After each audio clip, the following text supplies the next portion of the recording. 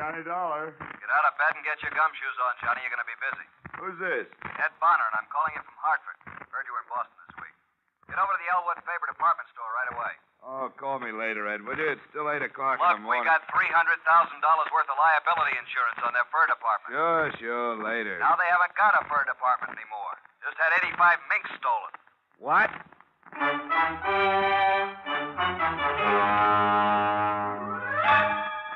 Edmond O'Brien, in another transcribed adventure of the man with the action-packed expense account. America's fabulous freelance insurance investigator. Yours truly, Johnny Dollar.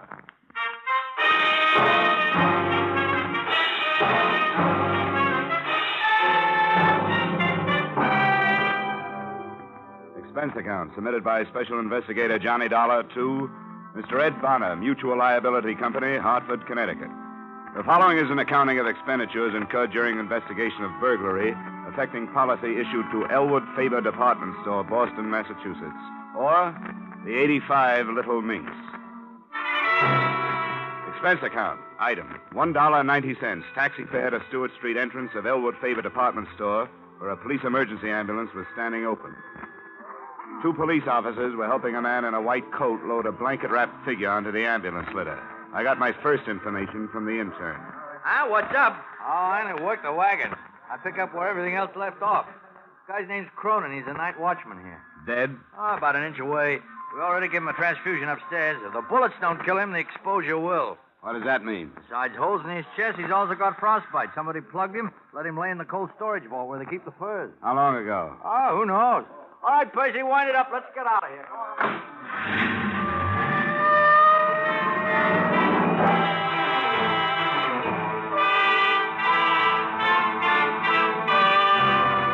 An assorted group of reporters and cameramen seemed to be converging toward a freight elevator just inside the store entrance.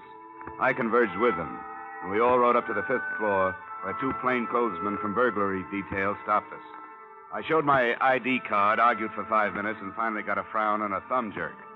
I walked across 35 yards of expensive carpeting through a cubbyhole office door into a large room. Standing in front of a huge refrigerated vault was a tall man in a black Stetson. His name was Delaney. We shook hands. Quite a thing, Dollar. Some guys walked out of here last night with 85 mink coats. It's a mess. You got a cigarette? Yeah, sure. Here you are. Thanks. Store's going to be closed all day while the burglary squad goes over it with everything they got. You can do what you have to do, too. Thanks, Lieutenant. I appreciate that. What do you figure, freight elevator or stairs? Either or both. I don't know. They must have had a panel truck or a big limo in that alley. Yeah, I noticed that on my way up. It'd keep any car hidden from the street, and they'd be able to work without being bothered. I got a man coming down to check for tire tracks, but it won't do any good. Whoever they were, they did it quiet, and they did it neat. Neat? Yeah. But quiet? You mean that night watchman, Cronin? Well, there must have been some noise when he walked into them and got shot. I hope he lives to tell us something. He's in tough shape. How about this? The vault? Just like the banks have, only smaller. And you can also hang meat in it. Not pried or blasted or cut into, just plain old-fashioned tumbler work. Sandpapered fingers and all. That wouldn't surprise me. Somebody was plenty good. Not even marks of a jimmy or pry tool to feel an edge. Just picked and plucked as nice as you please, and 14 little tumblers fell back. The door swung open. I thought that kind of thing stopped with Jimmy Valentine. Yeah, so did I. Who reported it? A guy named Dmitri Stroganoff, manager of the fur department. Come on. He's in his office now giving a statement to a couple of my boys. You can have a listen in. All I can say, I ask you, gentlemen, that I just hope... There's your pigeon, Dollar. How could 80 such of you? things happen to Dmitri Stroganoff? Aha! Lieutenant Delahanty. Mr. Stroganoff, this is Mr. Dollar. He represents your insurance company. Oh, your acquaintanceship, Mr. Dollar, above all else, I am glad to make. Aha! 85 mink coats, valued at $300,000, coin of the realm. You have, of course, brought check for same, yes? No. What? The adjuster will do that, Mr. Stroganoff. I'm an investigator, but don't worry. Week by week, month by month, 14 years, I get 2 wards from the insurance company. 2 wards, pay premium. Now it's Stroganoff's turn to say back is 2 wards. Pay Stroganoff. Believe me, Mr. Stroganoff, your money's waiting for you in a vault in a bank in Hartford where nobody can get it but you. Waltz, ba, ba, pa. Suppose you go right on with your statement, Mr. Stroganoff. We have to have it, you know. Why is my 8 for mink in this direction? I answer you. Customer telephones Friday. Send over me coat right away, she says. I send. Night comes, she wears coat to party. To breakfast next morning, she's also wearing coat. Maybe eggs she's eating. To party Saturday and to cocktail Sunday also. Monday, aha. My husband does not like coat. I'm sending back, she says. Mink. Real tough, Mr. Stroganoff. You can never tell what people will do next. Dmitri Stroganoff can tell. Look, if you'll just answer a few questions... This morning, even as I arise, comes to me a feeling of doom. Yes. Yes. Well, now about... Something is going to happen bad, I said to myself. And when I get here, no, even before I get here, I slip and fall. No, even before that. Parking ticket for too long pass. No, even before that.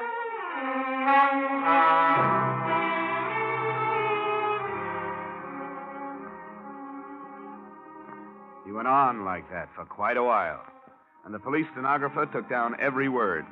His whole testimony typed up into 23 single-spaced pages. But only the following was of any use. Stroganoff arrived at the store at approximately 8:45, found the vault door open and inside the wounded watchman Cronin. Also, the mink coats gone. Stroganoff notified insurance company. Stroganoff notified police in that order.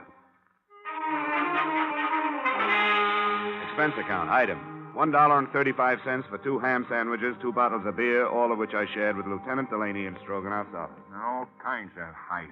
Jewels, trucks, cars, banks. But this is the best so far. A real 14-carat double-breasted A-number-1 dilly. That's what it is, Dollar. How'd they get in that safe? They just opened it up and walked in the same way you walk in your own front door, Lieutenant. Yeah, but how? Who's that good? Who? Well, there's the creepy kid. They always say he's that good. You and me both know Creepy died 12 years ago at Dunamore. And there was Dancing Dan Marathon. Dancing Dan. He couldn't open a 2-bit padlock if he had the key. Who is good, Johnny? Who could do it? I wish I knew. Stroganoff's the only one in the store who knows the combo. The only one. But I don't know. But you aren't taking any chances. Didn't I see 2 of your men tail him out of here? You bet your life you did. And by the way, didn't you put in a call to your office and have him checked on? You bet your life I did. Cop work. All the time we got... Delaney. Yeah, hi, Richie. Well, give it to me. Yeah. Mm-hmm. All right, thanks. Hospital, Dollar. The night watchman? Cronin died 10 minutes ago without saying a word. I was hoping he'd be able to fill in some gaps. Well, he does. At least one. Which one? The other watchman's story about playing the radio. What other watchman? Al Reedy. Oh, I'm sorry, Dollar. Maybe you passed him up. Well, tell me about him. Was he shot, too? No. We questioned him first thing this morning. You see, Cronin made the rounds, and Reedy held down the office. Reedy didn't know nothing about anything last night. He was listening to his radio in his office downstairs. What gap does that fill? And Doc says Cronin got it with a .32. That'd fit. They don't make much noise, and a man leaning into a radio close. Reedy, huh? Well, where can I find him? Right here. He's waiting in the locker room. Why, do you want to talk to him? Yeah. Mind? Oh, help yourself, Dollar. Thanks. Oh, Dollar. Yeah? You're looking for $300,000 worth of mink coats. I'm looking for a killer. Don't be a wise guy when you do your poking around, huh? I'll try to keep my nose clean, Lieutenant.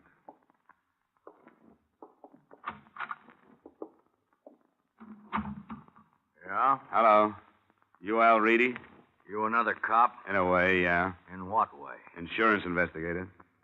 All right, Mr. Insurance Investigator. Am I supposed to tell you something that'll tip the whole thing? No, Mr. Night Watchman. You're just supposed to tell me how things went for you last night. Swell. I sat in my office from 10 to 6, went home, went to bed. Got picked up by 2 big flat-footed coppers at 7:30. And here I am. How'd things go with you last night? You sound a little put out, Reedy. Or are you used to places being heisted where you work? What kind of a nasty crack is that? What'd you see in here last night while you were doing all your night watching? Nothing. No freight elevator moving? No. No sounds on the stairs? No. And you didn't hear the shots that plugged Cronin? No, I didn't. Why? Because I sit in my office and listen to disc jockeys. The radio's liable to smother a lot of noise. Wrong answer. Well, the cops like it. I don't. Give me a better one. I'll have to look for it. But I'll find it, mister. Sure you will. Sure you will. But you'll never find those guys who tromped off with those coats last night. You sound awful sure of that. I am. Because you'll spend all your time on someone like me trying to make something out of nothing just to show everybody how good you are. Reedy, if you're clean, you haven't got anything to worry about. Well, maybe, but answer me this. Who's going to say when a guy's clean? When he's right or wrong? A lot of filing cabinets in a building somewhere? Answer me, investigator. Who knows? Who's going to say?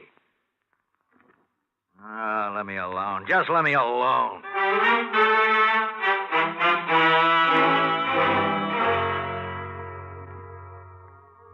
I didn't know what to make of Al Reedy, but I did know I wanted to know more about him. At the personnel office, I pulled out his application card. It looked good enough, and then I suddenly put it back.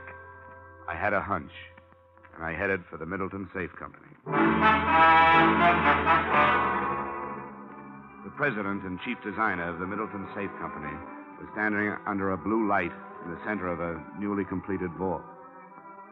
He seemed lost in the huge room of shiny, gleaming metal all around him. Please excuse me for not receiving you in my office, Mr. Dollar. Inspection day? Something like that. Now, this is what I call the Big Haze. Beautiful, isn't she?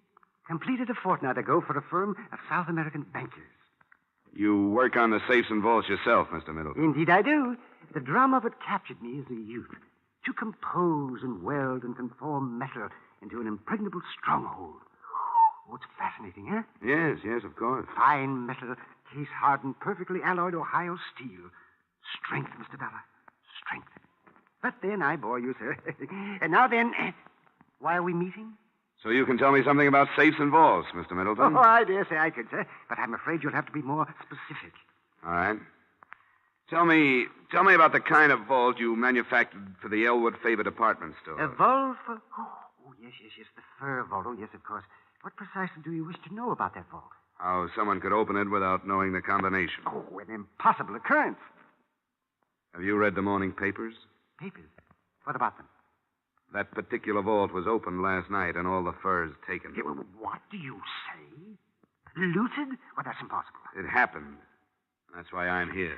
This is quite a... Oh, dear me, Mr. Dollar. Of course, you'll want a thorough account from my organization. Of course. And I shall be glad to furnish you with any information that might be helpful. I'd like to know how the combination was set and who knows it. But I'd have to know the serial numbers on that particular vault.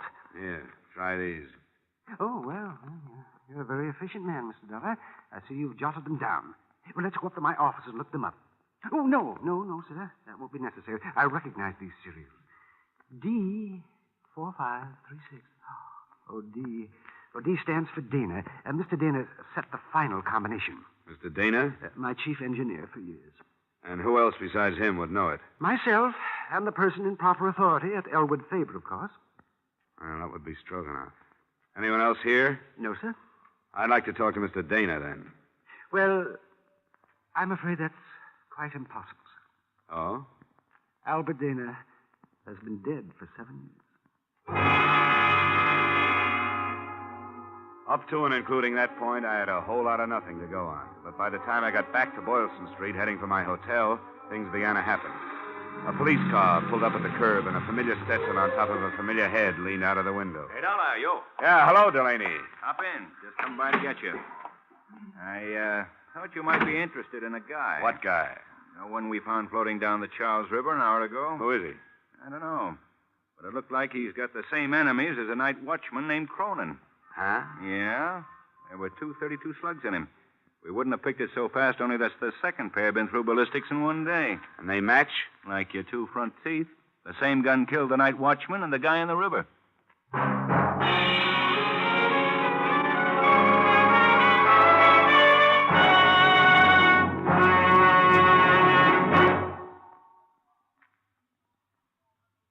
In just a moment, we will return to the second act of Johnny Dollar. But first, it's a family night on the Bing Crosby Show again this Wednesday.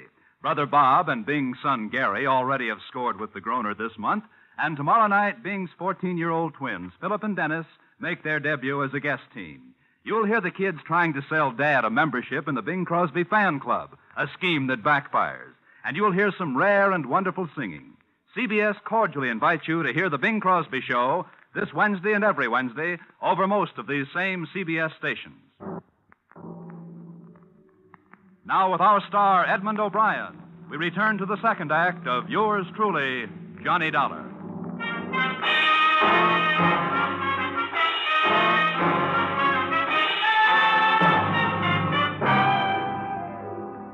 I spent half the night at the city morgue and police headquarters with Lieutenant Delaney, examining the body they found in the Charles River and trying to identify him. All the labels were ripped out of his clothes and the laundry marks were cut off. We were left with just his physical characteristics and fingerprints. The mug file didn't duplicate him, and the prints didn't check with anything in town, so they sent them to the FBI in Washington. I got to my hotel at 4 a.m. to get some sleep, and I got it. 3 of the shortest hours' worth I ever had. Dollar? I'll tell her when he comes in. This is Ed Bonner, Johnny. How would you like to be fired? Huh? Oh, yeah, Mr. Bonner, sir. What can I do for you? Turn up with 85 mink coats. What have you been doing since yesterday? Sleeping? Bonner, I've run my legs down to my knees, honest. I've been trying to find out something, anything. I've peeked into so many corners, I've got television eyes. And I've got a weak heart. Unless we find those furs in 24 hours, we have to pay off Elwood Faber $300,000. Well, what are you going to do? Take it out of my pay? We have to. We'll start by selling your body to a medical school. Please, Johnny, do something. Bonner, what's Elwood Faber's financial position? AAA. Couldn't be better. They wouldn't steal him. How about the fur man, Stroganoff? He's always had money. Family. All right, Bonner, I'll keep after it. I'll call you when I get something. Johnny, don't take my shouting personally, but this is a big one. Give it everything you got. I forced myself to get out of bed, take a shower, and get my clothes on. I started for the door and had no idea where I was going Aha, Mr. Dollar. when somebody did my thinking for me. To see you personally, I, Stroganoff, maestro of the Elwood Faber Fur Department, am here. Do you have any news? News. Every paper in the country it should hit. Twice. Never in my 30 years of association with that foul little beast, the mink, has anything like this happened. What happened? You wouldn't believe me. Look, I'm pretty gullible. Well, it's incredible. I don't blame you for not believing me. Are we going to keep up this game, or do you tell me? Don't get huffy with Stroganoff. I will tell you. This morning, wrapped in dirty cardboard box, is arriving at the Fur Department. Guess what? A mink coat. Incredible? Incredible indeed. You mean one of the coats was returned by mail? Right. Well, that's encouraging. I am not overjoyed. You still owe me for 84 coats.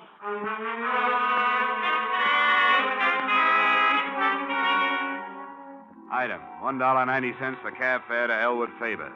It didn't make any sense that the men or man who committed murder to make the heist would return anything. But one coat had come back. And in the pocket, I found a small piece of slick cardboard. It was only 1/3 of an inch long, but there were 3 words on it. Country Club Dance.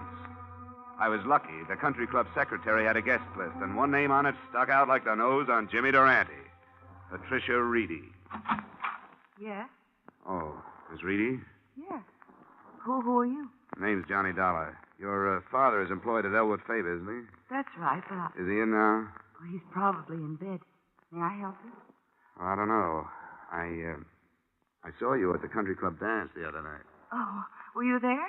Oh, I couldn't keep my eyes off you, especially when you had that mink coat on. The mink. Well, Talk with this guy, Pat. What do you want, Dollar? Some information. Patty, will you make some coffee or something? all right, Dave. Anything else? Oh, nothing I can't handle. Okay, Dollar, what are you doing here? Who asked you into my house? My job. I came to find out about a mink coat that showed up at Elwood Faber this morning. Look, let's go out in the hall and talk. Okay. All right, Reedy, let's hear it. Now, don't go into a long song and dance. I'll tell you everything. Just the way it was. And I'd be real interested. The way I figure it, you helped in the theft. You maybe even killed Cronin. You kept one of the coats, but you got scared you might be caught with it, so you sent it back. Your daughter left the dance ticket in the pocket. All right. Here's the story right down the line. I didn't help in the heist. I had nothing to do with it. I didn't even know what was happening. Like I told you, I was in my office listening to the radio. Tell me, Reedy. You ever been arrested? Well, Dollar, you're smart enough to find it out sooner or later. I served time, sure. You might as well know. Lots of it. Elwood Faber would be interested to know a trusted watchman served time. Well, what'd you expect me to do when I got out? Curl up and die? I gotta live, too. I'm straight now, Well, almost. I had a wife and a kid. The wife died. You've seen the kid in there. 13 years of her life, she had nothing. But now I'm trying to make up for that. Everything I do is for her, not for me. What about the coat? Sure, I took it. I borrowed it. Before the safe was locked up for the night. I've been borrowing stuff right along. Whenever my kid needed anything, I always return them in good shape. Told Pat they let me do it. She don't know nothing. That's kind of a strange philosophy. I don't even know how to spell philosophy. But I do know this. That girl in there has a life ahead of her. Mine's behind me. I got to give her every chance I can to look good, to act good, to use her brains, to meet the right people and go to the right places. Not just for dough, you understand, a millionaire husband, but just for a right guy and a fair crack at happiness. Uh-huh. You guys are all the same. You work from a little book, printed directions. Everything's black and white in life. Nobody's human. Oh, well, that's that. I don't know what you're going to do, but I hope it don't blast that kid's life to pieces. Reedy, you should have thought of this a long time ago. I don't want any lectures. You'll shut up and you'll listen to me. I think I believe you. You're right. Maybe we do work from printed directions a little too much. Well, I can use a little judgment on my job. I think, for now, I'll forget everything you told me and forget where that coat came from. Go on back to bed. Go on, Reedy. Well, I didn't expect that from you, Dollar. Reedy, I know what bad breaks are like, too. Oh, come on. Look, you'll have me doing that in a minute.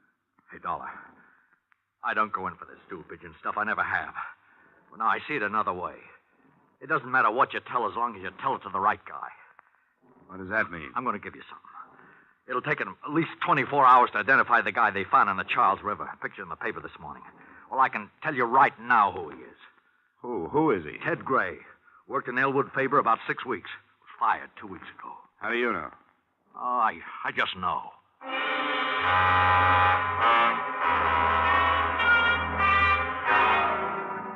Personnel at Elwood Faber confirmed Ted Gray had worked there and was fired for insubordination. His address was 1432 Parkhurst Avenue, and I was over there in 15 minutes.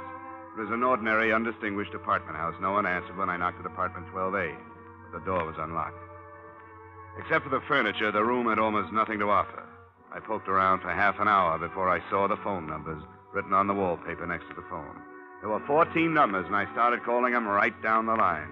The first 7 produced such things as Ling Chi Chinese Hand Laundry, the Happy Hour Liquor Store, and several other things that didn't have the particular information I needed. On the 8th call, I got results. Hello? Hello. Is Harry there? Harry? Harry who? Harry Gordon. But I'm sorry. You must have the wrong number. Oh. Sorry. That's quite all right. Maybe he didn't know Harry, but I knew him. At least his voice. I called Lieutenant Delaney and told him where I was going. It was dark by the time I got to the Middleton Safe Factory. There was a single work light spreading a sickly yellow glow over the main floor of the loading platform. There wasn't a sound when I entered. That was too good to last. It went off somewhere in the darkness, and I dropped behind a medium-sized safe and waited for a gun flash. Dollar! Johnny Dollar! What are you doing here? Looking for 84 mink coats, Middleton. I thought that was you on the phone, Dollar. How much money do you make? Not much, but save your breath. You're going to need it to run. A man of your talents could do a lot in South America. With 100,000 and a business. I could never remember all those Spanish verbs. Thanks. Have you got anybody coming? Lots of people, Middleton. Lots. If I hit you, how'd I know you weren't a burglar? You know, I'll never give up. And you'll have to shoot better than that. You missed me 10 feet. Oh, my windage screw is off. Is that the 32 you used on Ted Gray? No, this time I have a Luger. For special work. Like a blister. Oh! Come on.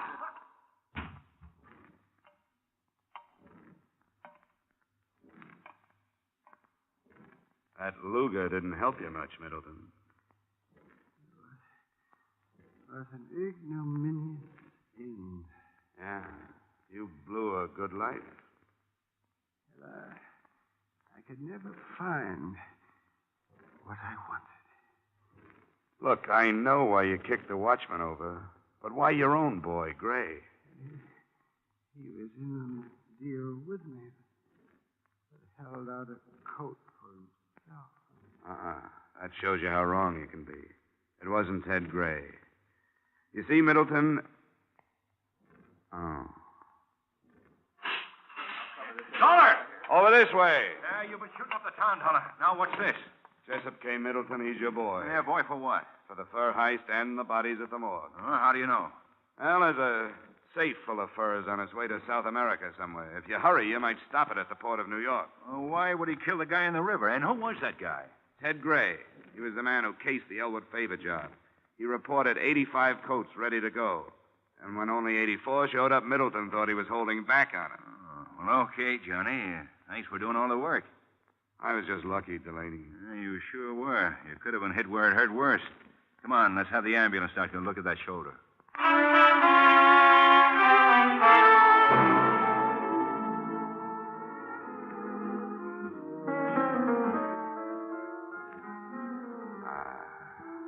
This is the only way to live. Miss Reedy, you... Make it Pat. Pat. You know, you're great on your feet. Well, what about you, Johnny? Dancing with your arm in a sling. Well, I took the no-hands course at Arthur Murray's. Pardon me, Mr. Dollar. There's a phone call at your table. Oh, thanks, waiter. Come on, Pat.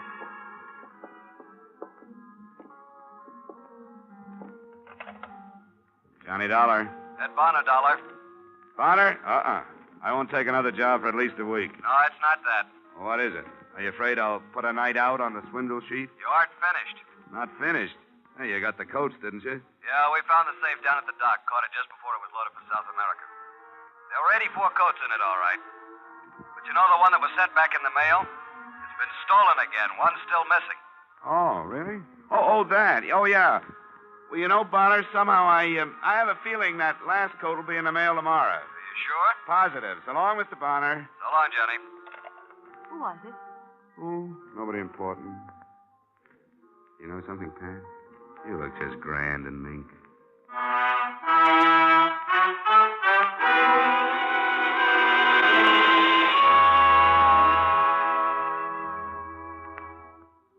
Well, the coat did show up the next day and in the mail. Maybe she'll have one of her own someday. Me? I stuck around Beantown for a few days to get a better look at the Bunker Hill Monument, Paul Revere's home, and her deep blue eyes, which began hinting at wedding bells. So, expense account item $11.75 back home, but fast. Expense account total $384.16. Yours, truly, Johnny Dollar.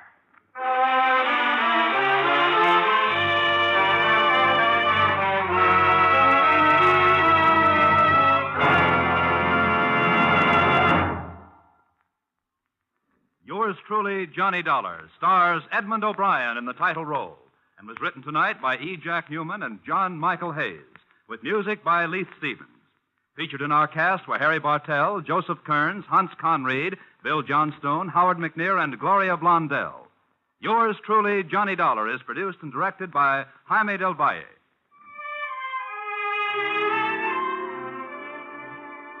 Join us next week when Edmond O'Brien returns in another transcribed adventure of...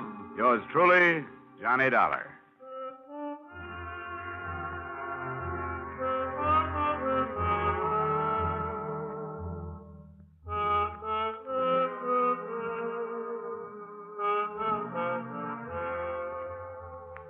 If you've got a piece of string handy, you better tie it around your finger so you won't forget to file your income tax return.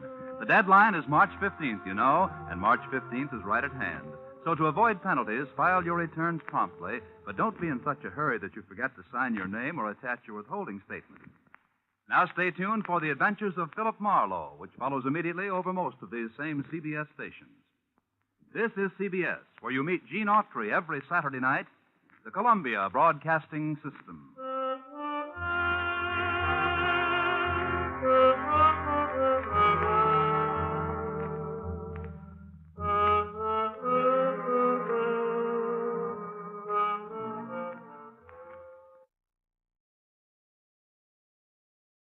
From Hollywood, it's time now for Edmond O'Brien as...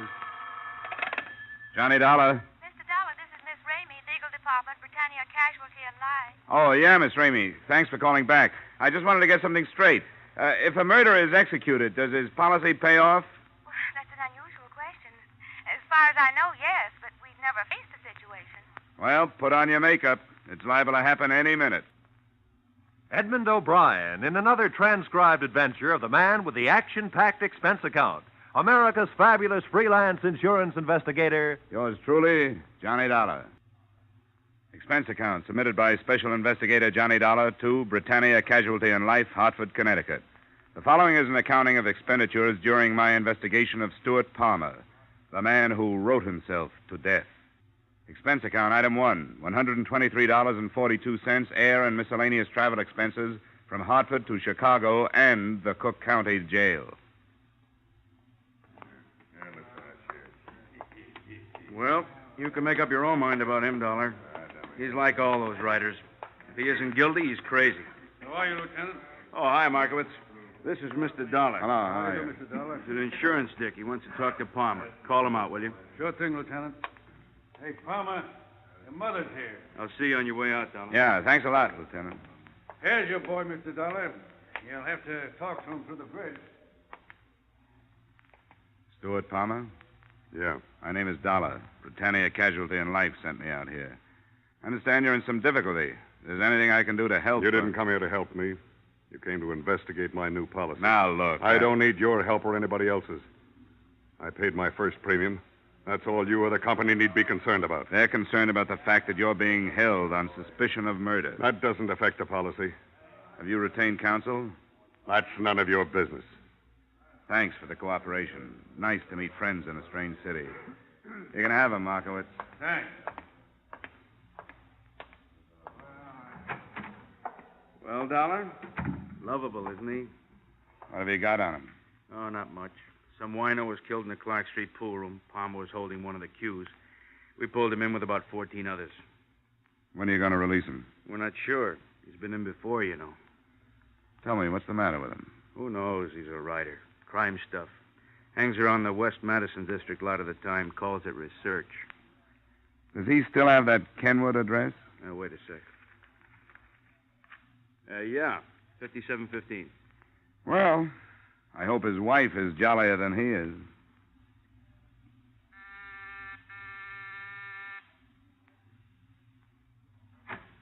Oh, Mr. Martin, I'm sorry. I thought you were somebody else. I am. My name is Dollar.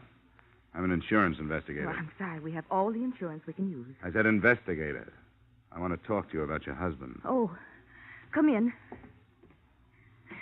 Why do you do this to him? I know why. It's like he says. You're all after him.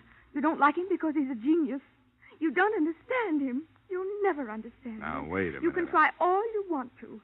As Stewart says, when one human being does something better than another human being, that's when they attack him. Well, go ahead. Look, Mrs. Palmer, I'm on your side. I'm not the police. Oh. Now, why don't you sit down? I'll explain the whole thing to you. Come on. That's better. Now, your husband took out a $100,000 life insurance policy last week. Well, there's certainly nothing wrong with that. Mrs. Palmer, please. This week, your husband is arrested on suspicion of murder. There, now, you see? You don't know anything about him, and already you're accusing him of the most awful thing. I am not accusing him of anything, Mrs. Palmer. I'm just trying to help. I talked with your husband a little while ago. He wasn't very cooperative. I'd hoped you would be. Well, you put him in jail, and then you expect him to be cooperative. Does he have a lawyer? Yes, of course, Mr. Martin. That's who I thought you were. Well, how does Mr. Martin feel about this? Well, he's been very nice. Stewart isn't worried. Stewart knows that Mr. Martin can spring him any time he wants to. I see. What does your husband write? Books? Well, he used to write for the radio. But as he says, it's a very limited medium. So one morning he went to his agent and tore that contract up right in his face.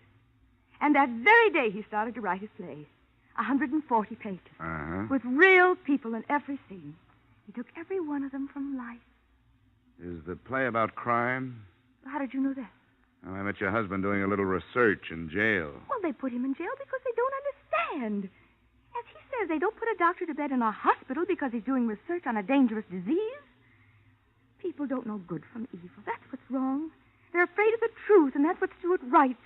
He practically lives with his subjects. Criminals. Yes, he studies them. Nobody can write believably about something unless they're familiar with it. That's the sacrifice he makes. You don't get to see much of him, do you? Well, his work is infinitely more important than I am. But as soon as his play is produced, we're going away together. Atlantic City or Bermuda. The manuscript has been in New York for 6 months now, so it shouldn't be long before he hears. What has your husband's income been for the past 6 months? Well, there hasn't been much. But great art is often born of poverty. But $100,000 insurance policies aren't. Who's this man, Neil Beasley, your co-beneficiary? Co-beneficiary? Well, if you're going to sit here and be insulting, perhaps you'd better leave. Well, perhaps I'd better. You mentioned an agent. What's his name? George Michaelkoff. He's in the Ingram building. Crazy. The guy is crazy. You can't do business with a guy like that. Art, he talks.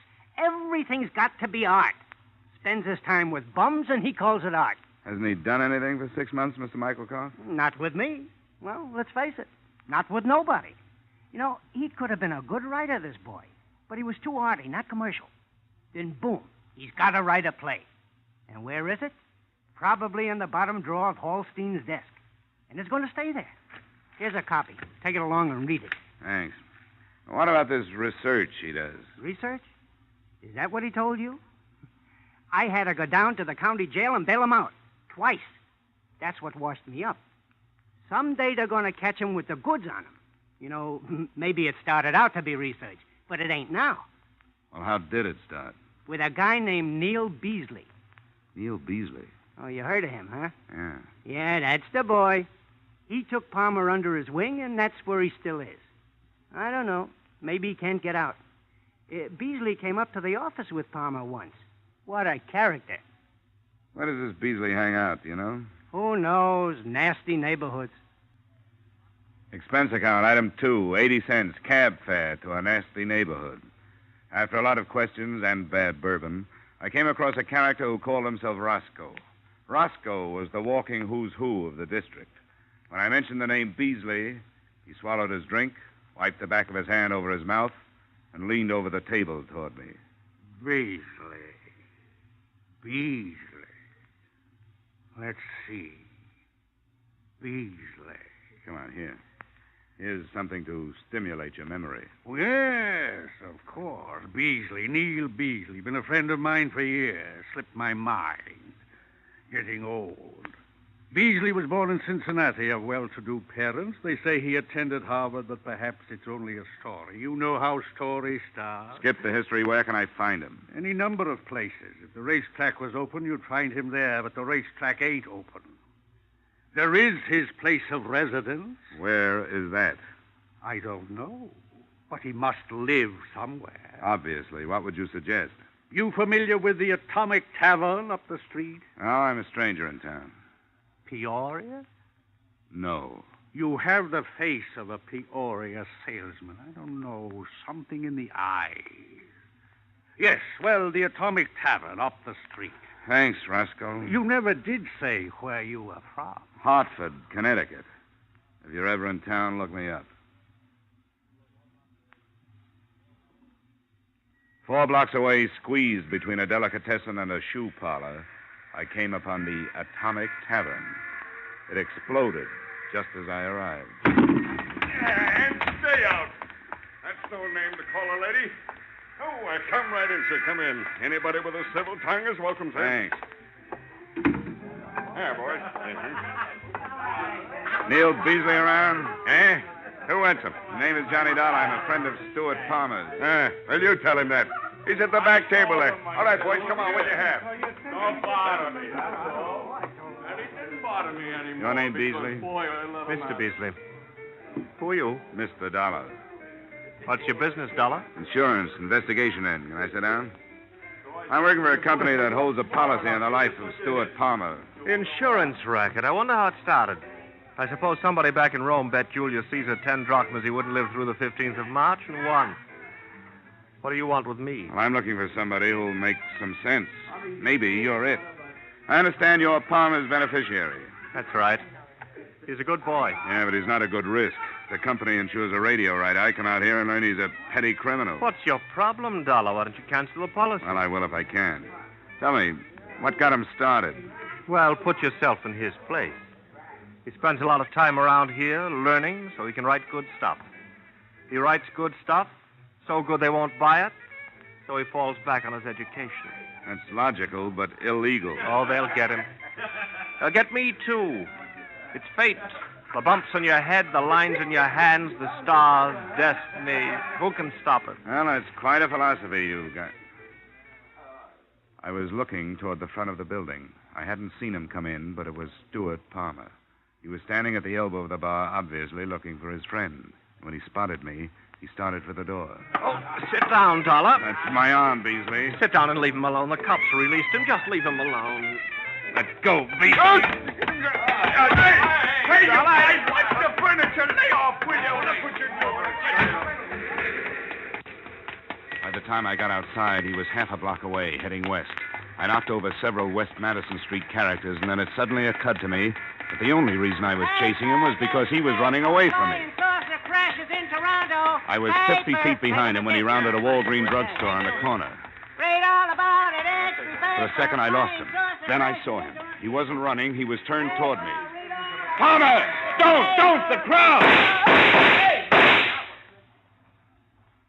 I bent over the newsboy just long enough to see that he was dead. And I started after Palmer again. There was no mistake about it. He wanted that policy, and he'd kill to keep it. In just a moment, we will return to the second act of Yours Truly, Johnny Dollar. But first, the screen's sophisticated, caustic Mr. Belvedere, alias Clifton Webb, will swap quips with Bing Crosby on the Groner CBS show this Wednesday night. CBS cordially invites you to hear this great show that promises some of the best laughs of the season when it comes your way on most of these same CBS stations this Wednesday night. Mildred Bailey, the rocking chair lady of popular song, also will be on hand as guest star. So remember, be listening when Clifton Webb, Mildred Bailey, and Bing Crosby get together tomorrow night. Now, with our star, Edmond O'Brien, we return to the second act of Yours Truly, Johnny Dollar. I lost Palmer in the next block. If daylight had held for a little longer, maybe I could have stopped the whole thing. I looked at my watch. It was 6:05. The Hartford office was closed. I headed back for a phone in the Walgreens drugstore. I got to the corner just as the police in the person of Lieutenant Carrigan pulled up. All right, you people. They're away. Dollar! What the devil are you doing here? Look at that kid, Carrigan, lying there. If you hadn't let that maniac out, the boy would still be hawking his papers. Hey, wait a minute. Back off. What are you talking about? Who do you think did it? Palmer. Palmer? Are you sure? Yeah, he was shooting at me. What'd you let him out for? Oh, look, Dollar, there are laws. I told you earlier we didn't have much on him. He was clear. Well, he's sure not clear on this one. Huh. Kid only had 3 papers left. I think you better tell me what happened, Dollar. Well, let's move away from here. Yeah. Oh, hey, folks, why don't you go home? Come on, move, huh? I don't know what there is about people. They're just glad it wasn't their kid. Well, here's the tale. I came down here to find a guy named Neil Beasley, a friend of Palmer's. Palmer showed up in the joint. When he saw me, he made a dash up the street. I took out after him, and when I got to the corner, he opened up. The kid was standing next to me. After the gunfire, I went after Palmer again. Believe me, I wish I'd caught him. Yeah. Sergeant? Yes, Lieutenant. Put out a general on Stuart Palmer. All the dope's in my office. Yes. Why would he want to kill you? That's a $100,000 question, Lieutenant. I'll be in the drugstore. Gotta make a phone call.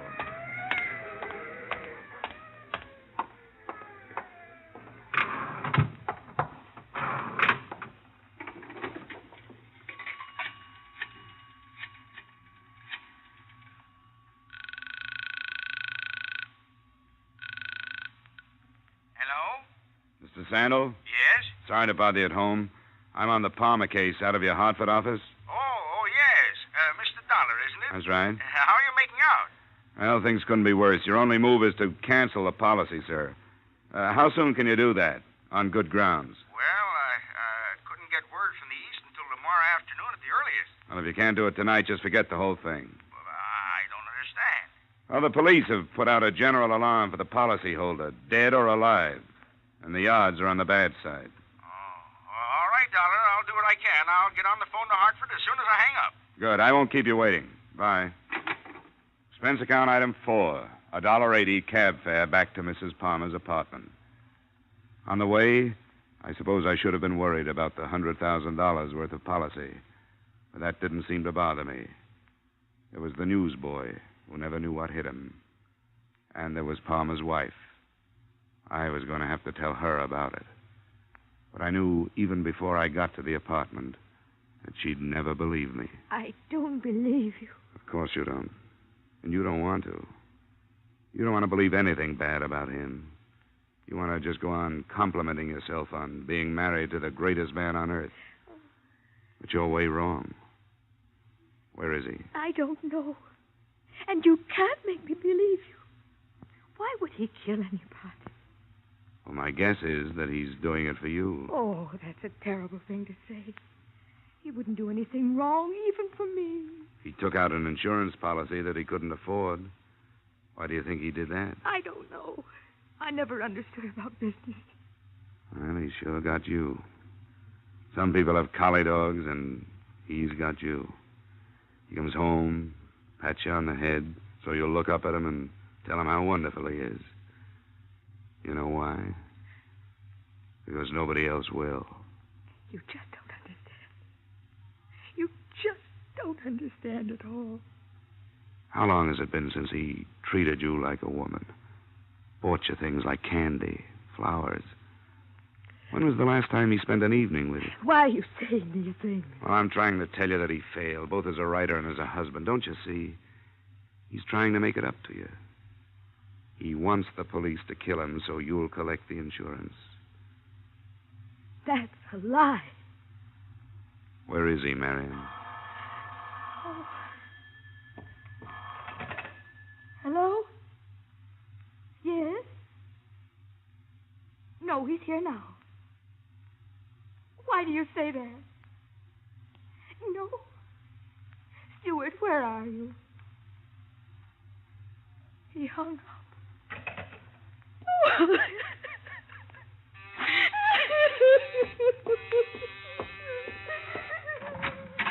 Well, look who's here. I wish Palmer was as easy to find as you are. You won't find him here. Does she know where he is? No, he just phoned her. Wouldn't tell her. Well, looks like a long night. Yeah? For her, too. Mind if I ride back to the Madison district with you?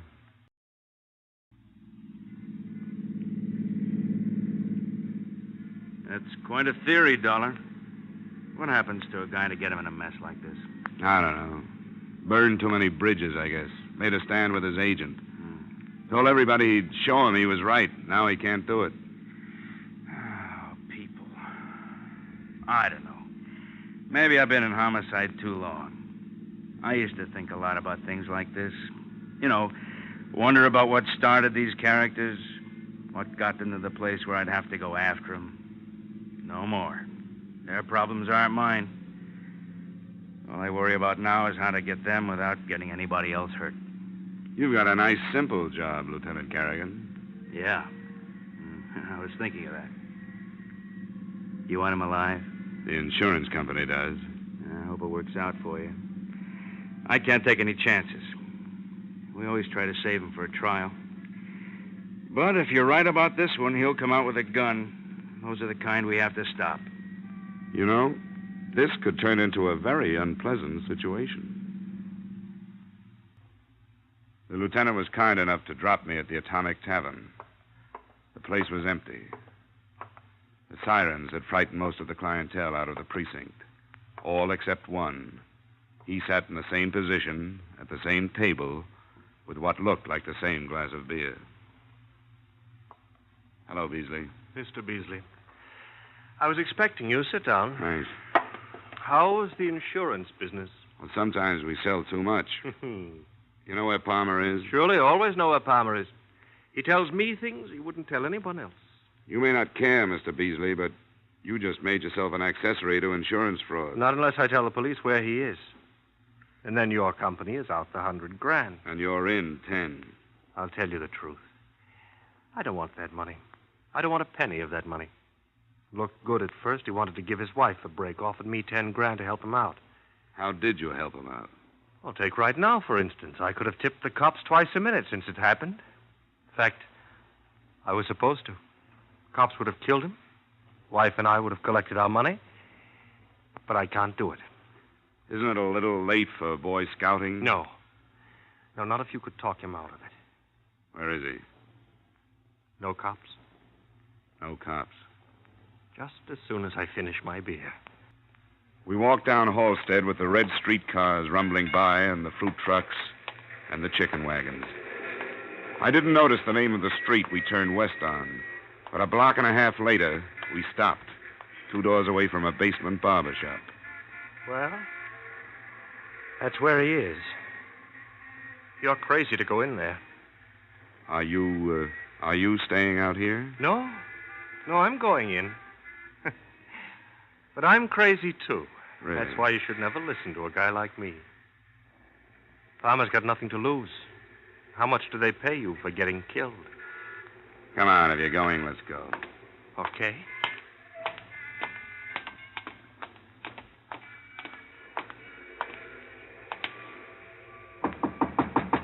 Palmer. Palmer, it's Beasley. Let me in.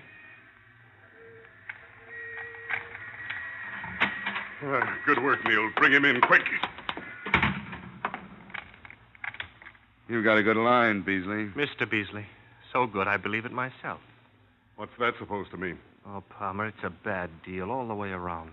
What do you want to do, make history? You won't go down in any books. What's got into you? You helped me lay out the whole thing. Oh, yes, it looked good, but it won't work. He's right, Palmer. It won't work. I put through a cancellation request on your policy. But it hasn't gone through yet. If it had, you wouldn't have come in here. It's no good, Palmer. Even if it doesn't come through, they'll fight it in court after you're dead. We've got too much against you. How far will they get without your testimony? You aren't going to be around to give it. Well, that's no good either. If you kill me, that'll clinch it. Oh, come on. Use your head, Palmer. You've got a chance. The newsboy is only a second-degree rap. There was no premeditation. You're trying awful hard to save that company of yours $100,000. Listen, there isn't a commission big enough to make me come here. All right, then why did you come? I don't know. Maybe because way back in my mind I thought to myself, I can get to this guy. Maybe it was your wife that made me come. I just saw her, Palmer. You know, you aren't doing her any favors by getting yourself killed. She loves you too much. You can't buy a thing like that off with $100,000. They're coming. I didn't tip them. They must have followed us down. It doesn't make any difference how they get here. Just so they come. Oh, watch it, Dollar. Stay away from me. Nobody's going to stop me now. This is what they all wanted. Like the big literary agent with the big promises. Great play, he tells me. Yes, and the old friends. They'll cut the story out of the papers and they'll save it in the desk drawer. Poor Stu, they'll say. He could have been a good boy. Well, all right, they can save it. It's gonna pay off. That's what counts. It won't pay off, and you know it. The only guy that wants it this way is you, because you haven't got the guts to go on. Palmer, we know you're in there. We'll give you 30 seconds, Palmer. I'll be right out. Palmer, it's waste, Palmer. It's for nothing. It's no use, Dollar. He's going to do it. Better lie down on the floor.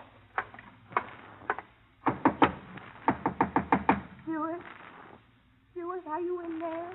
Marion, get away from here. I want to talk to you, Stuart. Open the door. Oh. Come on in here. Marion, what are you doing here? Come with the lieutenant. Don't do it, Stuart. I don't want money that way. Wait a minute. Did they make you come in here? No, I wanted to come. Don't do it, Stuart. Please. Goodbye, Marion. Stuart, don't go. Stuart, come back. Let go of me. Oh, Stuart. Get down on the floor. No. Come on, get down. There's nothing you can do. Stop, Palmer. Stop.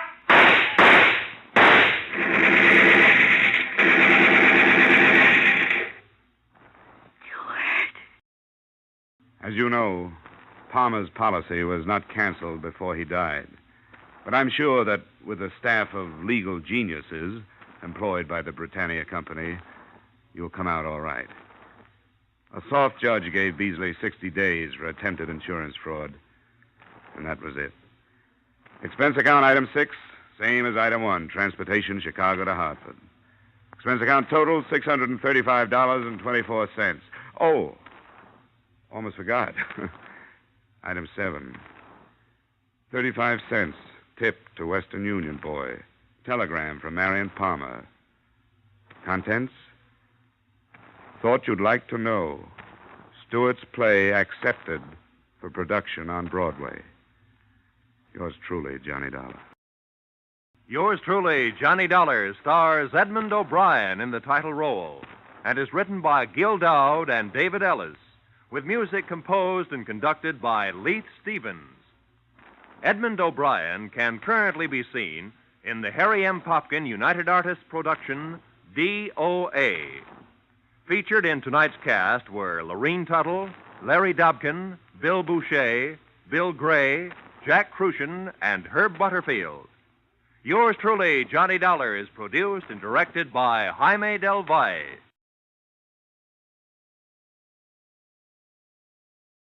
From Hollywood, it's time now for Edmond O'Brien as Johnny Dollar. This is Doug Strand over at Bay State Bonding and Liability. I've got a big bonding case for you up in Boston. Well, I just started to work on a case here in Hartford, also bonded. But okay, what's the picture? Huh? How'd you know it was a picture? How did I know what was a picture? The one I'm calling about, an oil painting. Insured for $250,000. It's just been stolen.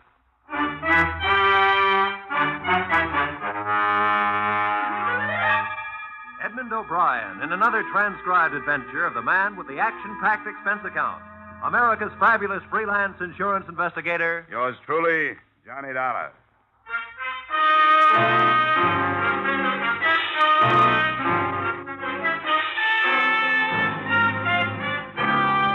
Expense account submitted by Special Investigator Johnny Dollar to Bay State Bonding and Liability Company, Hartford, Connecticut. The following is an accounting of my expenditures during investigation of a missing masterpiece, an investigation that took place in Boston, but turned out to be no tea party. Expense account, item 1, $8, mileage, Hartford to Beantown on the Charles. First stop, the Modern Art Gallery, a modest made-over brownstone in a modest business neighborhood.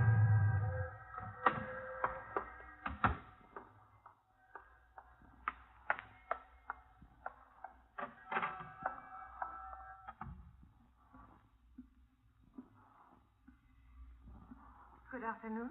Oh, hello. Is Mr. Andrian Modin here? He stepped out of the office for a few moments, but perhaps I could help. I'm his daughter. Oh, I see. My name is Dollar. I'm from the insurance company. They sent me up to see what I could do for you on last night's set. Oh, that's such good news. Father has been beside himself. I know he'll be so relieved with you here. Now, let's see. According to my worksheet, the painting was owned by a Mr. Rideau, huh? Caesar Rideau? Yes, he's an acquaintance of ours. He's not what you'd call the arty type by any means, but he's interested in good oils, and he has a very nice collection of masters. Was this village scene on loan to the gallery, or did Mr. Rideau want to sell it? It was a loan. And that's what makes it so terrible for Father, and for me, too. He didn't want to accept the loan, and I talked him into it. You see, it's been very difficult for Father, and I thought that hanging an important picture in the gallery would bring people in. And it did for 3 days, but... Oh, Father, this is Mr. Dollar. Yeah? He's here to help us. He was sent by the company that insured village scene. Ah, bless you, bless you. I am so happy you are here. I hope I can help, Mr. Modin. The police, I know they do their work well, but they are so stern, unfriendly. To them, who is Pieter Bruegel the elder? And village scene, what is that? A stolen broom would annoy them so much. Now, don't let their attitude fool you, Mr. Modin. I'm sure they're doing everything they can, Father. Yeah. Mr. Modin, I understand that nothing else was touched. Yeah, what is anything next to Pieter Bruegel? It was the only master in the gallery then, huh? I'd like to see where it was hanging. Yeah, of course. This door. Teresa, you will wait? Yes, dear, I'll be here. Wait, Mr. Dollar. I feel I must explain the importance to me personally. Is that all right? Sure, if you think it'll help, go right ahead. Mr. Dollar, if we do not find the canvas, my gallery is gone. Everything, all my years are for nothing. Why do you say that? Because of that man, Rito. There is a hate between us. We have not expressed it, but it is there because, well, you have met my daughter. You realize her great beauty. I have tried to protect her from this man. Now I am on my knees to him because of my carelessness. Well, I wouldn't give up if I were you. We haven't even started on this case yet. If we fail, I will take her away from Boston, start all over again. You come this way. In this gallery, you see my life, Mr. Dollar. Many of these canvases I bring with me from Salzburg when I leave, before the Anschluss.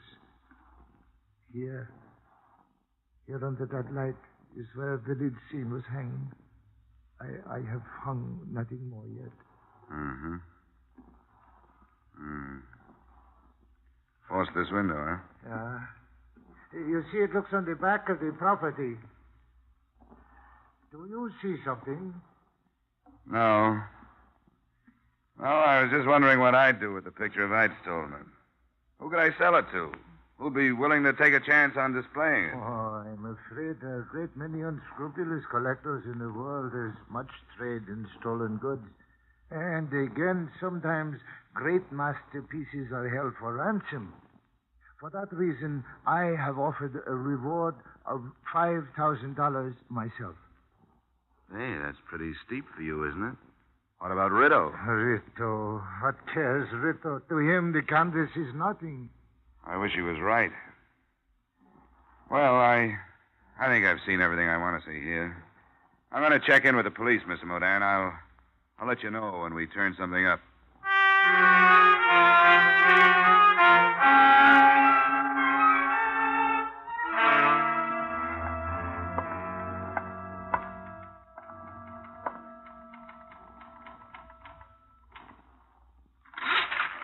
What is it?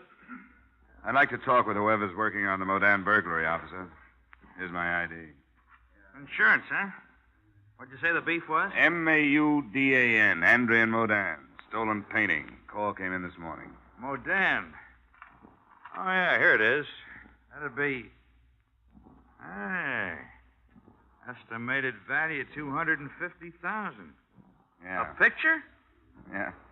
And I'll bet you the artist was lucky if he got a month's rent out of it.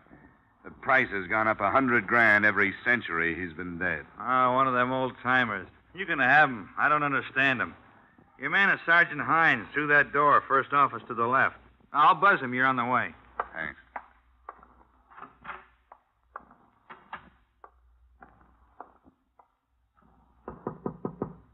Yeah, come on in. How are you, Dollar? So you came up on the Modan thing, huh? Yeah, that's right. I wanted to check in with you, find out how much I can do before you pull your rank. Ah, cut it out. Well, I run into some touchy policemen. Not here. Well, I get my hat off that chair. Sit down. Thanks. You get a free hand as far as I'm concerned, Dollar. Not to see the old man yet, Modan? Yeah. Say, what kind of a make did you get at the gallery? Nothing special. Typical window job. Heavy crowbar, no signs worth anything outside. The old boy ran a story in the papers about the picture coming to his gallery, so it's a little tough to narrow the suspects. This guy who owns it, Cesar Rito, I've heard of him, haven't I? Yeah, a lot of people have. He made his pile during the war. There was talk of black market, but nobody could pin anything on him. Then last year he was up before the Senate Investigation Committee. Something about buying contracts. Then he came home. What are you looking for, Dollar? Fraud charges? Well, let's be realistic.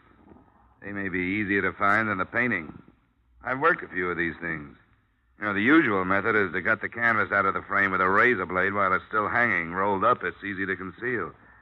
On this job, it went frame and all, didn't it? That's what I got. But I'm thinking the other way. I got details out looking for that frame. I can dream, can I? It's faster my way. And I got tickets for South Pacific for 3 weeks after Easter.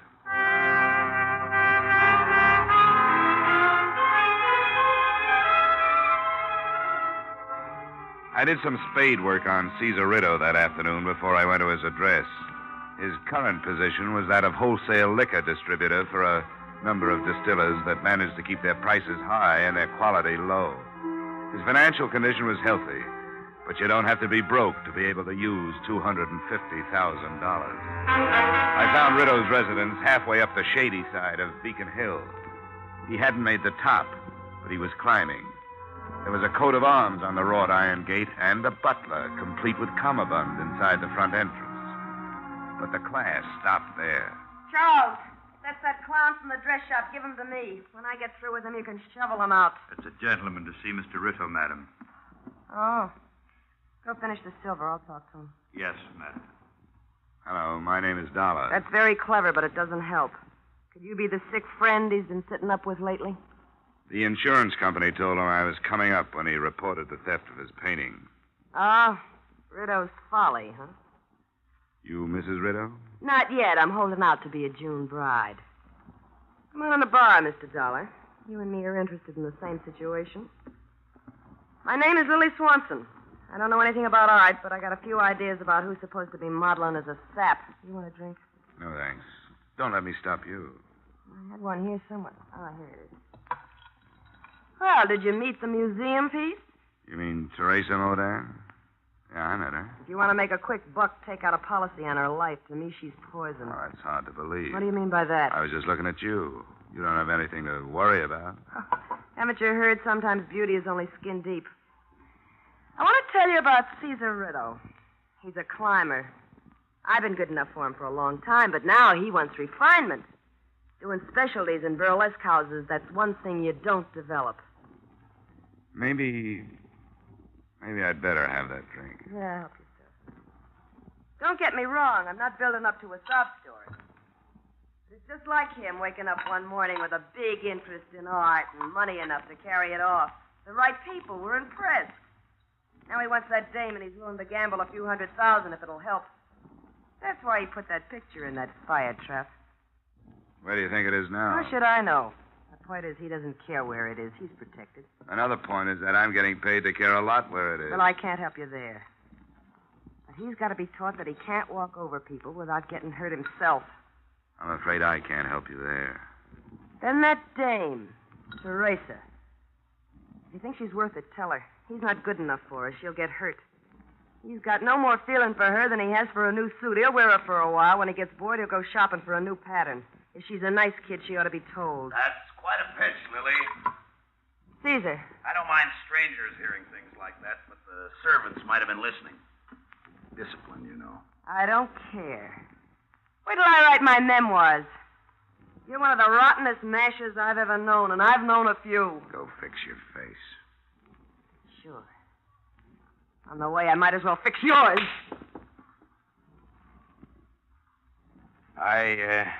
I didn't hear enough of it to find out who you are. Name's Dollar, insurance company. Oh, yeah. Tell me, you made any progress? Yeah, general progress. I've learned that Bay State Bonding and Liability hired an investigator on the wrong end of this case. They should have looked you over before they issued the policy. With any kind of big company, you can depend on about 90% of that all the time. Rush things when the money's coming in, then be careful when it's too late. Tell me, what about my picture? Well, I don't think a nice, honest thief has it. Why do you say that? Number of reasons. It's too hot to steal the way it was stolen. Well, what do you think happened? You're too big to be accused on a hunch. Wait till I get some facts. Then I'll talk to you about it. Right now, I want to talk about a clause in your policy that says you shouldn't move the insured property without first notifying the company. Yeah, that's right. Big companies again. They're so tied up with procedures and rules, they'd get themselves hamstrung if they tried to build a case on them. I'll find you some words in that thing that'll nullify that clause. Tell me, you think I can't? I was afraid you'd say that. You know, you've got a good head, Mr. Rideau. Yeah, saying nothing of being a rotten masher. I don't see any reason to waste any more of each other's time, do you? You stay for a drink? Oh, no. No, thanks. I very seldom drink on the job. I parked my car in an alley around the corner and then went back. I found a spot opposite the Rideau place where I wouldn't be obvious and settled down to wait for him to leave. I hoped I'd planted enough doubt in his mind to make him move if he was implicated. Whatever I'd planted grew slowly, because I waited a long, cold time. Night fell, and I drove closer to the house. Finally, the door opened, and Rideau moved a blue-black sedan out of his garage. By the time I got my car started, a coupe pulled out of the driveway. In it, I spotted the blonde head of the lady scorned, Lily Swanson. I followed her. After a few blocks, it was evident that her destination was the Modern Gallery.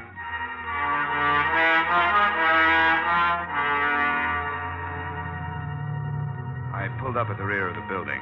I could see a dim light burning on the ground floor. I started toward a window. But before I got to it, it happened at another one.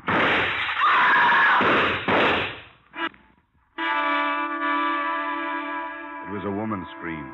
But when I finally got inside, the only person there was Caesar Rideau. He was still alive, the stupidity of shock on his face as he leaned against the wall under a light that had once shown up the best features of Pieta Bruegel's village scene.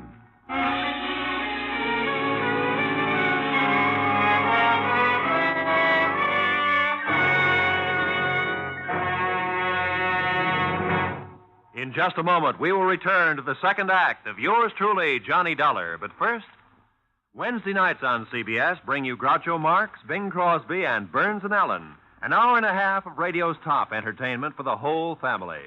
Bing Crosby, Burns and Allen, and Groucho Marx are heard on most of these same CBS stations. So make this wonderful Wednesday a steady date with CBS. And now, with our star, Edmond O'Brien, we return to the second act of yours truly, Johnny Dollar.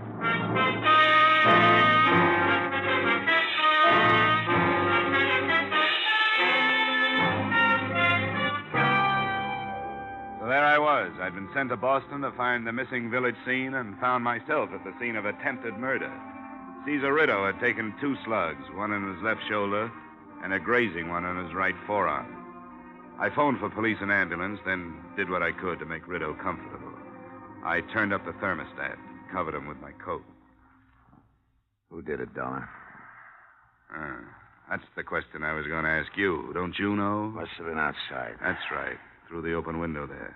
Why'd you come down here? I forgot my hat. Look, you're in no shape to try being clever. You met Teresa. Let me alone. I want to know how your stolen painting figures into this. Leave me alone. Leave me alone. I met Teresa. This is where we meet. What about the painting? It was stolen. I don't feel good, Dollar. I don't feel good at all. I don't want to talk. I feel like I'm going to pass out. And he did. After the ambulance took him away, I made a statement to the police that was not false, but lacked enough truth to save a few people from being dragged in for questioning. I headed for the blonde member of that group.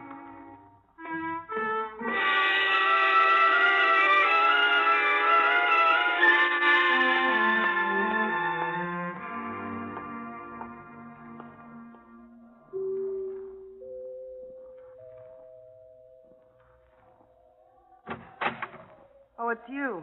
What do you want? Just a few words. I used up all I had earlier today. Yeah, but we got new things to talk about Such now. as? Well, the police might want more from me on that art gallery shooting. All right. Is he dead? No. Did you know I was there, or were you just guessing? I wasn't guessing. I followed you from here. Oh, I suppose that earns you a drink. Come on. Thanks. Up yourself. You said the police were there.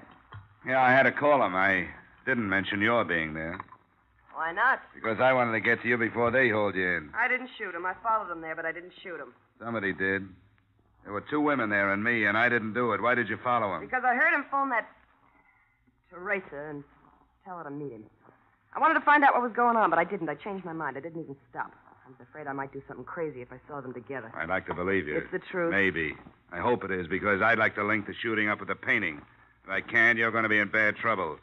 You're pretty smart, aren't you? Things just worked out this way. You think Caesar did something with that painting for the insurance money, and you want me to help you prove it to save my own skin? No, gorgeous, no. To save the company $250,000. You'll never die of softening of the heart, will you? All right, what comes first? I want to hear everything you know about this deal. And while you're telling me, I want you to help me go through this house from cupola to basement.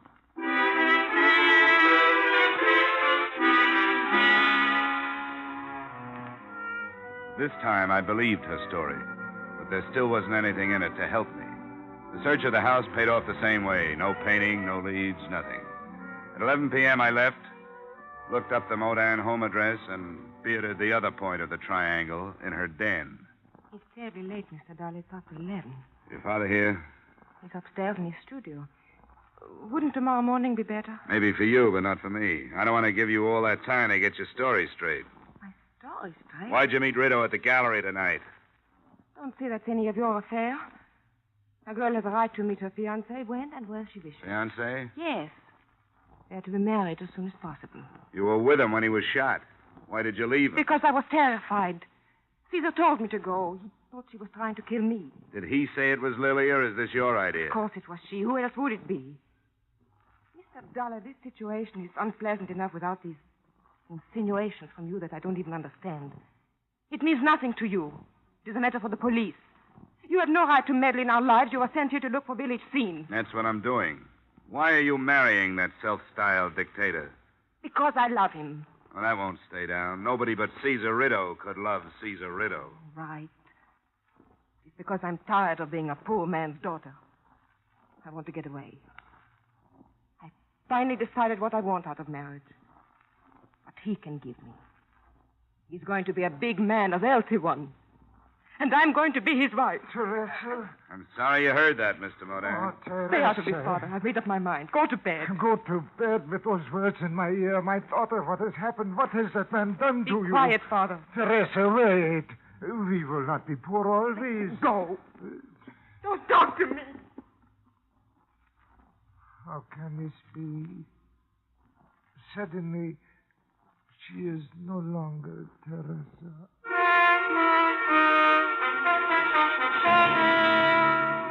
I didn't sleep too well that night. An all-night car line that ran past my hotel didn't help. Neither did the questions that were running around in my head. But what grew in importance was the realization that the lives of everyone who had come in contact with Village Scene had been emotionally upset since I'd arrived in Boston. That is, all but Caesar Rideau, who'd only been shot. My half-conscious musings didn't move me forward any, but the phone call that awakened me did.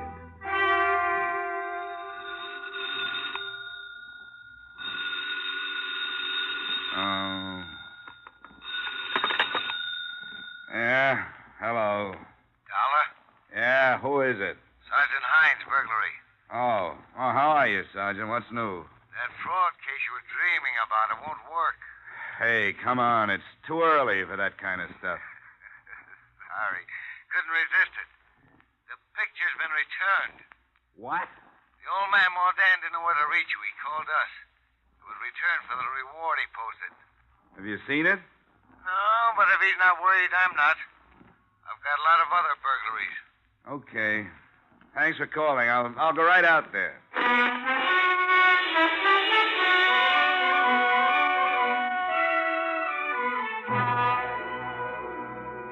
It sounded good until I got halfway to the gallery. Then things began to pester me. A, the painting had been stolen in the frame. B, Mordan hadn't mentioned being an artist, yet he'd been working in his studio the night before. C, Caesar Rideau knew nothing about art, collected as an affectation. And D, Mordan had been the only one to post a reward, $5,000, offered by a poor man. Then it hit me. He knew he wouldn't have to pay it. He'd posted the reward to divert suspicion. My hunch was that he had put the picture on ice himself. When I got to Mordan's gallery, the copy Mordan had made of Village Scene was there. But also, hanging next to it, was the original. You are surprised, Mr. Dollar. Yeah, doubly, Mr. Mordan. My copy is quite excellent. Do you agree? Well, I'm not an expert, Mordan. It is very good, I think. I am pleased with it. The most important work of my career. A work of love for Teresa. Yeah, I understand. She was an ambitious girl, always. Oh, that is not her fault. She is like her mother, born for good things. I could not give them to her. Caesar Rito could. He's soon coming for his canvas. Well, no crime has been committed, except theoretically. You copied the original, meant to sell it, but you didn't. Maybe Rito won't press charges. Perhaps not. When he came the first time into our life, I knew. The way he looked at her, I knew he wanted to take her away from me. Then the gifts, more expensive, each one money to buy. You should understand, Mr. Dollar. This copy is a work of hate, too. You don't have to tell me these things. Why don't we wait till he gets here and see what he's going to do? Yeah, we wait. But I must say these things that are in my heart. To attempt a copy was wrong, and it was not wrong. To Little Bruegel's village scene was nothing. He was blind. I hoped with the money I could hold Teresa. But I waited too long. I was too late. He's taken her from me with his money. Come on, Miss Modan. I think you'd better sit down. No, listen. Listen, here he has come. I must be strong. Show him he is no bigger than I am. Hello, Modan. Dollar. Well. Except for a little blood, everything turned out just like it should. The insurance company will be happy. Where is my daughter? Why, she's in the car. She thought it would be better if she didn't come in. Yeah, perhaps she is right. Oh, come on, Pop. I'll take good care of her. Now, come on, you just give me my picture and we can forget. Hey, wait a minute. What's this? There's two of them. Yeah, two of them. What's the matter with you, Modan? What is the matter? In all my life, there has been no shame until now. There, you see on the wall. Deceit. For that, I am ashamed. We can still forget it. And in your car, waiting for you, my daughter. For her, I feel the greatest shame. I give her my blessings. Modan. Hey, no! My blessings. No! Drop the gun to the floor. Go over to that chair and sit down. I could do nothing else. Now, it is finished. Mr. Dollar. Your father killed him. He thought he was doing it for you. No, there was no reason. Teresa, come on. Come on, pull yourself together. Caesar knew my father had made a copy and that he was going to sell the original. But he didn't care. As long as I married him, he wouldn't have done anything to father. And now Caesar's dead. My father is a murderer.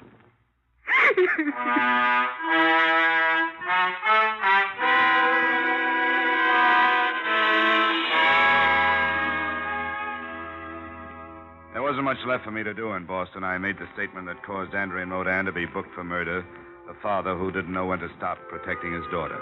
I paid a farewell visit to Teresa, the daughter who had put her father where he was by trying to help him. And I mentioned to Sergeant Hines that if he cared, it had to be Lily Swanson who had thrown those wild shots into Rito at the gallery. Expense account item 2, $8. Return trip to Hartford. Expense account total, $68.30.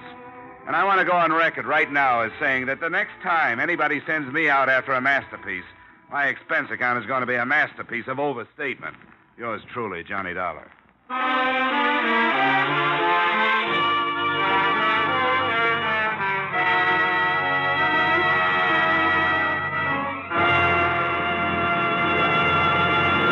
Yours truly, Johnny Dollar, stars Edmond O'Brien in the title role and was written by Gil Dowd and Paul Dudley, with music composed and conducted by Leith Stevens. Edmond O'Brien can currently be seen starring in the Harry M. Popkin United Artists production, D.O.A. Featured in our cast were Charles McGraw, Walter Burke, Lillian Baeff, Robert Griffin, James Nusser, Joan Banks, and Tyler McVeigh. Yours truly, Johnny Dollar, is produced and directed by Jaime Del Valle.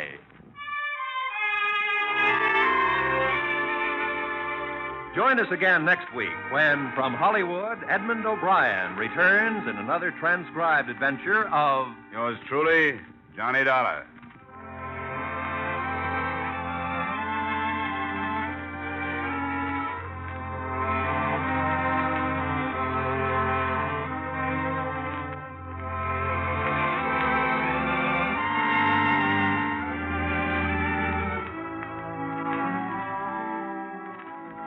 There's a man with a little black bag turns up on most of these CBS stations every Wednesday night. And out of it comes some of the most light-hearted and most moving stories on the air. The man? Why, it's Dr. Christian, of course. And tomorrow night's the night for another of his famous visits.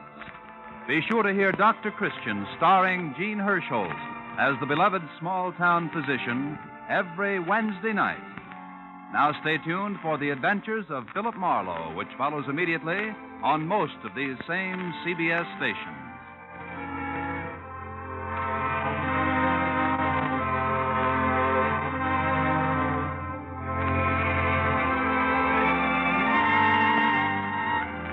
This is CBS, where Wednesday night is Bing Crosby night, the Columbia Broadcasting System.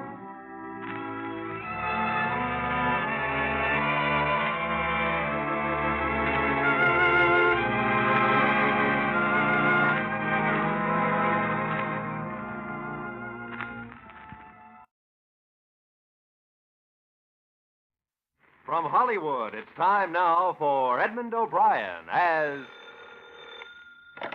Johnny Dollar. I got $500 here for you.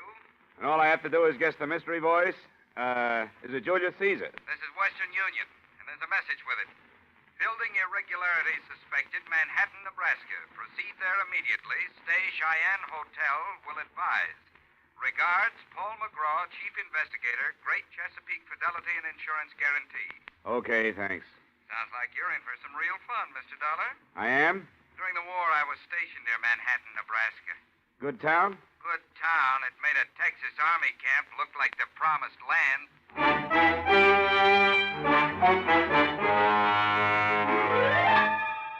Edmond O'Brien in another transcribed adventure of the man with the action-packed expense account, America's fabulous freelance insurance investigator. Yours truly, Johnny Dollar.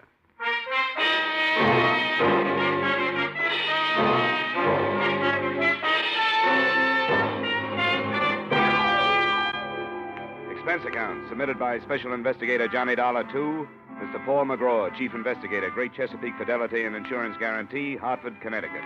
The following is an account of expenditures incurred during investigation conducted on behalf of your company, or the story of the Big Red Schoolhouse. Expense account. Item, transportation, $134 plane fare, New York to Omaha. Item, transportation, $3.95 bus fare, Omaha to Manhattan, Nebraska, which a fellow passenger told me was a quiet, sleepy little town. But which seemed to be celebrating Rip Van Winkle Day as I stepped off the bus. Nobody was walking and everybody was running. I followed the crowd in the general direction of the excitement. 2 blocks north of the main street, the fire crews were hard at work playing the hoses on what was very shortly not going to be the new high school building. And that's where a little man with black curly hair introduced himself. I am Paco Gonzalez. I carry those bricks myself. Watch fine new school grow up under my own hand. What's the matter? How come these buildings I worked so hard on for 16 months goes down in 16 minutes, huh? I ask you, mister, how come this... Oh, now, calm down. What are you talking about, you?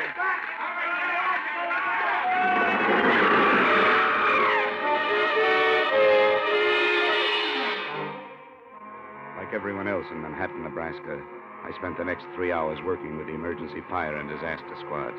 And by 8 o'clock that night, we seemed to have it under control. I finally dragged myself over to the Cheyenne Hotel. But before I could leave the front desk, I had a long-distance call from you, McGraw. Johnny, where have you been? I've been trying to There's been a big fire here in town. Everybody had to work on it. Did Joe Stankovich get in touch with you yet? Who's Joe Stankovich? A guy who lives there. He tipped us, said something about a building we're covering being in bad shape. What building's that? New high school, just put up 6 months ago. And it fell down tonight. What? In a heap. The building will retail now at a junkyard for about $35. Well, you better start with this Joe Stankovich and see what it's all about, Johnny. Right. Mac, I'll keep in touch. So long. So long. Room clerk, have you got city directory around here? Yeah, city directory in this burg? Yeah, who do you want to find, Mr. Dollar? I know everybody in and out. Man named Stankovich, Joe Stankovich. Yeah, oh, him. City morgue. What? When? He just came over the radio. They picked up what was left of him out of the fire. Yeah, and that ain't much.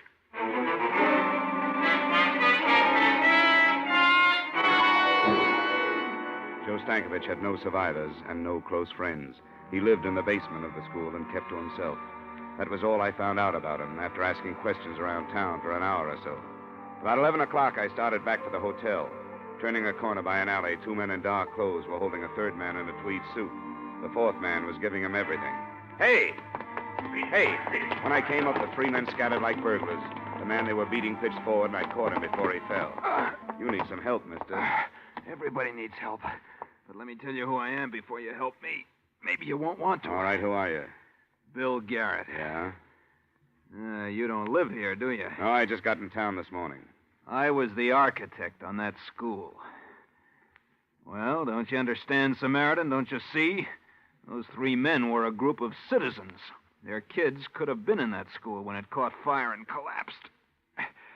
And I'm afraid they feel that I don't design especially strong buildings.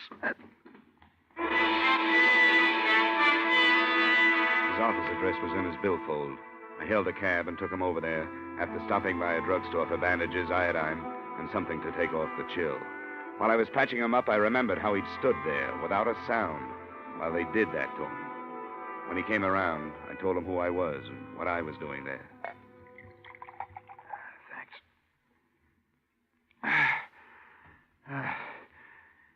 You represent a powerful company, Mr. Dollar. But you're wasting time. You'll learn nothing from anyone in this town. I kind of thought you might tell me something, Garrett. Yeah, of course. I could tell you every delicious scandal that's happened here for the past 30 years. Every exquisite depravity and violation of the sanctity of human intelligence. Oh, no, I mean about the school building. Well, I can tell you there wasn't any reason for those boilers to be fired today. That there wasn't any reason for them to blow up. But they did. Any idea why? Lots of ideas. And all of them bad, Dollar. Real bad. Okay, tell me. Look, I was raised here. I went to college over in Lincoln. And one day I came back an architect. I was going to make the whole place over. Nice buildings, nice streets, everything. You saw what happened. The school was my first big project. Yeah? I drew it 4 years ago, revised it a year later. And the city hired you? Better than that. I was so good, the day they broke ground on that school, I left for Paris to study at the Sorbonne. And you weren't in town while it was being constructed? I was out learning how to build even better things. I got back in town 4 days ago. I went over to see my building. Well, here's a laugh for you. They used my outside drawing, that's all. Looked like they made up the rest of it as they went along. I went over to see the building contractor to ask him about it. Double talk. He told me to keep my mouth shut if I ever expected to do any more work for the city. This building contractor, what's his name? He has a perfect name, Dollar. A fine, sunburned man with lots of good teeth and not an ounce of fat on his broad frame. Big Jim Madden. Where can I find him?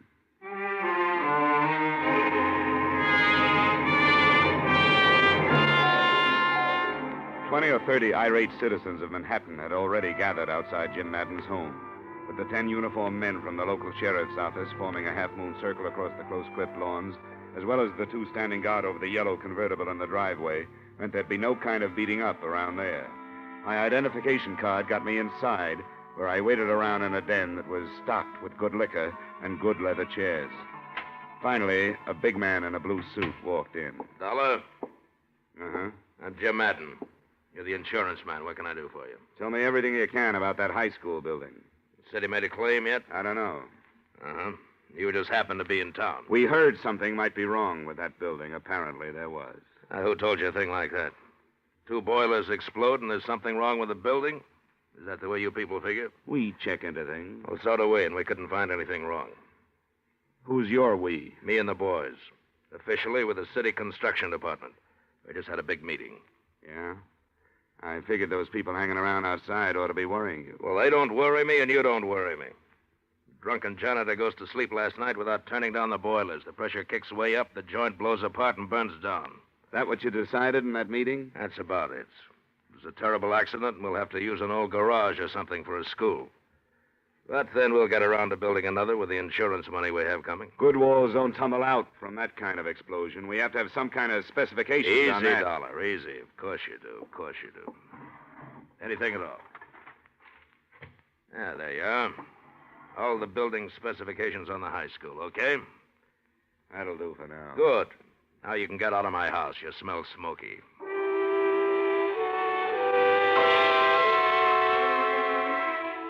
There were 50 pages of specifications on that building materials used in the construction of the school. They looked all right. They also looked as if they could have been forgeries. I tried to get hold of Bill Garrett, but he didn't answer his phone. Then I noticed an inspection receipt at the back of the folder. It was signed by the local building inspector, a man named Mike DeGuerra. You stay up late, whoever you are, but come on in anyway. The woman standing in the doorway was tall and blonde and smoking a longer than you can buy cigarette that went with the black filmy thing she was wearing. You say your name's Johnny Dollar and you want to talk to Mike, huh? I'm Vivian DeGuerra, and Mike isn't home just now, but you can wait for him and talk to me. I'm not bad company.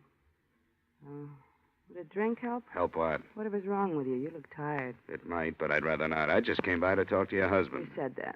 What do you want to talk to him about? Business. At 1 in the morning? Look, you probably missed your dinner tonight, and you've been getting all your nourishment out of a bottle. And you're kind of afraid Mike will walk in? No, Mike DeGuerra won't walk in. He's already walked out. And you're feeling kind of sorry for yourself. Why, I didn't... A man, if he lives in a place, is an ashtray or a picture or yesterday's sports section lying around the front room. There's nothing like that in this room. And if I walked over to that closet 10 to 1, I wouldn't find any of his clothes. Come on, tell me. When did he lamb out of town? Stop, you're hurting my arm. Come on, when? 3 months ago. Get out of here. Why? Where is he? Find him and ask him. You're the detective.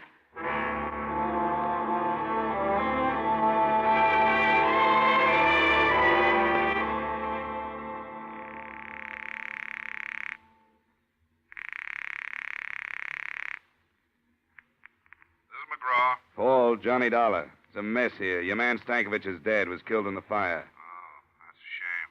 What do you think? Well, political wraparound. The school was a fix on something or other, dough somewhere, the town sewed up tight, all kinds mixed up in it, somewhere. Yeah, that kind of thing, huh? Well, stay where you are, Johnny. I'm sending you 8 men. If they want to play that way, we'll play that way. Get to the bottom of this. 3 seconds after I hung up the phone, I found out how much of a mess it really was. That's when my hotel door opened and a man lurched across the room toward me. Dollar. He stood in front of me, swaying back and forth, his hands clutching his coat. He fell before I could get to him.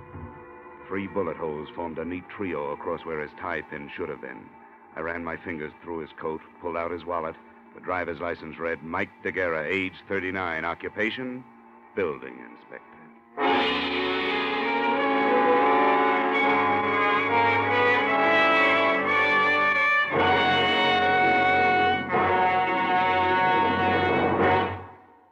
In just a moment, we will return to the second act of yours truly, Johnny Dollar. But first, the king of the cowboys, Gene Autry, will be riding the CBS range again this Saturday night. And Gene will be singing 2 of your favorites, Funny Little Bunny and Home on the Range.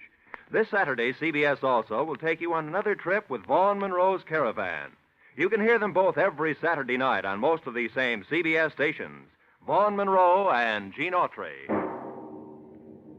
Now, with our star, Edmond O'Brien, we return to the second act of yours truly, Johnny Dollar.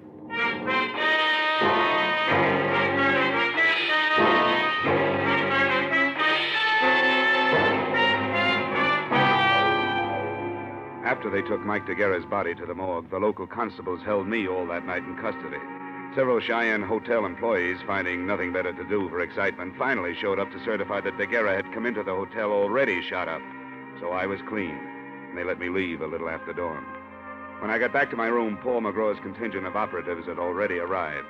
There was Ralph Haycraft from Continental, Carl Royal, Chip Hannigan, who handled the St. Louis diamond heist, Patty Phillips from Detroit, Rocky Andresano, reliable Jerry Cotte, Tip Miller, Rod Cornile, and a guy who saved my life once in Denver, K.G. Peterson. Johnny, how are you? Hi, fine. Hey, how's everybody, huh? Chip, Patty, Ralph, good to see you.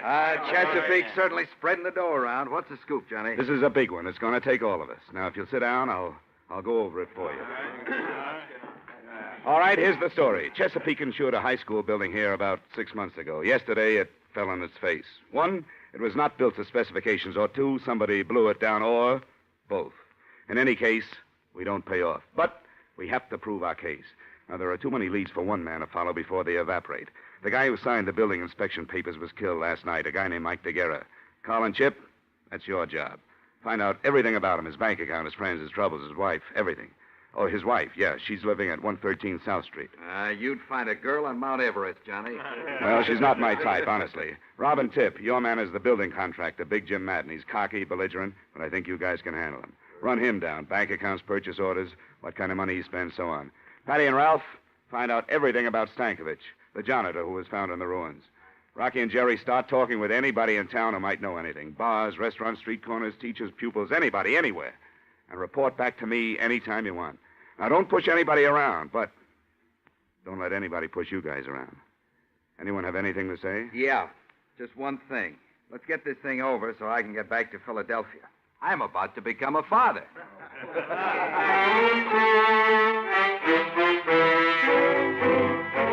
I thought I'd sit back a while and see what kind of birds were flushed up from the dusty meadows of Manhattan, Nebraska. An hour later, my first bird winged in. But it wasn't at all what I expected. It was a tall, gray-haired man, His Honor, Mayor Randall. Mr. Dollar, I've seen the men you brought into town today, and I wanted to talk with you about them. Fine. What about in particular? Yeah, the events of the past 24 hours in this town have been deplorable and grossly injurious to the public welfare.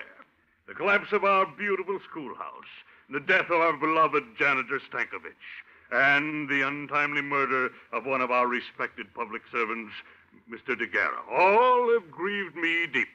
None of which were caused by any of my investigators, Mr. Mayor. Oh, my purpose here is not a belligerent one, Mr. Dollar. On the contrary, I came seeking assistance. We are a small community with a rudimentary police force, not equipped for major criminal investigations. I want these matters brought to a head and cleared up. And I came to offer a complete cooperation between you and our municipal government. I never turned down cooperation, Mayor, and I'll accept yours. You can begin by telling me everything you know about the schoolhouse. Oh, certainly. It was commissioned 2 years ago, designed by William Garrett, built by James Madden 6 months ago. The unfortunate Mr. DeGuerra inspected it and called it up to snuff. On the basis of his official inspection, your company insured it. I had no idea until yesterday that it was an unsafe building. Was DeGuerra reliable? I know nothing about his personal life, Mr. Dollar, but in his job he was competent and above reproach. He couldn't have been competent if he approved an unsafe building. Yes, I wondered about that myself, but I'm not prepared at the moment with an answer. Where are the purchase orders for the materials used in that building? Purchase orders? Yeah. Purchase orders. I can't seem to recall.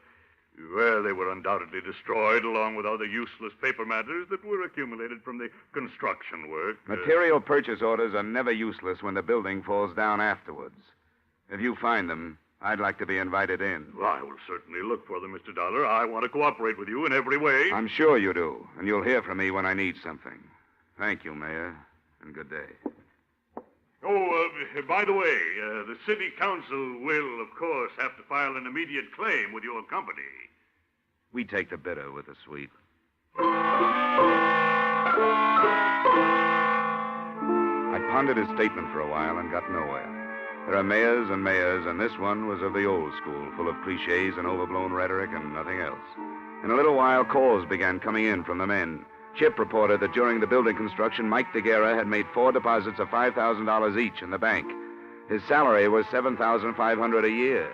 I thought another talk with Mrs. DeGuerra was in order and made for her house. She answered the door with tears in her eyes, a black lace handkerchief, and a black dress. It was tight, satin, and low cut. Not exactly Emily Post for mourning, but it was black. Oh, Mr. Dollar, I'm glad you came. I'm so unhappy and lost. I can see. May I come in? Why not? Is there anything special you want, Mr. Dollar? I'm sorry to cut in on your hour of bereavement, Mrs. DeGuerra, but under the circumstances, I know. I'm not sure I can help you any. I'm so broken up. If you're not careful, you might drown in those tears. You cheap gumshoe. You dropped your act. Well, don't bother to pick it up. And that dance hall dress and shoes. Is that what you thought was expected of you? Look, this setup creaks from top to bottom. Come on now. Your late husband made $7,500 a year and deposited $20,000 in 6 months. Does that figure? I don't know anything about his money. All I know is the bank told me he only had $300 left. What did he do with it? What do you think? He spent it on other women. Then why the tragic act? Not very good at it, am I? Not the best? And I really loved him. He loved me. We kicked it away because we both wanted more excitement than this town or his salary could give us. There was no place to go. We just didn't get along. He was out spending his money on other women, being a big shot. I can't blame him, though. I helped make him do it. What about the money? He got it for falsifying the school inspection papers, didn't he? Well, he didn't get it inventing the telephone. Who gave it to him? I don't know. Well, who do you think killed him? And why? I don't know that either. Oh, what do you know? Look, he didn't leave any insurance, see, and I got to live the best way I can. If I stay in this town, I got to keep friends. If I don't want to keep them, I got no choice but to move, and that takes money. I wonder what could possibly be on your mind. The company you represent handles insurance, doesn't it? 263 different kinds. Are you particular what kind of premiums you collect? We pay off on a lot of things. Just what kind of insurance were you thinking about, madam? $2,000 endowment. Got your pen? No. But my word's good at the cashier's cage. What do you got? I'm trusting you. Mike got that $20,000 from the Universal Rock Company for, quote, services rendered, unquote. You know who owns the rock company? Big Jim Madden? Close enough, Big Jim's brother. Last night, when Mike showed up in town, he was gunning for trouble. Why? He said they were going to make a patsy out of him. He wasn't going to take the rap for anybody. That's what he said. I think he ran out of money and came back to make a touch in exchange for disappearing again. And Madden shot him? I didn't say that because I don't know. How do I get my insurance? Yeah, if what you say is true. I'll have to check first. I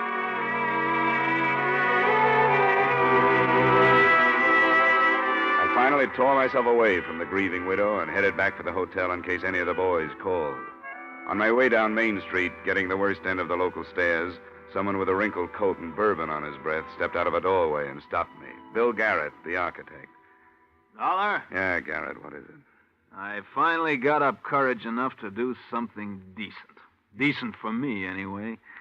For anybody else, it would be too low to talk about. What was it? Well, I'm not much of a lawyer, but they say there's a statute in the books that says a private citizen may commit a crime to prevent a greater crime from being committed and still go free. Is that right? Most states have it. I suppose Nebraska does, too. Well, I committed a crime. I'm a Fagin, that's what I am. So long, Garrett. I'm busy. Oh, now, Johnny, wait a minute. Now, just written on the head of a pin, it goes this way. I had a secretary in the mayor's office steal something from his private file. Here. The purchase orders for our humble contribution to ageless architecture, the Little Red Schoolhouse. Signed by no other spotless member of our model community than James G. Madden.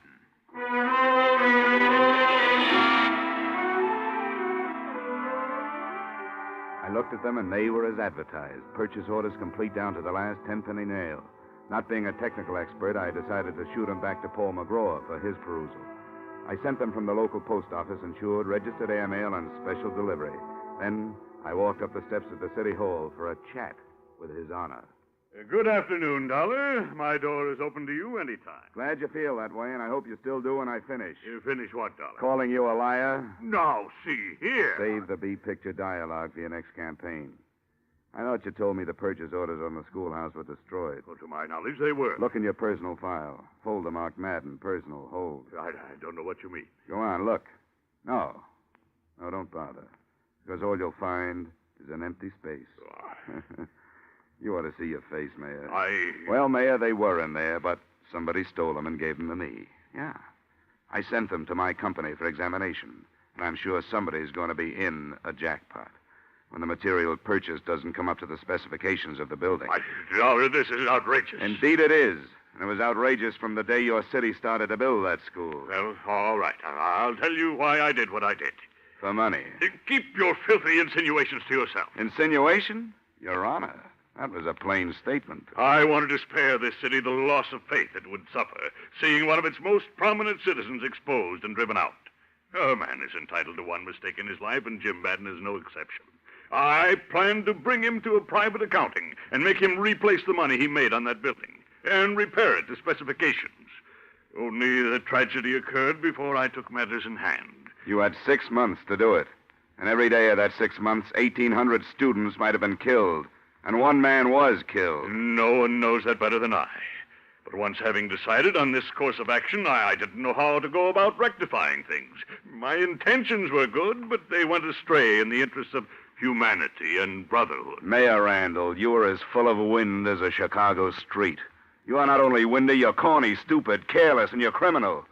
On the strength of what you told me here, my company will never pay that claim. Dollar, I was trapped. Look, I'm going to pick up Madden right now, and Randall, I suggest that you give yourself up to your own police chief before I have him do it for me.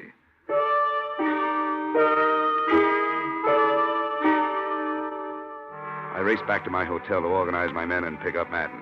When I came in, the phone was ringing. It was Rocky Androsano saying he had 2 witnesses to DeGuerra's shooting. I told him to pick up the boys and come right over. I hung up just as the door opened, and 3 sullen characters with brick dust on their shoulders came in, uninvited. Want to come with us, Dollar? What do you need? 4th at Bridge? Come on. No, thanks. Guys, that'll do it. It was strictly no contest, and with one on each side working a punishing arm lock, I casually strolled out of the room and down the elevator to the street. We were coming out of the hotel when I saw Rocky, Chip, KG, Ralph crossing the street. My boys did real well, especially KG Peterson, who was in a hurry to get back to his wife. After we subdued the hoods, I said a few words to their leader. Don't ask me nothing. Sorry, this is quiz night. Madden sent you, didn't he? Never heard of him. You wouldn't do that by yourself. We're not proving that. Talk. Lay off. Lay off. Of course he sent us. Who else? Where were you supposed to take me and why? Why, I don't know. Where? The Universal Rock Company on the edge of town.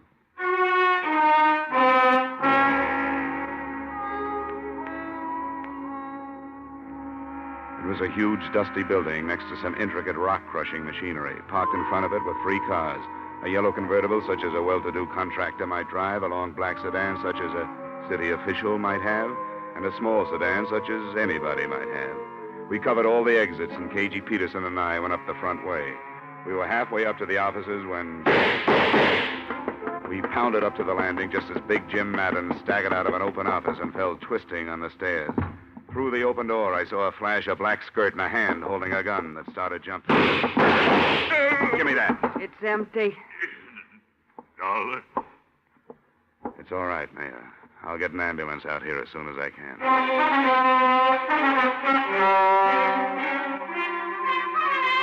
We took Vivian DeGuerra into custody. Randall was in bad shape, and he died 2 hours later. But before he died, he told me the whole story. It was my idea, from beginning to end. Madden didn't want to do it, but I told him if he didn't, he'd never get another contract from this city. We were able to split $100,000 with the cheap supplies we used in that building. Well, when I showed up Madden, he was afraid he was going to take the rap alone, huh? He was afraid he'd end up like Mike DeGuerra. That right? Yes, I had to have DeGuerra killed. He wanted more money. And you kept the purchase orders so you could make Madden do what you wanted him to do. When he found out that your company had them, he was going to turn both of us in. I talked him out of it. Yeah, with a gun. He's dead. He's better that way. Why is it there's always a falling out among thieves?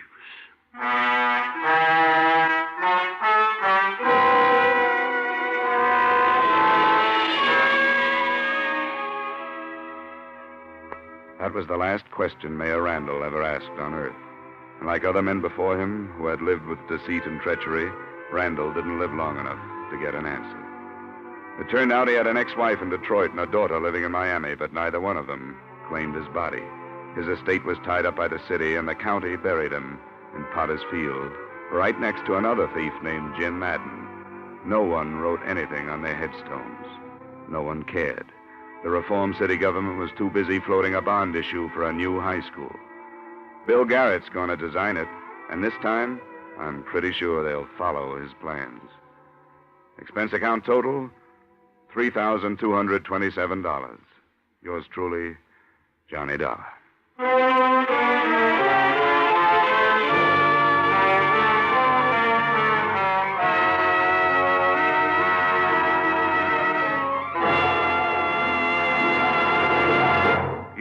Truly, Johnny Dollar stars Edmond O'Brien in the title role and was written by E. Jack Newman and John Michael Hayes, with music composed and conducted by Leith Stevens. Edmond O'Brien can currently be seen starring in Harry M. Popkin's United Artists production, DOA.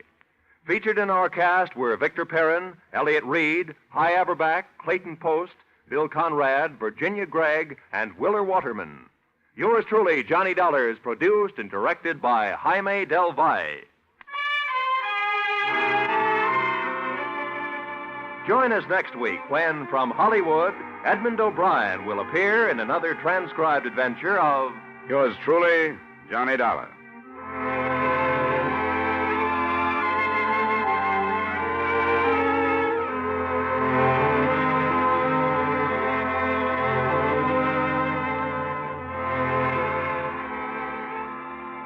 You can bet your life it's fun. It's a laugh a minute. You can bet your life it's full of surprises. It's radio's craziest quiz show, and you bet your life it'll be one of your favorites when you join Groucho Marx every Wednesday over most of these same CBS stations for You Bet Your Life. Now stay tuned for the adventures of Philip Marlowe, which follows immediately over most of these same stations. This is CBS, the Columbia Broadcasting System.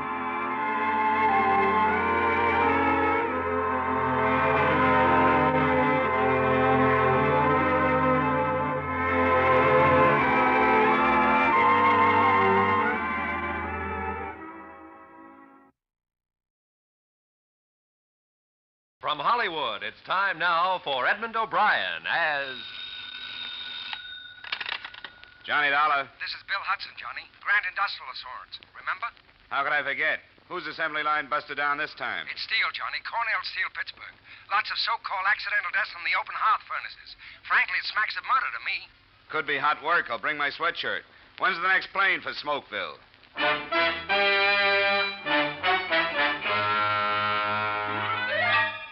Edmond O'Brien in another transcribed adventure of the man with the action-packed expense account, America's fabulous freelance insurance investigator. Yours truly, Johnny Dollar.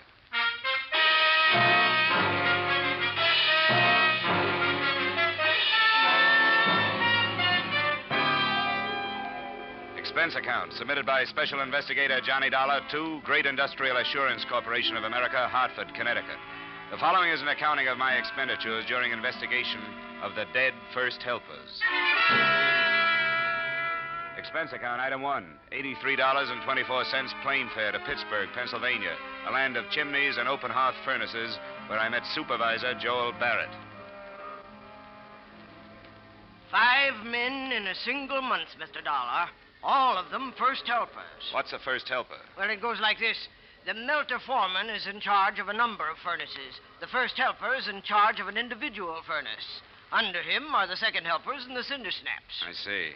Well, how did the deaths occur? In a number of ways. One man tumbled down a flight of stairs. 2 were killed by a crane magnet. Another one fell from the pouring platform. And just last week, one of our best men was killed in an explosion of a hot-cap mold. You better explain that one.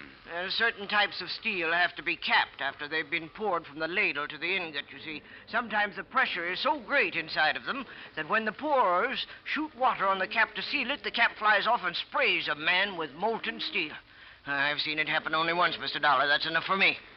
Any connection between these deaths? How do you mean? I mean any common denominator, anything that could provide a motive for murder. None that I know of, except for the fact that all the men had been with us for a long time, 15 or 20 years. Just the boys who know their way around, eh? That's what's so strange, Mr. Dollar. None of them have ever been found to ignore safety regulations. Uh-huh.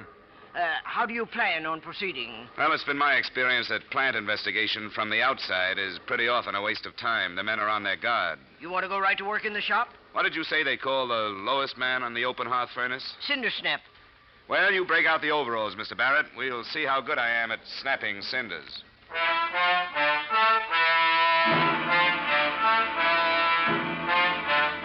Expense account, item 2, 25 cents for work cap. Every other item of equipment provided by the company. Expense account, item 3, $1 for blister salve and adhesive tape for hands after first 8 hours of work. Expense account, item 4, 75 cents for liniment for back after second 8 hours of work. Expense account, item 5, $10 first union fees, United Steelworkers CIO. Footnote, The fourth day on the job is the hardest.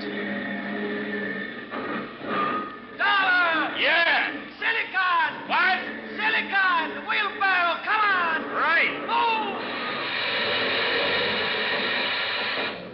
Dollar! Yeah? Get on the rod, they're tapping 12. Rod? Get on the rod! Right.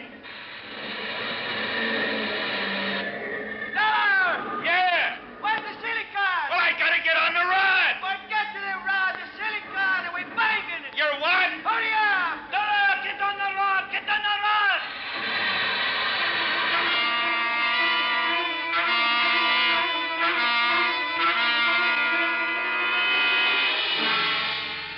The routine was a killer, but more and more I felt myself becoming a part of the making of steel. It's really something to watch the straight white-hot steam pound into the ingot molds from the ladles. And I began to know these men whom you never hear about, the men with the big backs and the soaking red bandanas around their waists, like Andre with the funny last name, who got a kick out of helping me along. It's all right, Dollar. You get the swing of it. It's not half so hard like you think. After a while, you get strong, get tough like nails. Oh, my aching back. Bet you never eat so good, huh? Bet you never sleep so good. Oh, I dream about lime-silicon ratios. You on seat turn tomorrow? Yeah, if you mean the midnight shift, yeah. Good, you be with me. I show you lots of things. Well, I don't mind the work, but frankly, I'm scared. You work good. They no fire you. It's not that, Andre. I mean cranes and scrap cars and ladles of steel 3,000 degrees hot. You learn how to go around. You have no trouble. You remember the rule. You have no trouble. You'll be fine. Maybe. But some of the boys were saying that 5 men died in the last month. And boys that should know how to get around. Right, Andre? Accident always happen. Fools, the old ones, they are the careless ones. They think they know so well the rule, and they slip and poof. Yeah, you said it. Poof. But sometimes it isn't so easy to make friends in a steel mill. Sometimes, no matter how hard you try, you know that you've lived too soft a life to ever get information from a steel man like Joe Poland. I found him in the company cafeteria. Where do you come? Chicago. You no look Chicago. What do I look? You look from office building. Where you work before? Office building. Your hand like baby, soft like milk. How'd they take you? Guess I've got an honest face. What? Skip it. Eat your soup. It's getting cold.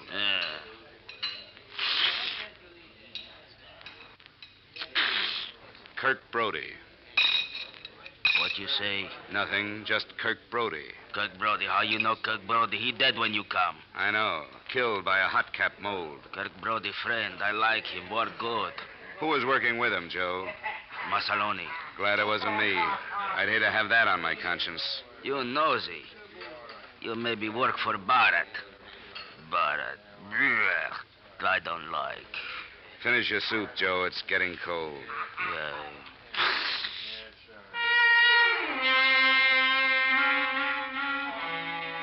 But then there was Fred, another first helper, who helped me understand the general feeling about Mr. Barrett. You'll learn what it's like, Dollar. You married? Not yet. Well, if you were married and maybe had a couple of kids, you'd find out. You'd lie awake at night and you'd wonder, will it be me? Will I get that blue slip tomorrow? What if something happened to me? Would she get anything from the insurance? Things like that. How long you been here? 5 years. And tomorrow they can say, that's all, friend. And where are you? You sound like you know your way around, Fred. What's your idea on these accidents? Accidents? There's no such thing as an accident, Dollar. People who want to live cross the street with the light. It's the same way in steel. Like Kirk Brody, killed last week.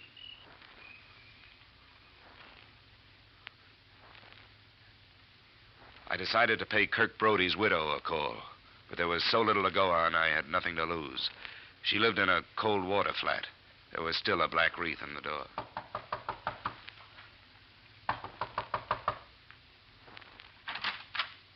Yes? Mrs. Brody? That's right. I wonder if I could see you for a moment. I'm with Cornell Steel. Come in. Won't you sit down? Thanks. My name is Dollar. I'm investigating the accidents that occurred in the open hearths, Mrs. Brody. I'm sorry to trouble you about it, but there are some things I have to know. Kirk was the last one. It happened 3 weeks ago, is that right? Yeah. 3 weeks ago, Tuesday. On the accident report, it said he was killed when a hot cap blew off a mold. I knew it would happen, Mr. Dollar. I knew it would happen. It was as if I could have stopped it. Oh, Kirk was always careful, always. Only that day when he left the house, I had a feeling something was going to happen. I said, Kirk, please be careful. He smiled. It was the last I saw. I won't trouble you any further, Mrs. Brody. Oh, no. I want to tell you what's happening, Mr. Dollar. I'll tell you what it is. It was this way with Kirk. It's this way with the others. It's their jobs. They're scared for their jobs. If you want to investigate, you want to investigate Barrett. He's the one to investigate.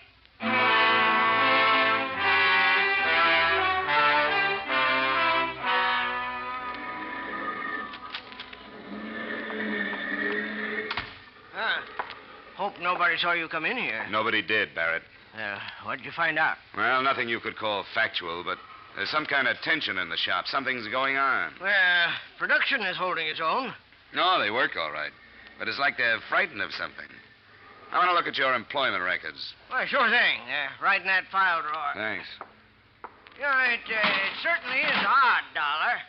Every one of the men killed was alone at the time. No witnesses at all. Oh, really? That's something you neglected to tell me on my first visit here, Mr. Barrett. Slipped my mind. It seems several other things slipped your mind. What do you mean? Well, like a little communication I found on the bulletin board in the locker room. What communication? To the effect that due to various conditions beyond our control, layoffs will be necessary in some cases, and men will be laid off consistent with their seniority. But now, what possible connection could that have with the 5 deaths? You had the answer to that question, but I had to find it out on my own. I don't call that active cooperation, Mr. Barrett. What's that, The 5 men were killed in order of seniority. The killer, whoever he is, obviously is scared to death of losing his job. According to your files, the next man slated for accidental death is another first helper, Mike Baroldi. Now, you knew all that. Why didn't you speak up?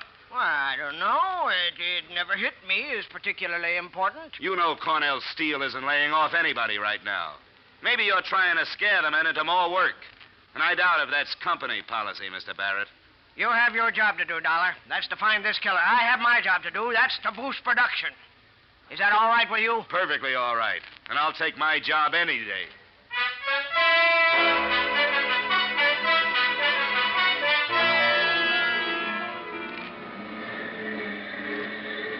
Mike! Yeah? Come here. What? The delay clerk shanty. Okay. I just block her with manganese for the tap, Dollar. I can't waste no time. Look, this won't take long. Mike, you're on somebody's death list. You know that? What are you talking about? I'm with the Plan Insurance Company investigating the 5 deaths that occurred here in the last month. According to my figures, you're next. Cut it out. It's not just a matter of accident, Mike. It's murder. You're the highest man in the shop in seniority outside of the Melter foreman. Somebody is knocking off the top of the list one by one. So just watch your step. I believe it when I see it. When you see it, Mike, it's going to be too late.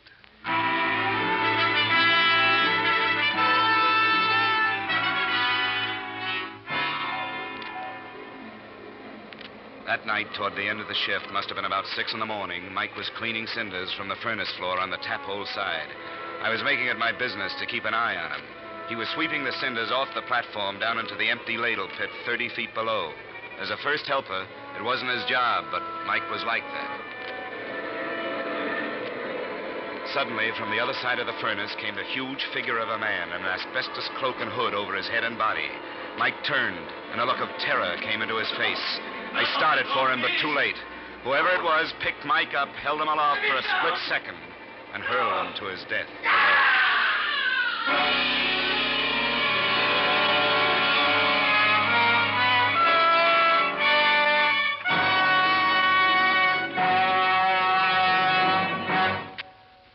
In just a moment, we'll return to the second act of yours truly, Johnny Dollar. But first, to politely paraphrase history, George burns while Gracie fiddles. And the result is, of course, the laugh riot heard every Wednesday evening over most of these same CBS stations. George and Gracie are 2 of America's best purveyors of nonsense, and 2 neighbors everyone enjoys visiting. You can never tell what Gracie has up her sleeve, but you can always bet it'll get George into trouble. Be sure not to miss the Burns and Allen Show this Wednesday and every Wednesday at that spot on your dial marked CBS. And now, with our star, Edmond O'Brien, we return to the second act of Yours Truly, Johnny Dollar.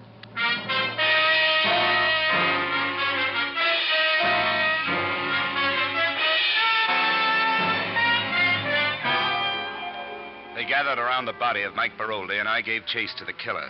It was like running after a brown ghost. He ducked up the aisle between furnaces and hopped gingerly over the coupling of a train of coal scrap. I wasn't so lucky. I climbed up, but my foot got caught in the coupling guide, and I fell on my face. The next thing I remember, I was in the plant inspector's office. He was dismayed. He took one gander at my noggin and launched into Lecture 1A of the Safety Inspector's Manual. And look at this one. Another example. Look at his head. You're lucky to be alive. What rule did you break? Section 3, Code 2. Don't you be funny with me. You know, I could have you fired, you know. I'll bet you could. What have you found out about Mike Baroldi? I filled in a full report. Poor man fell over the railing while cleaning the platform. Not quite. What? He was pushed. Pushed? Who pushed him? I don't know. The killer had an asbestos cloak and hood over him. A killer? This is worse than I thought. You got a skeleton key to the lockers? I want to see Mike's belongings. Look, just who do you think you are? I'm with the Grand Insurance Company, mister. You give me the key, and I think we can have this thing straightened out in no time. He was so stunned, he sent me to the Open Hearth production office where I got a key. The locker room was empty. I went to Mike Baroldi's locker first. I found his wallet with a pass to the plant in it and $3 in cash. There was a picture of a woman holding a baby.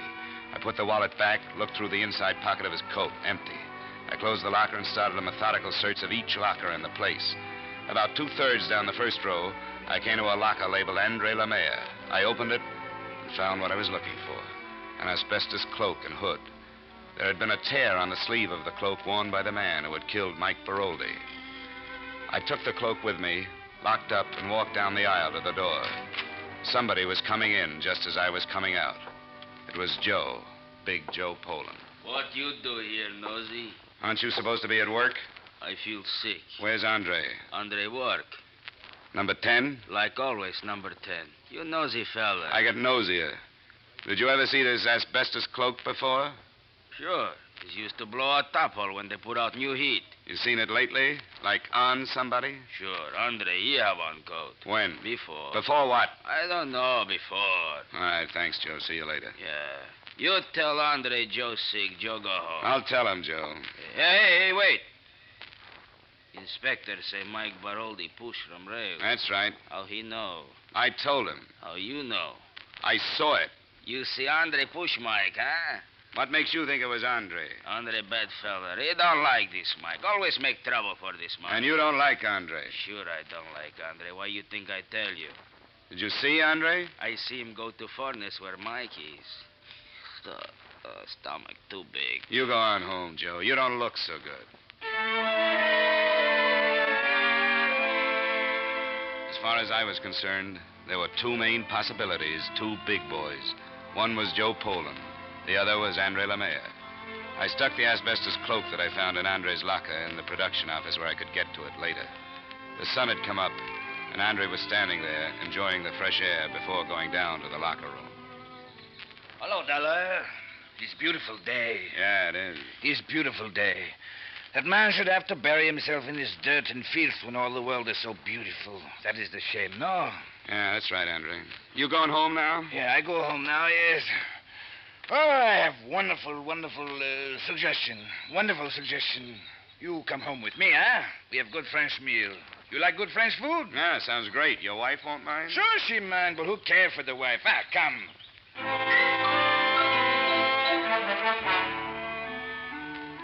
What's your name, monsieur? Johnny Dollar. Funny name. Ah, you have no sense. Woman, you do not tell a man he has funny name. Oh, I'm sorry, monsieur. Oh, think nothing of it. You work at mill? That's right. He'll make a wonderful worker. A very good man because he think, he use his head. Oh, I forget, Marie. The most terrible thing has happened. What? You know Mike Baroldi. Mike, tall, long, thin, little hair. Well, Mike is pushed from rail and killed. Oh, no. Kill. Oh, terrible, terrible. You see it, no, Dollar? Yeah, I saw it. Somebody do it. Somebody. They catch him, boy. Andre, I think it's about time I let you in on a little secret. I'm with an insurance company. I'm investigating these murders. Huh? I found an asbestos cloak in your locker today. I have no asbestos cloak. I saw him. I killed Andre. The killer wore this cloak. The cloak was in your locker. Maybe you'd better take it from there. You say I killed Mike? You tell me this? I take you to my house. You say terrible things to me like this. You lie to me. You say you are friends of mine. You leave. You leave. Leave! Well, there goes some nice French cooking.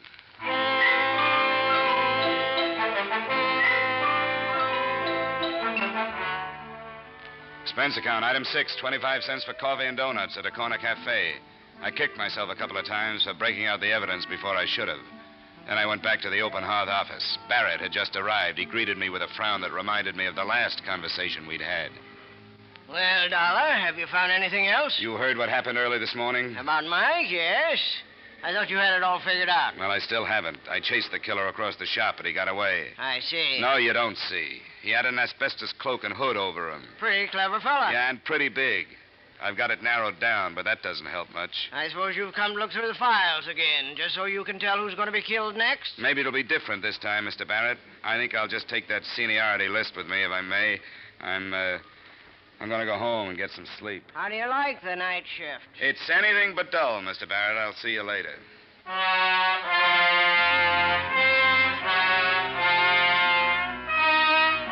Expense account, item 7, $1 even cab fare to boarding house, to which a surprised taxi driver chauffeured his first overalled customer in what must have been years.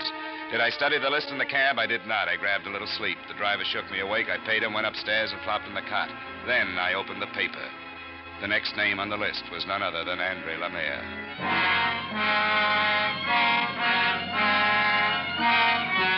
Expense account, item 8, 75 cents taxi fare. I got to Andre's in 10 minutes. I was 20 minutes too late. The police were out front.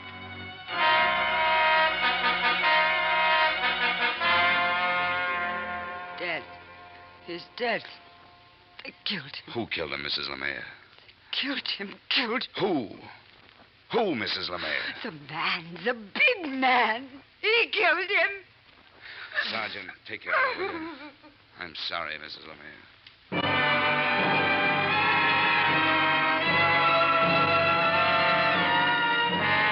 Expense account, item 8, cab fare to plant.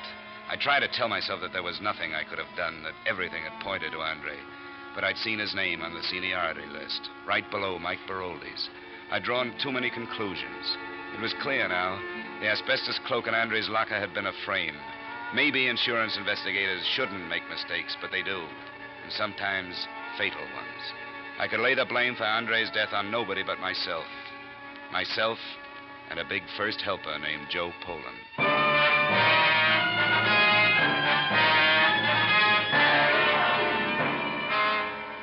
Where's Poland, Barrett? Why, I don't know. He got sick. We sent him home. What's his address? I have it right here in my book. Well, bring it with you. You and I are paying a visit to Joe Poland.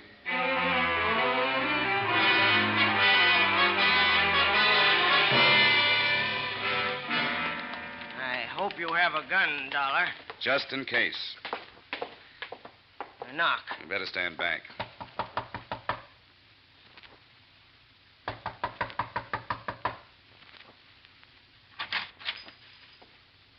Yeah? Mrs. Poland? Yeah? Is your husband home? No. We're from the mills. This is Mr. Barrett. Huh? Where can we find your husband, Mrs. Poland? He's not home. Mind if we come in and see? He's not home. Go away. He's not I'm home. sorry, Mrs. Poland. We'll have to make sure. You stop. You try that door, Barrett. I think you'd better try it, You Dollar. go. Right. You go. I call police. He's not here, Barrett. He's not home. I told you he's not home. Mrs. Poland, you may not know it, but your husband is wanted for murder. Murders. Yeah. Now, come on. Tell us where he is. You from Mills? I tell you nothing. Look, Mrs. Poland, be reasonable. Reasonable. You be reasonable. 5 kids. Be reasonable. This place be reasonable. Mills be reasonable. Barrett. You go. I call police. Come on, Barrett.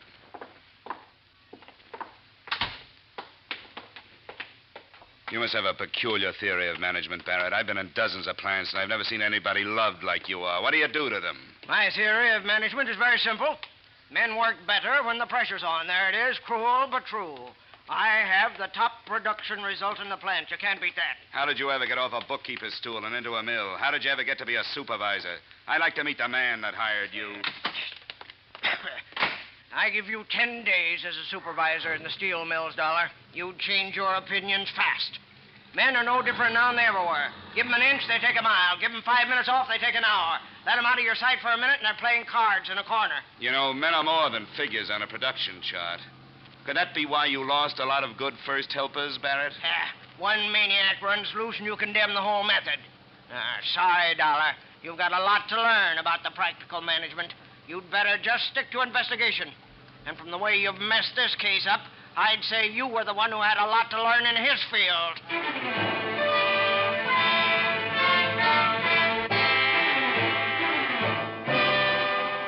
We rode back to the plant without a word. It wasn't just anger. There was so much difference between us, there was just nothing to say. Barrett got off and said he'd call the police if I had proof that Joe Poland was the killer. I said I didn't have any proof and for him to call the police anyhow. I took the stairs to the furnace floor. I knew Poland would be there. I don't know how I knew, I just knew. I wandered from furnace shanty to furnace shanty. I found him at number 12. He was cleaning out the clay of the tap hole before the pour. Joe? Yeah? Take off the hood. What? Come on, Joe. It's all over. Dollar. No good, Dollar. Nobody take job away from Joe. You see the list? I on top of list now, Dollar. I top of list. Now nobody take job away. My kids, my wife, they be good now. No live bad. I get big raise now. I top of list. Barrett, no fire me, huh? Stay away, Joe. Joe, I'll shoot. The second it stopped him, then he came at me again, as steady as before. The small trickles of blood started down his chest. Stop, Joe! His leg this time. He gripped it once, then let go. There was no expression of pain on his face, just determination. I was the last man in his way. After I was gone, he had a clear road to security. You don't stop then me, he was Dollar. on me, his huge hands gripping my throat. Below me, I could feel the seared heat of freshly poured steel bubbling in his You face. don't stop Then I me, shot again. Dollar. Close quarters this time, and right for the heart. Slowly, the hands relaxed. The huge body slumped over the railing and fell. There was a hiss and puff of steam. I stood up. My legs were trembling under me. I looked down, shielding my face. There was nothing to see. The slag had covered over.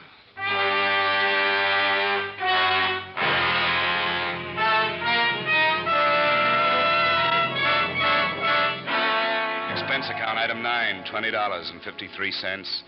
Flowers for Joe Poland's funeral. They buried a block of steel in place of his body. Barrett was standing there, standing to one side, and Mrs. Poland and Mrs. Brody and Mrs. Lemaire. When the minister finished his little speech, Mrs. Poland turned to Barrett. I've never seen hate like that in anyone's eyes. Murderer. You killed him. You killed him, Barrett. You killed them all. You still kill them. They'll all die of your Come on, someday, Mrs. Poland, come on. That isn't going to happen. Come on now. Murderer! Hi, Marie Lemire. Let me take you home.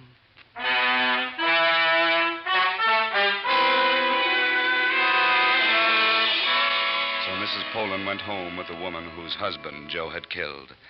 And I wondered, who are the murderers, and where does murder start? Though I don't like to see anyone lose his job, I like petty Simon Legree's even less. So I'm pleased to report that Joel Barrett has been replaced as supervisor.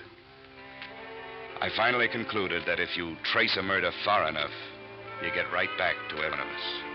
Expense account total $520.25. Yours truly, Johnny Dollar.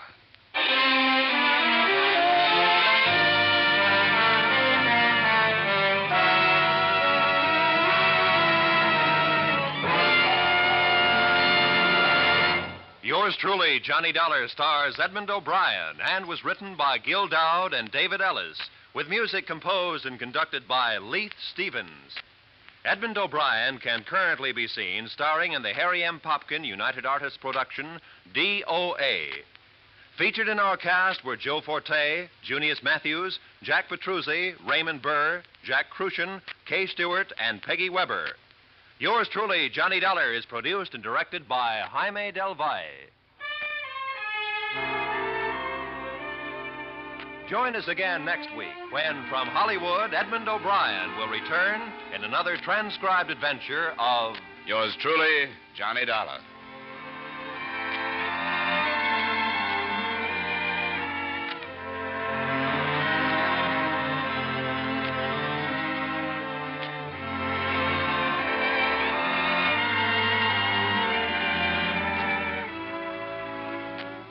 CBS will go right on bringing you Dr. Christian every Wednesday night over most of these same stations, along with Bing, Groucho, and George and Gracie. Stay tuned now for The Adventures of Philip Marlowe, which follows immediately over most of these same CBS stations.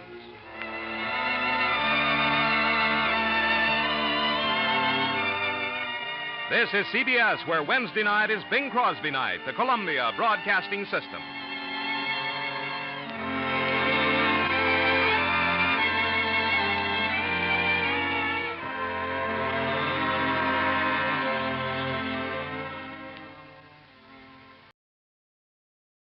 From Hollywood, it's time now for Edmond O'Brien as Johnny Dollar. Harry Poulton, Shipper's Indemnity. Johnny, how soon can you get to Buffalo? 6 hours by train. Take a plane. All right, I'll take a plane. Why? So you can get on this case while it's still hot. Get on what case, Harry? Atlantic Central Railway. Some guys knocked over one of their boxcars last night and heisted half the load. We carry a blanket policy on all their freight, so get going. Yes, sir, Mr. Polden, right away. And watch your expense account.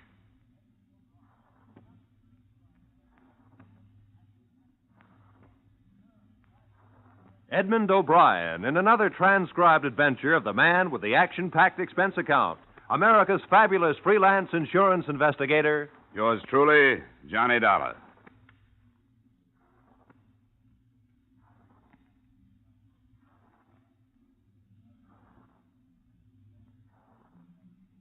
Expense account submitted by Special Investigator Johnny Dollar to Harry Polden, Shipper's Indemnity, Hartford, Connecticut. The following is an account of expenditures incurred during investigation of Atlantic Central Railway's claim regarding missing freight, or the story of the 1008. Expense account item, transportation, plane fare, Hartford to Buffalo, $48.16, plus cab fare, $6.35 to the main offices of the Atlantic Central Railway, where a tall, heavy-set man in a dusty blue serge pulled a cold cigar from the side of his mouth and spun a swivel chair in my direction. I'm Eve Grimm's, Dollar. Sit down. Now, let me close this door. Well, you didn't take long getting here. I wasn't very far away. I'm the cinder bull for this outfit, and I'd be doing what you're going to do if it was like the old days. Only Shipper's Indemnity handles the insurance, and it's our job now. That's the service you pay for, Mr. Grimm. When they stuck me in this desk, I'd been knocking deadheads around for 20 years and seeing they got themselves 30 days on the road gang. Now I'm just... I guess they figure I'm too old. Well, maybe you can give me a hand on this. Well, I'd like to, John. I need some action. You want to tell me about it, Mr. Grimm? You bet. Atlantic Central hustled 6 gully jumpers a day up to Rochester.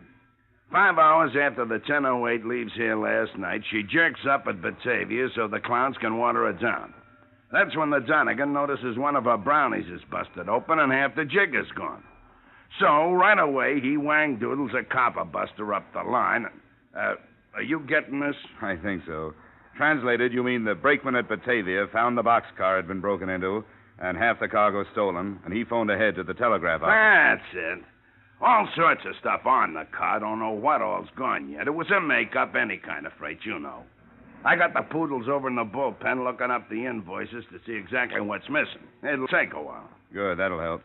Who was in charge of the loading here? Andy Matson. Been with us 13 years. He inspected it and sealed it down himself. I talked to him already, but call him in if you like. Well, I might want to see him later. What about the brakeman in Batavia? A gandy dancer, Skeeter Minkowski. Nah, he couldn't have done it. That highball only lingered there long enough to get water. Can't unload a brownie in 3 minutes. Take more like 3 hours. What other stops did she make? 1. 6 minutes at the junction, 15 miles outside of here, waiting for a hot-shot passenger to get by. And all in all, the train stopped 10 minutes at the most, huh? Not long enough to unload a kiddie car. An engineer named Roper claims he spotted a dame in a red dress hanging around the yards yesterday afternoon. And the boys at the roundhouse say the same dame was in asking questions about trains leaving. Said she was from a newspaper. She give a name? Ruth Smith. I checked. No newspaper in town got any Ruth Smith working for him. Well, she's our tipster. Let's get somebody out to look for her. Already got somebody out doing that. Good. Now, along the route up to Rochester, between here and Batavia, there must be a highway running parallel to the track somewhere, huh? And whoever cracked into that boxcar had to get aboard at the junction, then toss the stuff from the moving train and jump off somewhere this side of Batavia. And there had to be a truck following along on the road to pick up the stuff in the dark. You been out there yet, Mr. Grimms? No. Kind of thought I'd wait around, see what sort of bulwarkers the insurance companies are turning out these days. I like you, Dolly. You're all right. You figured how it was done fast. Other guys that are hemmed and hawed around asking train crews questions I already asked. Well, what's next? Find out who did it. Kind of frisky, ain't you? I like that, too. Hey, have you got a car I can borrow, Mr. Grimms? I got a Jeep and a chauffeur to go with it. Who's the chauffeur? Me. You said you might want me to help you. I bought the thing from Army surplus. I want to see if I got a bargain.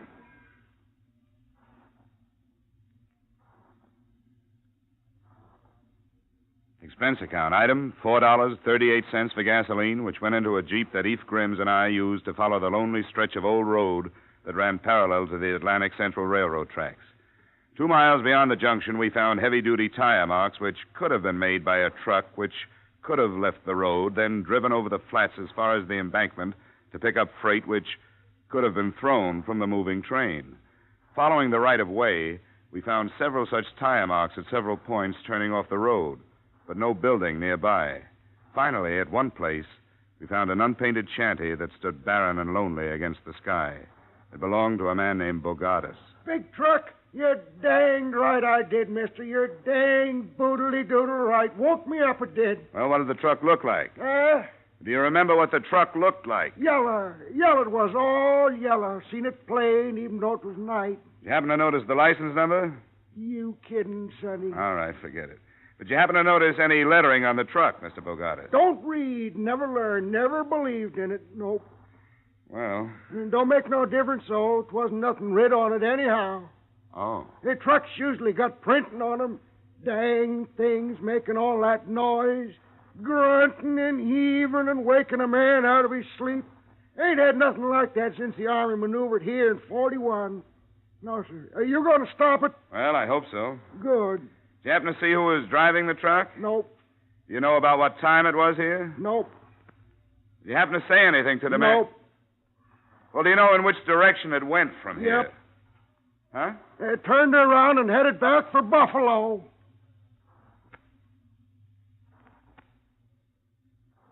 Which is exactly what we did, back to Buffalo, where we began to look with the help of the police for a big yellow truck with no lettering on it.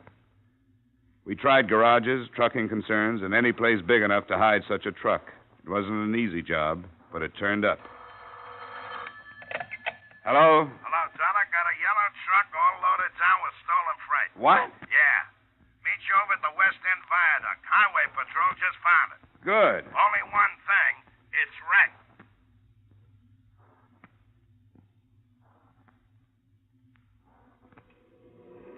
The passing motorist had a flat tire right here. He got out of his car to fix the flat and saw here where it tumbled down. Good tumble. Must be 30 feet anyhow. Yeah, they're trying to get the driver out of the cab now. He may still be alive. They're using acetylene torches. 10 minutes later, the ambulance crew dragged the driver out of the twisted cab. The interns worked on him for a short time, and one of them straightened up, handed me a billfold. Well, here you are. His name's Blakey. Blakey. Rick's Blakey. Mm-hmm, for the moment. He won't live another 5 minutes. Fractured skull, neck broken. If you've got any questions to ask, you better hurry. Thank you. Blakey. Blakey, listen to me. Listen, you haven't got long. We know this is all stolen cargo in your truck. And we want to know who worked with you. Jake. Get Jake. Jake? Jake who? Jake slugged me. put it in gear and rolled me over the side of the road. Get him, Mr. Cop. Get him for doing this to me.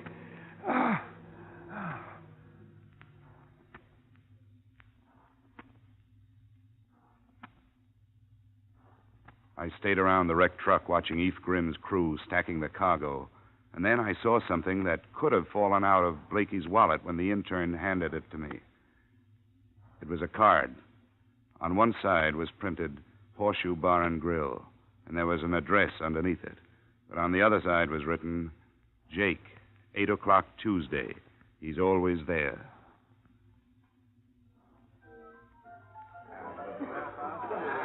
The Horseshoe Bar and Grill was short on lights and even shorter on drinks. After a couple, I signaled the bartender. Yeah? Another one? Uh-huh. Sure. Same trouble, pal? I'm here to see Jake. Here's your drink. He been in here tonight? That'll be 50 cents.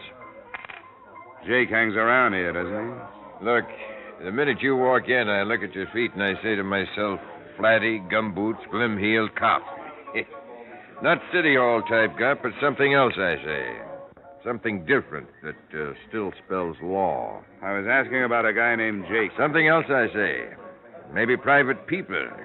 Then I say, if he's working, he's got himself a bib. And a bib means it don't come out of his pocket when he's around looking for somebody and asking for guys. Will this help? Oh, thanks. Old Abe took a great picture. What was you asking? About a guy named Jake. Sit tight, Shamus. I'll tip you when he comes in.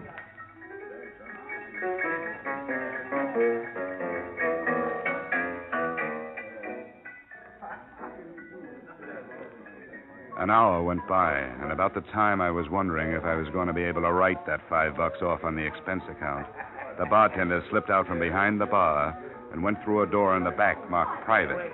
I finished my drink and strolled after him. He was just hanging up the phone as I walked in.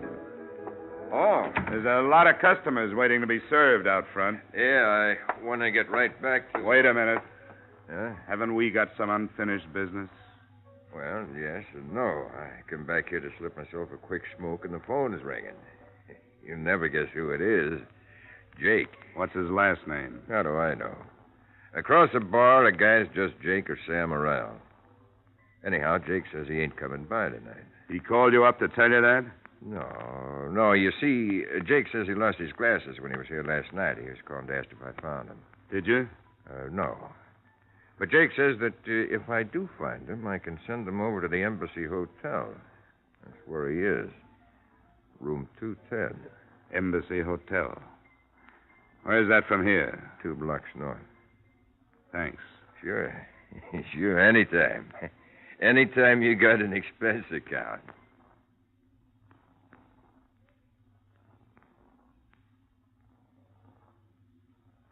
I walked over to the Embassy Hotel, and naturally enough, there was no one in room 210 named Jake. As a matter of fact, there was no room 210.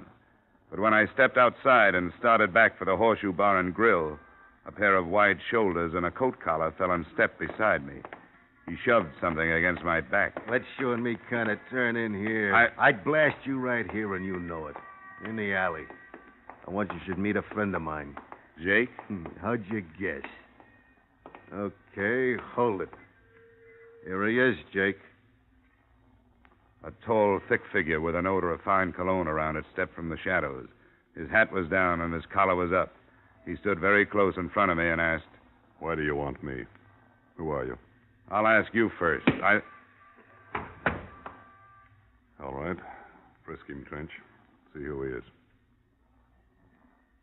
Everything became very quiet then, except for one voice that belonged to a man who had died earlier that day. I kept hearing it. Get him. Get him for doing this to me.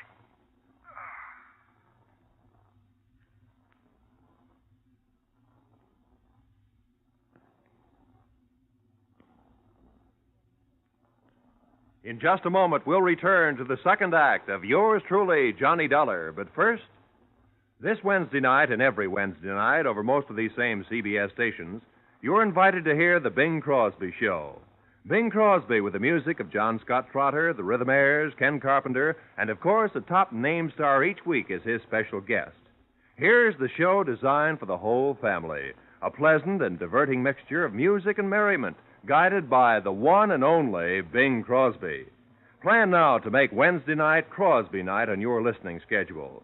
That's the Bing Crosby Show every Wednesday night on CBS.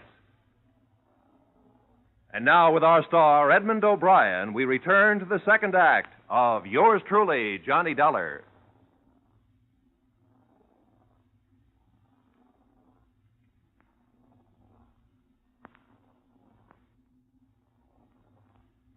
I was lying in a dirty alley with my face up against a cold brick wall, and something warm was dripping down the back of my neck. I didn't move. I couldn't. There was a steady ringing in my head, and my body seemed far away. I struggled to my feet and headed for the man who had led me into this.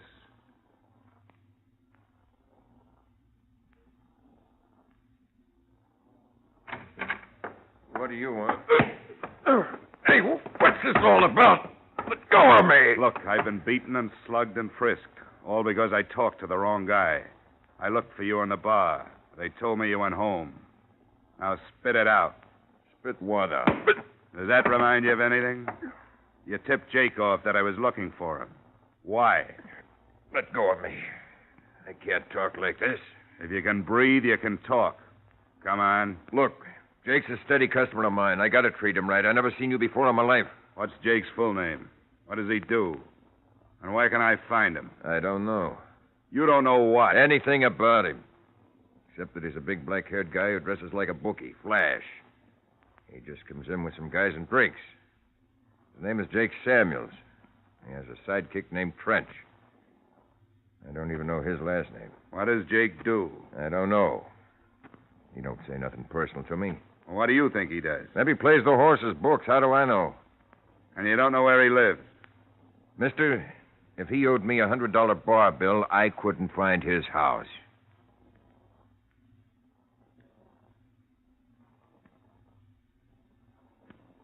It was late and my head hurt, and I wanted to lie down somewhere.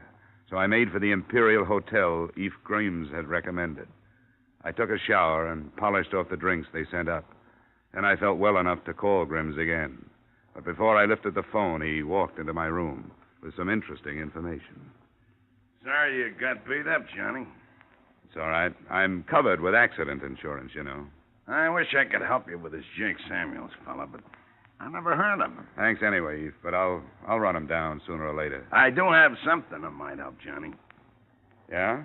We checked all that cargo that was found in the wrecked truck, and I don't know exactly what it means, but everything was there except one barrel. What was that?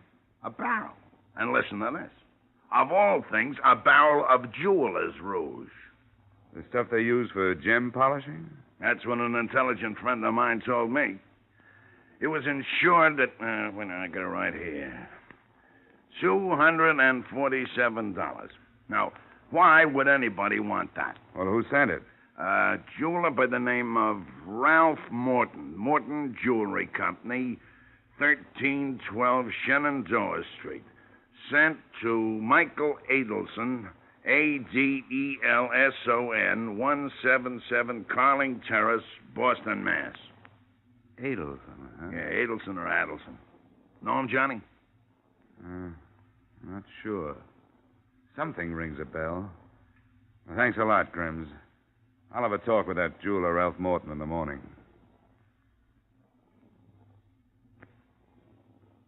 In the morning, I rented a small car and started for the Morton Jewelry Company on Shenandoah Street. I found it in the middle of the block, a small, hungry-looking neighborhood jewelry store. But the most interesting thing about it was standing in a doorway across the street from it. A middle-aged man. He was a plant, if ever I saw one. I ignored him and entered the store. There was a small man with thinning brown hair bent over the insides of a watch, and a snappy-looking blonde job dusting counters about 4 paces away. I spoke to the watchmaker. He took out his eye lens and looked up. Yes? 2 days ago, you shipped some jeweler's rouge to Michael Adelson in Boston. Yes, I did. What about it? Well, it was hijacked out of the freight car yesterday. Oh. Clumsy this morning. Hijacked, you say? Stolen. Somebody wanted it pretty bad. They passed up a lot of other stuff more valuable. Well, Who are you? Johnny Dollar, insurance investigator with the Shippers Indemnity Company. Oh, it was insured, of course. Well, you should know. For $247. I'm sorry it was stolen. I presume your company will have to pay for it. Well, we don't mind paying if we know what we're paying for. What do you mean by that? Why would anybody want to steal Rouge? I'm sure I don't know. Whoever did it went to a lot of expense and trouble, and they murdered a man for good measure. Andrea! Why must you always be knocking things down? I'm sorry, Mr. Morton. My hand slipped. Well, be more careful. You say they killed a man, Mr. Dollar? Surely they did not do this over my little shipment of jewelers' rouge. It sounds stupid, I know, but it was done. Why did you send Rouge all the way to Boston to Michael Adelson when you could buy the same stuff there? Oh, no, you're wrong. This is a private formula I developed myself. I sell it to a number of widely scattered people. They seem to prefer my mixture. Uh-huh. Who is Michael Adelson? A designer of expensive jewelry. His reputation in the field is first class. Well, Mr. Morton, that's all. That's all for today. But I'll be back.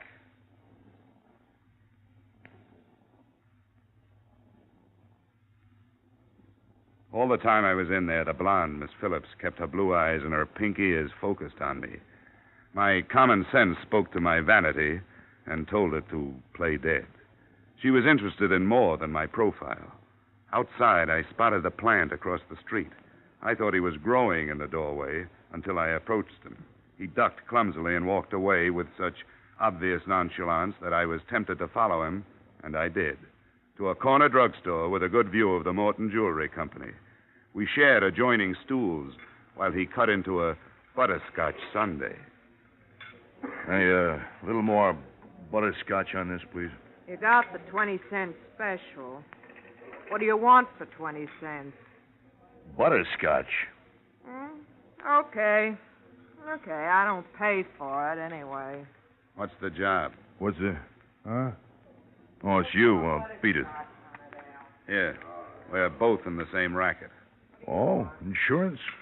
Are you working on the Arcadia job, too? No. What's the Arcadia job? What are you working on? A railroad hijack. What's the Arcadia job? Oh, Ben Sanchez is my name. How do you do, Dollar? How do you do? Yeah, I'm working independent. I don't take divorce cases.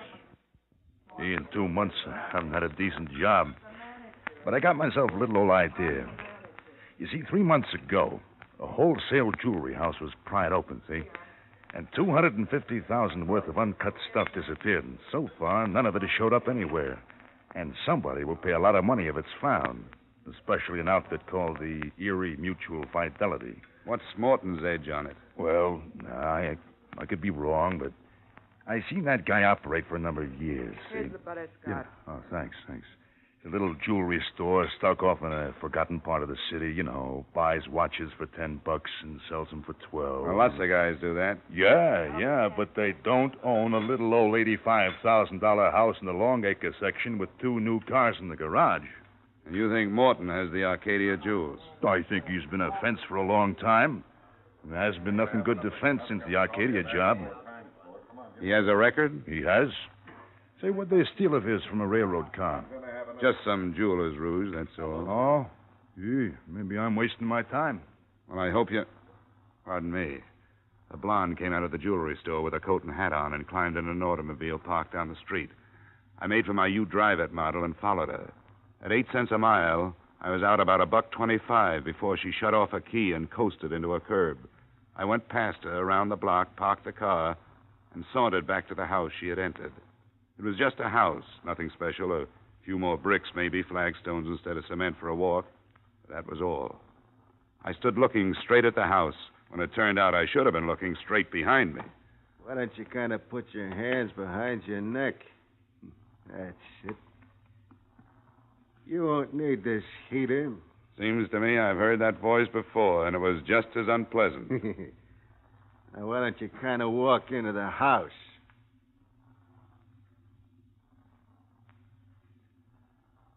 I would have been amused to know that I kind of wanted... Sorry. He would have been amused to know that I kind of wanted to get into that house as much as he kind of wanted me to. We went up the walk, arm in arm. He opened the door and graciously allowed me to enter first. The living room was empty, but I could hear voices plainly in the next room. That stuff was worth more than you've ever seen before. Oh, shut up. I took a long time looking for two guys. Oh, what a lousy couple of chiselers I got stuck with. Hey, it's me, Trench. There's I got a nobody you can visitor. trust in this world. Hey, it's me. We stood there, Trench beaming and me frowning, and they came into the room. The guy was big, black-haired, and overdressed, the way the bartender had tagged him. It was Jake Samuels, all right, and hanging on his elbow, giving him a hot ear, was the jeweler's dame. Samuels wasn't in too good a frame of mind. I'll blast it all over town. And you won't be able to touch me, because I got protection. Now, will you shut up? I got to talk with a friend. Johnny Dollar, Jake. Yes. Welcome to my house. Just the same, it's too bad you had to come. This isn't exactly the day we're receiving. Well, I work weekends, and this is the only time I could make it. Jake will do the talking. What is it you want to see me about? Last night and the night before. Oh, you mean when we roughed you up? That and the Atlantic Central job and Rick's Blakey, whom you killed at the wheel of his truck. Then there's the little matter of your blonde girlfriend here. I saw her in Morton's jewelry shop. She couldn't possibly be the phony reporter who was hanging around the railroad yards. Or, could she? Jake, this guy really knows. Shut up. Is that all you can say? Yeah, is that all you can say? Shut up. Well, listen here. Shut up. I won't. You owe me $45,000. What are you talking in front of him for? What do I care about him? That's your worry. $5,000 for $300,000 worth of jewelry. Go on now, get out of here. Take what you got and consider it lucky. We took all the risk, now beat it. All right. All right, I'll beat it. When I come back, you're going to wish you were dead, Jake. Go on, you cheap... When she reached the door, she pulled a gun from somewhere, spun, and Trench got both slugs. He dropped groaning to the floor, and I kicked his gun into a corner. Jake Samuels stood frozen to the rug, looking at the barrel of the automatic she held. The next one's going to be for you, Jake. You gone crazy or something? Put down that gun. Go on. Say shut up to me now. Go on, say it. You yellow two-bit woman beater. Andrea, you're making a big mistake. Now, am I going to get my $45,000 or not? But I don't have that much in the house. Well, then call somebody and get it. Or come up with some jewelry. Yes, tomorrow. Tomorrow, I promise. Not tomorrow. Today, now. Miss Phillips. I'm talking to him. Don't you get any ideas? Look, there's only one way for you to get out of this, and that's to kill everybody in this room. If you leave me alive, I'll track you down. That's what I get paid for. If you... Can the lecture. I know what I'm doing. If you leave Trench or Jake alive, they'll get you, too. You bet we will. Oh, I'm so scared. Come on, Jake. The money. Right now, you've only got a petty crime against you. Do any more, and it'll be murder. You'll last a month, if that long. What are you getting at? Give me these two guys. Are you kidding? Turn them over to me, and I'll go the limit in helping you. I'll forget the $5,000 you got from them. The most you can get is a year in the county. $5,000 clear is good dough. What happens to them? They're wanted for murder. I'll say in my report you turn them over to me. Maybe you won't get anything. Are you level? Of course he isn't, Andrea. I'm as level as a guy can get. Come on. Give me the gun, Miss Phillips. I don't know. It's that or a murder rap. Come on. Stay away from me. It's freedom or murder. Which one do you want? Give me the gun. Here. Here, take it. I didn't want to do this anyway from the start. This isn't living. This is dying every day. You're lucky. You found it out in time, Miss Phillips.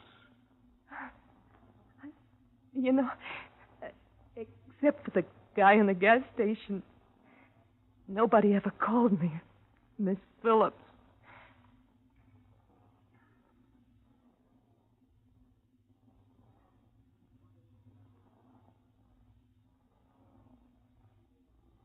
And that, Polden, is the way it all wound up. I called the police, and they took things in hand.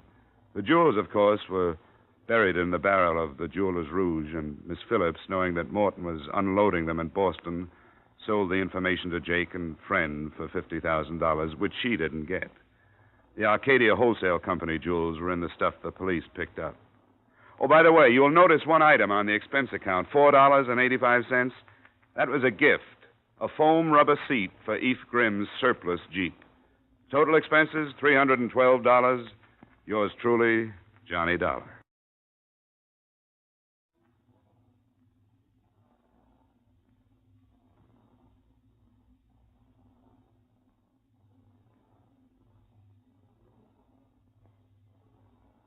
Yours truly, Johnny Dollar, stars Edmond O'Brien in the title role and was written by E. Jack Newman and John Michael Hayes with music composed and conducted by Leith Stevens.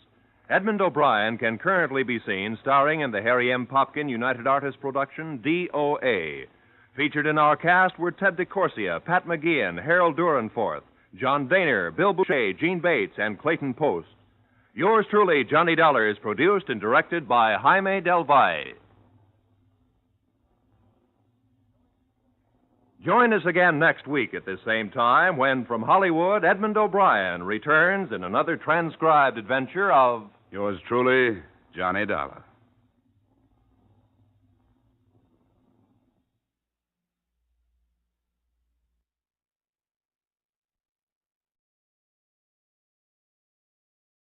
From Hollywood, it's time now for Edmond O'Brien as... Johnny Dollar. Bob Case, Dollar, Piedmont Mutual. I've got to see you right away. What's the rush? The girl was pulled out of the East River. Turned out to be a policyholder. What am I, a private eye? Why don't you go to the police to find your killers? Oh, we know the killer. He's being executed right after midnight. What we want to know about is the victim.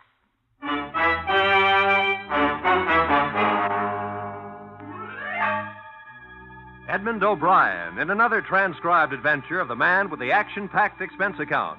America's fabulous freelance insurance investigator. Yours truly, Johnny Dollar.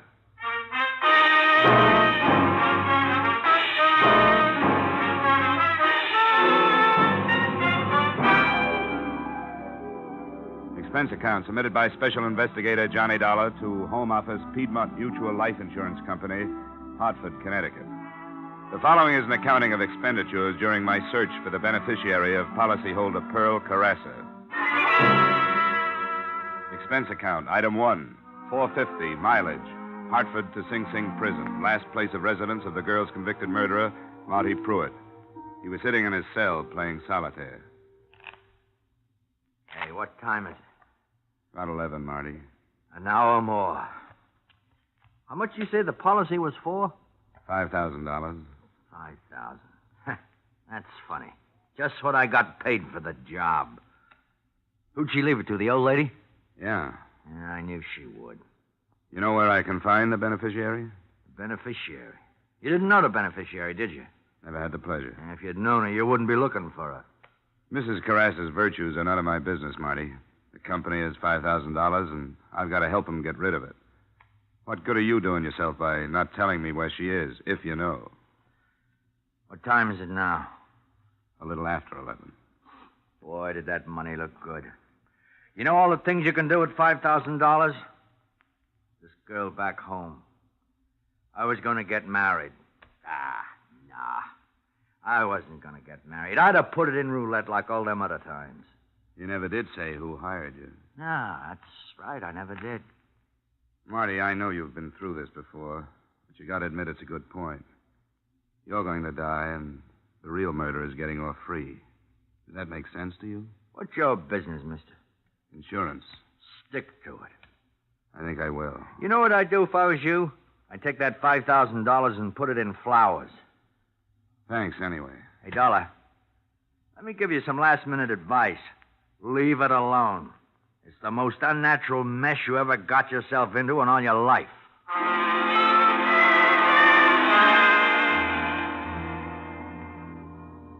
Expense account, item 2, $3.56, mileage, Ossining, New York to police headquarters, New York City, where the next morning, Lieutenant Bernard Goldberg offered me photographs of the dead girl, a cigar, and what little information he had.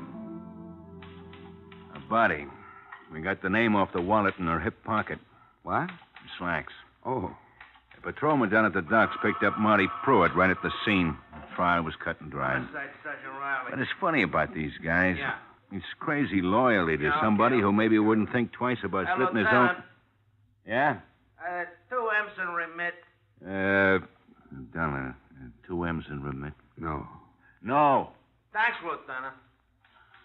You don't have any idea where I can start looking for the mother. Most I can do for you is to give you the girl's last known address. But we've been over the ground 100 times. It's a rooming house. Nice but stupid old couple that don't know nothing. This Seattle address on the policy. 1941. Then San Diego, then to Cairo, maybe. Who can know? But we're still working on it. Hey, Lieutenant, how do you spell parasitical? Dollar. Parasitical. Tell him to look it up. Look it up, Sergeant. What am I, a Webster?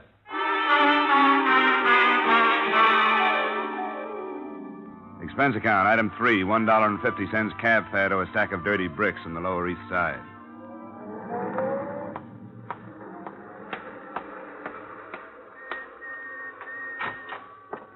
Well, you have no business being up here in the first place, and especially with your husband in that condition. Looking for somebody, mister? Yeah, the manager. Third door to your right. Thanks. Now, don't tell me it's none of my business. Not when I bring soup down there every single day. Why, I never heard the like of you. Oh, You haven't come any in. right to talk. Howard, why don't you sit down? Thanks. You the manager? I am the manager. Howard's the manager. Well, my name is Johnny Dollar. I'm with the It's all right. We don't ask for references, do we, Howard? Except under special circumstances. I'm afraid you misunderstand. I'm not looking for an apartment. I'm an investigator with an insurance company, and I'd like to ask you a few questions. We never had a fire in this building. That was next door. They keep rubbish in the basement. The company's warned them time and time again. Never does any good.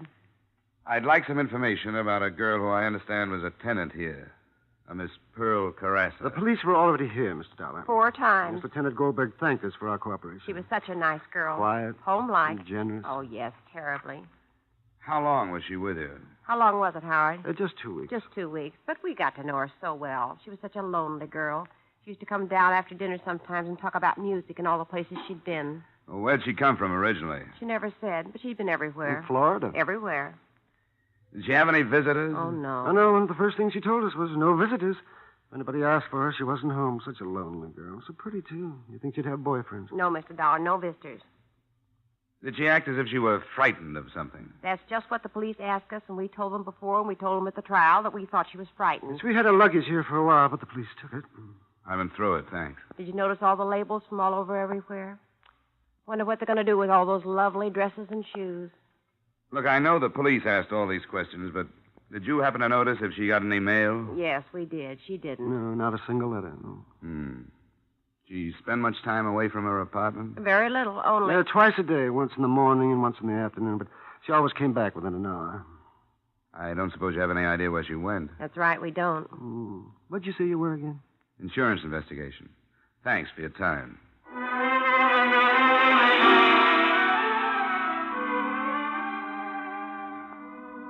Expense account, item 4, $50 in cab fares. It took me the rest of that day and half of the next visiting neighborhood postal substations. It looked like a beautiful way to waste time, but I was betting on the impossibility that her daily excursions had been for mail. This kind of foot padding taught me very little other than the fact that there are a good number of substations in any given half-hour area. The second afternoon, I dragged into a fruit store which advertised Postal Station 324, along with a special on honeydew melon. I walked up to the little cage. Anything for Carassa today? Who? Carassa, general delivery. Just a minute. Grant? Carassa. C-A-R-R-A-S-A. Carassa. Just a minute. Yes, here we are. 3 cents postage due, Las Vegas, Nevada. I looked at the envelope. Pearl Carassa, all right. It had been forwarded from Las Vegas 3 days before. I said something to myself about hard work, patience, and fool's luck, then headed for a phone.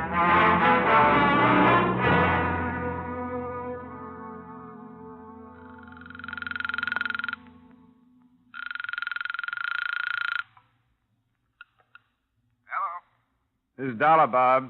On the Carassa thing, I'm still cold on the beneficiary, but we've got the girl traced as far as Las Vegas. Well, that's a long haul for a $5,000 policy. You have a final address on her there? A letter was forwarded to General Delivery here in New York that was originally addressed to the Rambo Club. I got a permit and had it opened. It's nothing but a dressmaker's bill. I guess the Las Vegas Postal Authority sent it on. That's all I got. You want me to follow it up? Nothing else we can do. You hereby have authorization. Get going.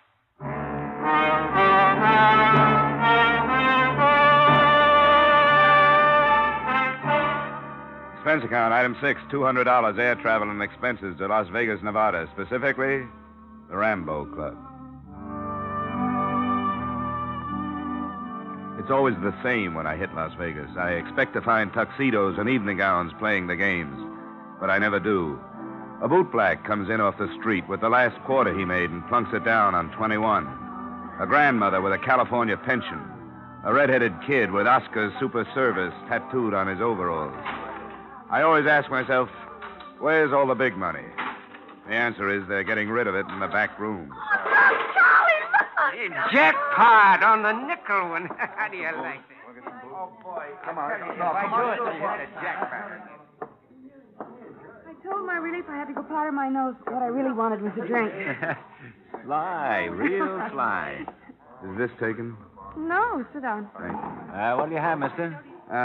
A good bourbon, soda. Oh, thanks for your confidence in me. I'll fix you up. You worked here long? Have I? You like Nevada? What's your hometown? Las Vegas, Arrowhead in the summer. Yeah, I guess you know a lot of people here, huh? By sight, mostly. Very few by name. Everybody's a stranger. Say, maybe you know a friend of mine. I went to school with her. What was her name again? Carassa. Pearl Carassa. Save me my drink, Eddie. I gotta get back to work. Take it easy, mister. Best bourbon in the house. Thanks. That's $1.50. This is a real clip joint. Yeah, I can see. Yeah. Thanks. Say, wait a second. Do you know where I can find Mrs. Henrietta Carassa? She's the mother of a girl that used to hang around here, Pearl. Well? Yeah. I think I can help you. Harry, take over. Here's your $1.50. Come on. Oh, I'm sure going to win it this time. I'll tell you, boys. Wait a minute.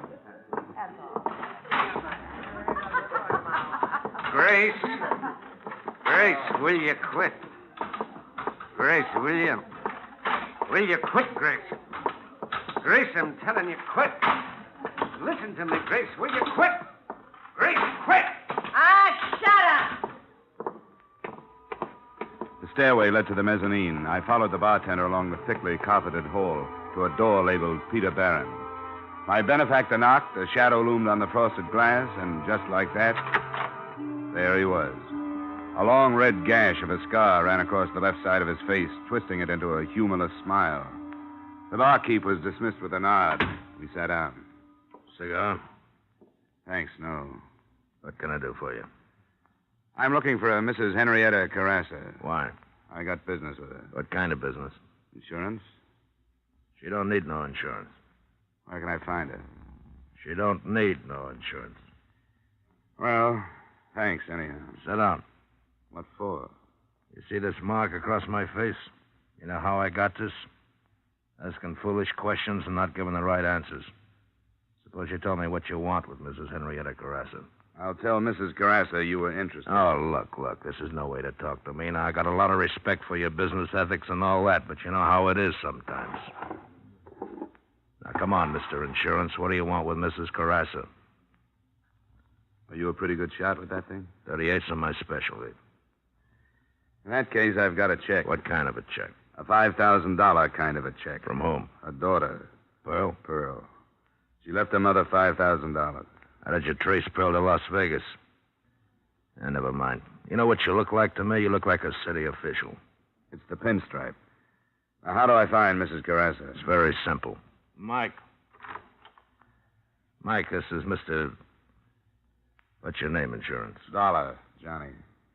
Take Mr. Dollar to see Mrs. Henrietta Carassa. Treat him gentle. He's got some money for her.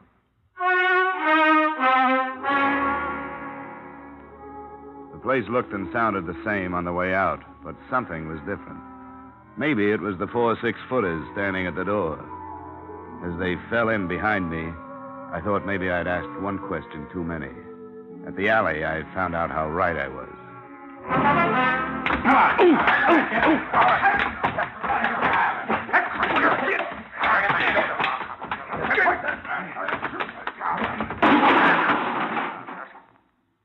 Phew.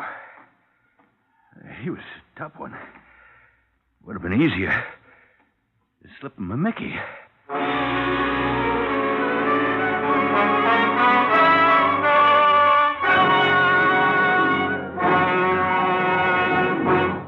In just a moment, we will return to the second act of Yours Truly, Johnny Dollar. But first, you hear them all on CBS, and some of the funniest parts of that all comes from the bird brain of a woman, Miss Gracie Allen of Burns & Allen. Top troopers on the American stage for years, top radio stars after that.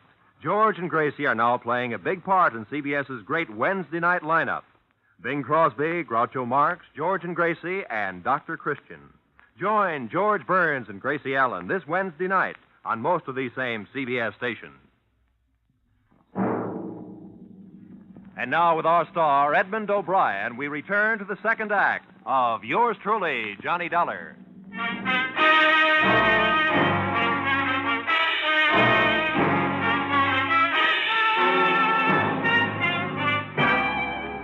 There was a lot more to this case than a $5,000 insurance payoff. I'd sensed that from the beginning. A hired killer with a still unknown employer had searched out the girl in her New York hideaway and done a thorough, if not profitable, job. His warnings, which a man of my profession is bound to ignore, were beginning to materialize. As I woke up, I could hear voices. Could have brought another wallet with him and left it at the hotel. They took him in the alley and Joe and Harry. Oh, wait a minute. Wait a minute. I think he's waking up. Hold his head. Okay. Hey, you ought to get a doctor for him, maybe. Nah, doctor. He looks terrible. Dollar. Dollar, can you hear me? Dollar. Huh? Where you Yeah? from? Yeah, what's this insurance stuff? Who you really working for? Is it the New York Police Department? Where did you get these cards in your wallet? Come on, Dollar. Answer me, Dollar. Give me some water. Get him some water. Hey, get some water, Joe. Now, sit up. Come on, sit up. Here, I'll help you. There. All right, now what's the idea? That's what we'd like to know. Where do you know Pearl Carrassa from? Oh, that name. Come on. I'm looking for her mother. What do you want with her mother? She left an insurance policy. Girl, $5,000. Hey, here's the water. Thanks. Who are you? Pete Barron. Oh, yeah. Yeah, the face is familiar. You mustn't be bitter, Dollar. Why? Why questions? Look, I'm just a working man. It's so simple. There's a company in Hartford, an insurance company. They sold a policy. The girl that bought it is dead. Policy is for $5,000. The money goes to her mother. All I want to know is, where is Mother? No kidding. Are you really an insurance man? No kidding. Well, why didn't you say so? Why didn't you come right out with it? Why do you go sneaking into bars asking funny questions? Mister, do you know a Mrs. Henrietta Carrassa? Here in Las Vegas? Here in Las Vegas. I tell you what I'll do. I'll look it up for you. Thanks. Now, lay me back down again.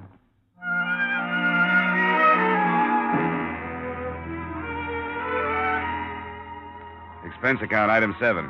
$20, doctor bills. Nothing serious, but I couldn't go out in the street looking like that. I stayed in my hotel room for 2 days until the swelling went down. On the third morning, I had a visitor. It was the girl who gave me the brush-off in Rambo's bar. She had an overnight bag with her. There was a label, Bloomington, Indiana. You're in trouble, you know that? 3 days ago, that information would have done me some good. I mean, real trouble. You don't think Pete Barron let you out of there because he believed your story. No more than you think you weren't followed here. I know. She'd never come here. But Pearl, get a message to her, will you? Tell her never to show up here again. She won't. What do you mean she won't? She's dead. I got to her. You know why? I got to get out of here. Wait a minute. Why did Pete Barron hire Pruitt to kill her? Let go. I gotta get out of here. He came up here for a purpose. Yeah, but I didn't know she was dead. You're going to let him get away with it? It's narcotics. The gambling place is up front. They fly it up from Mexico at night and get out by morning. Pearl found out about it, and that's why they did it. Does Barron know Pearl told you all this? I don't think so, but I'm not taking any chances. I got a bus ticket. It leaves from across the street. I only got a minute. Good luck, honey. After she left, I went to the window and watched her leave the hotel and cross the street. A nice girl, I thought. And I wondered how she got mixed up with Barron's crowd. The bus door opened, and she put one foot on the step. She crumpled to the sidewalk. The little overnight bag tumbled into the gutter. I got downstairs just ahead of the deputy sheriff, just after the bus had left. The people were still standing around. She was a nice kid. You knew her? Not for long. Did you see this happen? Yeah. Step over here for a second, will you, please?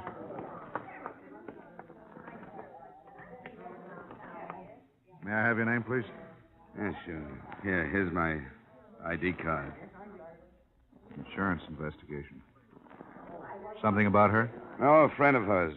Pulled out of the East River. Pearl Carassa, shot to death. Carassa? Yeah, you didn't know? Oh, we heard she left town. That was about all. She got mixed up with Pete Barron and her family disowned her.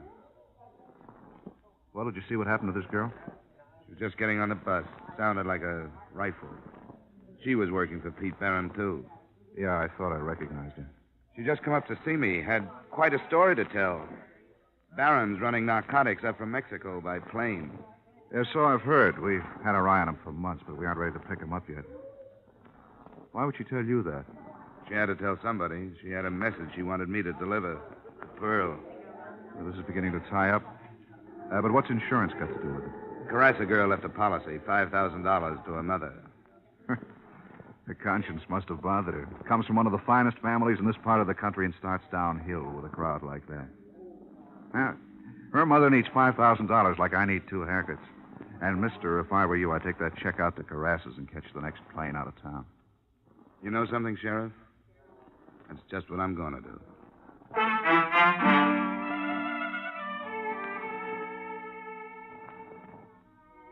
And that's just what I tried to do. Expense account item 8, 50 cents cab fare to the Carassa estate on Juniper Drive. They should have charged admission. There was an ivied stone wall running all around it, and a mile drive through a cactus rock garden to the mansion. I felt a little like a grocery boy delivering a check for a measly $5,000. I was met at the door by a butler in a business suit and was toured around an indoor swimming pool and potted palms to the library. Buried in a large leather chair, reading a 25-cent version of How to Be Your Own Gardener, was the man of the house. I was introduced and left alone with him. Insurance? Investigation. How long since you've heard from your daughter? Oh, such a long time, such a long time. Is she in more trouble? She's dead, Mr. Carassa. Dead? Pearl dead? Can't be. What happened? She was killed. An accident? No, it wasn't. Not an accident. Someone hired a killer. Oh. It's my fault. I knew, and I did nothing. Gregory, I've been looking all over for you. Have you watered the palms today? No. You didn't water the palms. Now, Gregory, the leaves will get all yellow and fall all over the floor, and it'll take simply minutes to clean up the mess around the pool. And I told you specifically that the music club had changed from Wednesday to Monday, and Monday is tonight. This is a man from the insurance company. How do you do? Now, Gregory, please do this one thing for me. You know how much I have to do. Henrietta, it's Pearl. I told you never to speak that name in my presence. She's dead. Dead? She was murdered, Mrs. Carassa, in New York. I'm not sorry. Maybe I should be, but I'm not. Not in the least. She's never done anything but bring shame to me and to her father. She brought these awful people to the house. To this house, mind you. Humiliating me in front of my friends.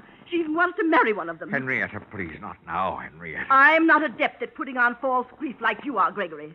She was no good. When she brought this man in, I told her right there and then, you're not my daughter. Go to the people that you fit in with. Well, this is the way it had to end. I'm going upstairs. Mrs. Carassa, Just one thing more. If you'll sign this paper, my job will be over. I have a check for you. A check? What kind of a check? She left you $5,000. Me? She left me $5,000? I remember. The policy she took out in high school. She never canceled it, even when you sent her away. I don't want it. I don't want it. Tell me, do you know who killed my daughter? Well, the man that did the actual killing has already been executed in New York State. The man who hired him, it's only a suspicion. I'd rather not say. Barron. What about this check? I don't think she wants the money. You can tell your company that. Look, Mr. Carassa, I've come a long way. I'll leave it here. You can sign the form and mail it. Would you mind calling me a cab? Expense account item 9, 50 cents cab fare. Just as we pulled out of the driveway, somebody else pulled in. I don't know if he saw me, but I saw him. It was Pete Barron. Are you sure, Dollar? Positive. Sheriff, I woke up looking at that face. What would Barron be doing at Carrassa's place? Could be a connection you didn't know about. Yeah, this could be the tie-up we've been looking for. Somebody who supplied the dough. It's a big operation. I'm sure Barron didn't have enough dough to start it. Well, what are we waiting for?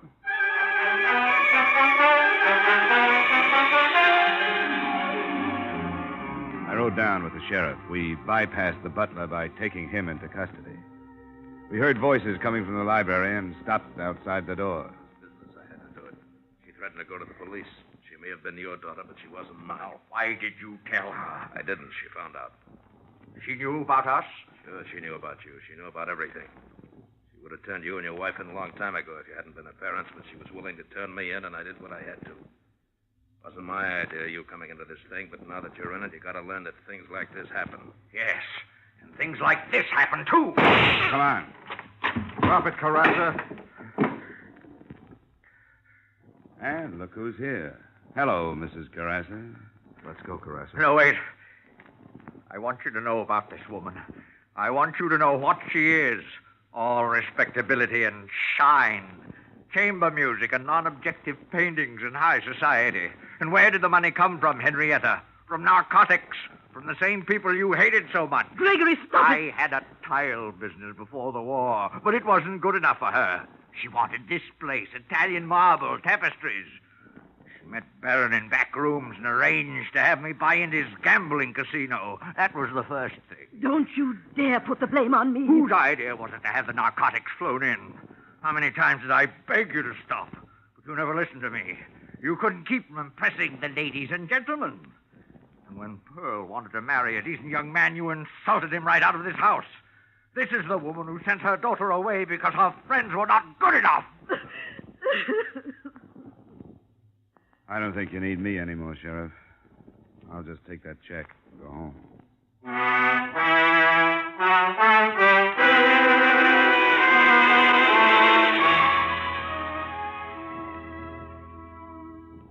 Expense account, item 10, $200. Transportation back to Hartford. I don't know what you can do with the check. If it were up to me, well, I'd use it to clean up the respectable slums. But that's not my problem. Expense account total, $712.55. Yours truly, Johnny Dollar.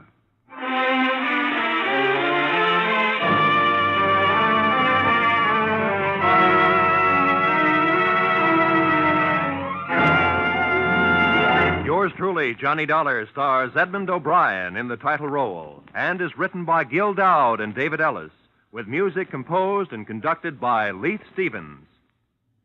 Edmond O'Brien can currently be seen starring in the Harry M. Popkin United Artists production, D.O.A. Featured in our cast were Hy Averback, Joseph Kern, Bill Johnstone, Bill Conrad, Martha Wentworth, Sarah Selby, Howard McNair, and Virginia Gregg. Yours truly, Johnny Dollar, is produced and directed by Jaime Del Valle.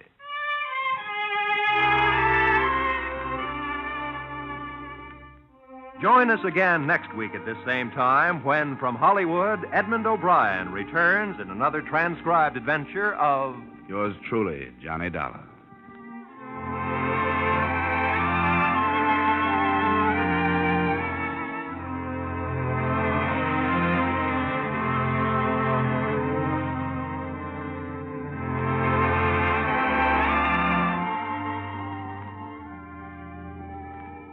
There is no more pitiful sound in the world than that of a hungry child.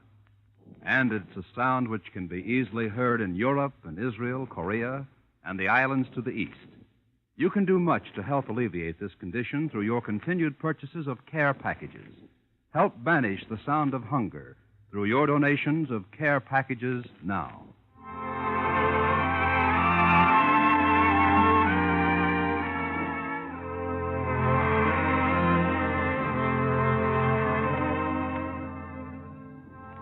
There's a man with a little black bag turns up on most of these CBS stations every Wednesday night.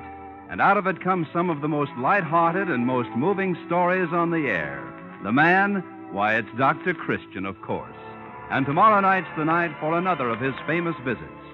Be sure to hear Dr. Christian starring Gene Hirschholt as the beloved small-town physician every Wednesday night. Now stay tuned for the adventures of Philip Marlowe, which follow immediately over most of these same CBS stations. This is CBS, where Wednesday night is Bing Crosby night, the Columbia Broadcasting System.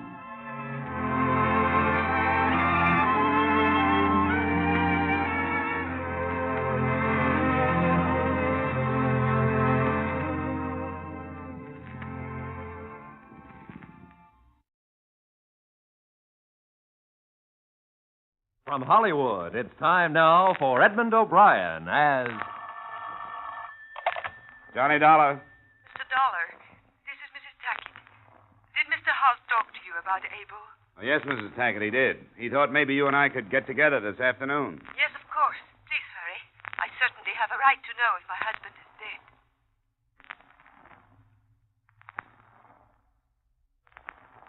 Edmond O'Brien in another transcribed adventure of the man with the action-packed expense account, America's fabulous freelance insurance investigator. Yours truly, Johnny Dollar.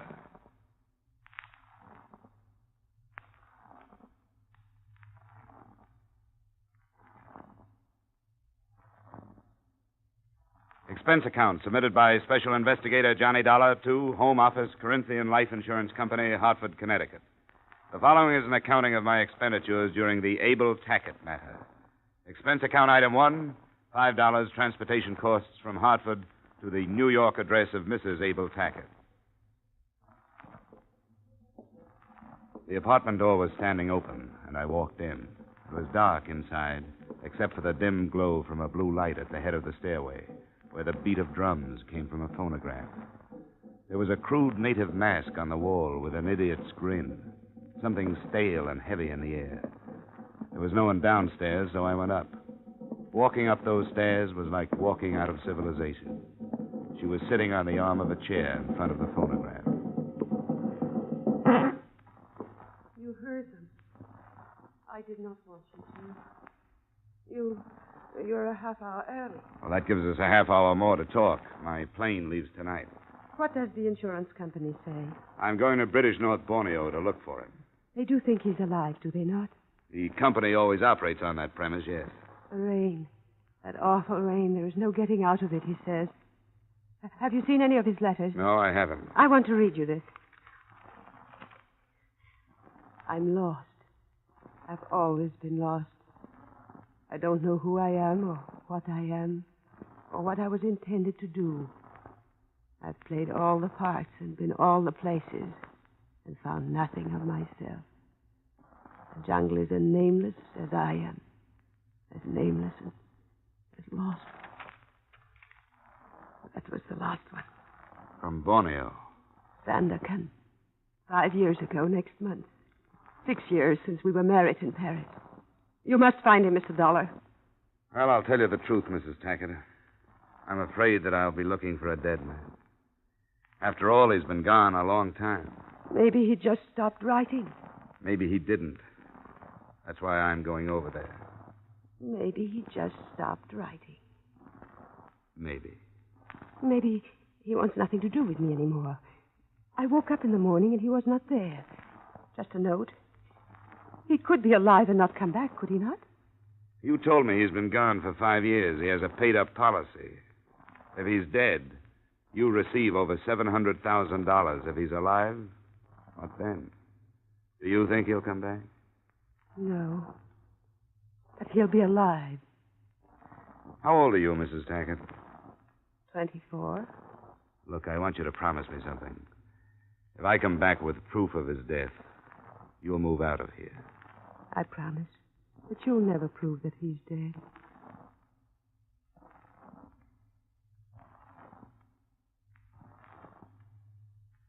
Expense account item 2, $1,280.45 for the trip by air from New York to Chicago to San Francisco to Manila. Expense account item 3, $200 on the first ship to Sandakan. They called me supercargo. I ate with the captain in his cabin.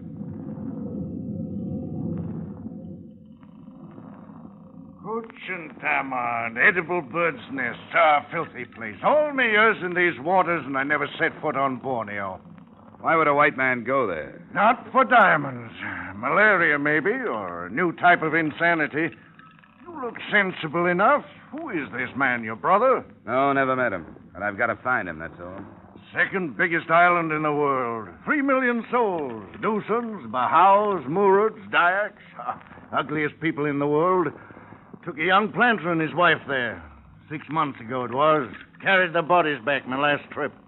How did they die? The jungle. Oh, come on, I'm a close-mouthed man. Who are you looking for?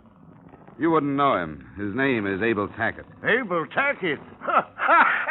I never heard of Abel Tackett. You find me a hand west of Tawau who hasn't heard of him. You knew him? Nobody knew him. He wasn't a man to know. He was a man to talk about. I want to show you something. Look here. That's a nasty scar. Right across the chest. Abel Tackett. If you find him, give him my love.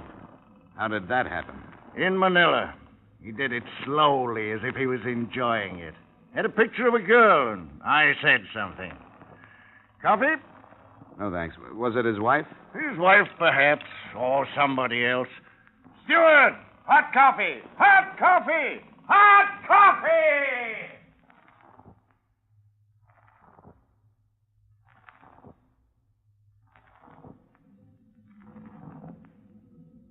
Something happened to men out here. Men that might have been easy and calm any place else in the world. Something happened to them. Hysteria, wild anger, madness. In the weakening heat, the sudden bursts of temper arose where men would kill over a matchbox. Channel fever, the crewmen called it. But perhaps there was another reason. The name of Abel Tackett. This is my dream. That some night I find him asleep. That it is very dark. That I slip my knife into his throat. That I feel his life going. That I hear him to cry out. Oh, I want to hear him cry out. What did he do to you? Unspeakable. Unspeakable.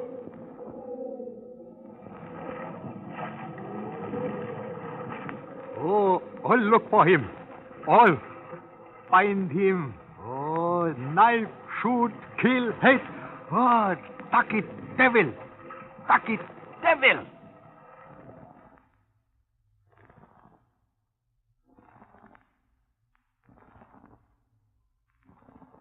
Sandakan. We crawled around the point. There is no coast. You never know where the land begins and the ocean stops. The mangrove swamps melt into the muddy water. The inevitable tin roofs of the tropics. The breathless heat of the equator. Sandakan. I found the British North Borneo Company office next to an exporter's shop. The secretary to the assistant district manager pointed me into a rattan chair and handed me a fly swatter. Oh, Abel Tackett. Oh, fabulous fellow. Great strength, drive, power, you know. Why are you looking for him?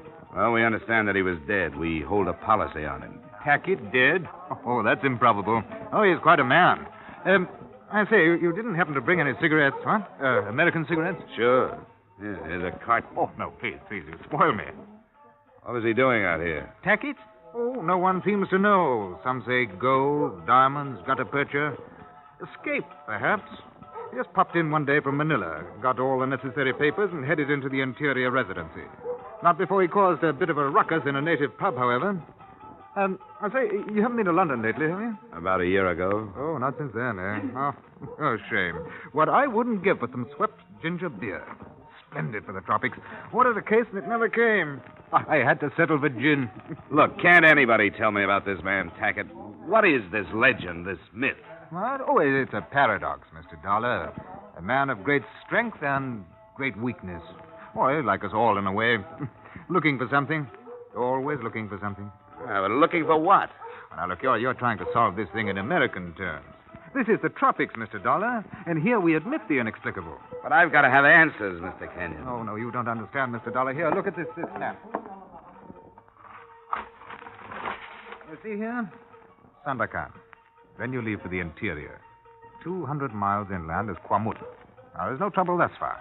And he was reported to be there 8 months ago. From Kwamut, it's a different world. There's fever, reptiles of all sorts. It's not worth it, really. I mean, is it a large policy? $750,000. Oh, for a man living in Borneo, that must be a tremendously high premium. Well, $1 million couldn't get me out there, and 1,000 could take me home. How do I get to Coahuila? Oh, by lorry. One of them goes up tomorrow with supplies for the garrison. We can fit you aboard, but... Oh, this is absurd, Dollar. Yeah, I know. Well, all right, then. I'll send you to Hargroves, our representative there. Oh, what I say, don't forget those cigarettes.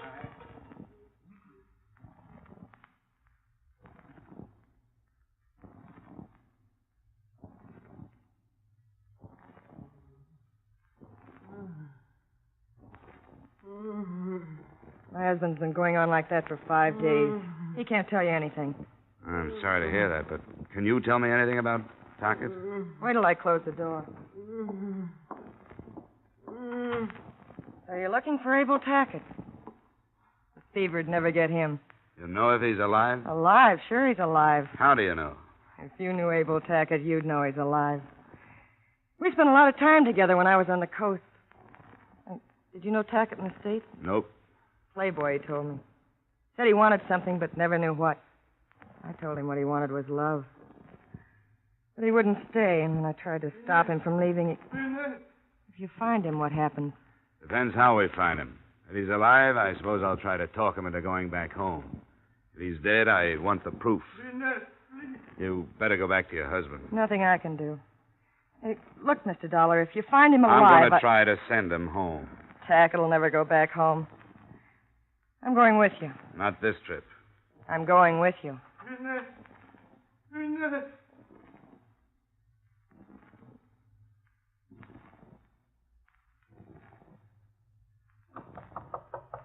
Come in.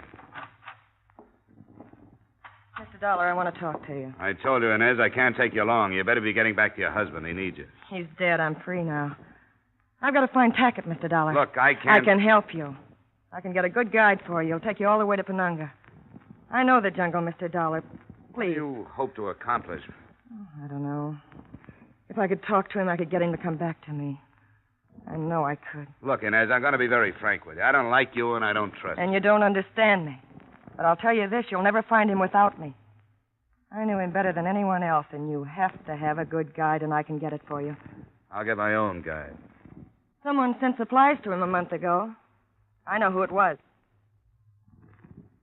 Okay, Inez. It's a bargain. Pack up.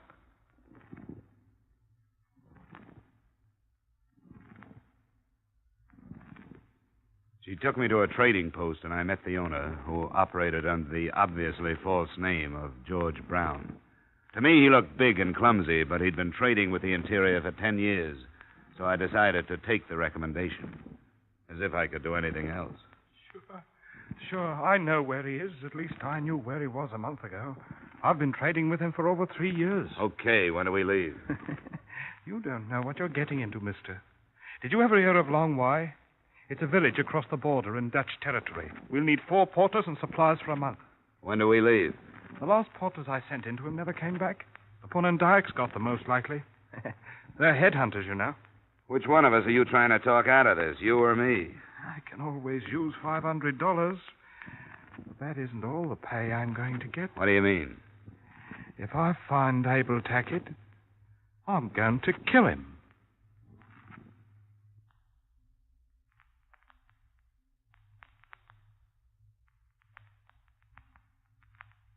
We will continue with yours truly, Johnny Dollar, in just a moment. But first, Every Wednesday night, CBS brings you Groucho Marx with his wonderful quiz, You Bet Your Life. It's one of the brightest, most spontaneous, most genuinely funny shows on the air. So be listening this Wednesday night on most of these same CBS stations for You Bet Your Life, starring Groucho Marx. Now, with our star, Edmond O'Brien, we return to the second act of Yours Truly, Johnny Dollar.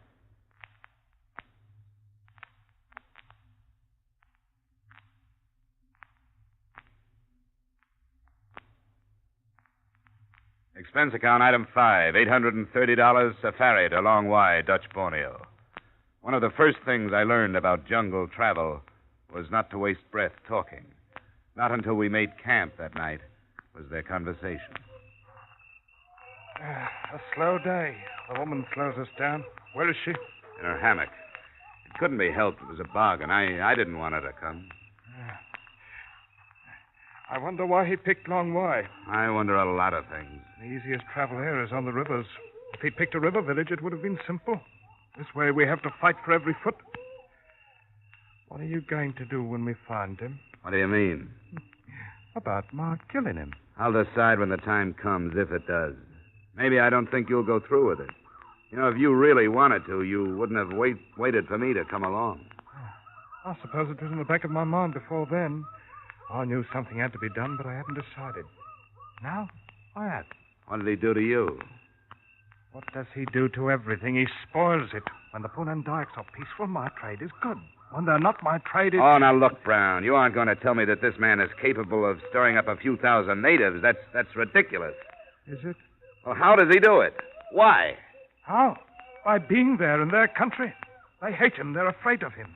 And when the Dyaks are trouble, they're dangerous. Why does he do it? I can't think of any reason. He makes no profit from it. He lives. He works a plot of ground. He hunts. I suppose it could be that he doesn't know he's doing it, but he is. He's got to be moved out. The only way to move Abel Tackett is to kill him. I'm going to turn in.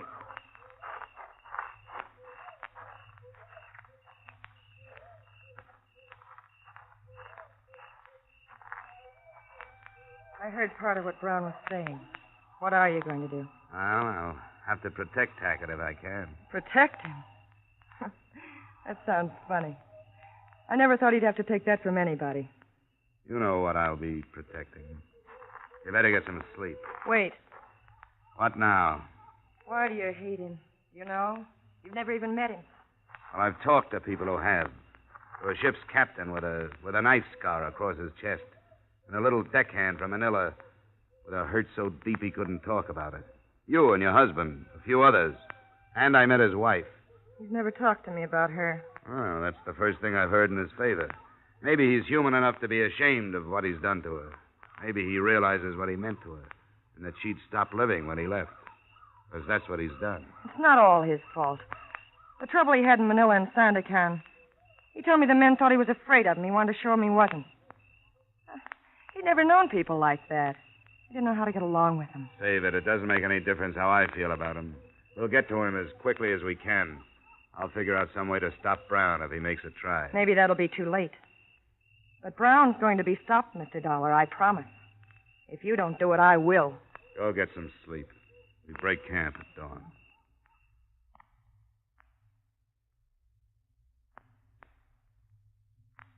Lying in my hammock, looking up at the solid ceiling of foliage that hid the sky, and with the unaccustomed language of the jungle bothering my ears, I tried to get a fair perspective of the situation.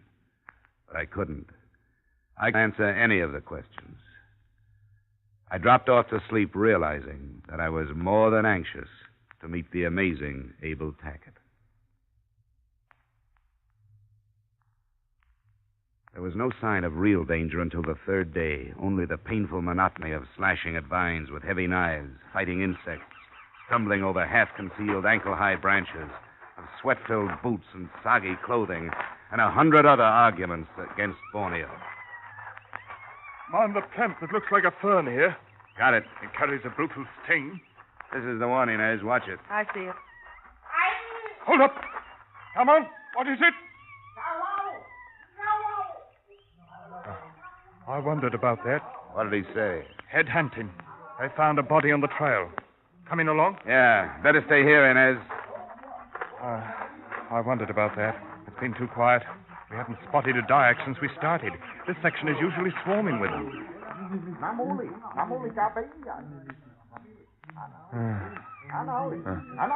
Poor beggar. How does that look to you, Dollar? You still think the natives aren't stirred up? No. No, it looks like they're stirred up for him. Poor beggar. He can thank your man Tackett for what he got. We don't have to look at him. It's the work of a Punan. You can tell by the clean moon their Mandaus are the sharpest ones in the island. They know we're coming, Inez. Yeah. How do you know that? I know them. They hide the bodies. They don't leave them on trails unless they've got a reason to. Like telling us to stop, huh? That's right. Look at those boys of mine. Waiting to see what I'll do. Waiting the chance to slip into the brush and head for home. Can you hold them? I can hold them. I'll shoot the first one that tries to leave, and they know it. Come on, Matapolois, a house! We'll have to make a camp here. They're great people for Romans. I told them to start looking for good ones. Yeah, and I know them. It'll take the rest of the day and half the night to find enough to move them towards Long Wai again. How do the omens look to you? I can't say yet. The headhunters know we're coming, but they don't know why. If they knew we were coming after Tackett, each in our own fashion, so to speak, I don't think there'd be any trouble from them. Well, they don't know, and there's no way to tell them. You're blaming Tackett for this? I am. You stupid fool. Do you really believe in this idiotic stand you've taken against him? Or is it a convenient answer for some mistake you made with the natives? I can't be quiet. Inez, stop it. Don't you believe it? You're lying. Make her shut up, Dollar. I'll shut up after you've answered me. Stop it. We've had enough. We don't need hysteria, and I'll be quiet, will you? You won't answer me, will you? They've been headhunters from the beginning. So tell me why Tackett is to blame for what you found on the trail. Tell me why. I will, if you'll shut up long enough to hear it. You've been in Borneo too long. I know what the tropics do to men like you. I know the people. For 10 years I've learned to know them. I understand about headhunting. To the Dyak ahead of the strongest magic in the world. Strong enough to bring rain, make things grow. Strong enough to protect the whole kampong from plague or anything else. Like enemies. You should have been born in one of their filthy huts. You think like one. Forget it, Brown. Forget it. She'll find out I'm right. Headhunting was almost stopped until Tackett came here. Then it started again. Because they hate him. Because they're afraid of him. That's why they're collecting heads again, and that's the truth. Blame everything on Abel Tackett. If you can't find another reason for something, blame it on Abel Tackett. Oh, I've had enough. Brown! What the devil's the matter with you? You heard her. I've been in Borneo too long.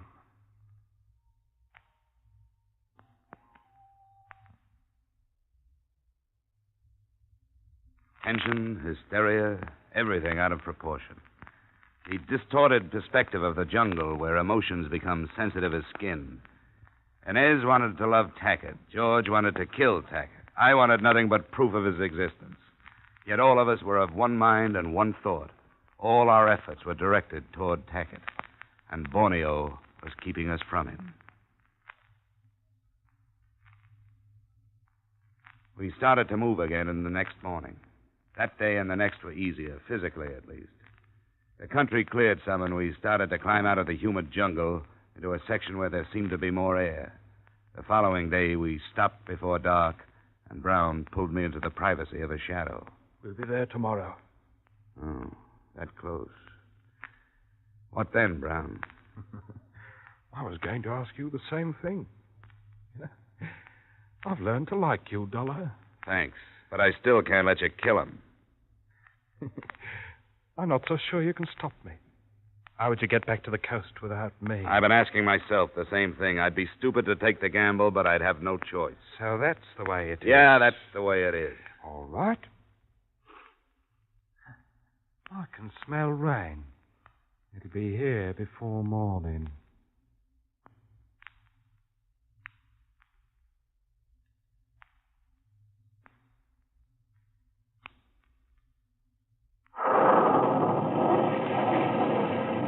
Our first sight of the village of Long Wai was from a low hill.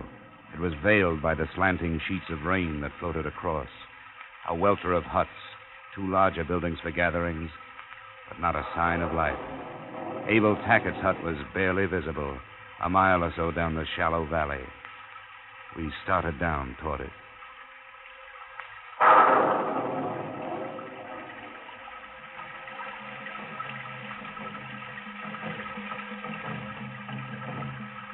What do those drums mean, Brown? Do you know? Yes, I know. Mama Tolu. A happy little ceremony when the headhunters come home. It could turn sour if they knew we were here, but I think we can move across the clearing. Let's go. What are you going to do, Dollar? Aren't you even going to warn him? All right, if you won't, I will. Abel! Abel, be careful! Come on, take her. Keep her quiet. Come on, Dollar. I'm going inside. Wait a minute, Brown. We'll go in together.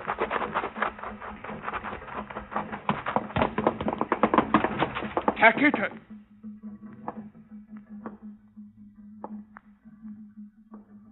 I came here for nothing. He's already dead. Is that Tackett? Must be. They stopped being afraid of him. I wonder how long it'll take to undo the trouble he's caused here. Abel Tackett. And he's dead.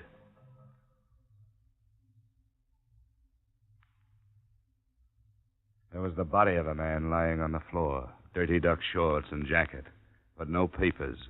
I couldn't positively identify him as Abel Tackett. The natives who had killed him were headhunters.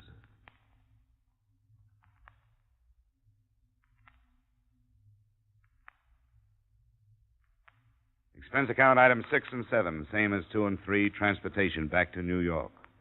Item 8, cab fare to the address of Mrs. Abel Tackett. She seemed neither sad nor happy to see me or to hear what I had to say. He died, Mrs. Tackett, of fever. He was in the interior. There was no time to get him to a doctor. You saw him? No, I didn't. Then you can't be sure. There's no proof. But, Mrs. Tackett, absolute proof has a different meaning in Borneo. He wanted to lose himself, didn't he? He could have changed his name. He could even have traded his identity with someone else. Couldn't he? He's dead, Mrs. Tackett. Look, I want you to go to probate court, even without absolute proof. With what I brought back, you can have him declared legally dead. You're his sole heir. There are no other living relatives. His estate, his fortune, they're yours. They're yours to live with. That's why he left them to you. You can't go on struggling with a false hope. Please, Mrs. Tackett, don't stop living just because he did. You've got to believe me. Abel Tackett is dead. He's not dead. He's alive. He's living somewhere. And as long as he's alive, I'm alive.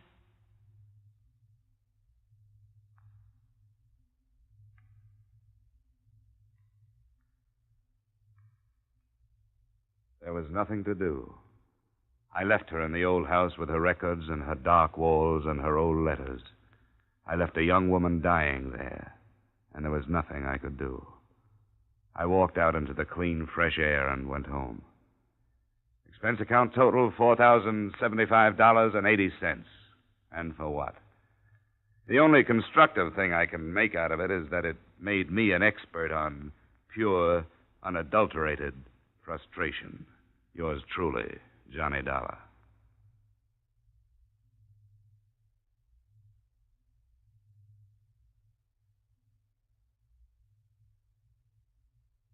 Yours truly, Johnny Dollar, stars Edmond O'Brien in the title role and is written by Gil Dowd and David Ellis, with music composed and conducted by Leith Stevens.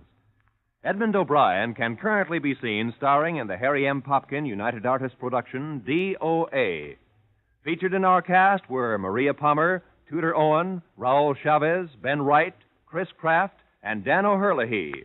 Yours truly, Johnny Dollar, is produced and directed by Jaime Del Valle.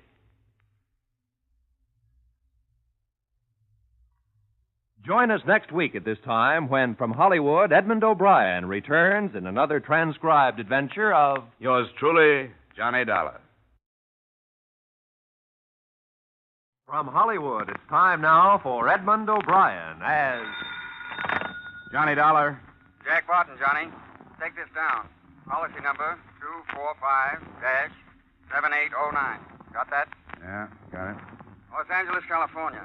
Amount $1,150,000 straight life. Beneficiary, Mrs. Mabel Trandom. Insurer, her husband, Mr. Harold Trandom. Right, sold down. Now, what's the problem? Officially, there's none. As you know, the company can't take any preventive action. But we certainly aren't very happy to learn that there has been an attempt on Mr. Trandom's life.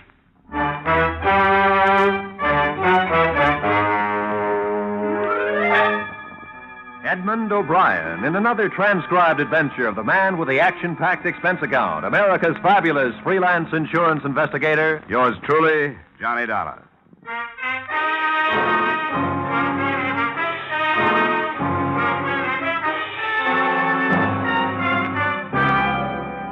Expense account submitted by Special Investigator Johnny Dollar to Home Office, Clayson Mutual Assurance Company, Hartford, Connecticut. Attention, Jack Barton. The following is an accounting, unofficial but very payable, of my expenditures during investigation, also unofficial, of the Harold Trandom matter. Expense account item 1, $250.67, transportation incidentals, Hartford to Los Angeles, into the 2-acre Bel Air estate of the prominent coupon clipper, Mr. Harold Trandom. I presented my identification to the pert little maid who answered the door, was ushered through a portrait gallery and 2 living rooms to the terrace. Mr. Trandom was bent over his morning paper, sipping grapefruit juice. He looked up at me with the same scowl I'd seen on the front pages of newspapers. Very early. Why did the servants let you in here? May I sit down? Certainly not. I don't even know you. Yes, here's my card. Insurance investigation. I suppose you think I can't pay my next premium. Mr. Trandom, we have no doubt as to your credit rating. This is a much more important matter to you. Financial? In a way. Now, what is this important matter? Your life. I understand there's been an attempt on it. That's my own affair. Strictly my own affair. I made adequate provisions. If your company is worried about my life, I'm very touched. But I assure you... Don't misunderstand, Mr. Trandom. I'm only interested in your welfare unofficially. The company takes no preventive action of any sort. However, as a friend of Jack Barton, who's head of the Hartford office of Clayson Mutual, I'm here to try to see that no further attempts occur. Unofficially or officially, I'm well taken care of. Thank you. Oh, that's that then. Sorry. Must have been a long trip from Hartford. Yes, it was. I should offer you a drink, I suppose. Well, it's a little early for anything hotter than orange juice for me. My doctor makes me drink this slop. Grapefruit juice. Go there. Lila! He slumped over the table and slid to the floor, still holding his chest. An army of servants rushed out and tried to look like they knew something. I was obviously the major suspect, and they vied with each other in their attempts to blame me. But nobody bothered to call 1 a hospital and 2 a policeman. Finally, one big guy, obviously a bodyguard, scooted everybody but me off the terrace and sat me down. He's dead. You didn't do it, did you? No. I didn't think so. But if I go back to the boss and tell him Trandom was knocked off right in front of my eyes, I'll get the axe, you know what I mean? Yeah, I know what you mean. No, I'm prepared to exchange information with you. Well, that's mighty generous. I'll see you later. No. Please, wait. Don't go. Law. Didn't you see nothing at all? Nothing I can go back and say, Mr. Halmer, I had my eyes open? Well, if it means your job. Yeah, it does. Believe me, it does. I saw a wisp of blue smoke over there, that clump of bushes across the lawn. And a man, he ran away. No man. Just smoke. The shadow of a man. Just smoke. The gleam of the gun. A thin wisp of blue smoke. This is all? Look, you can make up the rest as you go along. Now, if you'll excuse me, I got a phone call to make. I think the police ought to know about this.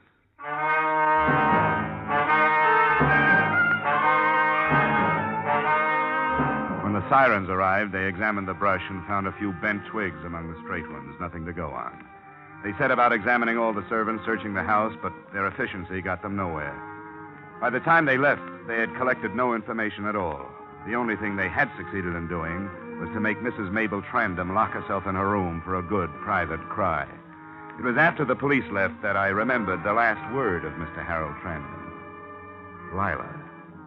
Hating unsolved mysteries as I do, I knocked quietly at Mrs. Trandom's bedroom door instead of hopping on the next DC-6 for Hartford.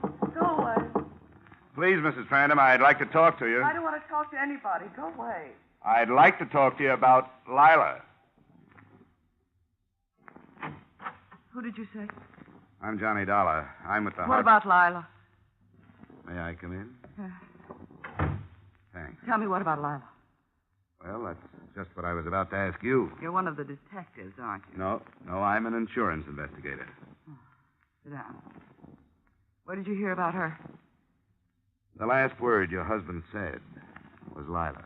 Yes, it would be. That's all he talked about. Breakfast, lunch, and dinner. Oh, I got a steady diet of her, all right. What did he say about her? Nothing. He just said Lila. I suppose his insurance money won't be paid now that he was murdered. The fact that he was killed won't interfere with the payment, Mrs. Trandam. The way it looks now, you'll get your money with very little trouble. Because that's all he left me, mister. Me and the Jessie Frederica rescue mission. Money. I've got a closet full of coats and so many dresses I run out of hangers, and I've got shoes piled to the ceiling. And if I wanted to go out, nobody was nicer than he was about it. He'd see that one of the boys from his office took me wherever I wanted to go. He was real good to me, mister. He picked me up in a cafe where I was working as a waitress. He picked me up and gave me all this. And still I hated him. Maybe I'd better go. No, don't go. I gotta talk to somebody. Insurance, huh? How much was it? $1,150,000. Pretty big tip for just a cup of coffee, wouldn't you say? He didn't have many friends, did he? Nobody, mister. Not a friend in the world. You could comb the city from one end to the other for somebody to say a nice word about him. And the closer you lived with him, the more you hated him.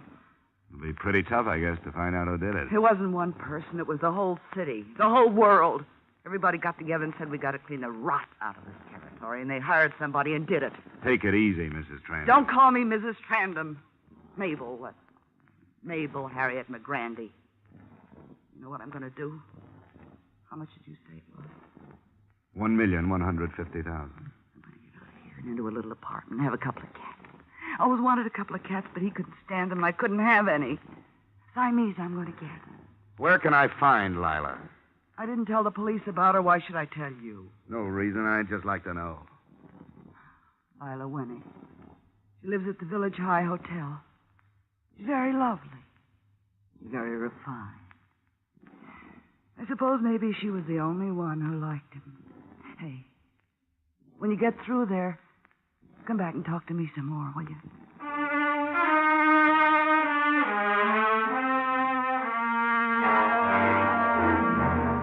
Expense account item 2, taxi fare to the Village High Hotel in North Hollywood.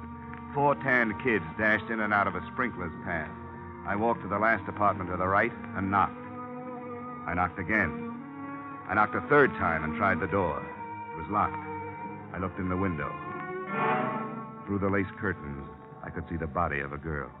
Her head lolled crazily to one side, and there was a small red dot on her temple. The police investigated. The bullet hole was the quick work of a .38. There were letters in the bureau drawer, letters to Harold Trandam. The sergeant who found them grabbed the nearest chair, propped his feet up on a stool, and settled down for a long day's reading. Hey, listen to this. How I die to have you put your arms around me again. Darling, you must know how much I miss you. You must know how much I love you. And then she takes it from there. All right, Sergeant. You've had your kicks for the day. Dollar, you seem to be just about everywhere these days. Mabel Trandam gave me her address. Did she tell you anything? I gathered that Lila was the other woman in this mess. Only one left out of the 3. I think maybe we'd better pick Mabel up. She didn't have time to do it, Lieutenant. I was with her right up to 20 minutes ago. Would you swear to that in the courtroom? Yeah, I'd have to. In that case, let's look around. Thorough search, Sergeant. Room by room. Right, somebody hasn't heard. Right. I'll get it. Hello? No, she isn't right now. Who's calling, please? I see. No, I don't think she will. I'll tell her. Yeah, goodbye. Jessie Frederica Mission calling. We wondered if Miss Wenig was going to be down today.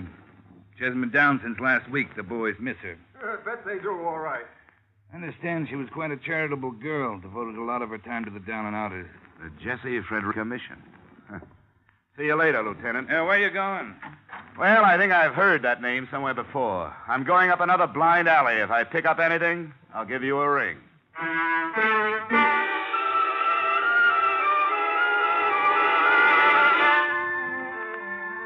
Expense account item 3, $4.90. Transportation Bel Air to the Jesse Frederica Rescue Mission on Main Street. Now that the mystery was doubled, I thought it wise to follow up every enterprise the two late lovers had in common. The driver let me out in front of a store with the Jesse Frederica Mission, everyone welcome, painted on the window in gold.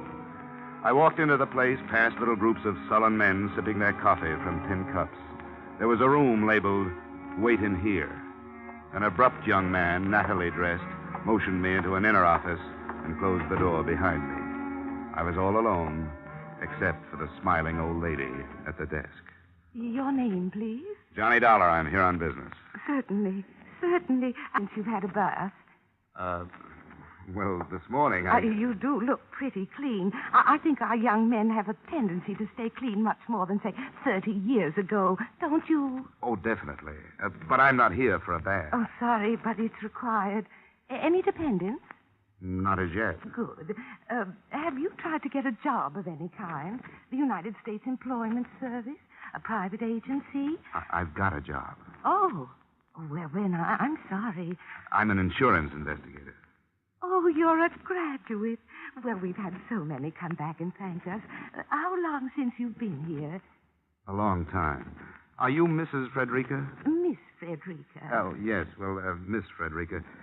Do you know Miss Lila Wenig? Why, certainly. She's on our board of directors. A wonderful girl. Uh-huh. Did Mr. Harold Trandom also serve on your board of directors? Why, yes, he does. They're very good friends. Yes, I know. I've got bad news, Miss Frederica. They're dead. They were killed. Oh, that's terrible. An automobile? No. How did it happen? Murder.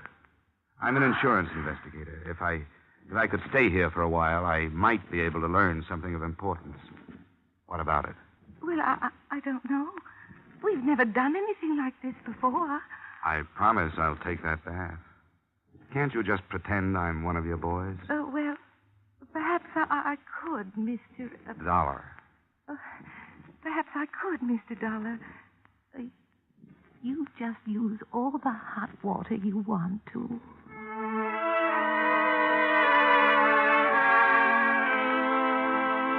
I found myself in the midst of a lot of confused men.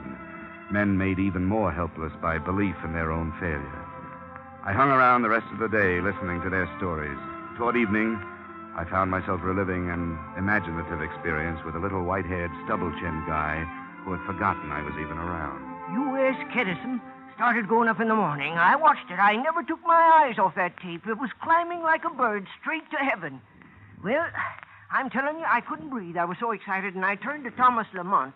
He was as close to me as you are, you know. I turned and said, "Looks pretty good, huh, Tom?" And he smiled and said, "Yes, Ben, we're going to be all right." Yeah. 2 more points. 2 points more, my friend, and I wouldn't be standing out here, I'll tell you that. Didn't make it, huh? Oh, I'm not worried. I'll do it again someday. Man who's made it once can make it again. Yeah. Well, say, I know a man, he was much worse off than I. He had less than nothing. He owed the world. And he came back and made the biggest fortune on the whole exchange. Maybe you heard of him. Director of this charity. Killed recently. Harold Trandom. You knew him? Knew him? Well, we were as close as twins. Yeah. He gave me lots of tips on the market. Nice guy, huh? He was very nice. He was a very nice man. Oh, he was gruff sometimes, but kind. A really good heart. And when he took up with that woman, she was a director here, too. They killed her, too, you know. You knew that, didn't you? Yeah. Yeah. Well, when they took up together, I knew she'd kill him. She didn't kill him. Well, the other way around, then. No, it wasn't that way either. Well, you know. No. I always heard he wasn't very well liked. Oh, he had lots of enemies. You see that fellow over there? No, the one leaning against the wall. Oh, the one with the brown sweater? Yeah. He hated him. Oh, that was a real big thing, that hate was. What's his name? Sanderson. Bill Sanderson. What happened was, years ago, they was partners, the two of them. Bill Sanderson and Trandom. Yep. Trandom did Sanderson out of his brokerage business and sent him down to Skid Row. I guess Sanderson was only one of many. Oh, sure, he had his enemies, Trandom did. But Sanderson, he was the one who introduced me to Trandom, you know. Sanderson hated him worse than anybody. Hated that woman of his, too. Lila, whatever her name was. Well, that's interesting, Ben. Oh, it's nothing. Why, I got stories that would make your hair curl. I'll tell them to you over a drink sometime, huh?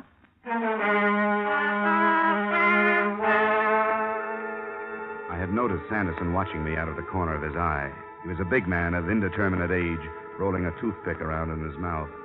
I walked to the cafe down the street, had a bite to eat, and came back to the mission. A crowd was gathered in one corner, talking excitedly. I moved through to the front row and looked down. There was little Ben, lying dead on the floor. I moved back through the crowd and right into Bill Sanderson. Dollar, maybe you better come along with me.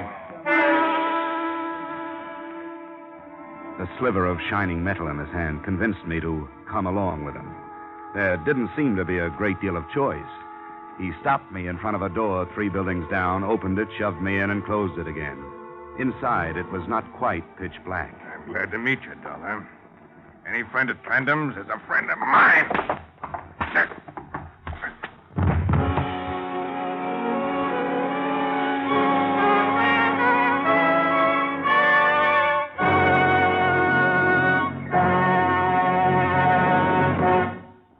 We will return to the second act of yours truly, Johnny Dollar, in just a moment. The radio audience has the chance to be a part of a quiz show. They can enjoy laughing along with the nation's top comedians, too. But Dr. Christian is the only dramatic show on the air which is actually written by the radio audience. Each Wednesday evening, over many of these same CBS stations, you hear Gene Hersholt as kindly, gentle Dr. Christian tell a story which has been sent in by a CBS listener. Here's your chance not only to enjoy a radio show, but be an actual part of that program by writing it yourself. Be listening each Wednesday evening when CBS presents Dr. Christian. And now, with our star, Edmond O'Brien, we return to the second act of yours truly, Johnny Dollar.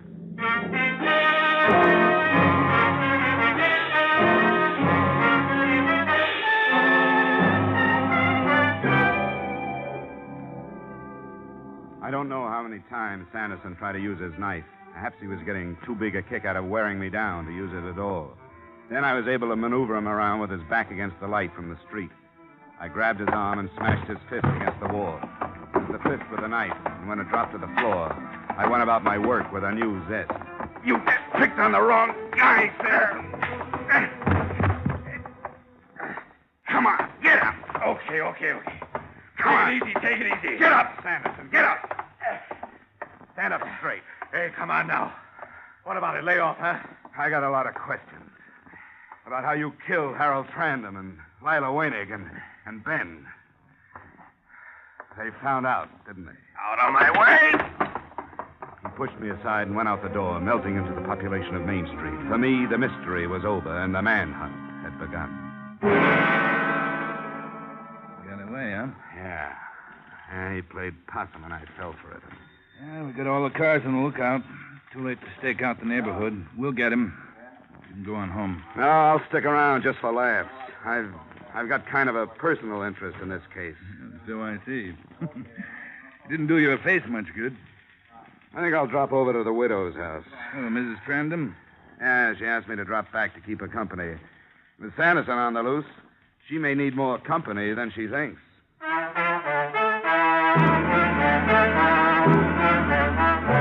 Expense account item 6, $4.50, police headquarters to the Bel Air mansion of the late Mr. Trandam. As the cab pulled away, I noticed a familiar hulk standing on the stoop. It was the big bodyguard, and he ran toward me as if he'd just seen an old friend. Oh, mister, I'm so glad to see you again. You just don't know. Hadn't you better report back to the office? There are liable to be plenty more bodies to guard. I was fired. Oh, no kidding. He wouldn't even give me a chance to explain. Mr. Helmer, I said, mistakes happen. What happened to me could have happened to anybody. I really had my eyes open. I seen a big guy with a .38 revolver over 100 yards away, and he run for cover. I chased him all over the plantation and finally caught him. Look here. I even brought him a piece of the suit the guy wore. Recognizing a .38 from over 100 yards away didn't do your story much good. You know, I thought about that later. Uh-huh. And that guy whose suit I tore is threatening to sue me. You made a good try. Yeah. Hey, you don't know where I could maybe get another bodyguarding job, huh? Have you tried plumbing? Bodyguarding is the only job I know. I'm skilled. I'll tell you what. Hang around with me for a while. What's the fee? Oh, no fee. You can use the experience. I'm sorry. I have my price. A man with your pride doesn't need a job. So long. Oh, no, wait. You caught me desperate. 10 a day. I'll put it on the swindle sheet. What was your name? Max. Okay, Max. Get your foot out of that flower bed and come on.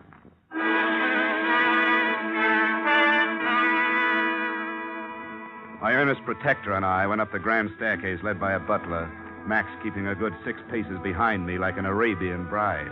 The butler went through a door, leaving us to wait in the hall. When he came out, he whispered to me to wait. He went downstairs. I opened the door, leaving Max on the outside, and walked in. Mrs. Harold Trandom, who preferred to be called Mabel, was fingering the ears of a white cat on her lap. Isn't he beautiful? He's lovely. I want to ask you about a guy I ran into a few hours ago. Do you happen to know Bill Sanderson? Bill Sanderson? No, I don't. Blonde or dark? You know, you aren't the lonely little girl I remember talking to this morning. What makes you so happy? I'm going away. Where? Somewhere. How much did you say that policy was for? A lot of money. You can mail it to me. You going alone? All alone. Pretty girl like you alone all this time? Hard to believe. Oh, it'll be different now. You'll see. I've got my next guy all picked out. In my mind, I mean. He'll marry me for my looks and my money, but mostly for my money. Then I can be boss for a change. You wouldn't mind if I took a small look around the room, would you? Keep your hands off things that don't concern you. I know all about search warrants. I'll bet you do. But keeping letters like this on your dressing table isn't playing it too smart. You keep your hands off my personal mail. Signed by Bill Sanderson. You shouldn't leave things like this around. I don't know what you're talking about. Mabel, I should have known that a girl with your looks wouldn't just sit around with her crocheting while her husband gallivants about town. You better get packed. Those tickets on the table are for the 6 o'clock plane. It's 4:30 right now. Don't worry, Mr. Dollar. I'll make the plane. You keep everything handy, Mabel. Point that the other way, would you mind? We'll make that plane. Bill has wonderful plans. There's Rio and Argentina and all those South American countries. Nobody's going to stop us now. So you paid Bill the... I paid Bill nothing. He killed Harold because he loved me. Should have married him in the first place, but he didn't have the money, and that was important to me then. I met him too late. I met him after Harold had torn every penny and every bit of self-respect out of him. He's killed a few more since you last saw him. It's been one after the other. I don't suppose you've heard about Lila Wenig and poor little Ben down at the mission. You're a liar. It'll be in this evening's papers. Or better yet, you call the police department. You're going off with a mad dog. He's tasted blood and he doesn't know when to quit. You've got over $1 million. Take my advice, Mabel. Find yourself another guy. Get out of my way. You're an accomplice to one murder. Don't try for 3. Get out of my way! I always bow to firearms. This is the room with the outside lock. Goodbye, Mr. Dollar. Max! Max! Hey, boss, what happened? Where were you? Oh, I was catching a few winks. Tired? I thought I'd die. That's being on the job, Max. You're fired. Why? What'd I do? A young lady and a killer are about to embark for South America, and you asked what you did. Here's your 10 spot. Try the want ads. I ran down the stairs, brushed aside the butler, and opened the front door just in time to see Mabel's car pull out of the garage and grind over the gravel to the gate. Through the rear window, I saw her suitcases piled high in the back seat. I rushed back into the house and grabbed the phone.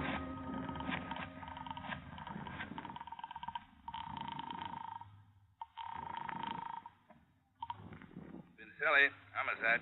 Johnny Dollar, Lieutenant. Listen, Mabel Trandom just left here in a big hurry. She had airplane tickets for Rio. The plane leaves at 6. She's picking up Bill Sanderson first, somewhere. Don't tell me she's in on her husband's death. Very much so. She knows I saw the ticket, so she may try another means of transportation. Better cover all the exits. Good work, Dollar. I'll get right on it. Say, Lieutenant, there are too many cab fares listed on my expense account. You haven't got a car you can spare. Sure thing. I'll send 109 right over.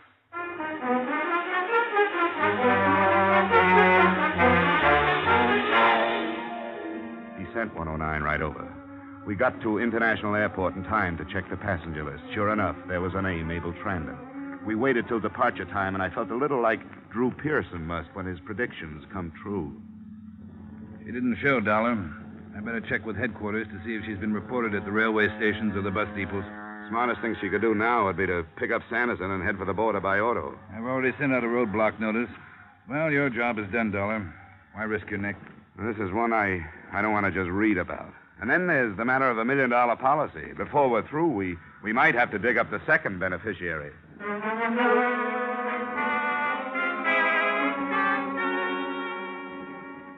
Lieutenant Pincelli checked with headquarters. They had not shown at any departure points.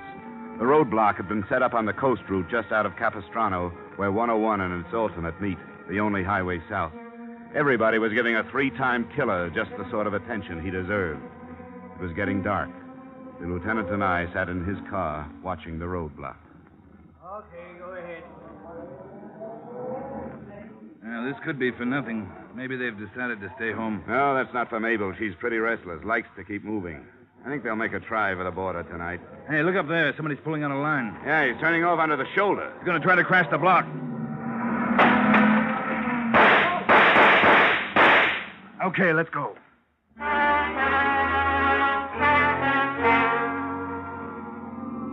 We weren't even sure it was Sanderson and Mabel. It might have been a couple of rum smugglers for all we knew. Whoever it was paid no attention to our siren, but we pulled closer, hugging the curves by using the whole road. See if you can use that rifle, Dollar. Right. There goes the tire. They're out of control.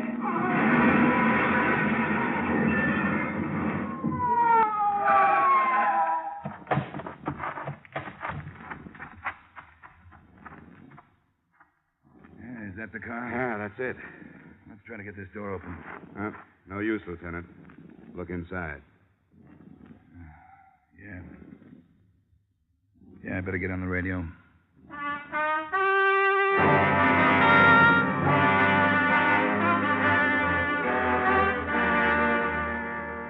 Expense account item 7, another cab fare, $4 from my hotel to the Jesse Frederica mission. It was a week later. The old lady nodded me to a chair, and I sat down. Well, Mr. Dollar, it's good to see you again. Won't you sit here? I think this seat will be more comfortable. Thank you. I've just come to say goodbye, Miss Frederica. I wish you all the luck in the world, and I've got something for you. A contribution? I think you'd better sit down first. Miss Frederica, I wish I could have the pleasure of giving checks like these to people like you more often. And don't try to count the zeros. 1,150,000.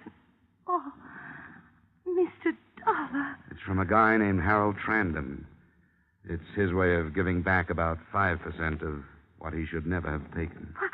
I can't believe it. How did it happen? He named the Jesse Frederica Rescue Mission as a second beneficiary, and the first beneficiary is dead. Please excuse me, Mr. Dollar. I think I'm going to cry.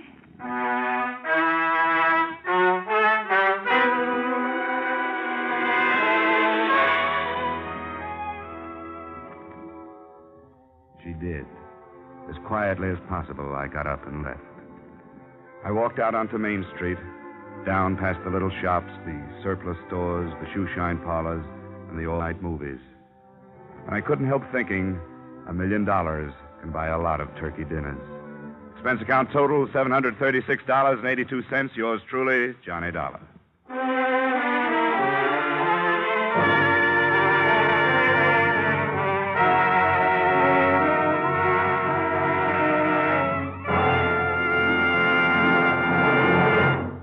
Yours truly, Johnny Dollar, stars Edmond O'Brien in the title role and is written by Gil Dowd and David Ellis with music composed and conducted by Leith Stevens. Edmond O'Brien can soon be seen starring in the Columbia Pictures production, The Los Angeles Story. Featured in tonight's cast were James Eagles, Ted Osborne, Ed Max, Gloria Blondell, Raymond Burr, Ida Reese-Marin, and Junius Matthews. Yours truly, Johnny Dollar, is produced and directed by Jaime Del Valle.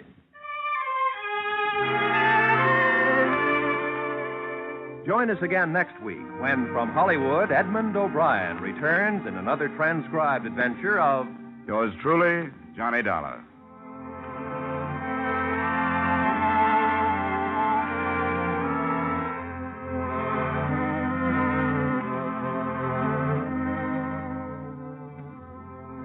This is CBS, where Wednesday night is Bing Crosby night.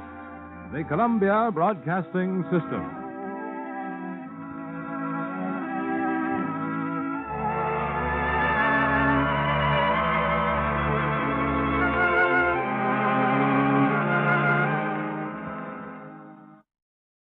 From Hollywood, it's time now for Edmond O'Brien as Johnny Dollar. My name is Edward Hawley. I represent the East Coast Underwriters Association of America. Yes? It has been brought to my attention that you are a special investigator, available on a contract basis. That's right. But as a matter of fact, we carry a policy on a Sidney Rykoff, a pugilist, I believe. We have received notification of a very unusual nature. Uh-huh. Why don't you get it off your chest, Mr. Hawley? Off my chest? Oh, yes, of course. We have just received a ransom note. Mr. Rykoff has been kidnapped. Edmond O'Brien in another transcribed adventure of the man with the action-packed expense account, America's fabulous freelance insurance investigator. Yours truly, Johnny Dollar. Expense account submitted by Special Investigator Johnny Dollar to East Coast Underwriters Association, Hartford, Connecticut. Attention, Edward Hawley. The following is an accounting of my expenditures during investigation of the Sidney Rykoff matter. Expense account item 1, $1.50 cab fare to your office. Now, I'm not in the habit of beating about the bush, Mr. Dollar, but the situation from which we must extricate ourselves is, well, delicate enough to warrant your extreme caution. Sidney Rykoff will be dead in 7 hours. You want to pay off the ransom note, is that it? Now, you understand that this requires the utmost secrecy, because few people realize the necessity of insurance companies, such as ours, being forced to negotiate with unscrupulous persons. Here's the note. It was mailed yesterday in Kansas City. Have the police seen this? Certainly not. I'm afraid you don't understand at all, Mr. Dollar. Now, you see... Yeah, I see. $25,000 is against $100,000 for you boys. No questions asked, right? Right. It was what anyone would expect a ransom note to look like, made up of print taken from newspapers and magazines and pasted on a plain sheet of yellow paper. It read, "We have Sidney Rykoff. If you want him alive, bring $25,000 to the Anthony Millstone Mausoleum, Johnson Park Cemetery, Kansas City, Missouri, at exactly midnight, May 13. If you call the police, forget the money, Rykoff will be dead." Now, naturally, $25,000 is a lot of money. If there's a possibility of saving it, we wish you do a little investigating first. Now, look, Mr. Hawley, it's 5 o'clock in Kansas City now. As you said yourself, he'll be dead in 7 hours. It'll take me at least 5 hours to get there. We'd better pay off first and investigate later. You've marked the money, haven't you? Certainly. Here's the list. And here's the $25,000. The matter's in your hands. Expense account item 2, $453 in advance for charter plane. As we hit the Ohio River, the sky started to blacken ahead of us. Looks pretty rough out west. What's weather say? Nothing later than St. Louis. Storm front to 16,000. I think we ought to set down. We can't. If I'm not in Kansas City by midnight, somebody will be dead. You a doctor? Yeah, in a way. But this is one sickness that can only be cured with money. Look, mister, I'm going to lay it on the line. I'm no hero. I got a wife and a couple of kids back east. My contract says I'll get you to KC if I can. But that front ahead there isn't kid stuff. It'll bounce this kite around like a balloon. Well, I can't tell you to do it. It's up to you. But if we set down now, we'll find a dead man in the morning. Okay, mister. I'll do the best I can. Fasten up. This plane is too underpowered to climb above it. We'll try to go right through. Hope the wings stay on.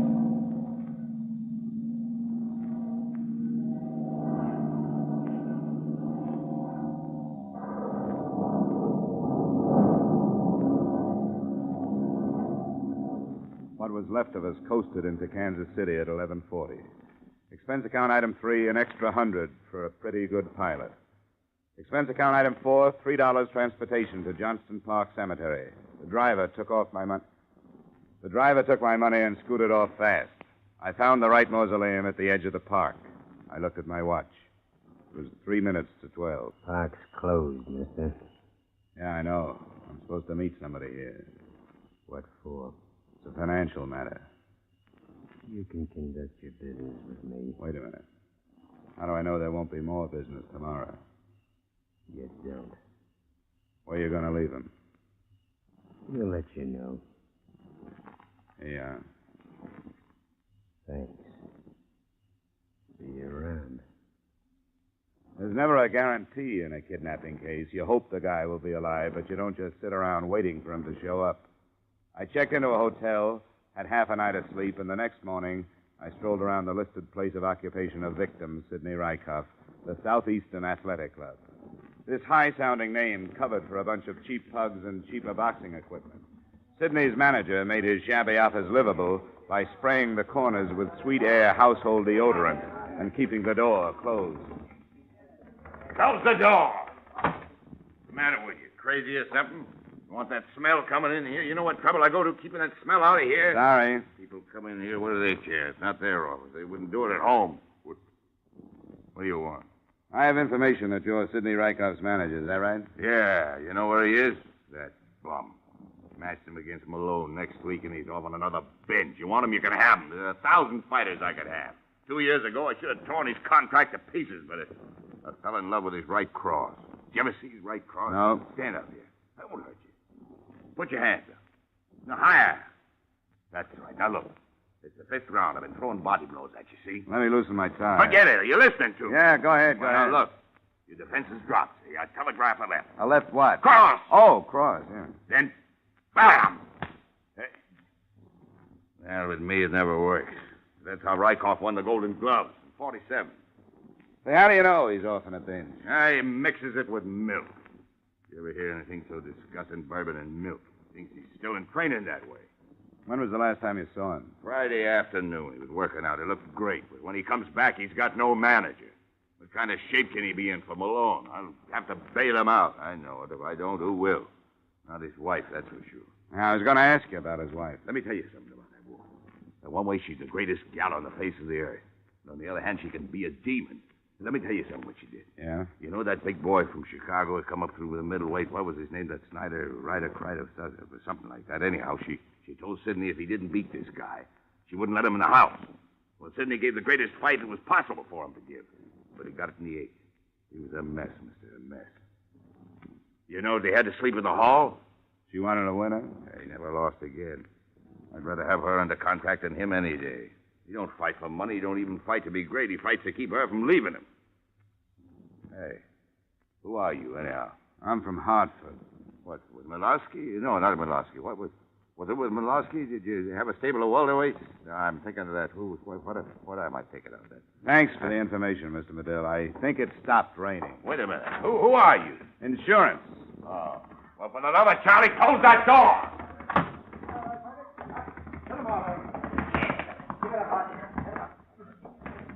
Say, I hear you're nosing around about Sidney Rykoff. I've been losing a lot of money on him. What makes you think I want to know anything about him? Quit it, will you? I listen to doors. You found out anything? About what? About his disappearance. Who said he disappeared? He ain't been around. He disappeared. Some people think he went off on a binge. Nah, it ain't his cycle. He had his last binge in March. He ain't due again till September. You a friend of his? Allow me. My name is Al Barsumian. I handle wages. Where do you think Rykoff is? I don't know, but the longer he stays there, the better I like it. The betting ain't good when he's around. Why's that? He's erratic. Sometimes he wins in the 8th and sometimes in the 10th. Well, that's the way it goes. His wife still live in the same place? Yeah, just follow the broken glass. I didn't get on the trail of the busted gin bottles until about 11 that night. I knocked at her door and she yelled, "Come in," from the kitchen. She was sitting at the table in a soup-stained kimono, peeling the polish off her fingernails. Sit down, or just throw them stockings on the floor. You drink? Not right now, thanks. I'm an insurance investigator, Hartford, Connecticut. When did you see your husband last? Oh, Sidney, he comes home when he feels like it. Why? Something happened to him? I think you ought to know, Mrs. Rykoff. Your husband has been kidnapped. The company I'm working for received a ransom note. I paid somebody $25,000 last night to get him back. $25,000? For Sidney? Gary Medill, his manager, took out a $100,000 insurance policy on him. Would you throw me that bottle? Who'd know about that policy? $25,000 for Sidney. The papers know about this yet? Hey, I gotta get fixed up for the reporters. I look like a perfect slob. Nobody knows about it but you and the insurance company. Now, how about giving me some answers? Why, so I can get him back? What do I want to get him around here for? Who'd know about that policy, Mrs. Rykoff? Besides Medill, I don't know, but he's Gabby. Who did you pay that $25,000 to? Well, the man that gave it to me didn't give me his name. Wait a minute. If that bum walked out on me, if he picked up $25,000 by kidnapping himself, well, he can stay out. He's not getting back in. What did he look like, who you paid it to? It was dark. Couldn't see much but his size. Not up to here. Oh, then it wasn't Sidney. He's a light-heavy 5'11". Could have been a friend. Any idea who? No, and if I had, I'd tell you. Ah, he can't get away with this. What makes you think he'd try? Because he got no guts anymore. He wants to quit fighting. When he does that, he quits having me. And he knows it. I'm not the type for any milksop. Hey, you sure you don't want a drink? No, thanks. Why not? Well, Mrs. Rykoff. Who's that? It's me, honey. Who's he? That your husband? No, it's another stumblebum, Mickey Snell. Hey, who's this guy? Never mind who's this. You lost your fight. Oh, Joe, honey, what's a fight? I heard it on the radio, a lousy 4-rounder, you stupid clown. Get out of here. Oh, now, don't be that way, Joe. It was a bad match. I'll win the next one for you. Then you can come back. But you lost tonight. Get out of here! Hey, Joe! Get out of here! Go on, you two-bit mug! She backed him into the living room and reached up towards the mantel as she passed it. She finally found something heavy enough. A 2-foot wrought iron candlestick. She didn't have to swing it. Her guest took one look at it and went out the door. I thanked her for her hospitality and followed him. He went down 2 blocks and into a bar. I got his name from a waitress and slipped into a booth with him. What was you doing there, buddy? Business, Mickey. I was asking her about her husband. Yeah? What for? What difference does it make? He's missing and I want to know where he is. I don't believe you. You're part of why she kicked me out, and I don't like it, see? You know why she kicked you out. She likes winners. You lost your fight tonight. Well, she knew I was outmatched. That guy had the reach and everything. Look at my face. Hey, how long you a friend of hers, buddy? I'm not a friend. I just met her. Came in from Hartford, Connecticut. Yeah. How well did you know Sidney Rykoff? What is it? Look, I'm working for an insurance company. They want to know where he is, that's all. How well did you know him? He beat me a couple of times at Red Cross of his. You know where he is? No. Did he take a run out on his own, or was it somebody else's idea? Who could have that idea, buddy? I hear he was winning a lot of fights. He was. He beat me a couple of times.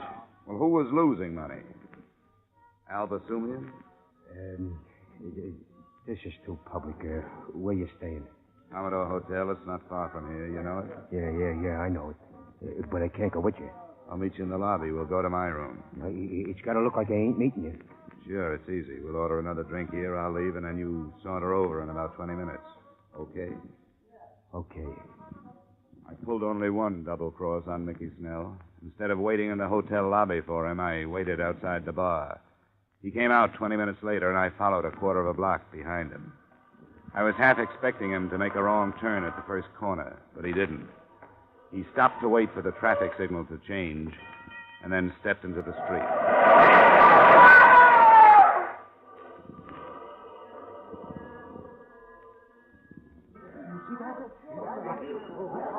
And you say you saw it happen, Mr. Dollar? That's right, Lieutenant. I saw it happen. It was deliberate hit and run. You get the license number? Oh, only the first 3 numbers. M176. Uh-huh. Now, any other witnesses? Well, I don't know. There were a lot of people around. Well, that doesn't necessarily mean witnesses. Say, what'd you find in his wallet? Oh, identification. Mickey Snell. He was a fighter. He must have won tonight. He was loaded. Can I see one of those bills? Yeah, Dollar, but watch it. I have to keep a record. Thanks. It was a $50 bill the lieutenant handed me. In the corner was a number I'd memorized on the plane trip out. The bill on Mickey Snell's body was part of the ransom money I'd paid for the victim I hadn't gotten back. We will return to the second act of yours truly, Johnny Dollar, in just a moment. Circle Wednesday night. That's the night George Burns and Gracie Allen drop by to visit with you over most of your CBS stations. Each Wednesday, Burns and Allen bring you 30 minutes of rich laughs and hilarious characters. Remember, Burns and Allen this Wednesday night. Now, with our star, Edmond O'Brien, we return to the second act of yours truly, Johnny Dollar. I knew Mickey Snell had died for something, and his inglorious death pointed to one of 3 possibilities. First, Al Basumian's gambling ventures. Second, Gary Medill's insurance on Sidney Rykoff. And number 3, the old kidnap yourself and collect the ransom type crime, with Mr. Rykoff himself as the suspect. To me, the latter loomed as the most probable. I told the police as little as I could, still operating on the assumption that Sidney would be dead if I spilled what I knew. At 2:00 a.m., I went back to my hotel for another half-night's sleep. The next morning, I made up my mind to visit Mrs. Rykoff again. It was such a nice day, I walked. As long as Sidney was missing, there was nothing to do but ask questions until something seemed to make sense. Because everybody had an angle. Basumian might have been paid off, Gary Medill might have been paid off, and Mrs. Rykoff might have been paid off.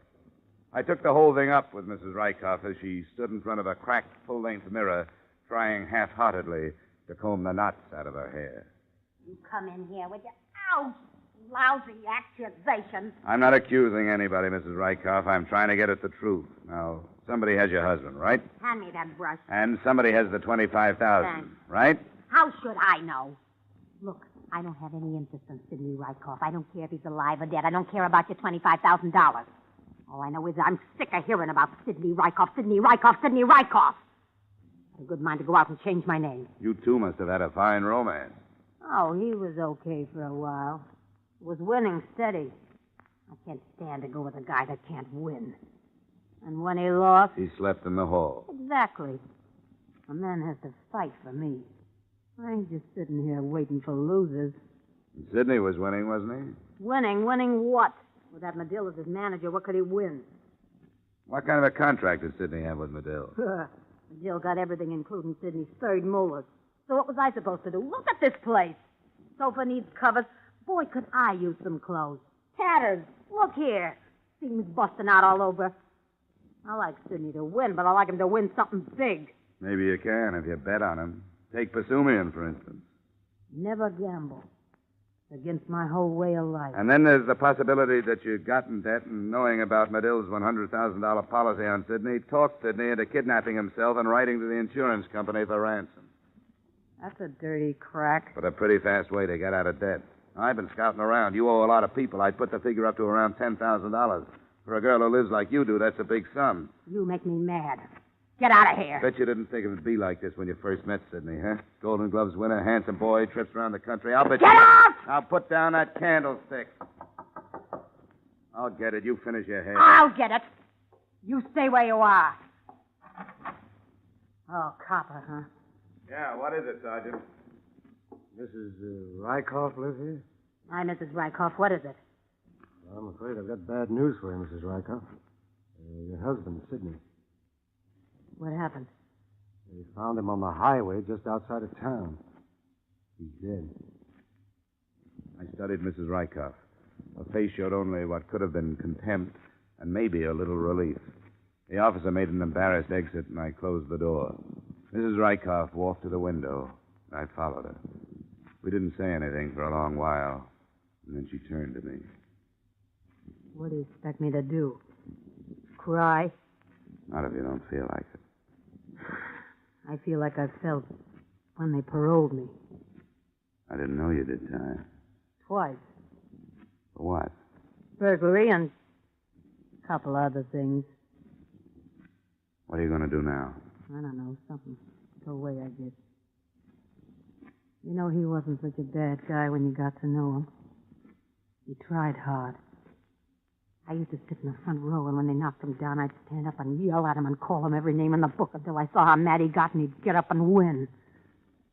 Funny guy. I never could figure if he won because he loved me or if he won because he couldn't stand me. Hey, have a drink with me, will you? I'd appreciate it. Sure. Expense account item 5, $250 transportation. After toasting the remains of Sidney Rykoff in gin, I went down to the morgue and took a look at what was left of the Golden Gloves champ.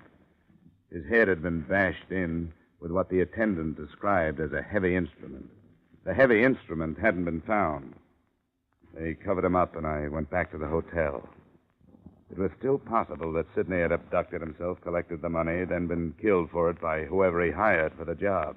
But then everything was possible. The more things happened, the more things were left in the dark. My head was spinning with Rykoffs and Medills and Basumians, and the taste of that raw gin wouldn't go away. I slept through the day, got up and ate dinner, and went to sleep again.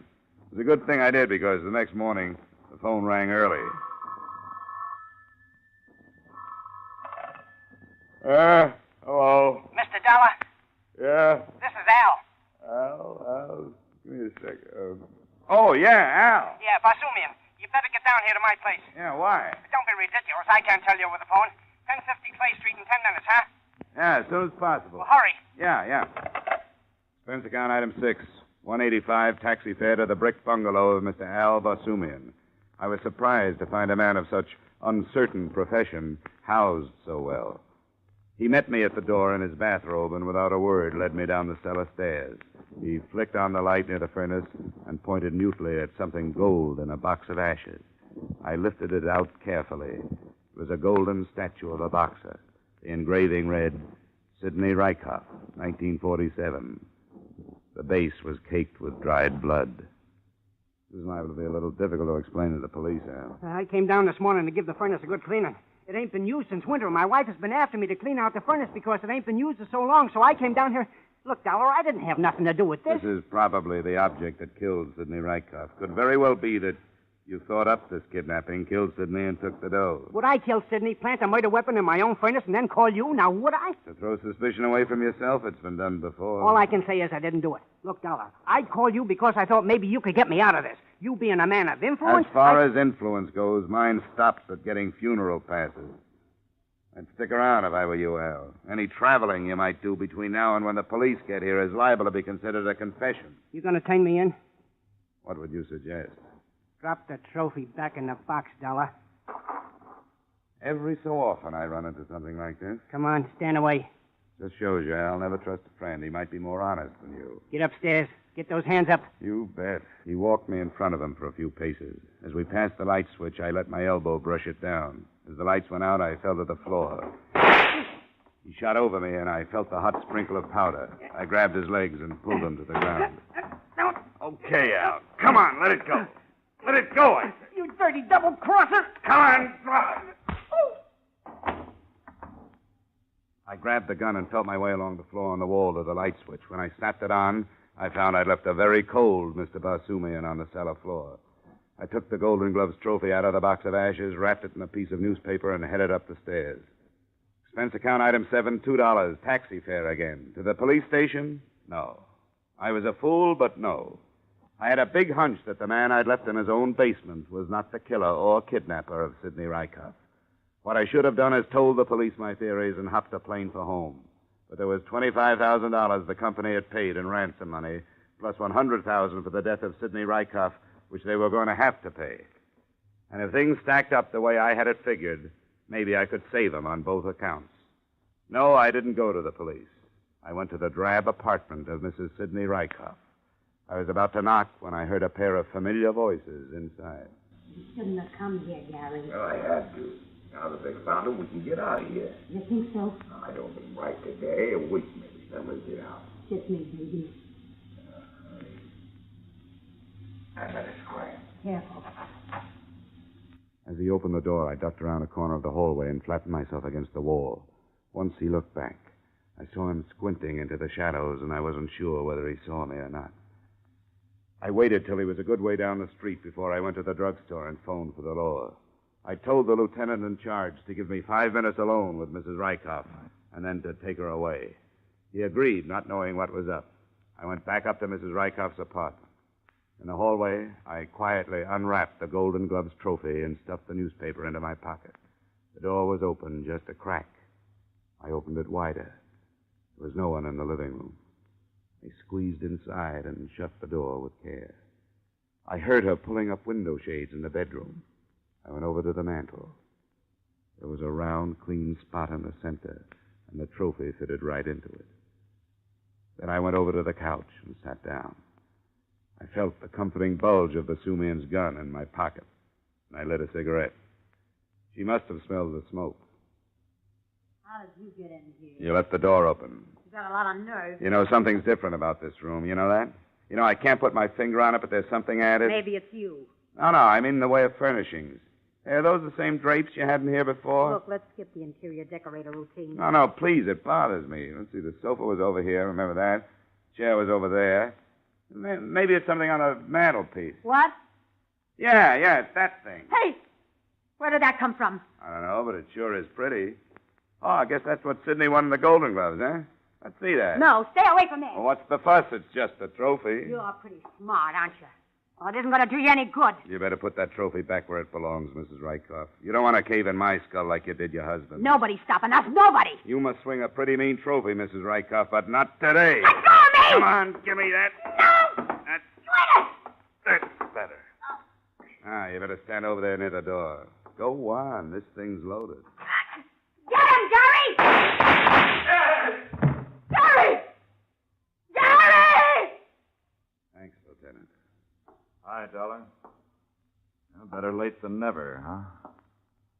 It all tied up nice. Al Basumian's gambling racket was looked into and cracked wide open. Mrs. Rykoff's confession read something like this. I killed him a week ago. I got mad at him. I picked up the trophy off the mantelpiece and killed him. I didn't mean to kill him.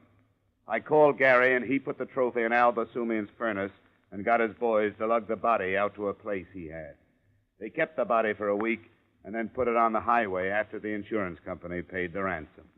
End of confession, end of affair, end of story. Expense account item 8, $203.54, air travel back to Hartford. Expense account total, $982.28. Yours truly, Johnny Dollar. Yours truly, Johnny Dollar, stars Edmond O'Brien in the title role and is written by Gil Dowd and David Ellis, with music composed and conducted by Leith Stevens. Edmond O'Brien can soon be seen starring in the Columbia Pictures production, The Los Angeles Story. Featured in our cast were Howard McNear, Howard Culver, Walter Burke, John McIntyre, Bill Gray, and Jeanette Nolan. Yours truly, Johnny Dollar, is produced and directed by Jaime Del Valle. Join us again next week at this time when Edmond O'Brien returns in another transcribed adventure of Yours truly, Johnny Dollar. From Hollywood, it's time now for Edmond O'Brien as Johnny Dollar. The Ambassador Travel Agency calling back, Mr. Dollar. Oh, yeah. Your reservation for Bermuda has just been confirmed. Pan American, flight number 134.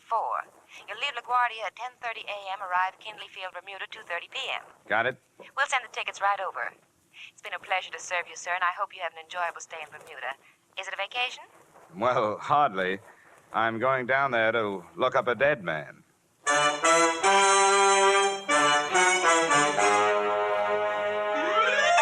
Edmond O'Brien in another transcribed adventure of the man with the action-packed expense account. America's fabulous freelance insurance investigator. Yours truly, Johnny Dollar.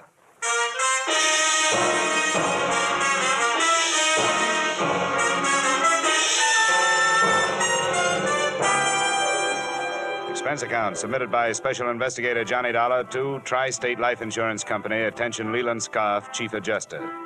The following is an accounting of my expenditures during investigation of the Earl Chadwick matter. Expense account item 1, $1.80, cab fare to your Hartford office. The man has been seen alive, Dollar. I never was satisfied that he was dead. His boat, a small cruiser, was found wrecked, you know, but never a body. How long ago was that? A little over 4 years ago, 1945. He was declared dead in 1947 in appellate court, and we were forced to meet the claim of his widow, or his wife and accomplice, as it might seem now. Go ahead. Here's the lady that saw and spoke to him. Mrs. Marshall, this is Mr. Dollar. How do you do? Mrs. Marshall? Now, I want you to tell Mr. Dollar what you told me, Mrs. Marshall, if you will. Well, my husband and I had been in Bermuda for 3 days. Mrs. Marshall, explain that you knew Earl Chadwick before. Oh, yes, we knew him. Not too well, thank heaven, but well enough to be pointed out as friends of that embezzler. You know how people are. Embezzler, Mrs. Marshall? Oh, yes. There was attendant theft. He worked at the Monticello Loan Company in New York City. $30,000 disappeared at the same time he did. Police theory was that he wrecked his boat while attempting to leave with the money. Now, Mrs. Marshall, how you happened to see him? We'd been there 3 days, and that night we went to this nightclub in Hamilton, slumming, so to speak. It's called the Port of Castile on the waterfront. It had been a number of years, mind you, and Chadwick was much thinner, but I recognized him. He was seated with some sailors, and I said, Jerome, doesn't that look like Earl Chadwick? And then you spoke to him. What else could I do? I was dying of curiosity. When he got up to leave, I met him and said, Aren't you Earl Chadwick? He denied it, of course, but being that close, I'm positive that it was. What did he say? Did he give you a name? No, but I found out. I felt I was quite within my rights in asking a few questions. The name he's using is George Brewster. Well, Dollar? What about Chadwick's wife? What happened to her? She remarried one of his business associates, Harold Anderson. Yeah. I had the girls draw up a complete record on the case. Photographs, police reports, everything you'll need. The wife's address is there in Queens, I think. All right, Mr. Scarf.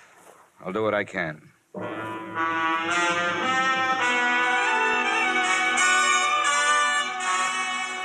Expense account item 2, $250 plane ticket and miscellaneous expenses between Hartford and Bermuda. I drew an aisle seat and one of the worst hazards of air travel or any other kind of travel. I'll tell you something. It pays to study these places before you go to them. I've been out there before. Nothing teaches like experience.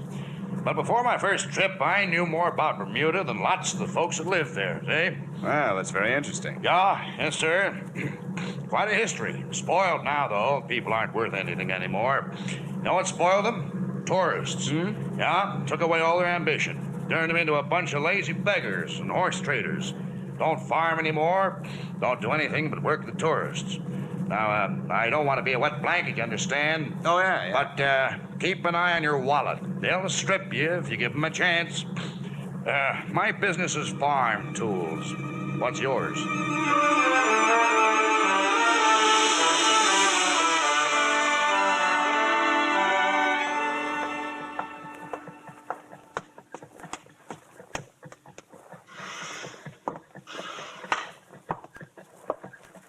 Yes, sir. My name is Dollar. Here's my credentials. I'd like to see the chief constable. Yes, sir. Yes?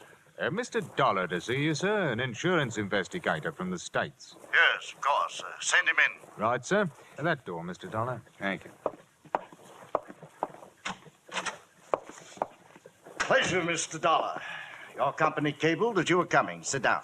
Thank you. Well, now, you're here to look into the affairs of one George Brewster. What's he been up to? I'm not sure he's been up to anything yet. According to a witness, he answers the description of a man who disappeared from New York a few years ago with $30,000. He was declared dead, and the company that hired me paid off an $80,000 insurance claim to his wife. I see. Quite a valuable chap. Yeah, if he is the chap. What about this Brewster? Do you people know him? We acquainted ourselves with him after the cable arrived. Nothing against him. Lives a rather rum life. Doesn't seem to have much. Are his papers in order? Passport? Visas? I trust that he wouldn't be here if they were not. Like any other paradise, Mr. Dollar, Bermuda is forced to accept the existence of a certain percentage of misplaced or lost persons on its outskirts. That's what they are. They? Here's the address. Thank you. At the lower end of King George Road. Do you wish transportation? No, don't bother. The walk will do me good.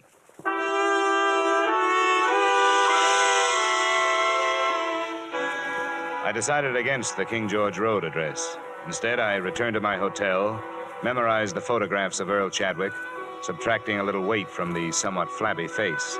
And that night, I found myself a table near the door at the port of Castile.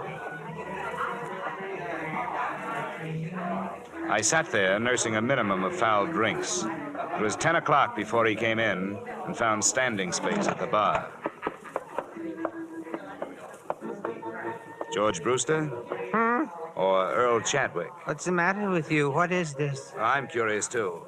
How about coming over to my table? All right.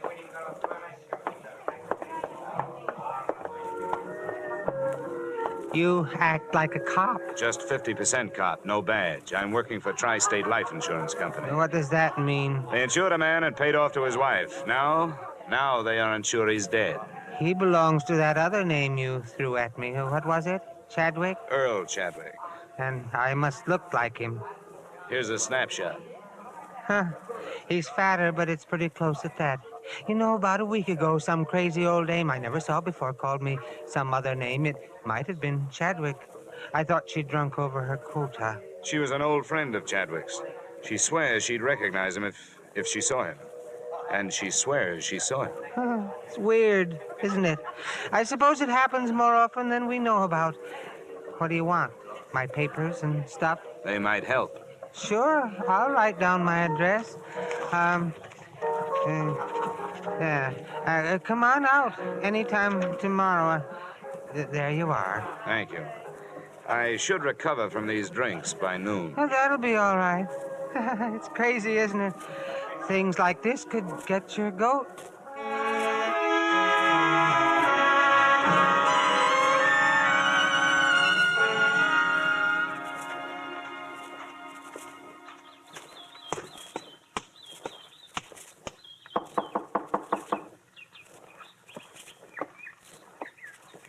You the guy George was talking about last night? Probably. I'm Johnny Dollar. Is George here? No, he had to leave. But he said you could come in. He said you could look at this stuff. Here's his passport and cards and things. How long have you known him? 2 years last month. You know where he came from? Never asked me where I came from. This guy, he looks like. He had a wife? Yeah. I want to take some of his personal things into town to check his prints against this passport. Shaving brush if he uses one, tubes, jars, anything. You think he's the guy? I'll have to find out. Never mind. You told me you were going. The prince would check against the passport, but it wouldn't make any difference. Now that it's started, why stretch it out? Why not make it easy? George? No, Earl. I'd almost forgotten. Earl. Where can we talk? I've got a hotel room. The statement he made filled in most of the blanks in the case. 1, his wife was to have met him in Mexico City, but hadn't. 2, most of the stolen funds had gone to his wife to keep her going until she collected the insurance. So she got married. I didn't know that. She told me to wait, and I did. Grace, married. We can leave for the States Grace anytime and you're ready. Harold. Huh? Oh, I can be ready anytime you say. All I have to do is pack a few things and say goodbye to Fran.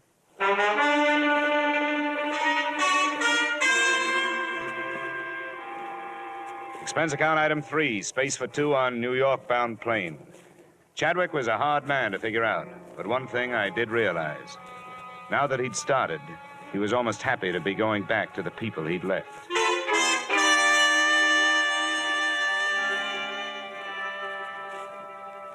We arrived in the evening, and the next morning, I was told when I telephoned that Mrs. Grace Chadwick Anderson and her husband were at home and would receive me. Oh, good morning. Hello, Grace. Harold. I beg your pardon? Oh, I understand, Harold. This must be the man that Mrs. Marshall phoned about. You know, the one in Bermuda. Oh, come now, Grace. That's no good. Who are you, anyway? Mr. Dollar, for what purpose did you and this man come here? I brought him here so you could identify him as your missing husband. That's idiotic. There is the faintest resemblance, yes, but that's all. What do you have in mind, Mr. Dollar? Now, no crude extortion attempt like this will get you anything but arrest. I knew Earl Chadwick, and I'll swear under oath that this man is not he. I should think you would, Harold. Who are you, and where did you learn my name? Get him out of here. Why? Why not talk over old times, Grace? Wait a minute. All right, Mrs. Anderson, Mr. Anderson. I'm sorry I've taken up your time. Come on. Dollar, what's the matter? You too? Come on. I'm sorry, dear. I know it's been unpleasant for you. Who do you think I am? I ask you, who do you think I am? That doesn't count. You're legally dead. What about your parents? They're dead. But I have friends or people that knew me. They're no good. If your wife won't identify you, they're no good. You worked for a loan company. They must have your prints. I took them from the files and destroyed them when I left. How are your teeth? What? Teeth. Who was your dentist here in town? Dr. Field. It's been so long. Dr. Homer Field. Drake, Professional Building, Manhattan. He'll still have your x-rays on file. They're as good as fingerprints. Go there this morning. Don't use your name. Give him your other name, George Brewster. Have a new set of x-rays taken. I'll do the rest. All right. Hold it. Now, look, I don't have to hire somebody to follow you, do I? No. Oh, no. Not after I've seen them. You don't have to worry about my going anyplace.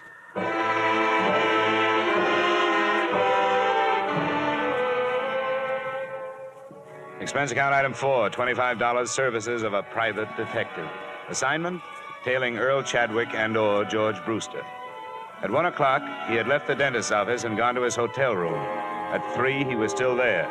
And at 4:30, I arrived in the office of Dr. Homer Field. Brewster? Oh, yes. His x-rays have come through. They're on the clamps. Don't touch them, please.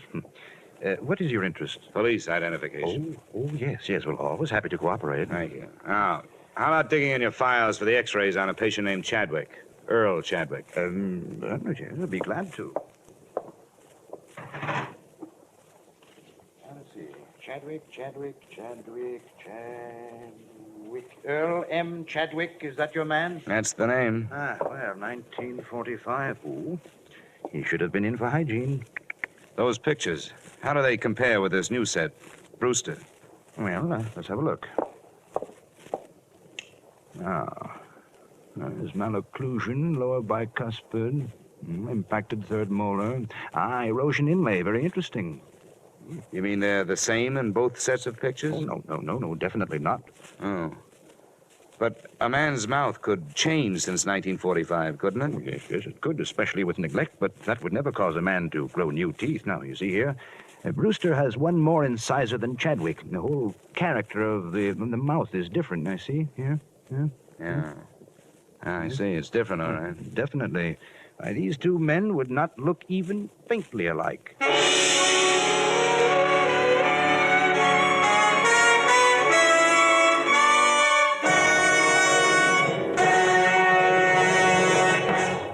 In just a moment, we will return to the second act of yours truly, Johnny Dollar. But first, down the old Ox Road, learn to croon straight from the shoulder. Milestones in popular American music. Milestones in the career of one of America's favorite troubadours, Bing Crosby. This Wednesday night, over most of these same CBS stations, you're invited to hear The Bing Crosby Show. Bing Crosby with the music of John Scott Trotter, with the Rhythmaires, with Ken Carpenter. Here's the show designed for the whole family. A pleasant and diverting mixture of music and merriment, guided by the one and only Bing Crosby. Plan now to hear The Bing Crosby Show this Wednesday night on CBS.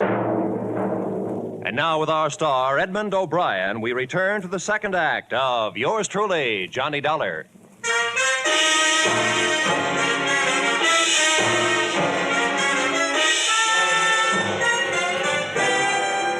Look, Dr. Field, these x-rays labeled Earl Chadwick. Could they be misfiled? Could they be under the wrong name? Misfiled? No, definitely not. My assistant has been with me for 10 years. Never made a mistake yet. No. Well, then could anyone else have gotten in here and planted a different set under that name? But why? I would realize the difference the moment I looked into the mouth. That erosion inlay alone. Yeah, I know. Look, your office. Has it been broken into? Yeah, a long time ago, for narcotics. How long ago? 6, 7 years ago, during the war. But not since then? I've missed nothing. The janitor, the nightman, does he have a key? No. It's cleaned in the evening, just before I leave. Robbery is out of the question. Just what is your problem, Mr. Dollar?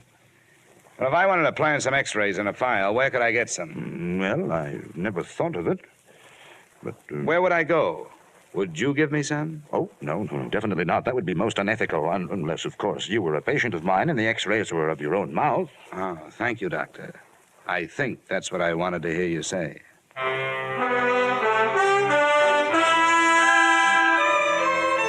Before dark, I made 2 more stops, searching for something to help me prove that Earl Chadwick was alive, if he was.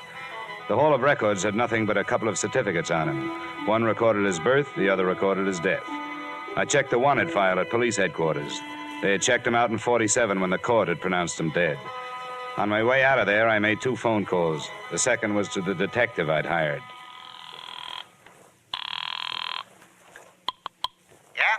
Landro, what are you doing in your office? Did you lose him or get tired? He was on to me, Dollar. He got into the crowds at Macy's. I put the houseman at his hotel on it. He's watching his door. I just phoned his room. He's not there. What's he been up to? He left the hotel at 3:18 and took a cab over to 3rd Avenue. What address? A pawn shop, Johnny. He bought a gun. Nice going, Landro. If you decide to change over to stopping traffic at school crossings, use me as a reference.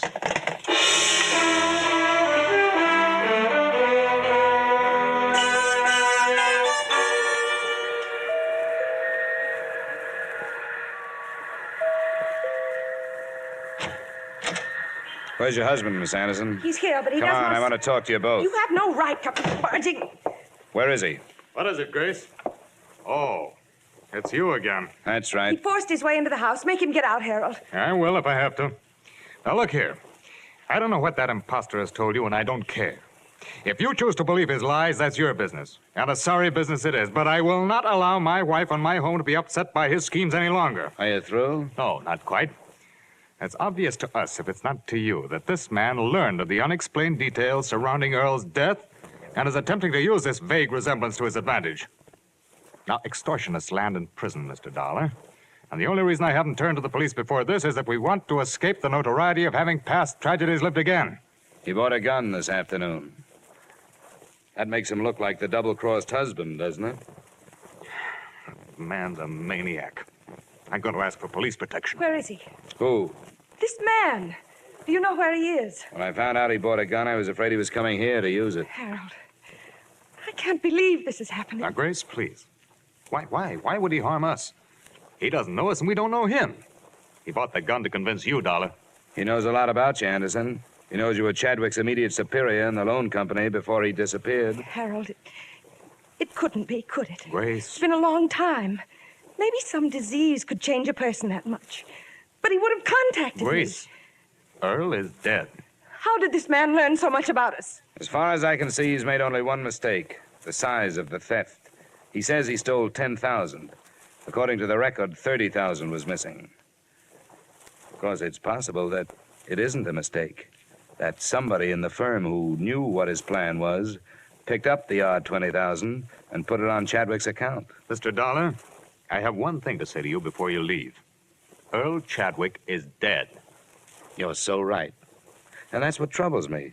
A legally dead man running around loose with a gun makes an interesting situation. Did you ever think of that? Who would the police look for? I'm going to my hotel in case you want to phone in your answer.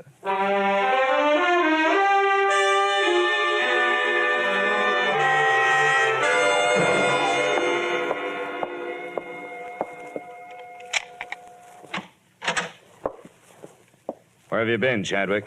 Right here. The maid let me in.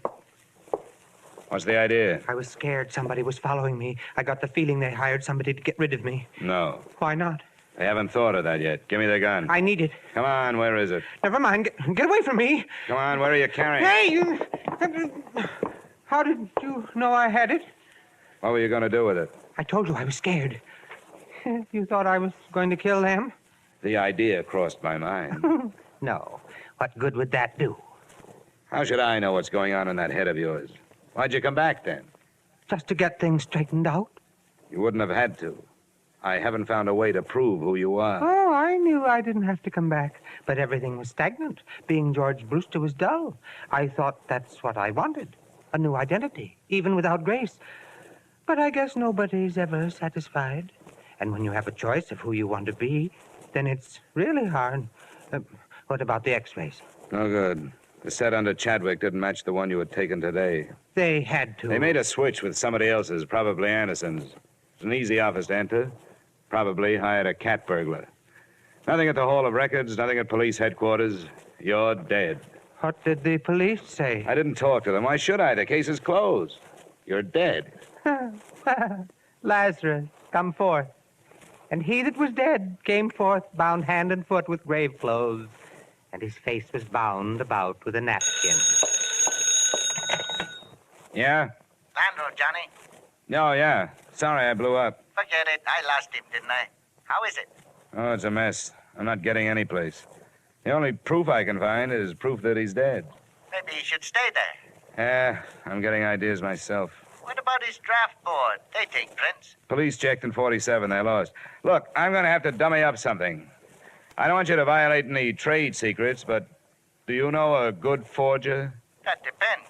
It'll be practically legal. All I need is a driver's license. I think that can be managed, Johnny. When? Tonight. It'll cost. Well, I'm working for a wealthy company. Oh, there's more, too, Landro. How about meeting us in your office in 45 minutes? Sure, Johnny. Bring a bottle. Expense account item 5, $500, one bogus 1947 driver's license complete with Chadwick's thumbprint. By 10 p.m., we were back in Landro's office. Johnny, how desperate is this, Anderson? Desperate enough to welcome a nice, fast deal. Don't quote a price unless you have to. Just get him down here. Why anybody goes through all this to make prison? Prison? Come on, Landro, get on the phone. There's the number. You're my client.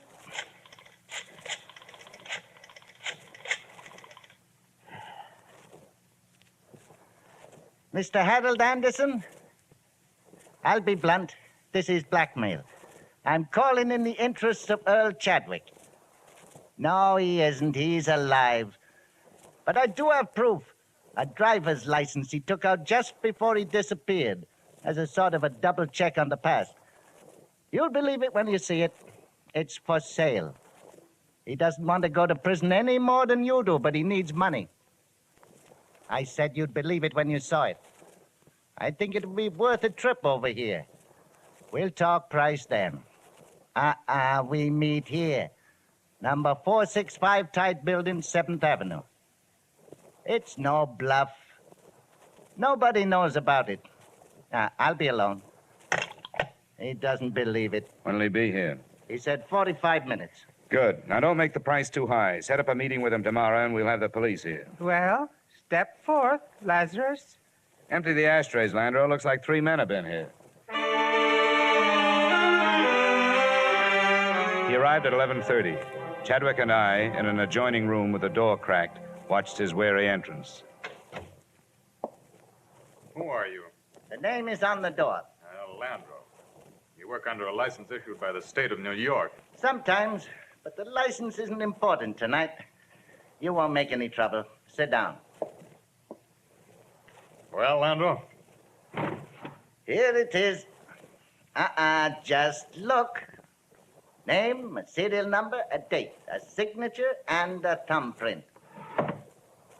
Where is he? He'll phone me in the morning. Well, where's the man from the insurance company? Looking for Chadwick. He doesn't know about this yet. Why? Why has he waited this long? He didn't know everything that had happened. You and his wife. The money you made on it. What's the price? Well, as he put it to me, it ought to be figured from the 20 grand you took and the advance you've made in the company the last few years. How much? He'd like to start at 15,000.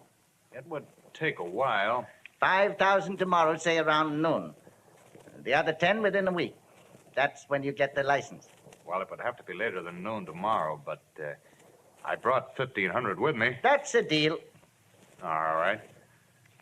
I'll give it to you. Hey, watch it. Don't do it. Anderson. Wait, Dollar. Landro, down. Landro.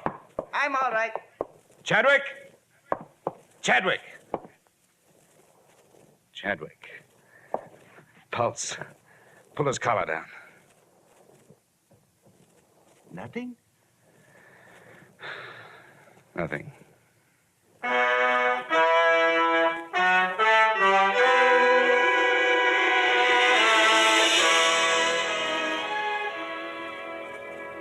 I don't know what your company can do about it now. Both Mr. and Mrs. Anderson gave statements to the police that same night, confessing their contribution to the original crime. You'll have a hard time prying Harold Anderson loose from the clutches of the state, which is working on a murder indictment for him. About the wife, Grace, I don't know. If she's not found guilty as an accessory, I'd be happy to appear as a witness if she's brought to trial on fraud charges. As for my part in it, I'm not proud of myself, but I was hired to find a dead man, and I finally found one, just before he lived. Expense account total, $1,575.30. Yours truly, Johnny Dollar.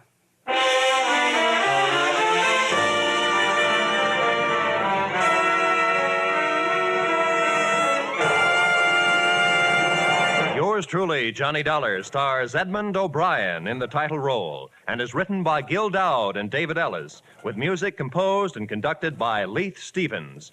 Edmond O'Brien can soon be seen starring in the Columbia Pictures production, The Los Angeles Story. Featured in tonight's cast were Lillian Baeff, Walter Burke, Virginia Gregg, John Boehner, Ben Wright, Tudor Owen, and Ted Osborne. Yours truly, Johnny Dollar, is produced and directed by Jaime Del Valle. Join us again next week at this same time when, from Hollywood, Edmond O'Brien returns in another transcribed adventure of Yours truly, Johnny Dollar.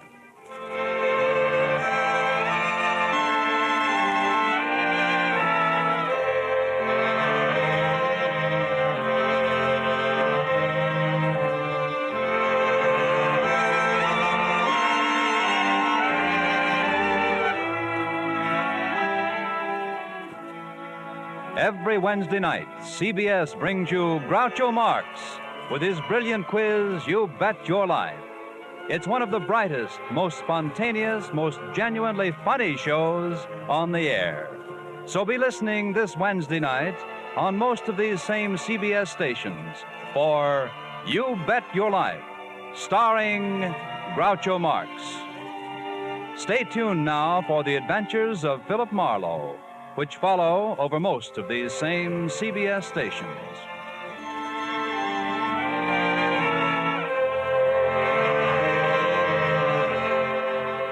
This is CBS, the Columbia Broadcasting System.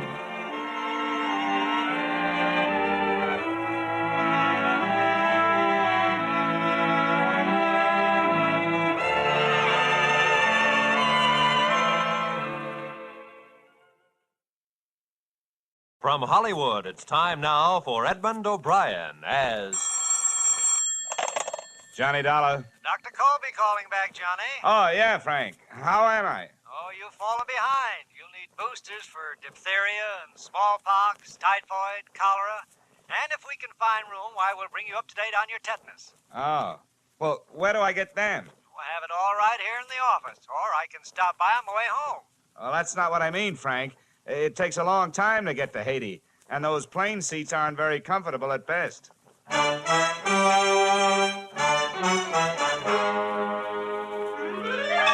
Edmond O'Brien in another transcribed adventure of the man with the action-packed expense account, America's fabulous freelance insurance investigator. Yours truly, Johnny Dollar.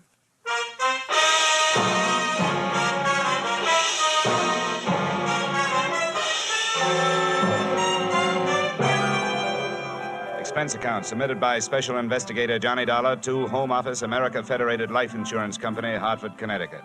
Attention, Harvard Huntington, General Manager. The following is an accounting of expenditures during my assignment in Port-au-Prince, Haiti. Expense account item 1, $15 for a pair of tickets to Detective Story at the Hudson Theater, New York, which I never got a chance to use since I was seated in the library of your Hartford home promptly at curtain time. Dollar, I want to thank you for coming out here. Sorry to break into your evening like this, but since I have, I'll get right to the point. Perhaps you've heard of the Gordon family here in Hartford. Well, what I see of the society page is what I'm flipping back to the sports section, but I've noticed the name. Diamond-studded, aren't they? Immensely wealthy. Pillars of society. And surprisingly, quite a proper family. That is all but one of the sons, Ralph. A heavy drinker, complete wastrel, ne'er-do-well. Oh, a blot on the old escutcheon, eh? Yes, continually getting into one scrape or another. Now he's done it again. I take it that you're not worried about Ralph the man, but about Ralph the policyholder, huh? Yeah. Well, to put it bluntly, yes. I don't think it's unethical for a company to protect its interests. In this case, the policy is in the amount of $150,000. Quite a piece of paper. Yes. And to be quite candid, I rue the day it was issued. But the point is this. Ralph Gordon, at last report, is dying aboard his yacht at Port-au-Prince, Haiti. Well, then you don't need me. You need the Mayo Clinic. Dollar, I hesitate to even mention this in the presence of a sane man. But from everything we can learn, young Gordon is not dying from any known malady. He's dying as a result... Oh, it's pure nonsense. He's supposed to be dying as the result of voodoo curse. Now, anybody with any All sense... right, wait a minute. Where'd you get your information? From his older brother, Thomas. He's a doctor. He's down there in Haiti with Ralph. Now, I want you to go down and debunk this thing, Dollar. Find out what's wrong. Why, any sane man knows there's no such voodoo. You don't believe in it, do you? No, not unless I see it working. Expense account item 2, $148.70, Hartford to Port-au-Prince via airplane. Expense account item 3, $32.50, tropical clothes. And item 4, $25 spent while I browsed the waterfront bars in Port-au-Prince, looking for somebody who knew where the Gordon yacht was moored.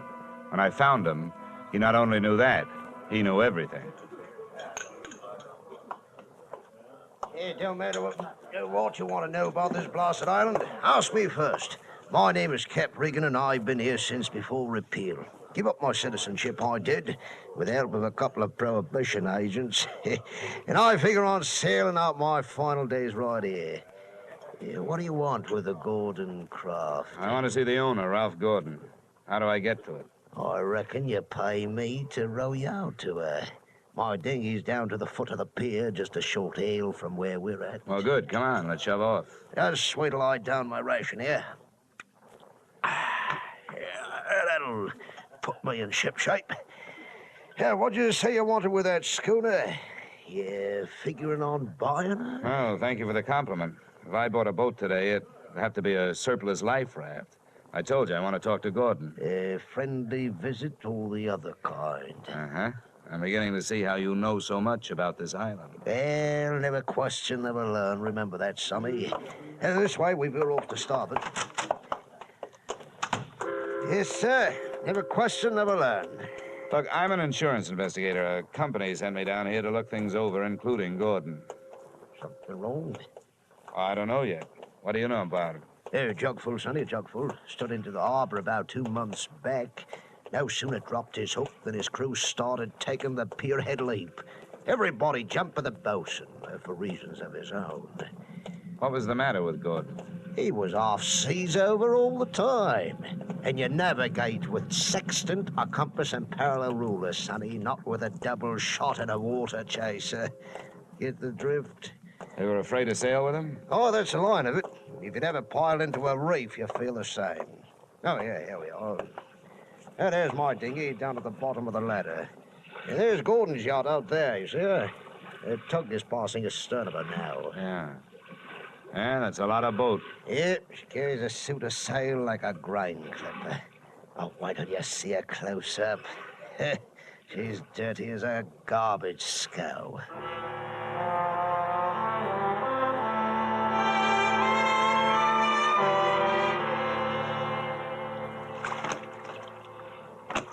All right, give her a hail now, Sonny. We're close enough.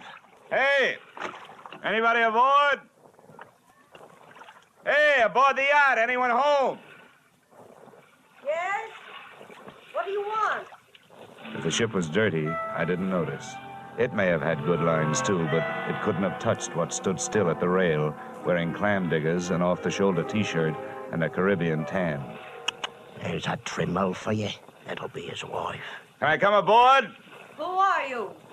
What do you want? I'm Johnny Dollar from Hartford. I want to talk to Ralph. Oh. Why, yes, then. I guess you'll have to come aboard. Yeah. I'll swing the stern into the ladder. There you be. Steady now. Okay, Cap. You wait for me, huh?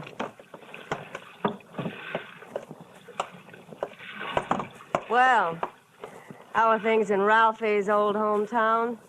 Cool, but not as cool as this reception. Don't let it throw you. What is this, a friendly drop-in business or just plain snooping? It's the last I'm Edwina, the wife they haven't heard about at home. Congratulations. Now I know why you like the way your shoulders bear. The better to keep a chip on them. If you're through being sharp, I'll let you hear what's left of my husband. Come on, through here.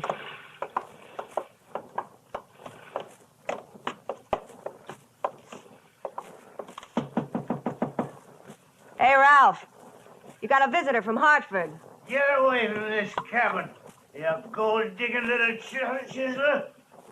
You take your visitor with you. Well, there you are, chum. He's got the door locked.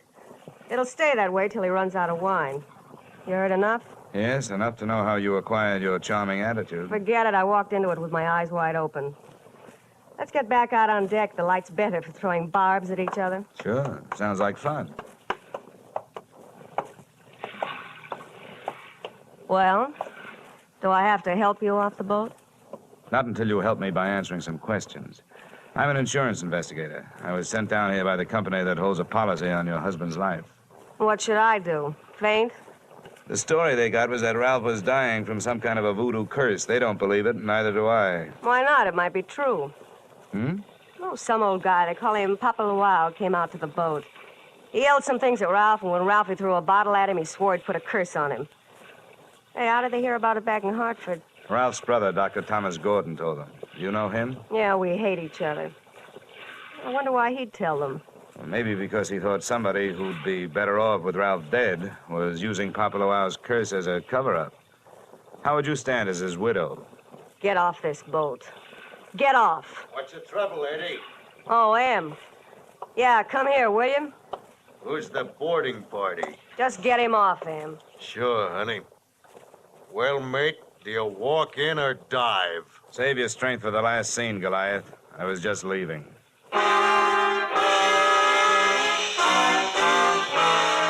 Expense account item 5, $3 paid to Cap Reagan as water taxi fare. Item 6, 80 cents, land taxi fare to Hotel Francois. And up at the Hills hangout for not only the Beston tourists, but also Brother Thomas Gordon, M.D. Please make yourself comfortable. Could I offer you something? Nothing but some brotherly advice. Certainly. I feel like a stupid fool for not being able to handle this thing myself. So now that you're here, call on me for anything. First, have you seen Ralph? I tried to, but he locked himself in his cabin. Tell me, as a medical man, how do you digest this voodoo curse story? Why, it's ridiculous. Good heavens, this is the 20th century. I do think that science doesn't know everything it would like to know. Voodoo, black magic. There are stories, supposedly true, but any victim would have to have a highly susceptible mind. And I know my brother, Mr. Dollar. His mind is susceptible only to his own whims and fancies. And what's the matter with him? That's it, I don't know. He's drawn within himself and seems to be searching almost insanely for escape through alcohol.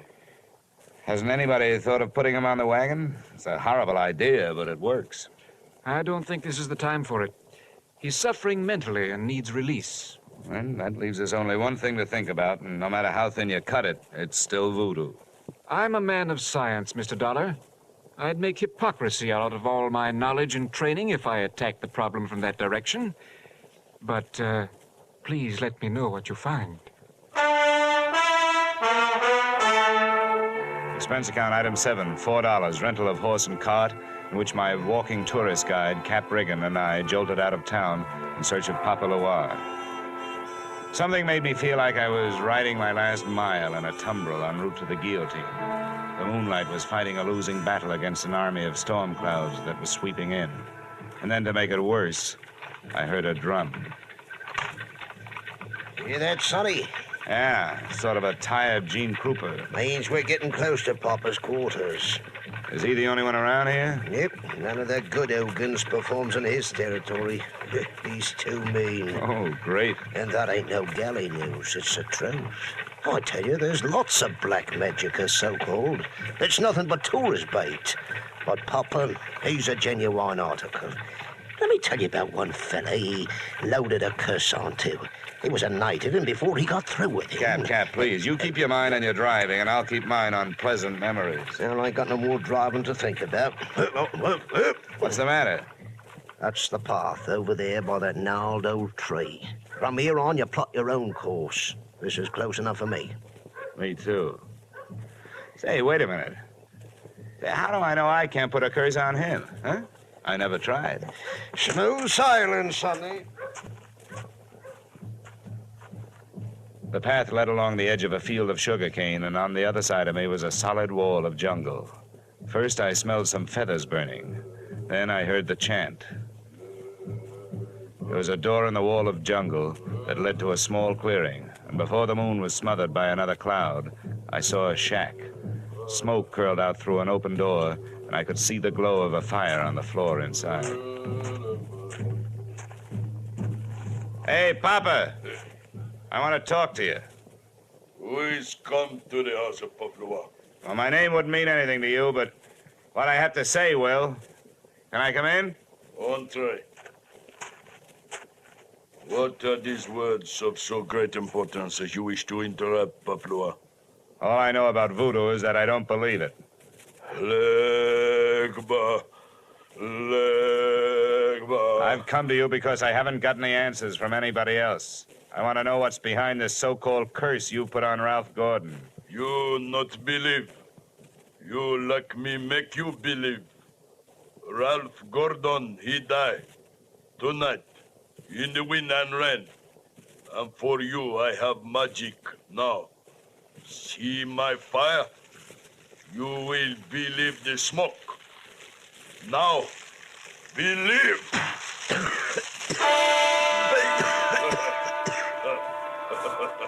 I couldn't see what he'd thrown onto the fire. He'd reached behind him for it. But when the smoke from it whirled around me, it seemed to grab my throat and squeeze. I stumbled back through the door. I hadn't believed in voodoo when I'd come in. But going out, I wasn't so sure.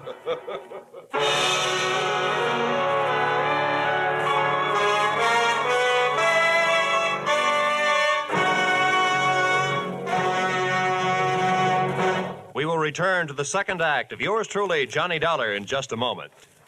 CBS invites you to hear one of the greatest ad-libbers in show business, Groucho Marx, this Wednesday night on most of these same CBS stations. Groucho's show, You Bet Your Life, finds the master throwing quips and questions at oddly assorted pairs of contestants. And it's one of the funniest, fastest, merriest shows on the air. Be listening when Groucho Marx comes along this Wednesday on CBS. And now with our star, Edmond O'Brien, we return to the second act of yours truly, Johnny Dollar.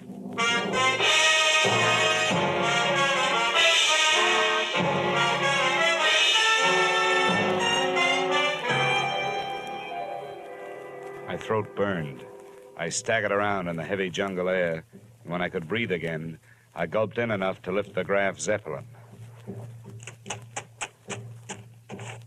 When I got back into the shack, he was gone. He hadn't left much of what he'd smoked me out with, but he'd left enough. A few shreds of photographic film on the dirt floor. And film made of cellulose and nitrates not only takes pictures, it puts out nitric oxide and nitrogen dioxide when it's burned. A combination that would live up to the demands of any gas chamber.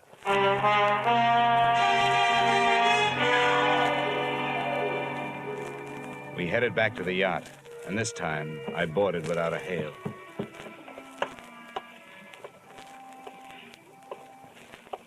I'm telling you, Em, we can't go on with this. Well, this tops it. You having a change of heart. Well, that's what happened. I'm not so sure that makes any difference.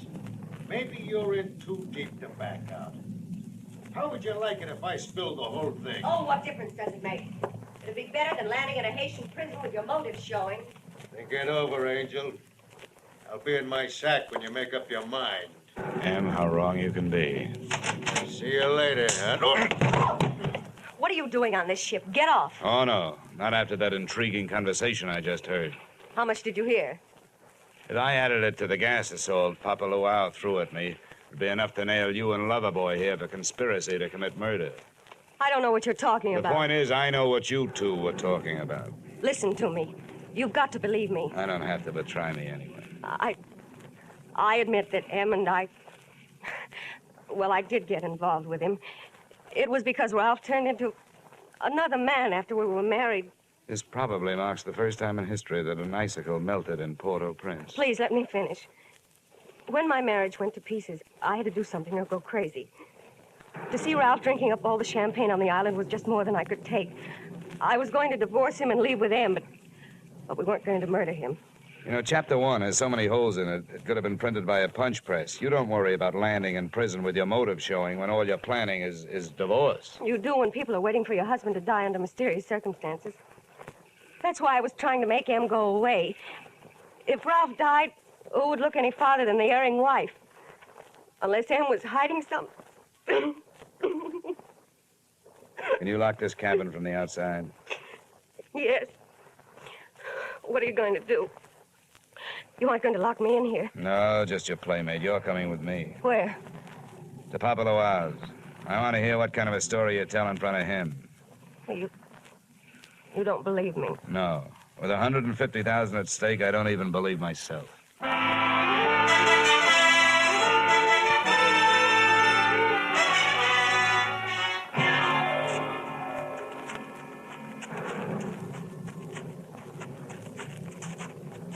Well, there's a shack.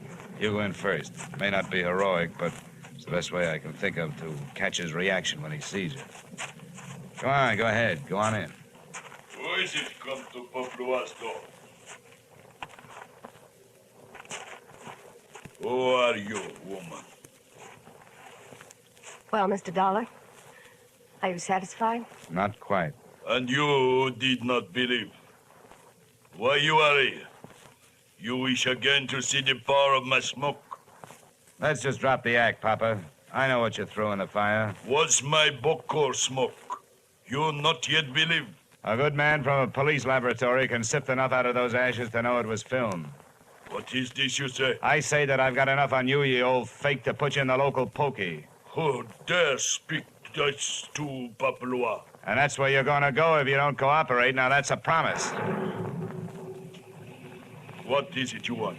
Did somebody put you up to this cursed business that Ralph Gordon is supposed to be under? A man of your race. Now go. That is all. It's not enough. What was his name? I not know the name. What did he look like then? My eyes were closed. Nuts. Come on. I'm taking you into town if I have to drag you by the hair. No, don't touch me. I will tell you how this is. It is true, I do not know the name or the face. He come to me. He ask me when comes next rain and wind. I tell him last night. But it's tonight. The storm come with the seat. He tell me he needs storm to close portholes in the ship. He say, if I bring this curse, I will be best Ogan on 80 because it kill white man. That is difficult. That is all. Now you go. How about the film for the fire? Did he give it to you? That is true, not long before you come. Well, get rid of it, Papa, before you lose your license to operate. You go now. Papua will be alone. Go now. All right, Mrs. Gordon, all right. Let's not stay for the music.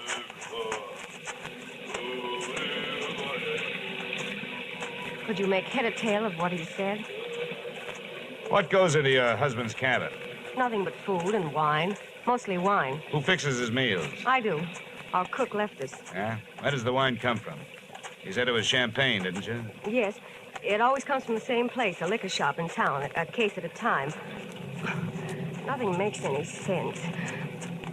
What are you going to do? All I can do. Try every angle. But that's not all I'm going to try in that liquor shop.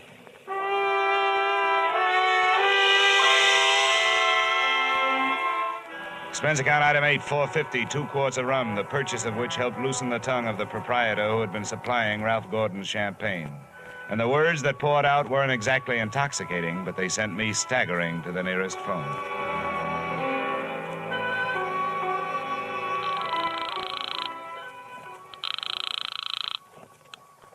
Yes, hello. Dr. Gordon, this is Dollar. Good heavens, Dollar. I've been wondering about you. What have you learned? Well, first tell me this. What would happen to a man if he was in a ship's cabin on a stormy night with all the portholes closed and there was a lot of dry ice in there with him? What? What was that? A small room, no ventilation, a lot of dry ice. A lush, maybe passed out. What would happen? Good Lord. Dry ice is solidified carbon dioxide. If enough of it evaporated into the room... The lush would not be bothered by a hangover the next morning because he wouldn't wake up, right? Exactly. The gas, although not toxic, would force the oxygen from the atmosphere, and the result would be asphyxia. What are you getting at, Dollar? Well, that curse your brother is suffering from is very scientific. The champagne he's been getting has been chilled by dry ice, about 5 pounds per case. One went out just before the storm broke. Good Lord. It may be just coincidence, but Ralph's wife and that bosun... Yeah, I know. For a bosun, he'd make a very good chemist. They sent for a pull motor. If it's too late for your brother, maybe I can use it.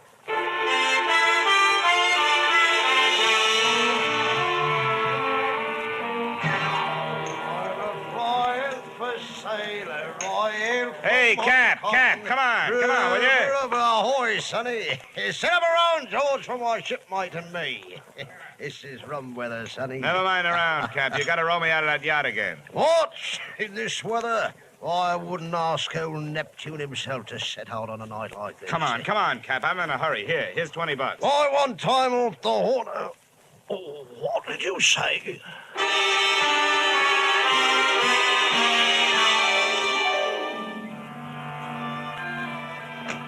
I didn't think it could rain any harder than it had been, but it did. Visibility was 0. But about 20 minutes out, Cap spotted her riding lights. There she lies, Sonny.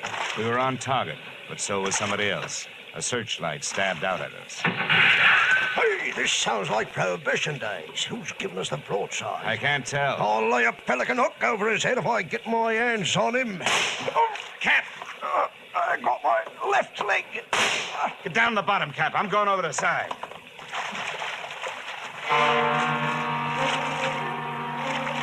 There was nothing to do but swim, so I swam. I tried to remember how many shots had been fired, and that's where I made my mistake.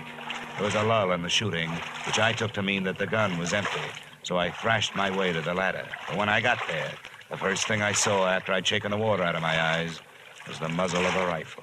The face looking down the barrel at me belonged to brother Thomas Gordon, M.D. Sorry, Dollar. Killing you wasn't in my plan. But now it'll have to be done. I was waiting for a bullet to come my way, but instead the doctor did. Are you all right, Dollar? I'll thank you later for spoiling his aim. Forget it. That's me, big-hearted M. Say, get a boat hook on the doctor. He's our prize fish. Don't let him get away. I grabbed a fire axe out of its case on my way to Ralph Gordon's cabin. If it needed ventilating, I knew one quick way to do it. I didn't check for oxygen. I took a deep breath, held it, and went in. The cabin was littered with wine bottles, and in one corner, in an open case, was the dry ice that was in the process of cooling Gordon off for good. He was stretched out on his bunk. I hefted him to my shoulder and used the last of my breath getting him out of there. What's the matter with him? Come on, help me to get him stretched out. Right. Come on, give me a hand, will you? Yeah. Maybe we can save a policyholder. All right. 1, 2, 3, 4. 1, 2, 3, 4. 1, 2, 3.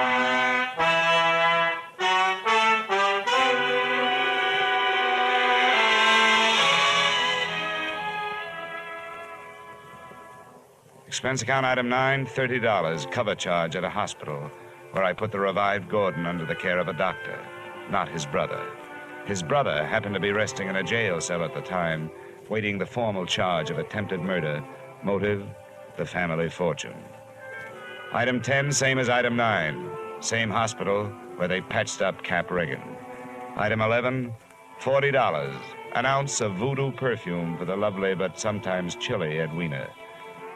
Maybe if she tries that kind of magic on her husband, he'll spend less time with the bottle joy and more with her kind. And expense account item 12, $148.70. Return trip to Hartford. Expense account total, $424.70. Yours truly, Johnny Dollar.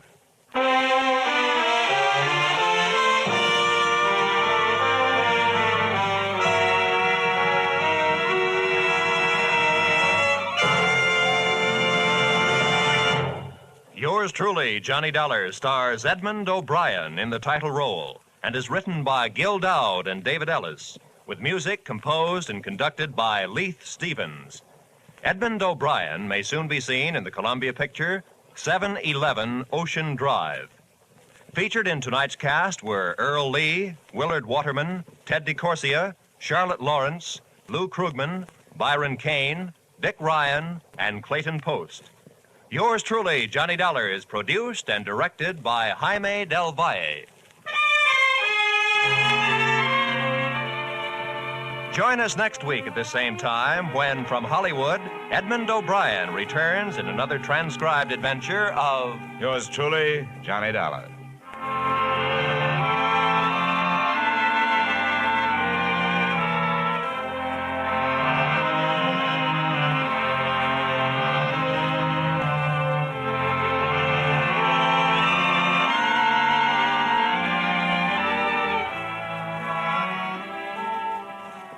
There'll be a bright new show on CBS this Wednesday night.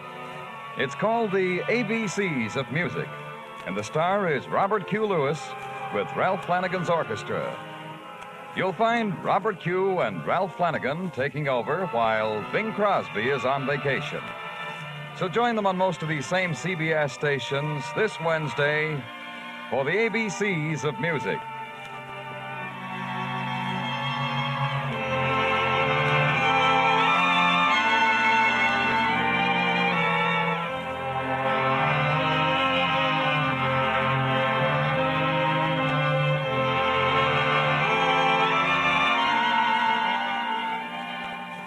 Beginning next week, yours truly, Johnny Dollar, will be heard at this same time on Thursday nights. Thursday nights for Johnny Dollar.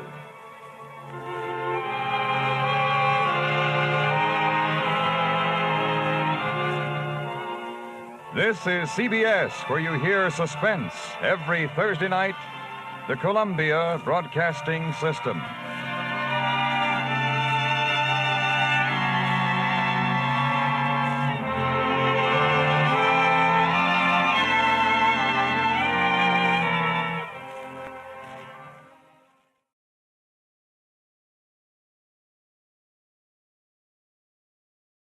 From Hollywood, it's time now for Edmond O'Brien as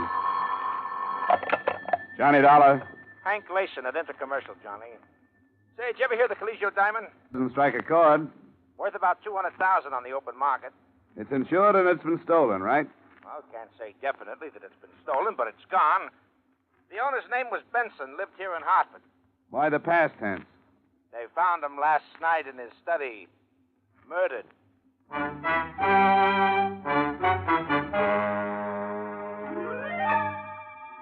Edmond O'Brien in another transcribed adventure of the man with the action-packed expense account. America's fabulous freelance insurance investigator. Yours truly, Johnny Dollar.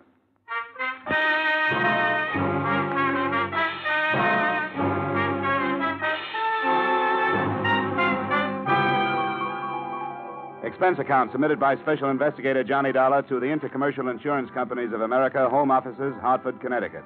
Attention, Henry Layson. The following is an accounting of my expenditures during investigation of the Colegio Diamond matter. Expense account item 1, $1.20 taxi fare to the western part of town where the better homes are situated. Mr. Charles Benson's home was back from the street and encircled with a high, well-trimmed hedge. The black wreath was already on the door. A young lady, very pretty in a black dress, received me in the study. You're Mr. Dollar? That's right. Mr. Layson phoned and said you were on your way. I hate about a matter like this right now. Miss Benson, is it? Yes. It's quite all right. Maybe if I go over it all again, it'll help me realize that it's happened. That Dad's gone. It's still like a bad dream. The beginning was when Dad bought the Colegio Diamond. When was that? About 3 years ago in Italy. He bought it from a diamond trader who'd just come into Florence from South Africa. Your father had interest there? No, he was just a tourist. He'd heard about this diamond from a friend of his, a collector. Seems the diamond had belonged to a minor official to the Medicis, a man named Colegio. It was given to him in return for a favor. Since then, it's passed from hand to hand until Dad bought it. What did he pay for it, do you know? About $200,000, or the Italian equivalent at that time in lira. But, Mr. Dollar, the diamond has a strange history. Now, don't tell me there's a curse on it. No, nothing like that. But I guess it amounts to the same thing. Everyone who's owned the diamond has died with it in his possession. Died violently. There's nothing particularly mysterious about that. Anything worth as much as that piece of glass is worth killing for. Say, who's living with you here now? My mother. Just the two of us. You have no idea how hard it's been for her, Mr. Dollar. She's hardly been out of her room since Dad died. Can you tell me about last night, Miss Benson? Well, I was out with Bob, my fiancé. We were out till about 3. Dad was home alone. He had a habit of reading very late. In this room, as a matter of fact. The light in the study was on when we came in. The only light on in the house. Bob and I went in. Dad's back was to the door. Please go on. He was slumped over in his chair facing the window. His book had dropped to the floor. The wall safe was wide open, and on the desk was the velvet-lined box the diamond was kept in. The diamond was gone. Dad had a bullet hole in his temple. I see. He kept the diamond right on these premises? Always. We warned him time after time not to. We told him to keep it in his safety deposit box at the bank, but he refused. Always said that a diamond wasn't worth having unless you kept it in your possession and enjoyed it. Who knew about the diamond, Miss Benson? Oh, so many people. Family, of course. Myself, Bob. The papers were filled with the news when Dad came back with it from Italy. Well, I mean, who knew where it was? Who knew the combination of the safe? Nobody but Dad. And, of course, Mother. Oh, yes, and Mr. Corrigan. Who's Mr. Corrigan? Dad's lawyer. Dad kept the will in there and a few other papers that Mr. Corrigan would come and get every once in a while. Well, Corrigan came into the house and got papers out of your dad's safe any time he wanted to? Anytime he wanted to. I think I'd better talk to Mr. Corrigan before I go any further. Now, Mr. Dollar, Mr. Corrigan wouldn't have stolen Probably not. But we'd better have a talk just the same. I'd like to have his address, please.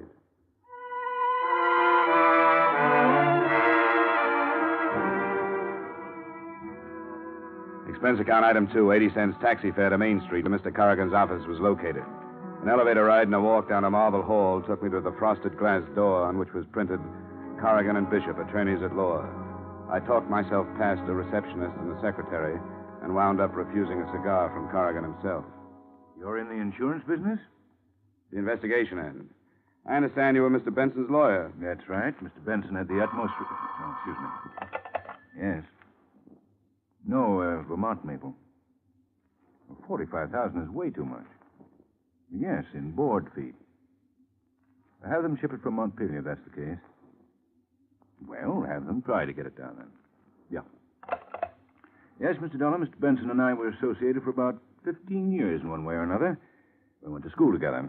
It was a terrible shock to learn of it. Oh, excuse me. Who? Oh, put him on. Harry, what's with Chicago? No, same thing. No, she's in Arizona. Arthritis. Well, a little better. You know how it is. Yeah, we'll do that. And my love to Annie. Okay, you bet, Harry. Yeah, you bet. Sure. Bye. Now, you're here about the diamond or about the life insurance policy? The diamond. Well, the diamond is a very rare item. Whoever got into the safe knew the combination. I understand there weren't many who knew the combination. Well, that's true. Mr. and Mrs. Benson and myself are the only ones. I suppose I'm the prime suspect. But, of course, these safe crackers, they use a stethoscope these days. You probably know more about that than I do. Oh, excuse me. Who? Oh, yes, put him on. Yes, Jays. Oh, it is? Oh, swell. Yeah, it's a shame, isn't it? Yeah, very young man. 45. Oh, yes. Terribly upset. Well, yes, she's due here at about, any minute now. We're going to make the arrangements. Oh, I wouldn't let her go near the place, no. Well, I certainly tell her. Yeah, you bet. Yeah, you bet. You bet. Yeah, bye. Well, exactly what did you want to know, Mr. Dollar? Anything that would help us locate the diamond. Well, have you talked to the police? No, I thought I'd amble around among the persons involved first. Well, as I say, you probably know more about that than I do. I wish there was something I could say, but the last time I saw George Benson was about 2 weeks ago. You think this was an outside job? Well, that's my opinion, but it's sheer speculation. Oh, excuse me. Oh, she is? Well, send her in, please. I hope you won't mind, Mr. Dollar. That's Mrs. Benson. I'm taking her down to the dressmaker's. Oh, I see. Why don't you go out that door? Fine. Oh, thanks, Mr. Corrigan. It's quite all right. Anything else I can do, you'll let me know. You bet. I didn't leave. I stood in the little outer room and sneaked to listen through the door. There was some reason why Mr. Corrigan had rushed me out one door while Mrs. Benson came in another one. I heard some things that made the whole case of the Collegio diamond a lot more interesting. I pushed the door open a crack. Darling. Oh, Dad. You look lovely in black. I'm going out of my mind. All those people calling, having to act unhappy. Well, this is your opportunity to be a real actress. I'm awful at tears. You're beautiful. Stan, what if somebody should see us? Well, let them see us. What do I care? We're as free as birds. There's a little place down in Bermuda, a resort. I got a folder the other day. Beautiful place, Diane. You won't believe how beautiful. And as soon as it's proper... What about Kitty? Well, I told her before I left that I wanted a divorce. I told her, and she knows it. That's why she went to Arizona. To get away, to think things over. I didn't want to hurt her, but I wanted her to know. Darling, I can't believe it. It's too good to be true. But we've got to be careful. Very careful. Well, let's go. We'll be late. Darling, I love you.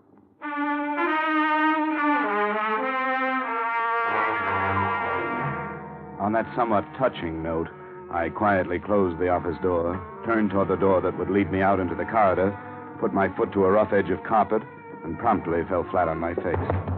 This brought Corrigan running. I thought you were gone, Mr. Dollar. I thought so, too. Do you consider it quite ethical listening at keyholes? Didn't you know? Investigation is just a very polite word for snooping, Mr. Corrigan. Who is it, Stan? He's an insurance investigator. You heard everything? Not everything, Mrs. Benson. Just enough to tell me that black is not your color. No, it isn't. I loathe black. Ditto your husband. I tolerated my husband, Mr. Dollar. You don't have to explain anything to him, darling. He's just an insurance man. The police might be interested to know about this little relationship. There are a number of angles here. Could be that you and Mrs. Benson killed Mr. Benson and removed the diamond to make the whole thing look like robbery. Yes, Mr. Dollar, it could be. I welcome any police investigation. Fine, I'll go right over. Wait. I don't think right now would be quite the opportune time. Guilty or not guilty, I have a reputation. In the light of that corny love scene you two just played, I can't imagine why. Mr. Dollar. Sorry. Well, what do we do? All stand around embarrassed? Let's have it. Why did I get the Rush Act out of your office? Well, that's simple, Mr. Dollar. I was afraid that Diane would give away our relationship. He's right. I'm not a very good actress. When did this thing start? Must you know everything? I think so. About 7 years ago. The wool you were pulling over Benson's eyes must be pretty worn by now. We did nothing to be ashamed of. I resent this. I resent the whole thing. I don't think I want to tell you anything more, Mr. Dollar. I don't blame you. And you know, it's all kind of dull anyway. I'll go to the police. They'll probably have something much more interesting. Don't worry, Corrigan. I'm not going to breathe a word of this unless I feel it necessary.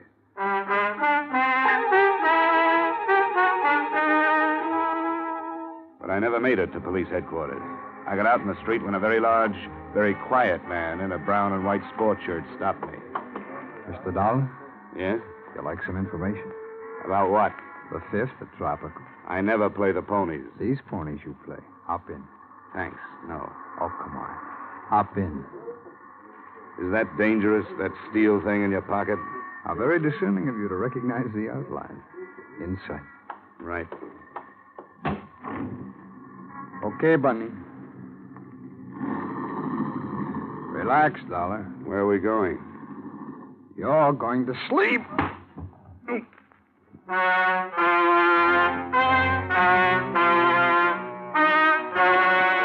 I awoke with a groan in my own apartment. Nobody was there, but nobody. As soon as I could focus my eyes, I tried to lift myself off the floor. After 5 tries, I managed to turn my head. What I saw made me want to go back to sleep again. The place was a mess. There wasn't 1 inch that hadn't been gone over with what must have been a tractor. Every drawer in the place had been turned upside down. The problem was reaching the phone. It was all of 10 feet away, but it might have been 10 miles. I started to crawl. About halfway to it, I grabbed hold of the cord. I pulled the phone toward me until I got my hands on the receiver. Hello? Hello, Johnny? Hello? Hello? Johnny? Yeah, Johnny. Johnny, you sound awful. Yeah, I can understand it. Well, what'd you find out about the Cleggio diamond? You were right. About what? It's gone. Well, that's brilliant. Who took it? I don't know. Well, what are you doing to find out? Right now, I'm just lying around. Somebody gave me a tumble. Say, are you drunk? You better send a doctor. I think I'm going to pass out again. Johnny? Johnny? Hello? Johnny?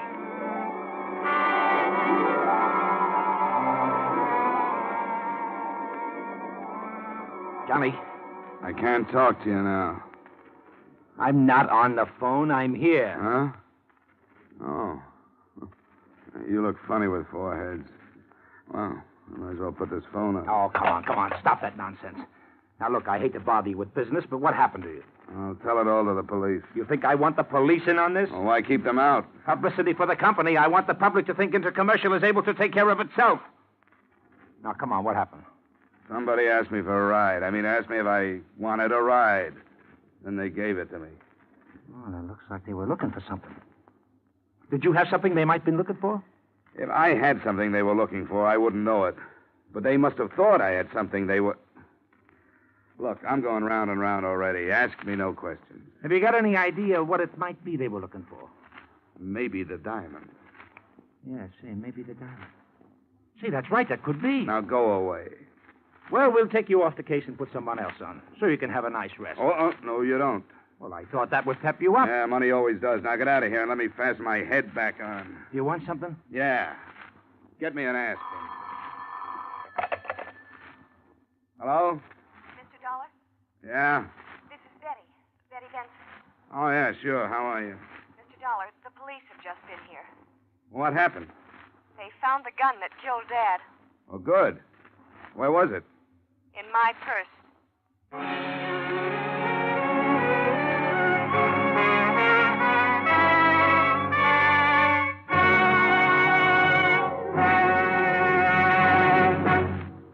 We will return to the second act of yours truly, Johnny Dollar, in just a moment. For an hour of rapid-fire entertainment, the show goes on. It's the show for you these Friday nights on most of these same CBS stations. It's an intimate glimpse into a fascinating angle of backstage life. A series of honest-to-goodness auditions for jobs in theater, nightclubs, and radio. The singers and comedians you hear are face-to-face with managers, agents, and bookers ready to hire them on the spot, take an option, or turn thumbs down. Be sure to hear The Show Goes On and its latest acts this Friday night. Now, with our star, Edmond O'Brien, we return to the second act of yours truly, Johnny Dollar.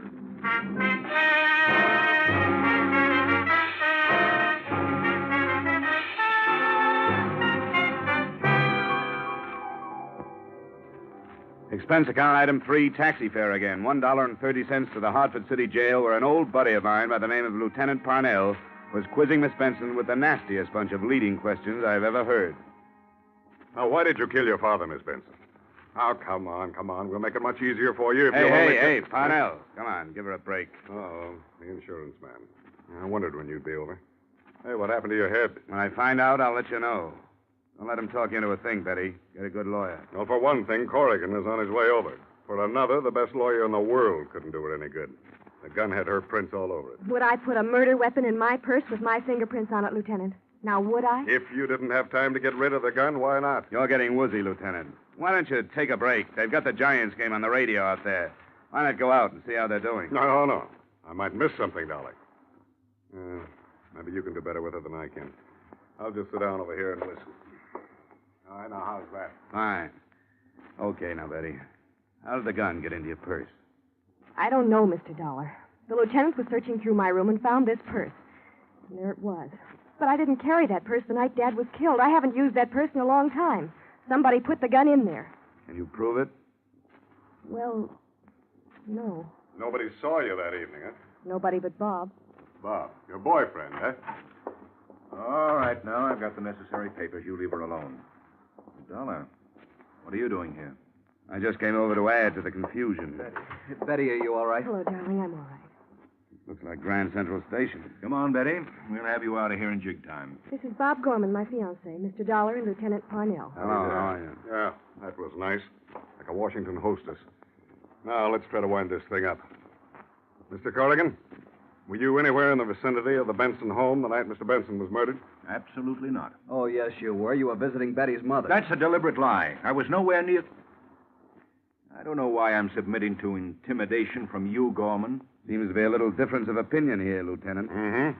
You were quite a comfort to Mrs. Benson during the period of her bereavement, weren't you, Corrigan?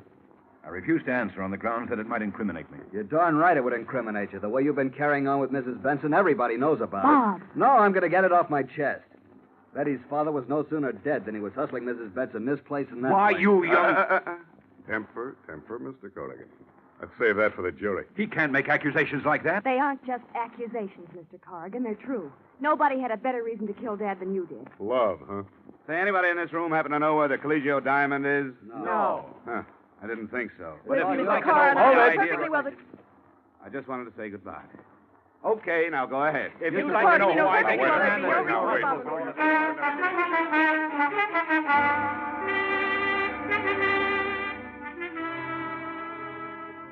Expense account item 4, $12.20 miscellaneous taxi fares all over the place. I went on a little visit to Corrigan's apartment and found something of interest.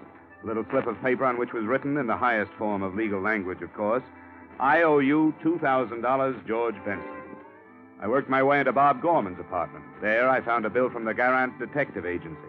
Then to police headquarters again, where I found a picture of a man who was tall and thin and had a little, well-trimmed mustache. Then I went home, where I found a man who was tall, thin, and had a little, well-trimmed mustache. He was drinking my bourbon. You're drinking my bourbon. It's lousy bourbon. Look what you did to my head. It's an improvement. All right, what do you want? The diamond. What else? I don't have it. I don't believe it. Well, search the place. I already did.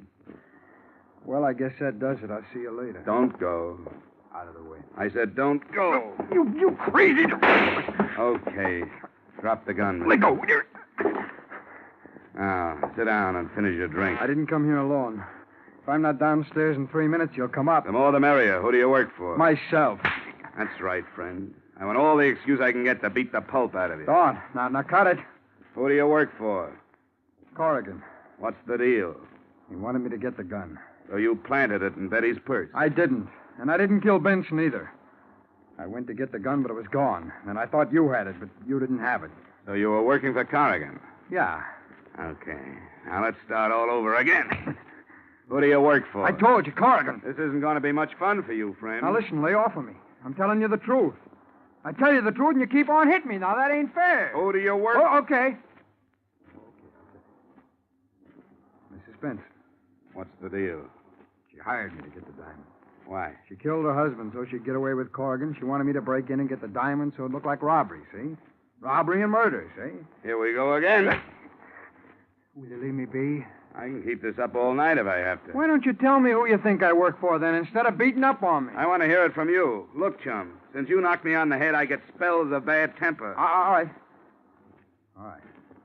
The Garant Detective Agency. Now we're getting someplace, Vic.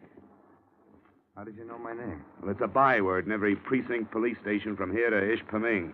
You were hired by Bob Gorman. I was hired by Bob Gorman. You killed Benson. I don't know who killed Benson. What were you hired for? To get the diamond. Bob's got it in his apartment. Do I start working on you No, again? don't act so tough now. Well, who's got the diamond? Corrigan. Well, look, if you've got all the answers, what are you asking me for? Vic, my boy, I'm amazed. I've seen liars in my time, but I've never run across anything like you. How can you do it with such a straight face, huh? Years of practice. Now, I'll tell you the truth as you see it. Don't you hit me no more now. Bob Gorman hired you. That's the truth, all right. And he hired you to get the diamond. But you didn't find the diamond there. You found Benson dead. I walked in there. I'm telling you, I was never more surprised in my life. There was Benson in that chair. Well, I hired out to do a lot of things. But murder, that's not for me. There ain't money enough in the world to make me commit murder. Slugging, you do. For good money. Vic, I'm not interested in who killed Benson. Personally, I don't think you know. I want to know where the diamond is. How do I know where the diamond is? It was gone when I got there. I thought you had it. That's why I slugged you. Period. All right, Vic. I'm tired. I got a splitting headache. Finish your drink and get out of here. No, thanks. It really is lousy bourbon.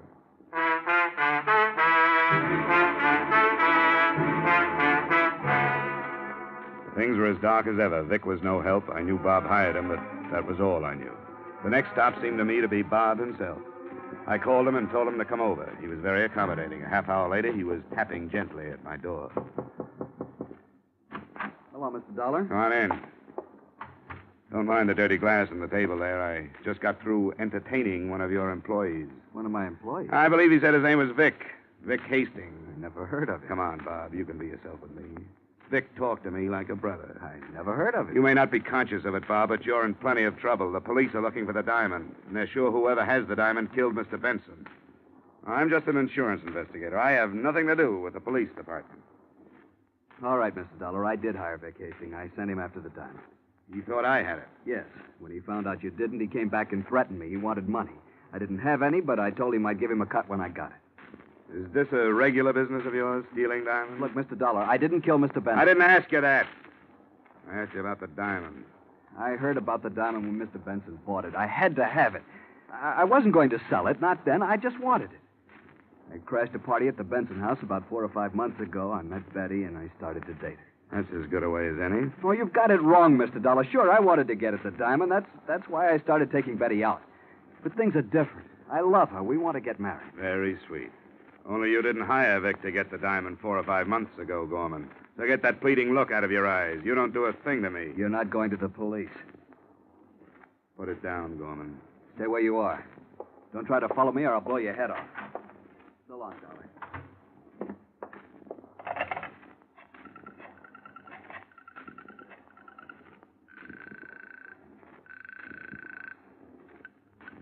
Parnell speaking. This is Dollar, Lieutenant. Better send out a code 1 on Bob Gorman. What's he wanted for? Well, you can call it suspicion of murder.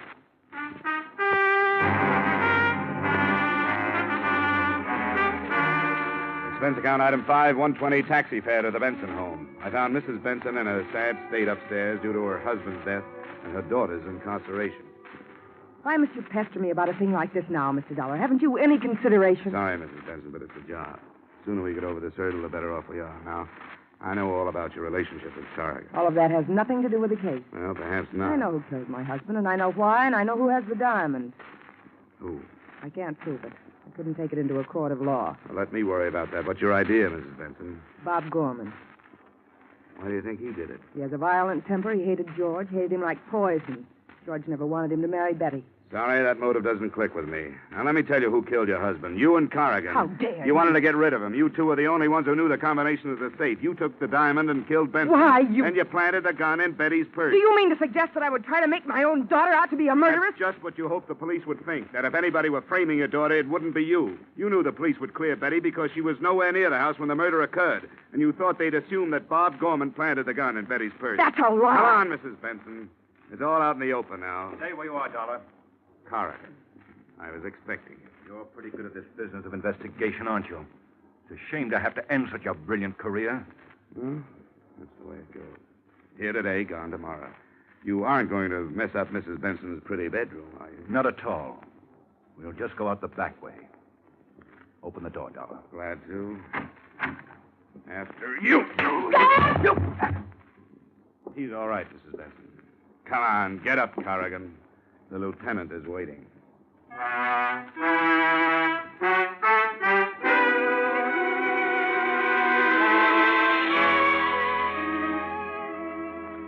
In case you should ask, how did you know, Mr. Dollar, that Corrigan and Mrs. Benson killed George Benson?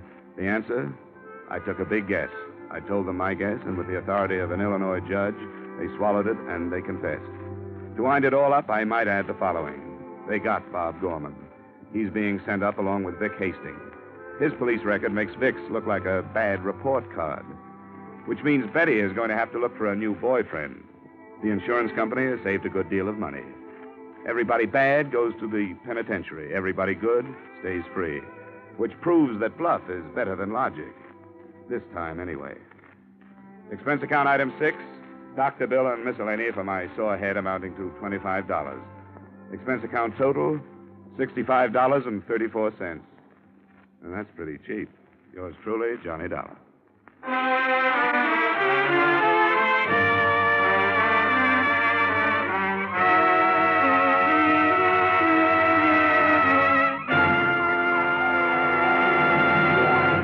Yours truly, Johnny Dollar, stars Edmond O'Brien in the title role. Is written by Gil Dowd and David Ellis, with music composed and conducted by Leith Stevens. Edmond O'Brien can soon be seen in the Columbia Pictures production 711 Ocean Drive. Featured in our cast this evening were Wally Mayer, Jane Webb, Bill Johnstone, Virginia Gregg, Stacey Harris, Bill Boucher, and Harry Bartell. Yours truly, Johnny Dollar, is produced and directed by Jaime Del Valle.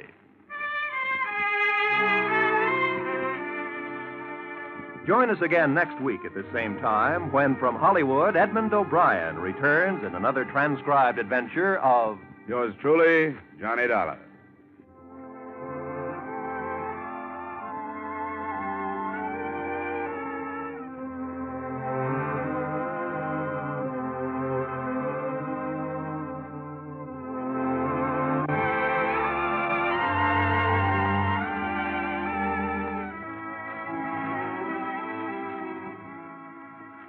Crime goes down for the count on Friday night with two of CBS's top thrillers. Broadway is My Beat and Up for Parole, heard over most of these same CBS stations.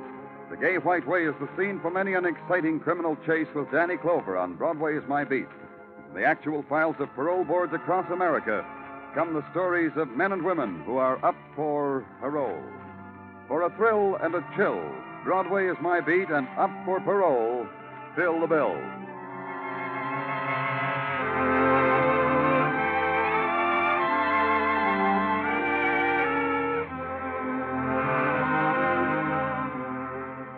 This is CBS, where you thrill to gangbusters every Saturday night, the Columbia Broadcasting System.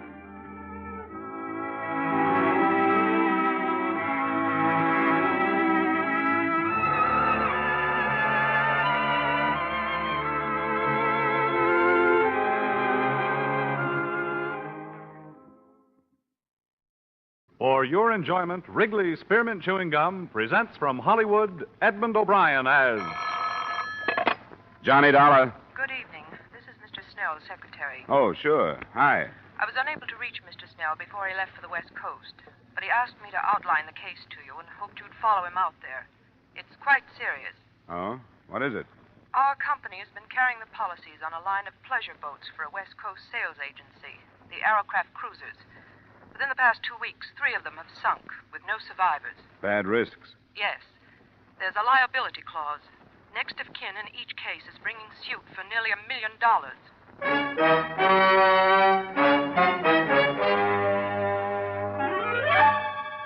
Edmond O'Brien in another adventure of the man with the action-packed expense account.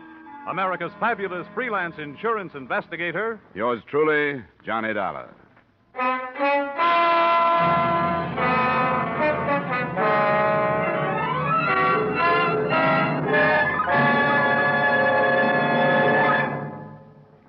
To make every day more enjoyable, treat yourself often to refreshing, delicious Wrigley's Spearmint Chewing Gum. Here's a taste treat you can enjoy indoors, outdoors, at work, or at play. The cool, long-lasting mint flavor refreshes you. The smooth, steady chewing helps keep you fresh and alert. Adds enjoyment to whatever you're doing. Wrigley's Spearmint Chewing Gum. Healthful, refreshing, delicious.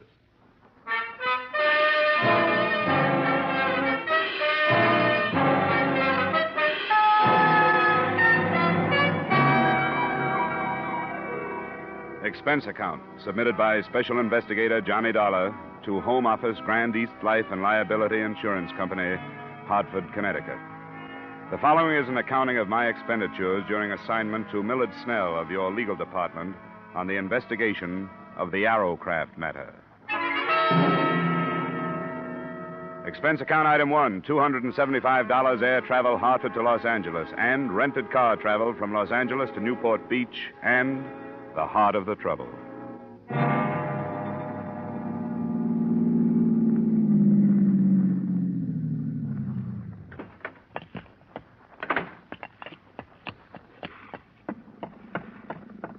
Snell? Millard Snell? Who is it? It's Dollar. Dollar? Hurry up. Get aboard. Now watch it. She's wet tonight. Hey, give me your arm. Come on. Thanks. Didn't think you were going to make it. You talked to your secretary? Yes, but that was yesterday from Chicago. Well, I didn't know where you were until I called her from the Los Angeles airport a couple of hours ago. Then when I got here, your hotel told me you just left to charter a boat. What's up? Myers, how long will it be? Robert should be here any minute, Mr. Snell. Couldn't leave without him. All right, if you can hurry him up anyway, do it. Come on in the cabin, Dollar. Out of this foul night air. Oh, this fog. I thought it was bad sometimes in Hartford. Another cruise has been reported, Dollar. An Aerocraft? Yes. Reported by a private plane between here and Catalina Island. That's 30 miles offshore. The Coast Guard been notified? Yes, but candidly, I hope we see it before they do. Find out what we insured, if we can find it in this fog. Find it? You mean this one is still afloat? Before dark, yes, barely afloat. Robert, hurry, get aboard. Ah, there he is, the navigator we've been waiting for. I hope he's sober. Tell me, what have you learned so far? What makes them sink? I don't know. The sales agent, Fred Crocker, you'll meet him, swears by Aerocraft. Says they're one of the best hulls afloat. Ah, but the fact remains they've been sinking. Uh-huh, and a tragic fact, too. The loss of life so far has been horrible. 3 28-foot boats, 11 fatalities. No trace of the cruisers, even. But a life ring or two. Must have been deep water, then. What about bodies? 7 have been recovered and 4 still missing. Ah, we're getting started.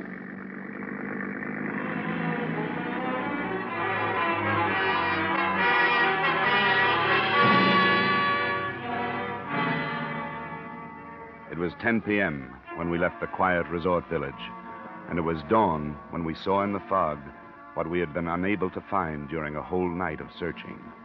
The Aerocraft, without sign of life, was almost entirely awash, bow down in the channel swell. That's close enough, Myers. Right. We don't want to nudge her. She's liable to roll over.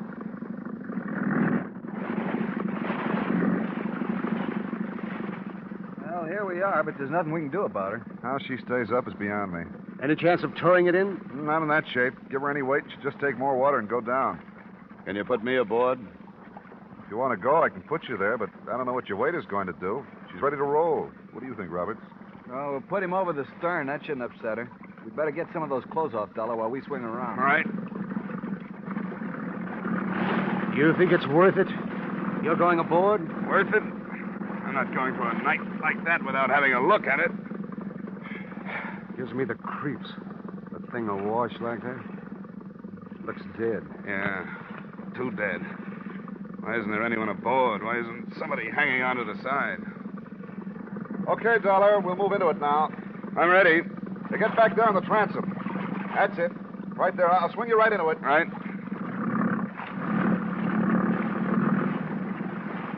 There you are. Go ahead. Okay. Hey, get off the gunwale. And stay amidships. Don't get to either side. She'll roll. I'm all right. Anything there? Yeah. Yeah, there's something here. There's a girl in the cabin.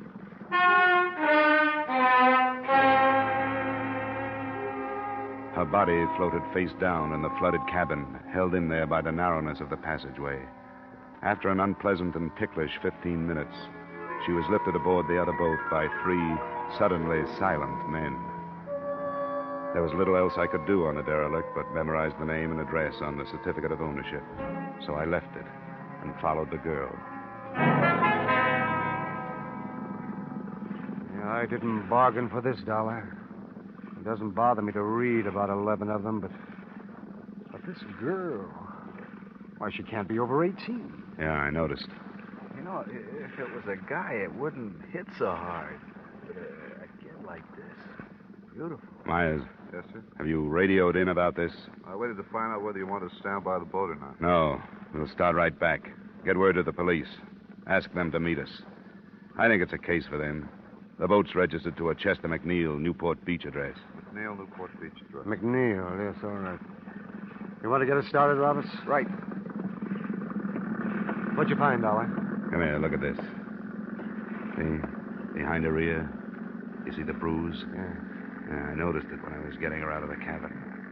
She'd been slugged? She could have been.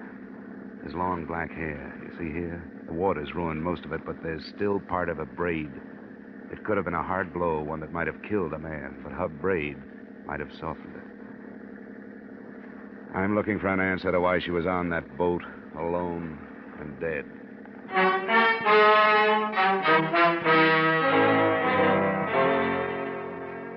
It was an answer I never did actually find and prove because in the final analysis, the death of this beautiful, dark-haired girl was no more important than any of the rest of them.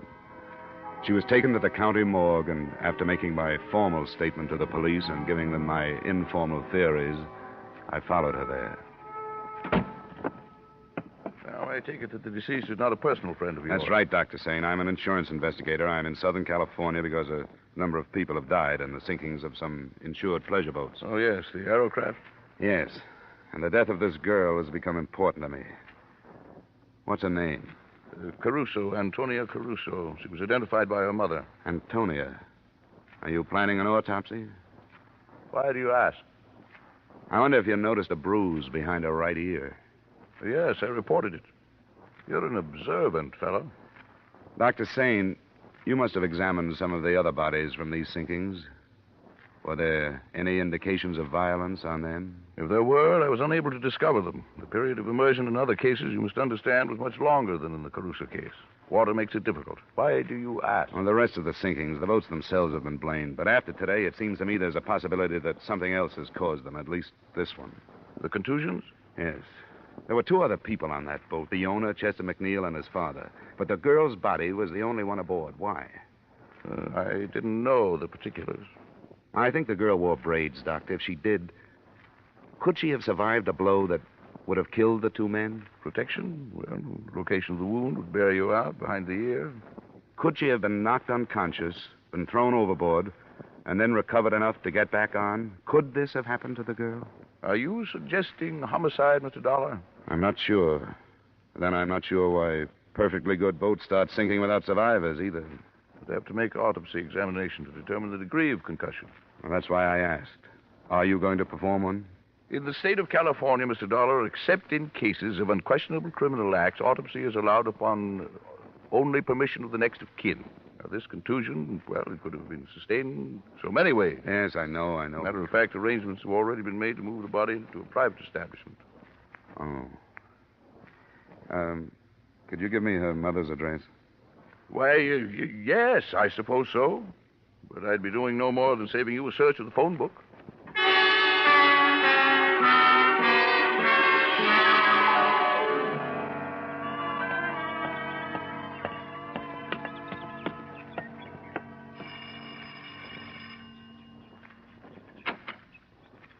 What is it you want? Mrs. Caruso, I'm the man that found your daughter.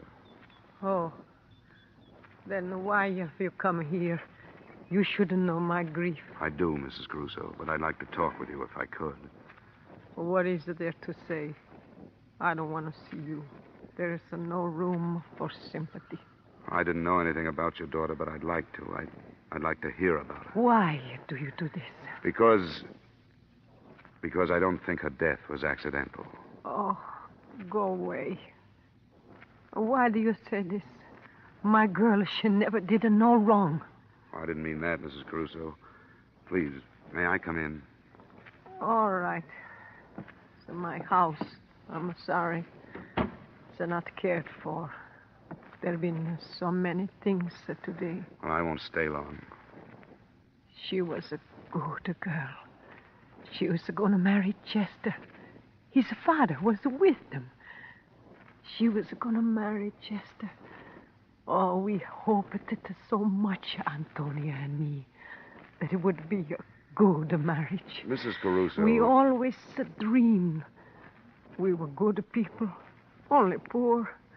We give everything so Antonia will be better.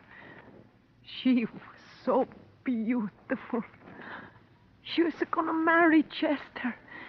I'm sorry to bother you at a time like this.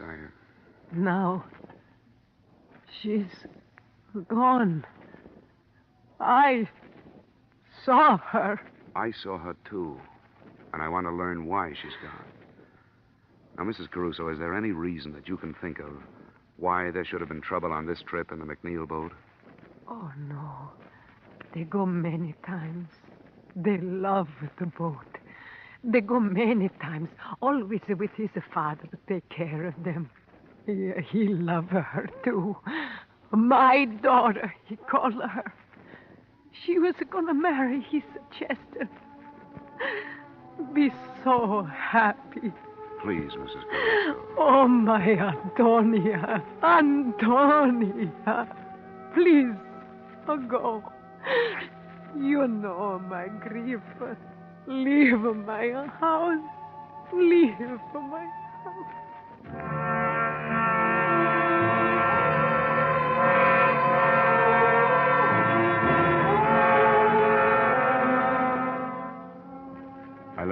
house and drove back to Millard Snell's hotel. It was 7 p.m., and I hoped we could get to Crocker, the West Coast agent for Arrowcraft, before the night was out. But I found Snell white-faced when I opened the door and too anxious to show me the front page of the evening paper. I didn't know where to find you, Dollar. For what? And you haven't heard. Fred Crocker, the Arrowcraft agent. He was killed this afternoon. How? It says traffic, hit-and-run victim. But I don't believe it. Look at this. Violence in another form preceded the tragedy, the story said. Crocker's sales office was entered earlier today in a bold daylight strike. The interior was wrecked, but whether or not the entry was for purposes of theft has not been ascertained. The writer didn't make any definite statements, but reading between the lines, you knew that he was exploring the possibility that revenge was at the bottom of both the violence and the tragedy, that those who had lost family or friends in the Arrowcraft sinkings had wrecked Crocker's office and then killed him. But remembering the bruise behind the Caruso girl's ear, I didn't believe that either.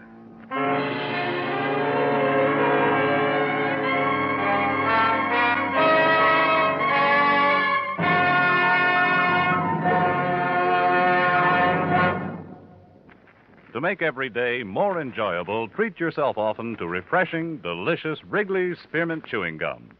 The lively, full-bodied real mint flavor cools your mouth, moistens your throat, freshens your taste. And the chewing itself gives you a little lift, helps you keep going at your best. So for real chewing enjoyment that's refreshing and long-lasting, always keep Wrigley's Spearmint Chewing Gum handy. Healthful, delicious, Wrigley's Spearmint Gum will make every day more enjoyable. And now, with our star, Edmond O'Brien, we return you to the second act of Yours Truly, Johnny Dollar.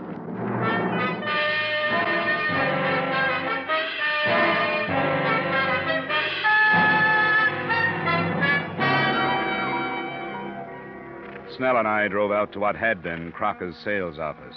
A sheriff's deputy met us outside and took us in. Give you some light if... Oh, there's a switch. Well, not as bad as it could be. At least the drawers aren't dumped. These are from a file cabinet. We'll start here. What are you looking for? Crocker's sales records. Sales records? The names and addresses of all the people who bought Arrowcrafts from him. I don't think we'll find it. I don't get you. We've got a theory that those boats didn't just sink, that they were boarded, that the people who've been lost were slugged before they were drowned, and that the boats were scuttled. What do you think of it? Why would anybody set out to wreck Arrowcraft? Well, that I don't know. Probably because they're linked to something important. Maybe something or somebody is on an Arrowcraft and somebody else doesn't know which one. Here's the sales folder, Dollar. It's empty, all right. Sure it is. That gives them the location of every Arrowcraft between here and San Diego. Sheriff, nobody has said where Crocker was when this place was entered. I don't know yet. You got a theory? Yeah, that he was here. Yeah, that after the list of names and addresses was taken, he was dragged out of here and killed with a car for the same reason the others have been killed.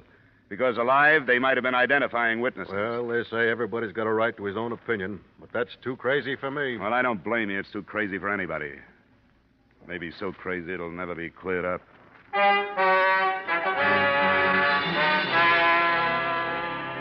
Expense account item 2, $112 cost of entertainment that same night for as many members of the press as I could get hold of. They listened to my theory, agreed that it was unbelievable, but worth printing on the grounds of sensationalism. The story made the morning editions, most of the papers slanting it towards warning the Arrowcraft owners listed in Crocker's stolen records. But it didn't look so unbelievable because it had a companion piece. A night watchman at one of the yacht clubs lay near death from gunshot wounds after apprehending a prowler aboard an Arrowcraft. The prowler was being held at the county jail. Who is this guy, Sergeant? Jerry LaBarber's the name he uses. We put a search on him last night. He's one of those things you call a known hoodlum because nobody's been able to pin much on him. Known to the police in Las Vegas, L.A., and San Diego, to name a few. Here he is. I hope you had better luck with him than we did. If you meant that, you'd leave me alone with him for the rest of the day. Sorry. Off the bunk, LaBarber. You got a visitor. On your feet. Stand up. Okay, hero, you got me up. What's the matter with you? What's missing, La Barber? What? What's lost? What were you looking for on the Aerocraft? Come on, who are you working for? I'm out of work. Why don't you save your breath? How many of the other killings were you mixed up in? What are the killings? I get into a scrape with an eager night watchman, and now you talk about pinning other killings on me. What is this? Who are you working for?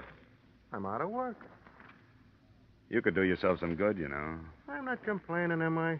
You were off to a pretty good start. Even if that watchman lives, you're going to be tried for assault with intent to kill. That's a long rap. You might make it shorter by using your head. Is that a promise? Don't make me laugh. You're a sucker, La Barber. But this is a promise. I'm going to see you charged for Crocker's murder. Who's Crocker?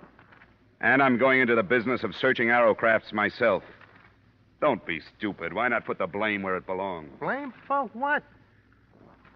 Okay, Sergeant, I've had enough. So have I. I wonder how long it takes to get that way. And for what? I could buy and sell you, you cheap tin star. Well, what do you think? He's covering for somebody, isn't he? Hank, you're right. You shouldn't have tipped your hand so much about searching the boats. Word's going to get out. Out of a jail cell? He called for a lawyer, one of the hot men from L.A. We can refuse him visitors, but not a private session with a criminal who happens to be his lawyer. Oh, I'd like to hear that one. You should. It's going to put a bigger bullseye on your back than that newspaper story did.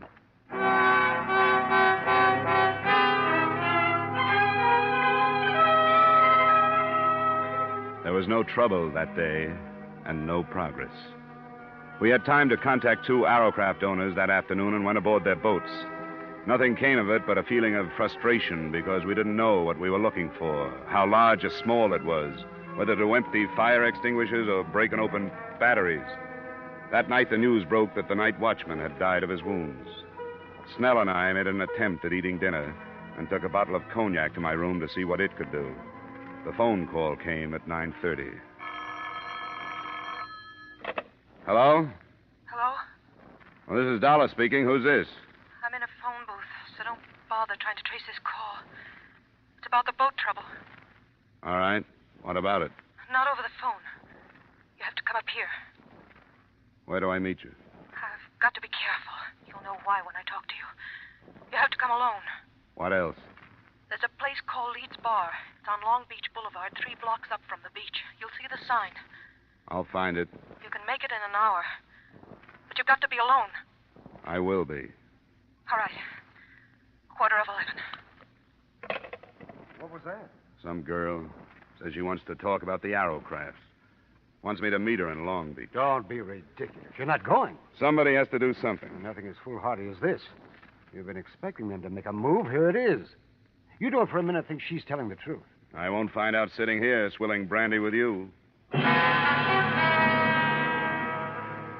I wasted 10 minutes in Newport, circling through alleys and side streets to shake any tail that might have been put on me.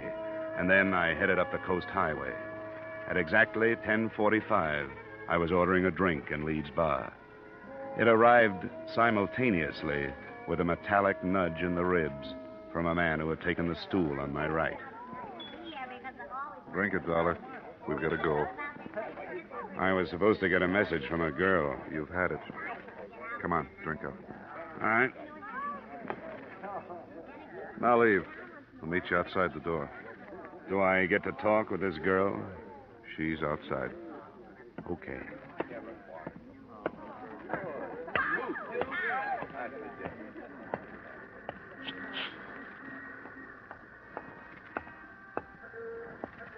This way.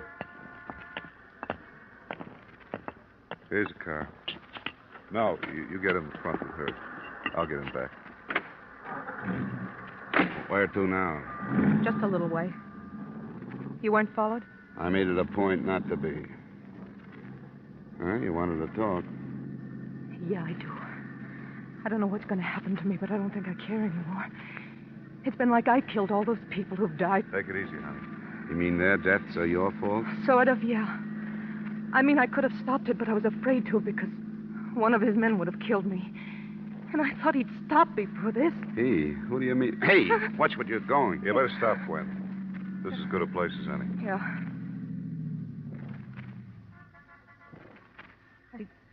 I didn't go to the police because I have a record. And he's so powerful, he could have made it look like blackmail and it wouldn't have gone any farther. Who is so powerful? George Masterson. George Masterson. Who's he? He seems like a businessman. He owns a line of furniture stores. I've known him for 3 years. It was one of those things where, every once in a while I'd learn something about him. Until I finally understood what he really was. And he knew I did. What kind of payment do you expect for what you're telling me? Dollar. I hadn't thought of money. I swear I hadn't.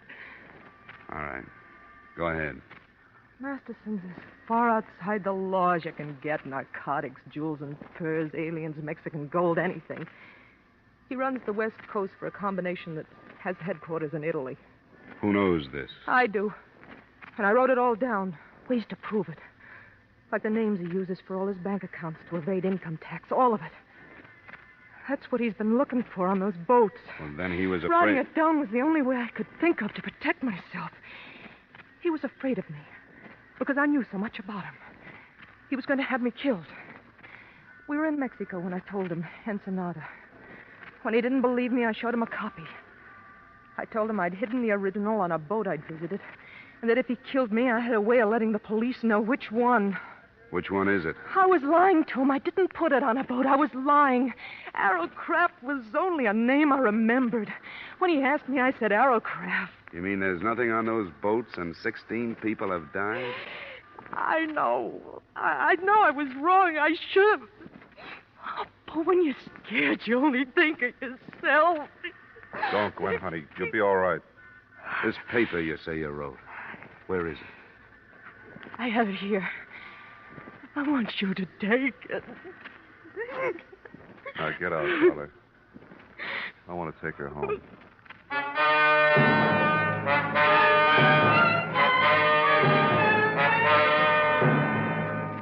I didn't fully believe her until I had finished reading her denunciation of George Masterson after they'd left me. But by the end of it, I knew that in my hands was the hottest document in California.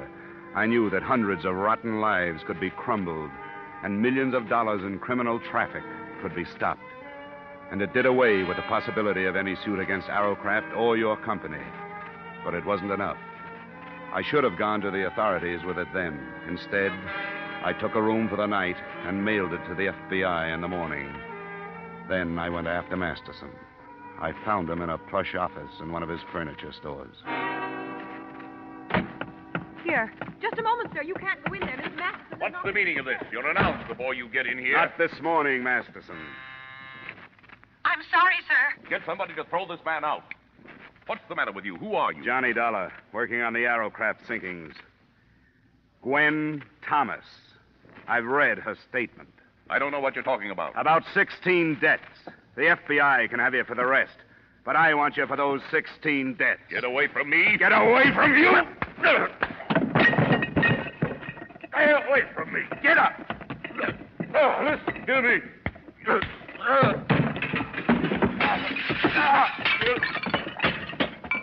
Come on, get up.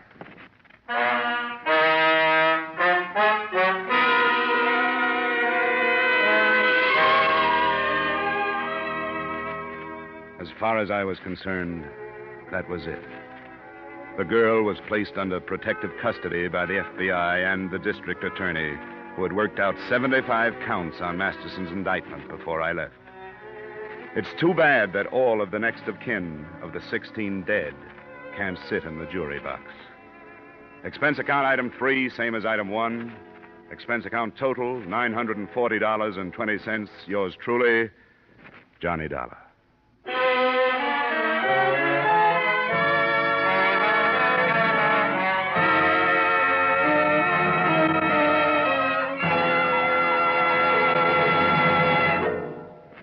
Remember, friends, to make every day more enjoyable, treat yourself often to refreshing, delicious Wrigley Spearmint Chewing Gum.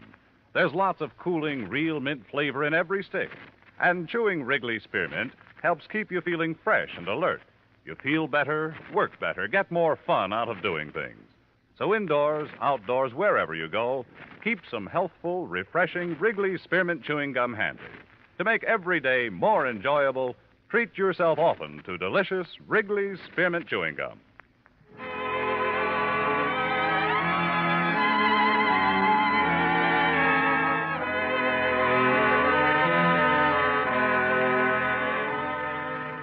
Yours truly, Johnny Dollar, stars Edmond O'Brien in the title role and is written by Gil Dowd and David Ellis, with music composed and conducted by Leith Stevens.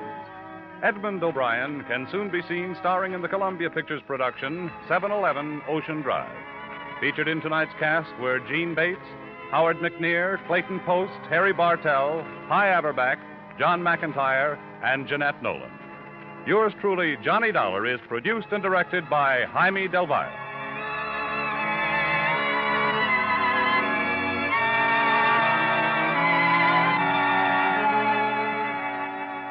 The makers of Wrigley Spearmint Chewing Gum invite you to join us next week at this same time when, from Hollywood, Edmond O'Brien returns in another adventure of... Yours truly, Johnny Dollar.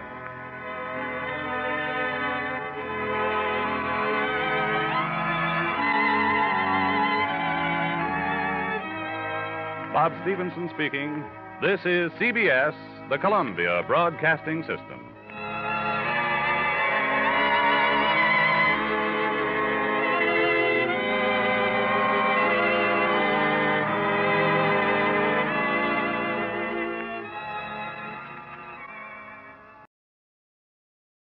Wrigley's Spearmint Chewing Gum, the refreshing, delicious treat that gives you chewing enjoyment, presents for your listening enjoyment Edmond O'Brien as... Johnny Dollar. My name's Mark Nelson.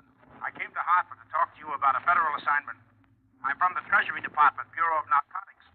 We need an insurance investigator For what? to go to London on a case that has us stopped here.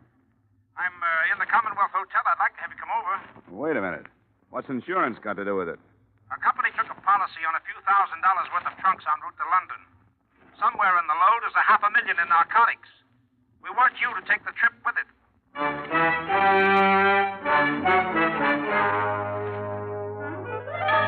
The makers of Wrigley's Spearmint Chewing Gum bring you Edmond O'Brien in another adventure of the man with the action-packed expense account.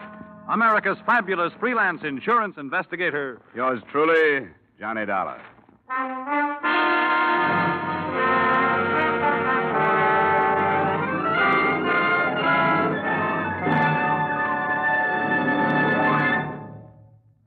To make every day more enjoyable, treat yourself often to refreshing, delicious Wrigley's Spearmint Chewing Gum.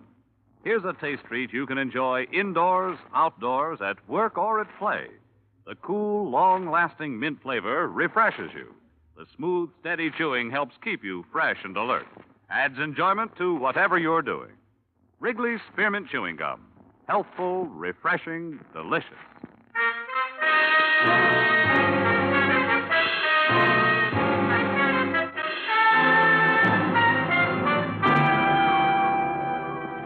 Expense account submitted by Special Investigator Johnny Dollar to Treasury Department, Bureau of Narcotics, Washington, D.C. The following is an accounting of my expenditures during investigation of the London matter. Expense account item 1, $1.75, cab fare to Commonwealth Hotel. I'll give you the background as briefly as I can, Dollar. We allowed the entry of some narcotics from India into Seattle.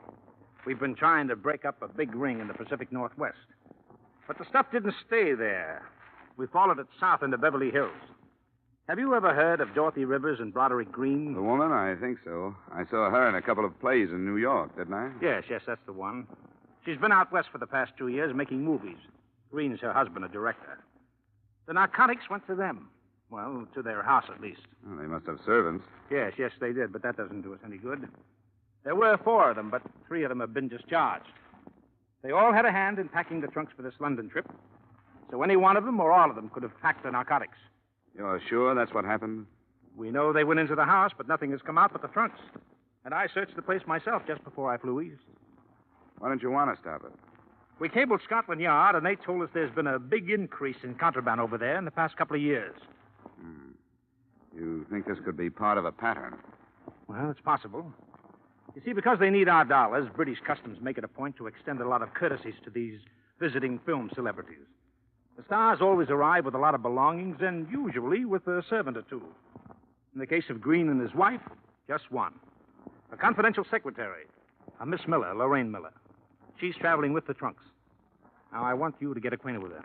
Well, that shouldn't be too difficult. Who's the policy with? Standard Liability Company. $20,000 for a 2-week period. That's a short-term gamble. It'd pay the company to keep an eye on it. Couldn't you use that? Well, it would depend on how young and susceptible this Miller girl is. She's young, Dollar. I got close enough to appreciate that.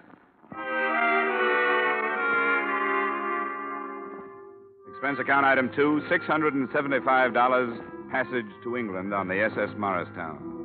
Before boarding, I received a few more bits of instruction by phone from T-Man Nelson. We've been in touch with Scotland Yard again, Dollar. They're assigning one of their best men to the case. An Inspector Finch. He'll arrange to meet you when your ship docks. We sent him a description. Yeah, Finch. Okay. What else? Well, we still aren't sure about the Miller girl, but her brother is going on the same ship. That could happen. He's got a passport under another name, Miles Fanning. Now, if you need help on the trip, the ship's detective is Clarence Dorn. Dawn. Okay, I'll find him. Okay, Inspector Finch is in London, and I'm flying over in a few days. I'll find you. Hey, Nelson, are you sure you trust me? I'll let you know when we finish this thing. Bon voyage.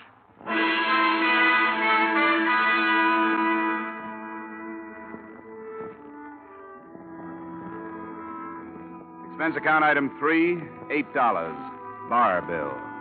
I met Lorraine Miller in a small lounge on B-deck as we left New York Harbor. She struck me as being young, all right, but susceptible only when she wanted to be. She had a face that didn't need much makeup and auburn hair that didn't need much messing with. Her hazel eyes were wide-spaced and seemingly candid, but they didn't tell me whether or not she knew who I really was. It must be an exciting job. Travel a lot?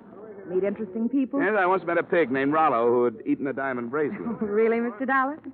Hey, how long are you going to be in England? About a year, I guess. The Greens are going to make a picture with somebody's frozen pounds. It's a smart thing to do, you know.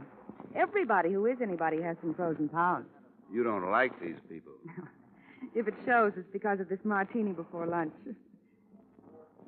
I'm glad you're here. So am I. You traveling alone? Yeah, but that's my line, isn't it? What do you have, a cabin or a suite? A cabin. Then it's my line. I have a suite. I'll go take a nap in the tub, and you meet me there at 5. There's a little bar, and I'll order some things, and we'll be able to get some music on the radio and have dinner there. Oh, I really shouldn't. Hidden away from the rest of the people. Sound of the ocean outside. You'll like it. If I could only be sure that Mother won't worry about it.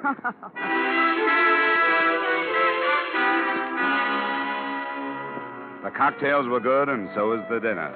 But the radio was full of static, and, as far as my assignment went, the conversation was unsatisfactory. I learned a lot about Lorraine Miller and a little about the Greens, but none of it tied in with the case. The whole evening made it almost impossible for me to suspect that she could be mixed up with narcotics until the 4th brandy. Jim? What is it? Oh, no. Porthole. Somebody pushed it open. It blew open. It startled me, that's all. Somebody pushed it. You saw him. You started to call out his name. No, I didn't, Johnny. It startled me so. My mind was 1,000 miles away in that Come over here and sit down. I'm sorry, Johnny. That was ridiculous. Why don't you want to tell me who it was? I saw him, too. Now, who are you afraid of? Don't ask me anymore, Johnny. But I want you to tell me. All right. You want to spoil everything with your stubborn prying? It was my ex-husband. He followed me before. Now, if you'll please leave. Johnny, I won't be able to see you again.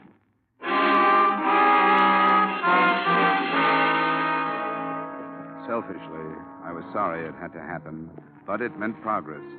I knew it had been her brother outside the porthole, and she was covering up for him.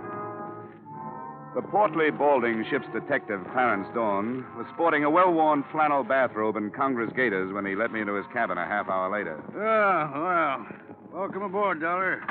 They told me about you. Yeah, I looked for you up in the ballroom. I never bother with the ballroom the first night out. The con merchants are just picking their marks. The slick gamblers are softening the suckers by letting them win. Nothing you can get your teeth into first night out. Tomorrow I go to work. Sit down, huh? Yeah, thanks. Customs told me you might contact me. Always glad to help if I can. Thank you. There's a passenger aboard named Miles Fanning. Fanning? Well, I got a duplicate list here somewhere. Oh, yeah. Faggot, Fanning. Miles D. Fanning. Number 22 on secret. Yeah, that's the name. Do you know anything about him? Oh, let's see. I keep a notebook. Names of some of the hot ones that make the crossing. Fanning. Well, he's not here. Don't know anything about him. What's his specialty? Well, this trip he's using forged papers. Fanning's not his real name. Say, I'd better report that, hadn't I? No, the federal men want him left alone. Is he hot? He could be. Oh, yeah. Can't let me in on it, huh? I know how it is. I wish you'd pick him out tomorrow. Keep your eye on him for me. Sure, absolutely. Glad to help. Anything special you want to know? I'd like to know if he meets the girl in number 12A deck, Lorraine Miller. Auburn hair, hazel eyes, about 5'4". Got it? I'd like to know if he sends any cables ahead to London. Like to see copies if I could. I'll get word to the radio operators right away. Thanks for the cooperation, Dawn. I'll check back with you tomorrow night. Right.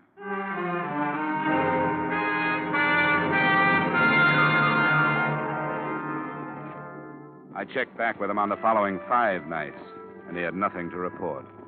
The days and evenings I spent as casually as I could, and never once saw the Miller girl.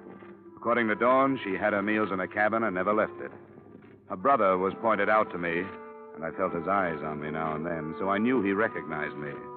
Then, the night before we were due to dock in Southampton, I was surprised in my cabin by an unmistakably feminine knock on the door.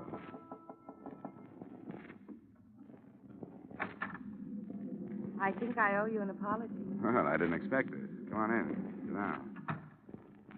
I'm sorry, Johnny. I wish I hadn't blown up. Why did you? I don't know.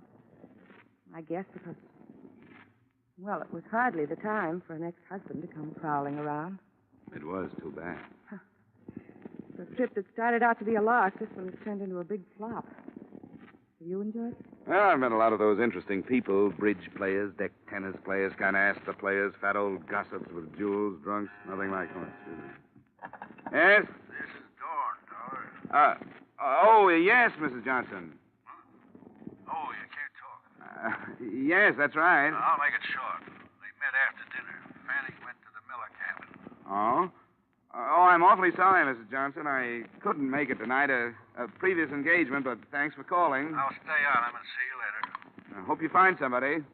Night. That was one of them. Could I fill in a contract? Mr. Johnson is seasick. We can get together in London, can't we? Yeah, sounds fine. I think we can work it out. I hope so, Johnny. I really do. Now I have to go. I want to get everything packed tonight.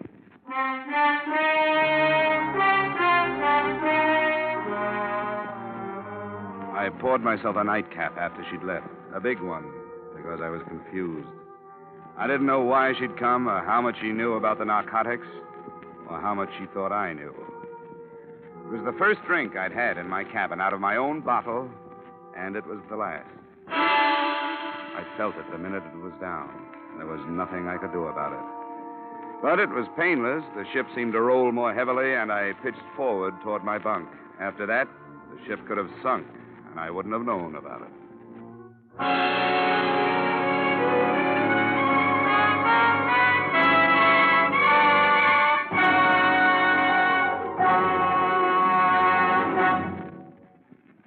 To make every day more enjoyable, treat yourself often to refreshing, delicious Wrigley's Spearmint Chewing Gum. The lively, full-bodied real mint flavor cools your mouth, moistens your throat, freshens your taste. And the chewing itself gives you a little lift, helps you keep going at your best. So for real chewing enjoyment that's refreshing and long-lasting, always keep Wrigley's Spearmint Chewing Gum handy. Healthful, delicious Wrigley's Spearmint Gum will make every day more enjoyable. And now, with our star, Edmond O'Brien, we return you to the second act of Yours Truly, Johnny Dollar.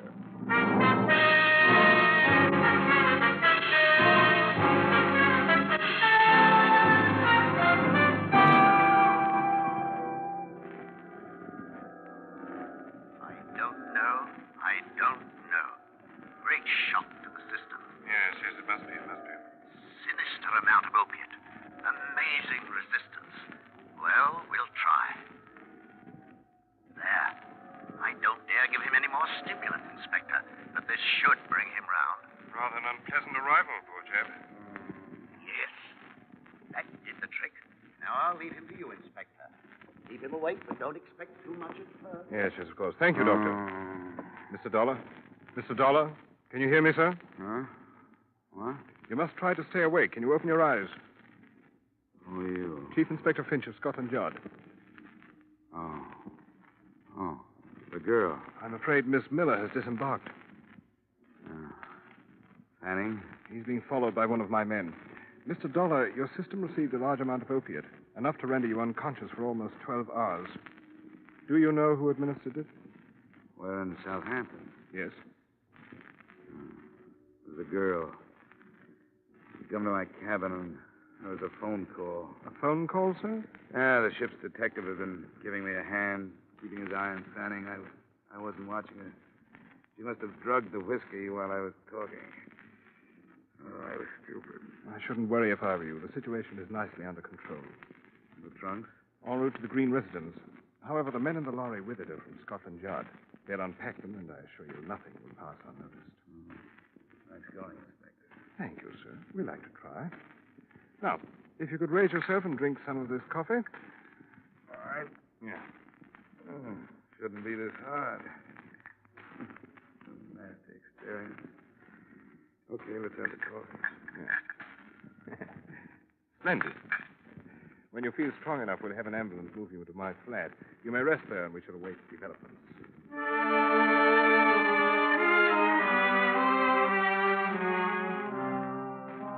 It took a lot of coffee and a lot of time. But by early afternoon, we were in the inspector's flat, waiting for word. It came at 4:30.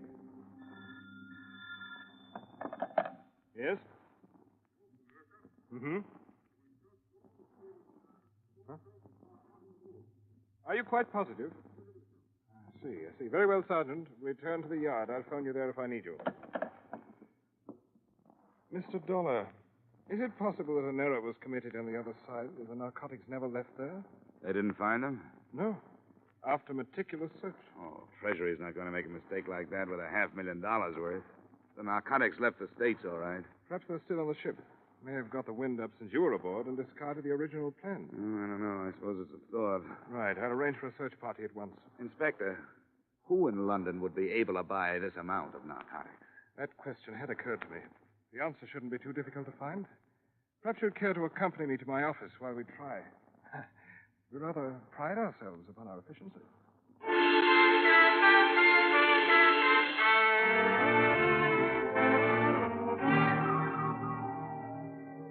10 minutes after we got there, the ponderous machinery that is Scotland Yard started grinding out files on criminals. They were indexed according to every possible feature or characteristic. In the space of 2 hours, we had the name of every known narcotic suspect in London, and flying squad men had been sent out to cover them. But the first report that came in was negative. The ship had been searched without success. Then the phone rang again. Inspector Finch. Huh? Oh, yes, he's here. Mr. Dollar? Thank you. Oh. This is Nelson, Dollar. I just got in. Oh, good. Have you heard about the mess? Part of it. I went down to the ship. Dawn told me what happened to you. Are you all right? Yeah, sure, I'm all right, but the stuff got through. It's loose someplace here in London. The trunks? Unloaded and searched by Scotland Yard men, nothing. What about the girl? She's being watched. Anything on Miles Fanning? Well, the Yard's tailing him, too. Say, Nelson, are you sure the narcotics were put aboard the ship? Positive. But I'll get right on the transatlantic phone and get somebody to recheck the trail. I'm staying at the Empire. Call me if something breaks. Yeah, right. Treasury man, he's going to check the States to see if there's a slip. Good. $500,000? Rather a nuisance having that. This may be something. Yes? Mm-hmm. I see. Yes, at once. See that a driver and a radio cars at the main entrance will want to stay in touch. Thank you. What was it? Any progress? Yes. Most unpleasant progress. The constable I assigned to follow the chap who calls himself Fanning has been shot to death. Oh? Progress lies in the fact that your ship detective fellow, Clarence Dawn, was killed at approximately the same time. Dawn? Yes. Do you have a pistol, Mr. Dollar? It's on the ship. We won't bother going there. I'll have two issued to us before we leave.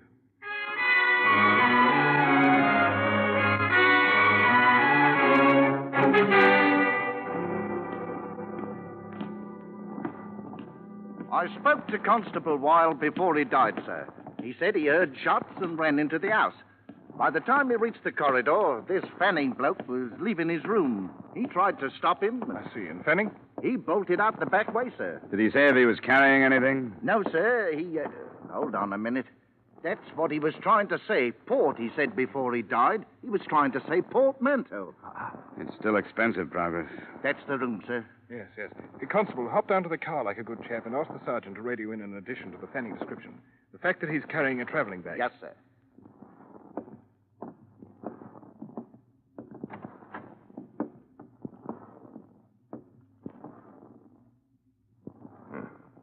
Is this Clarence Dawn? Yeah. And I guess the answer to a few things. Then Dawn carried the contraband here from the ship, quarreled with Fanning over division of the spoils, and was then shot by Fanning, wouldn't you say? Yes, that's exactly what I'd say. Then Fanning's our man. We'll have to find him. Right. Yeah, I'd like to go to the Green place, talk to the Miller girl, Inspector. Of course. Clarence Dawn. You know, I thought... How could I have been so stupid?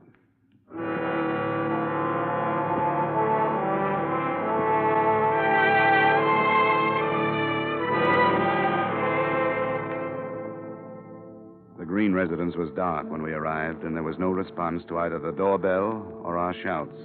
We pulled up a few yards, and while we waited, we listened to the nervous talk between the radio cars that were combing the city for the man we called Fanning.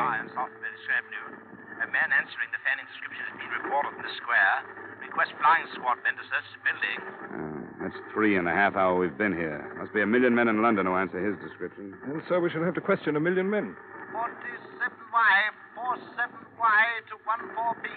Are you still in Charing Cross Road? Over. 14B, 14B here. Still in Charing Cross Road. Over. 47Y to 14B. Investigate 1936 Bentley crossing into your section. 1936 Bentley. Close coupled sedan. Black. Registration GY4110. GY4110. Acknowledge. Over. Cut it, Sergeant. Cut it. 14B acknowledging. Sergeant. Registration GY4110. Switch off the receiver. Oh, yes, sir. There's a car. Looks like it's stopping. It's a taxi. There she is. Come on, Inspector. But let me do the talking, will you? Right you are.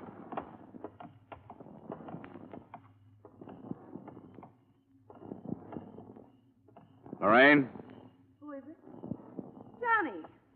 Johnny, where have you been? Where is he, Lorraine? What happened to you? I looked for you when we were docking. I came to your cabin and knocked. Stop it. Where is he, your brother? Johnny. Come on, where is he? What has he done this time? What'd you say? What has Jim done? You know what he's done. No, I don't. He wouldn't tell me. After everything that's happened, after you've lied to protect him, you're asking me to believe that you didn't know what he was doing? Yes, I'm asking you to believe me. You don't have to. I haven't known anything about Jim since the war. It wasn't my brother who came home. It was somebody else. Somebody to be ashamed of. A stranger I gave money to so he'd leave me alone. But he never did. It was the war. What has he done this time? Tell me, Lorraine. He knew you were coming to London? Yes. You saw him while you were getting ready to leave? He needed money. I hired him to help with the packing. Where is he, Lorraine? I've got a right to know what he's If done. you're telling the truth, it doesn't make any difference. The man's a criminal. He has to be taken. Now, I want you to tell me where he is. He's not my brother anymore, so it doesn't matter. He's going to Tangiers. How, on a ship or a plane? A ship. Which one? I don't know. He's leaving at 9 a.m. If he doesn't, he'll drag me into whatever it is. Accomplice, he said. But I don't care anymore. I don't care. Well, Mr. Dollar? What do you think of it, Inspector? I don't think she was lying. We've had the same trouble here in England. Young boys who found themselves fighting a war as children were no more than grown-up children when one day they were told they'd won it. I've seen them. They can't cope with our rather sorry victory, and they simply don't care. Loyalties mean nothing. They want money, and they don't care what they do to get it. Perhaps you, an American, and I, an Englishman, are partially to blame. Yeah, I guess the war is still with us, Inspector. After you, sir. Thanks. Sergeant? Yes, sir. I want to know which ship is sailing for Tangier tomorrow morning at 9. Right, sir. When you find out where she's docked, ask the yard to contact Mr. Nelson of The Empire. the Hotel Empire. Yes. In the meantime, Sergeant, you might drive towards Royal Albert Dock. Right you are, sir.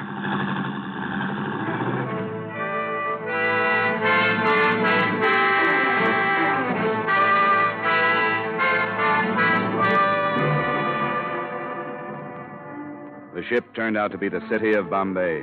Before we drew to a stop at Royal Albert Dock, we passed through what must have been half of the mobile police force of London.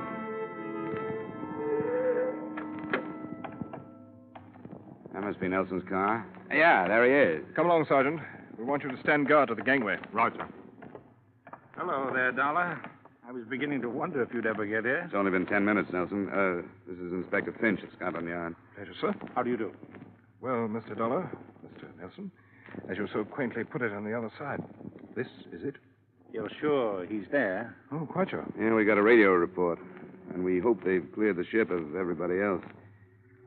Well, we might as well go. Right you are. I'm ready.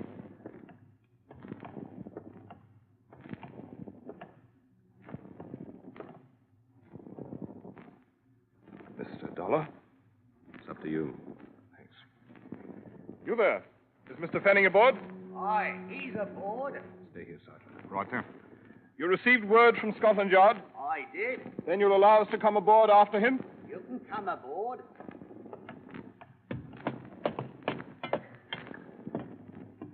He knows you've come. He's got a gun. Where is he? He went forward, on deck. Everything below is closed off. Very good. We can find him up this way? That's the way.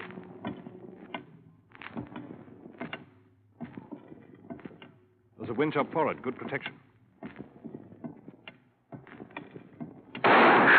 Down behind the hatch. Hey, Miller, Fanning, whatever you call yourself. Come on out. We've got the Treasury Department and Scotland Yard here, so come on out. He won't do it. He won't, Dollar. It's too late for him. I'd better cross over to the other side while you cover me. May draw him out. Are we ready? Wait till I move down here. This is good. Good luck, Inspector. Use your head, Miller. Come on out.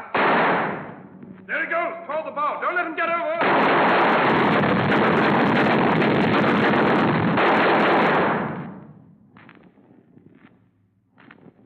Inspector Finch? Yep. Nelson? Yes. Yes, you all right, Dollar? Yeah, what about him? He's dead, Dollar. We can search his cabin now.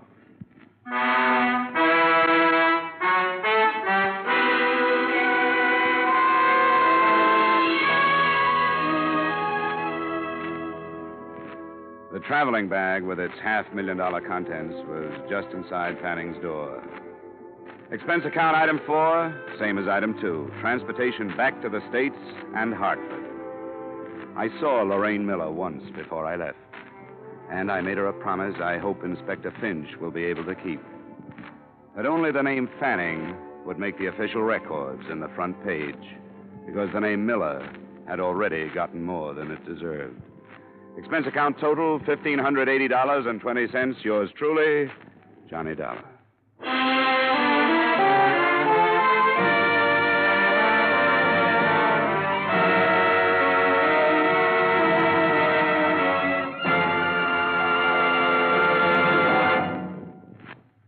Remember, friends, to make every day more enjoyable, treat yourself often to refreshing, delicious Wrigley's Spearmint Chewing Gum.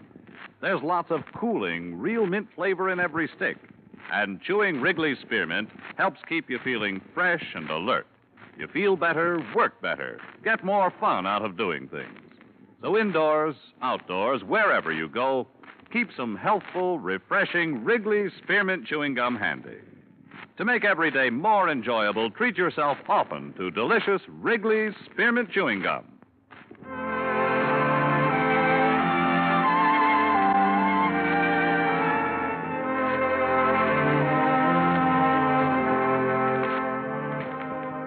Yours truly, Johnny Dollar, brought to you by Wrigley's Spearmint Gum, stars Edmond O'Brien in the title role, and is written by Gil Dowd and David Ellis, with music composed and conducted by Leith Stevens. Edmond O'Brien can soon be seen starring in the Columbia Pictures production 711 Ocean Drive. Featured in tonight's cast were Wally Mayer, Virginia Gregg, Herb Butterfield, Dana Herlihy, Tudor Owen, Ben Wright, and Alec Harford. Yours truly, Johnny Dollar, is produced and directed by Jaime Del Valle.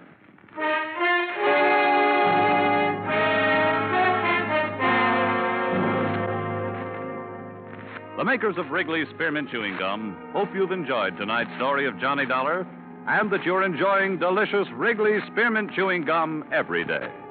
We invite you to join us again next week at this same time when, from Hollywood, Edmond O'Brien returns in another adventure of Yours truly, Johnny Dollar.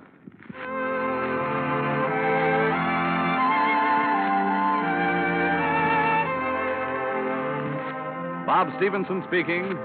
This is CBS, the Columbia Broadcasting System.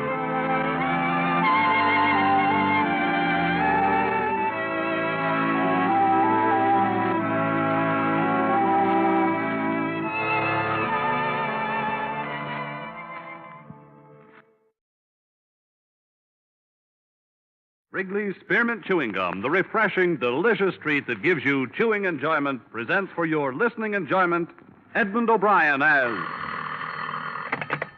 Johnny Dollar. Frank Gaber at Monarch Live, Johnny. You free for about a week? What's the deal? The name is James, Mrs. Martin James.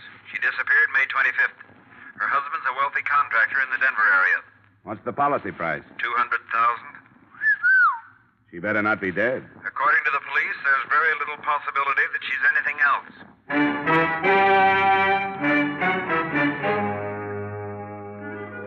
The makers of Wrigley's Spearmint Chewing Gum bring you Edmond O'Brien in another adventure of the man with the action-packed expense account. America's fabulous freelance insurance investigator. Yours truly, Johnny Dollar.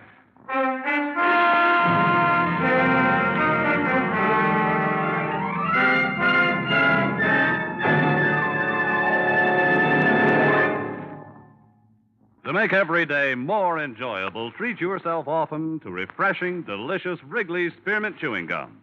Here's a taste treat you can enjoy indoors, outdoors, at work, or at play. The cool, long-lasting mint flavor refreshes you. The smooth, steady chewing helps keep you fresh and alert. Adds enjoyment to whatever you're doing. Wrigley's Spearmint Chewing Gum. Healthful, refreshing, delicious.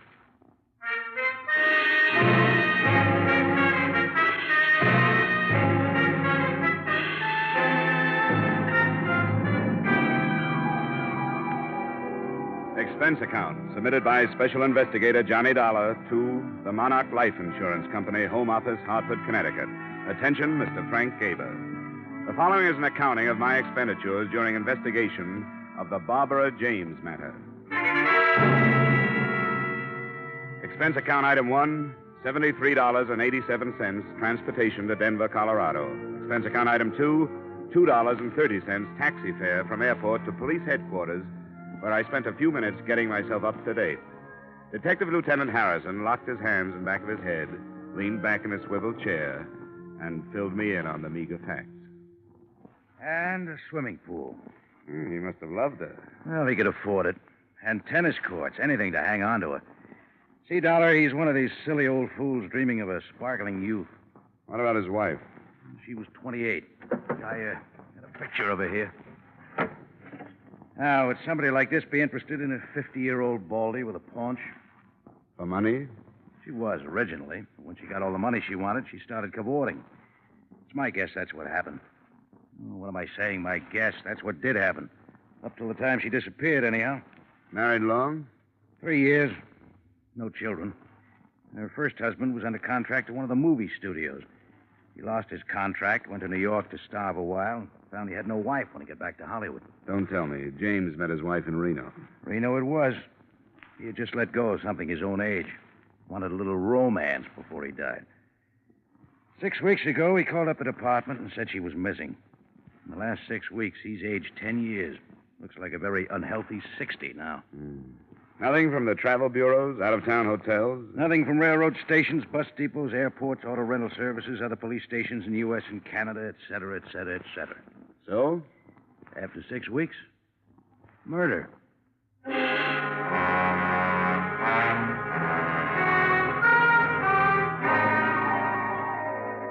Expense account item 3, $1.50 taxi fare to the lush mansion of Mr. Martin James. On the way over, partly for pleasure, partly for business, I studied the glamour photo of the missing girl. She was standing beside a swimming pool in a bathing suit, smiling at whoever was taking the picture. She was quite a girl. The James place was a colonial-style museum piece up on a hill overlooking the city. A pretty young thing in a nurse's uniform met me at the door, took my name, and disappeared behind two high oak doors. In a moment, she was back. She ushered me into Mr. Martin James. Mr. James looked very old. His legs were wrapped in a patch quilt. One hand clutched the collar of his bathrobe about his throat. The other hand held a glass of milk. How do you do? Sit down, won't you? Oh, thank you, Martha. That'll be all. I know your suspicions, Mr. Dollar. My answer is no. I'm not at all sure she hasn't run off with a younger man. But all the ticket officers show... She'd use another name. Very possibly. You see, Mr. Dollar, Barbara married me for my money. I married her for her youth and her beauty. It was a decent enough arrangement until she became dissatisfied. Yes, I suppose I was a fool. Then you think she left you? If I ever allowed myself to really believe that, I wouldn't want to live. I can stand the news that she's ill, oh, yes, or even that she's dead, but not that she's left me. And I sit here day after day telling myself that maybe, in a small way, she loved me. And what do you think did happen to her? I don't know, but she would have sent me some notification, postcard, anything. You know, there was a strain of sweetness in there. She found it very difficult to be unkind. Oh, she had a conscience, Mr. Dollar. Tell me, how did you discover she was missing? Well, I came home one night. She said she was going out. We had a quarrel. It was the only time I ever raised my voice to her. She stormed out of the house, didn't even take any of her things. You know any of her close friends who've left town? No, I don't. But, of course, I didn't know all of her close friends. I suppose not. Well, Mr. James, can you suggest any of her friends that I might start with? No, Mr. Dollar. Although I suppose Bennett would be as good as any. Who's Bennett? Oh, he runs the Yellow Bird Cafe, a nightclub downtown. I always had the idea he was number one on the list. The Yellow Bird Cafe. Well, thanks, Mr. James. If I hear anything new, I'll let you know. Thank you, Mr. Dollar. Oh, one more thing. Yes? If you find her, and she did leave me, tell her she needn't come back.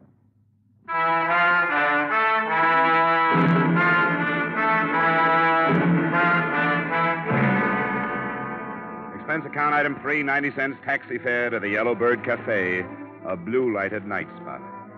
In a minute or two, I was seated opposite a slick-haired leading man in a dinner jacket. From the size of the bills on his desk, I'd say his wallet was pretty well dressed, too. Don't look at him too long. They'll burn your eyes out. Must be awful to have to rake all that off the lawn every morning. Oh, I just wanted to impress you. That's a whole week's take. Denver isn't what I call a good club town. My place in Frisco does much better. The only town worse than Denver for club trade is Cleveland. Cleveland pulls in the gutters at 6 p.m. Well, I'll keep that in mind if I ever get the urge to open up a clip joint. I'm here about Barbara James. It's funny how that name keeps cropping up. I suppose it'll keep cropping up until somebody finds her. You have any ideas? Sure, lots of ideas. She could have crossed against the light, fallen into the Great Divide, thumbed her way to Hungary. You're a comedian. Oh, now, look, Dollar. I'll tell you what I told the lieutenant. I don't know anything about it, and if you insurance rubes had any brains, you'd check with the cops first before making fools out of yourself. You saw quite a bit of her. Saw, that's right, saw. That was a long time ago. Listen, guy, I got a book in my pocket with names of girls who make Barbara James look silly. Now, why should I take away an old man's child bride? That's not the way I heard it. All right, for laughs, sure, I used to take her out. She was lonely. She used to come in here and sit alone at a table. I had nothing else to do. We'd dance. I'd buy her a few drinks. That was it. She gave you the brush, Bennett. Oh, yeah, sure. You don't like to be given the brush. Anytime I can't hang on to a dame like Barbara. She gave you the brush and you didn't like it. All right!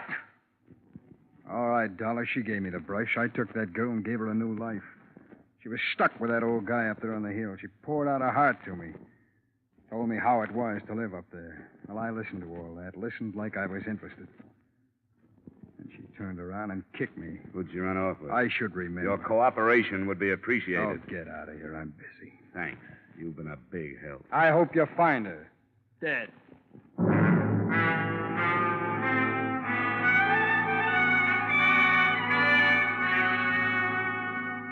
Expense account item 4, $3 for 2 drinks, 1 for me, 1 for the young lady I dragged away from the dice table.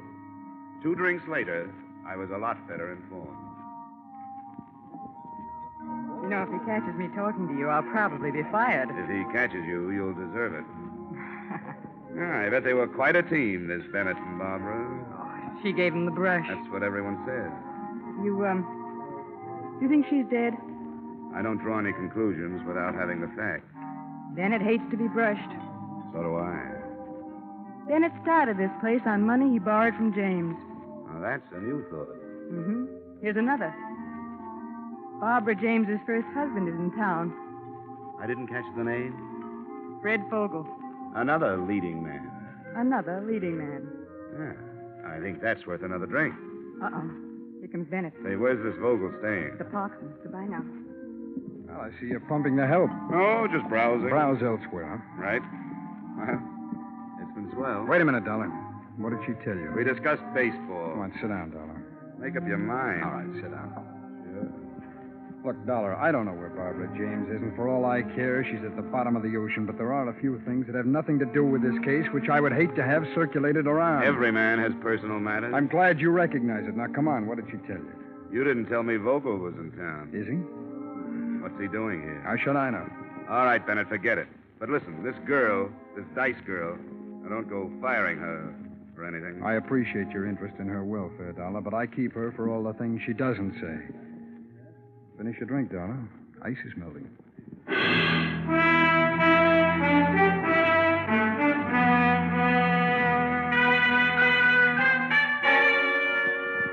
I walked to the Parkson and asked the desk clerk for Mr. Fred Vogel. He was out. I waited an hour. At 3 a.m., he came in, slightly tipsy. He got his key and went upstairs. I followed in the elevator. When I got out on his floor, he tossed me a curious glance, but that was all. When he'd closed his door and I was on his side of it, he was even more puzzled. You got the wrong room. Oh, yes, you have. You got the wrong room. Now, do you mind... Are you Fred Vogel? Yes, how did you know? You were married to Barbara James? That's right. Well, come on, sit down. Let's have a talk. Now, look, I like to talk, but it's 1 o'clock. 3 o'clock. Well, you see, it's even later then. How about tomorrow? Well, I like to work at night. I'm with an insurance company. We're trying to locate your ex-wife. I haven't seen her in 3 years. No, 4. No, 3.5 years. And what are you doing in town? Just passing through from New York to Hollywood. I took the northern route. Beautiful. I shunted off this way to see Barbara again. I thought I'd pay my respects to her new husband. Sounds too casual. You know, I'm glad you dropped in. I was out all night sitting in some crummy bar, and there was nobody to talk to. But you like a drink? No, thanks anyhow. Well, you don't mind if I have one? No, go right ahead. Yeah, when she left me, Mr. Oh, what? Anyhow, when she left me, I was destitute. Shook my confidence in myself. I always knew she was too good for me, but I never knew how much too good for me she was until she left me. Shouldn't have gone to New York. Why did you? Make money. Sure, make money. Why else would anybody be fool enough to go to New York? When I came back, she was gone. She'd gone with this guy, this James. Why did you come back, Fred? Had to see her again. 2 months I've been in town. I'm almost broke. First 2 weeks, I didn't have nerve enough to go up to her place, and then she disappeared. Well, I can't go until I find out where she is. You've had a rough time. That's right. It's just what I need. I need somebody to sympathize with me. That's what I need. Oh, man, I wish you would have a drink with me. All right, Fred. I'll have a drink.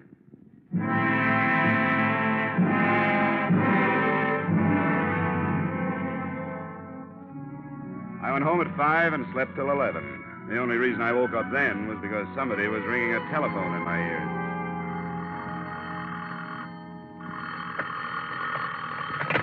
Yeah, hello. You sound like you're in the crest of a hangover. Who's this? Harrison. Who? I'm with the police department. Oh, sure. Yeah, what's up, Harrison? Did you know that Bennett was one of Barbara James' favorite people at one time? Yeah. Well, there's a girl named Dorothy, a dice girl. Yeah, very nice. Dice. D-I-C-E, dice girl. Oh, yeah, Dice Girl. We found her this morning on the highway. 4 bullets too late.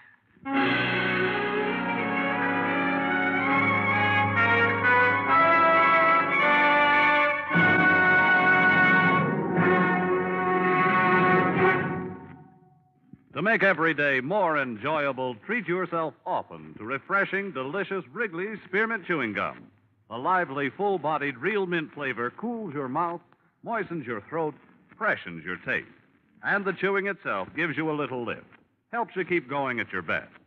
So for real chewing enjoyment that's refreshing and long-lasting, always keep Wrigley's Spearmint Chewing Gum handy. Healthful, delicious Wrigley's Spearmint Gum will make every day more enjoyable. And now, with our star, Edmond O'Brien, we return you to the second act of Yours Truly, Johnny Dollar.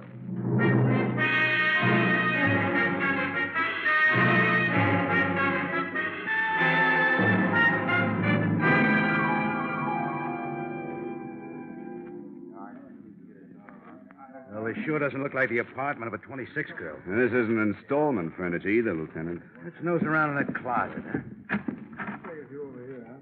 What? Imported brocade. Yeah. My wife's been pestering me for something like this for 10 years. Now, how would a girl like Dorothy rate all this? For being lovely? Or for being quiet? Possible. It's usually the former. Yeah, that's true. Wait a second. What are you doing? Looking at this label. Martin Rifling, Denver. Now lead me to the classified. Yeah, it's very cute, Dollar. I wish I'd have thought of that. Here's the yellow book. Thanks. Let's see. Dresses. Here we are. Now, Rifling. Right here. Martin Rifling, early 5687. There you are, Lieutenant. Make the call in the name of the law. 5, 6, 8, 7. I hope they still have the records. On the other hand, a customer like this, hello, say this is Lieutenant Harrison, Police Department. Have you got the records on a Miss Dorothy Weller? No, all right, sure. What's the deal? Says I have to talk to the manager. Hello, say this is Lieutenant Harrison, Police Department. I'd like some information regarding a Miss Dorothy Weller. Yes, Weller. She had quite a substantial account with you, didn't she? 3,000. Wow. Look, who paid the bills? What? She did? Well, did she ever come in with anybody? I see. Yes, I see. All right, thank you. Nothing. She paid everything herself. The bankroll wants to keep itself a secret. Well, let's check on some of this other stuff. Probably the same deal, Lieutenant. She was getting plenty from somewhere, and the gift was strictly anonymous. Got any ideas? Same one you got. I want to mess around here for a while. You go on over to Bennett's and check. I'll let you know if we're right, Lieutenant. And look, why don't you take some of that imported brocade back to your wife? Huh? Don't be silly. Then I'd have to take her someplace expensive to show it off.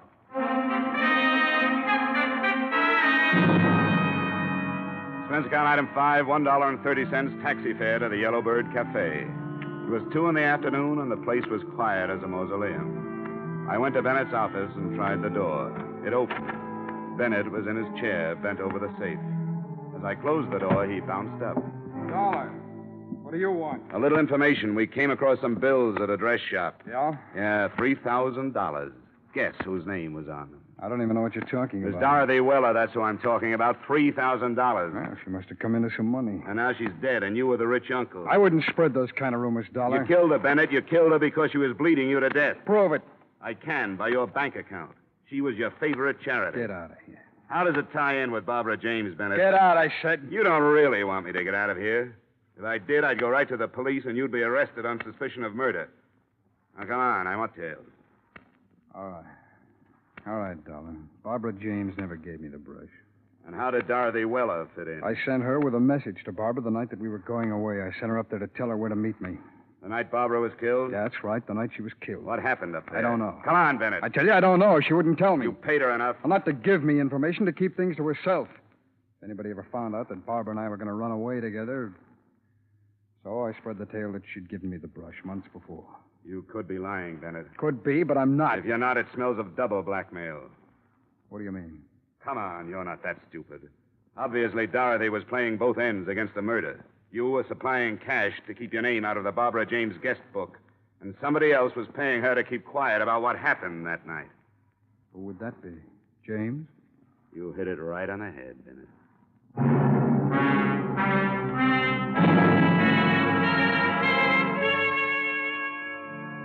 Expense account item 6, transportation to the Martin James place.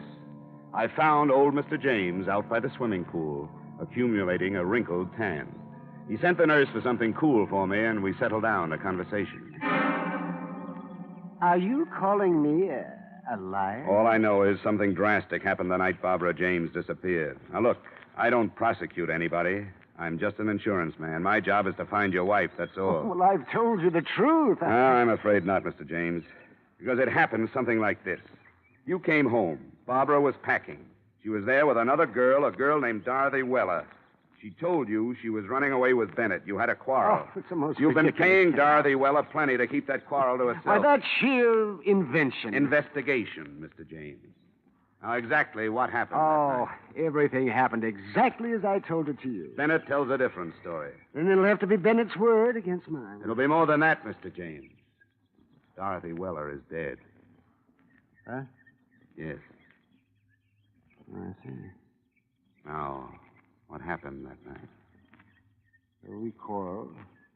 Barbara said she was going away with Bennett. I didn't want her to go. She left anyhow. I paid Dorothy Weller a good deal of money, not to mention the quarrel, to the police. What happened to your wife, Mr. James? I don't know. She didn't run away with Bennett. What happened to her, Mr. James? I don't know. You killed her, didn't you? No, You told her no. you'd kill her before you'd let her go. Then she tried to go and you shot her. Oh, no, that's a lie. Well, Mr. James, it's only a matter of time. Don't admit anything now. You don't have to. The only witness is dead. But we'll find the body. Oh, thanks for the drink.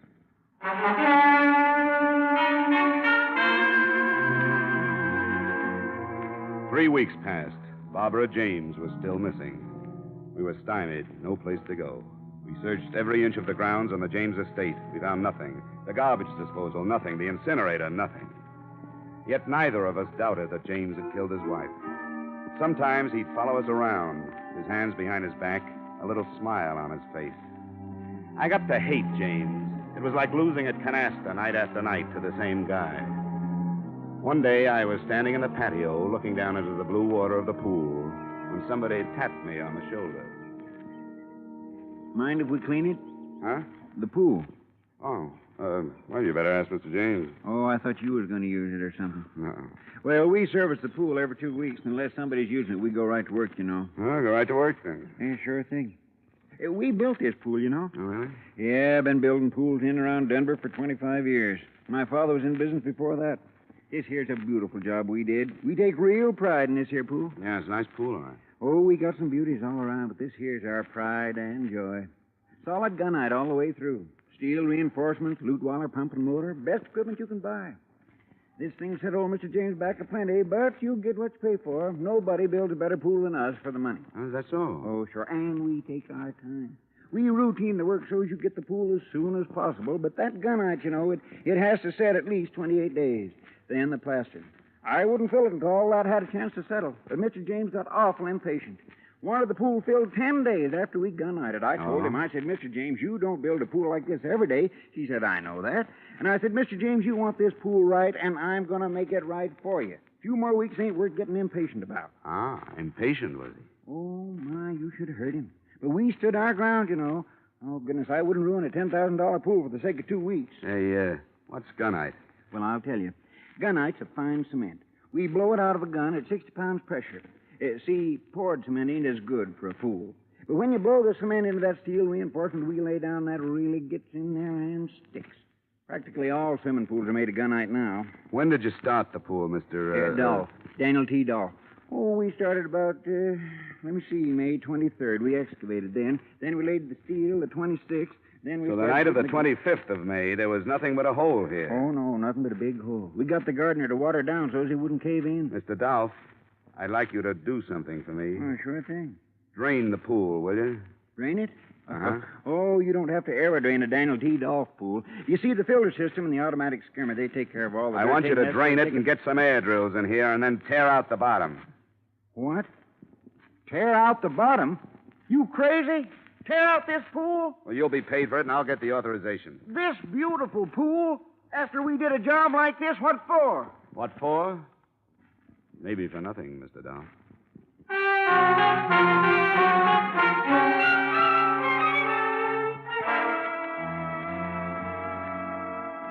You dig up the pool? That's right, Mr. James.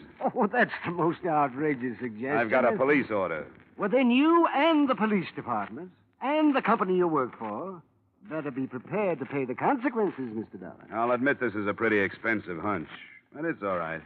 I work for pretty expensive people.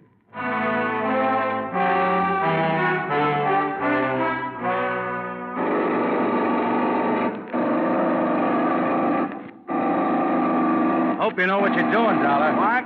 I said I hope you know what you're doing. Well, it's only a hunch, Lieutenant. May 25th, the girl disappeared. Now, May 25th, there was nothing but a big hole here. James knew that the next day they'd put the steel reinforcement in and then gunite over it. What better place for a body? Oh, here comes James now. What? I said James is coming. Oh. Hello, Dollar. How are things progressing? Pretty well, Mr. James. Yeah, I hope you're having a good time. Just like a small boy watching them tear up the street. Only this time it's going to cost you your job. Yes. And your company. A lot of money. The order comes from the police department, Mr. James. You have to bring that up. Don't you think this is all just a little bit childish, Dollar? Depends on what we find. If we don't find your wife, it's childish. If we do, it's logic. But rest easy, Mr. James. It won't be long now.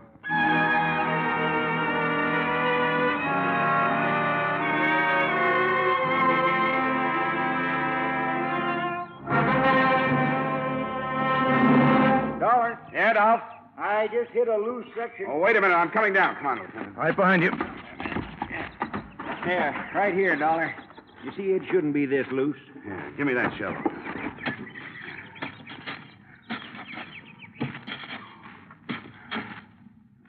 Look, Johnny. Yeah. Great place for it. What is it, Dollar? Dollar, what is it? It's a grave, Dolph. What? We better get after James. Hey, he's gone. Let's get up there. There he goes, Lieutenant. Hey, he's up on the porch. Come on, let's go.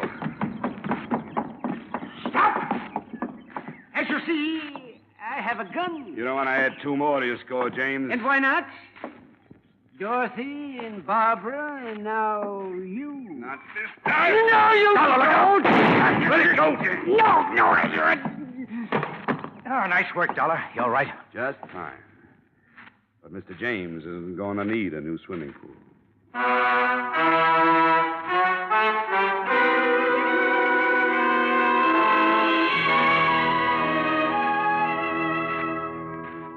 So Mr. Martin James had fashioned his wife's tomb, a foot of loam and quarter-inch steel mesh, 4 inches of cement, and 8.5 feet of water.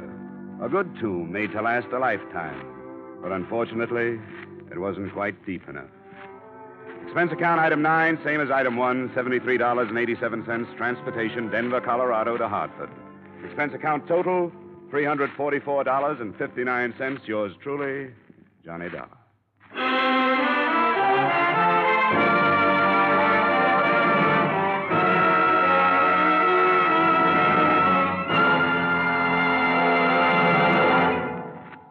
Remember, friends, to make every day more enjoyable, treat yourself often to refreshing, delicious Wrigley Spearmint Chewing Gum. There's lots of cooling, real mint flavor in every stick. And chewing Wrigley Spearmint helps keep you feeling fresh and alert. You feel better, work better, get more fun out of doing things. So indoors, outdoors, wherever you go, keep some healthful, refreshing Wrigley Spearmint Chewing Gum handy. To make every day more enjoyable, treat yourself often to delicious Wrigley's Spearmint Chewing Gum.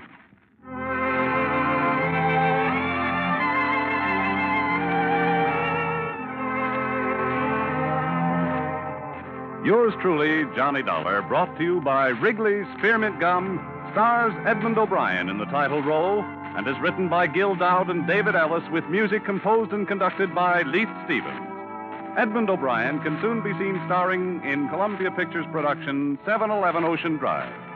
Featured in tonight's cast were Parley Bear, Jack Moyles, Howard McNear, Stacey Harris, Gene Spaulding, and Jay Novello.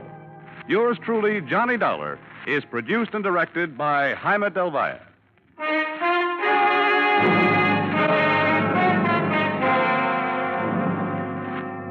The makers of Wrigley's Spearmint Chewing Gum hope you've enjoyed tonight's story of Johnny Dollar and that you're enjoying delicious Wrigley's Spearmint Chewing Gum every day.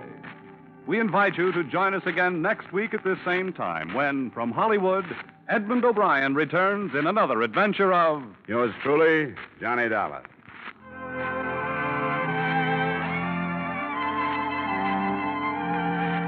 Bob Stevenson speaking. This is CBS, the Columbia Broadcasting System.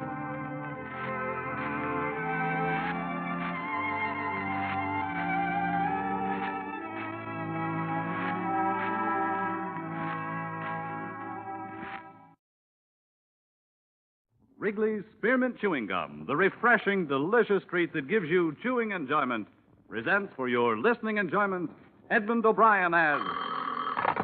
Johnny Dollar. George Donnelly, Swanson Industrial, Johnny. Afraid we're having engine trouble. Come again? We got a substantial policy on the Belo Horizonte Railroad in Brazil, both equipment and personnel. It's only a small road, but our losses in the past few months have been extensive. What happened? 4 locomotives piled up in 2 months, 20 dead. We got a pair of conflicting reports. Looks like either insurance fraud or murder. With my luck, George, it's probably both.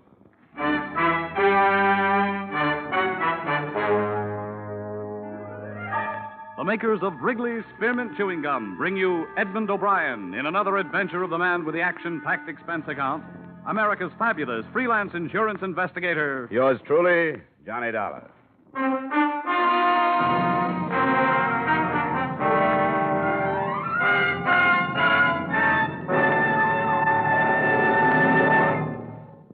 To make every day more enjoyable, treat yourself often to refreshing, delicious Wrigley's Spearmint Chewing Gum. Here's a taste treat you can enjoy indoors, outdoors, at work, or at play. The cool, long-lasting mint flavor refreshes you.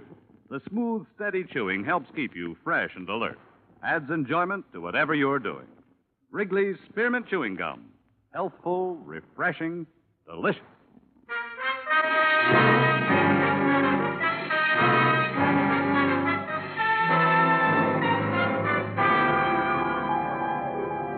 Expense account submitted by Special Investigator Johnny Dollar to Swanson Industrial Insurance Corporation of Hartford. Attention, George Donnelly. The following is an accounting of my expenditures during investigation of the Belo Horizonte Railroad matter. Expense account item 1, $500.38, transportation Hartford to New York to Rio de Janeiro. I found the executive offices of the railroad, all right. Avenue Graca Arana, 392. But I didn't find the president, Mr. Benjamin J. Hulley. Reason? They'd taken him to the hospital that afternoon. A nurse at the Santa Maria told me that Benjamin Hulley had left strict orders that the minute I came in, I should be admitted to his room. I found him propped up in a bed. There was the smell of alcohol and boiled milk. Ulcers. Peptic or duodenal, we don't know. Nobody knows. The end product of acid indigestion. Insurance?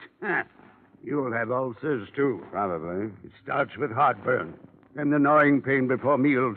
Then all of a sudden, you've got them. The disease of the businessman.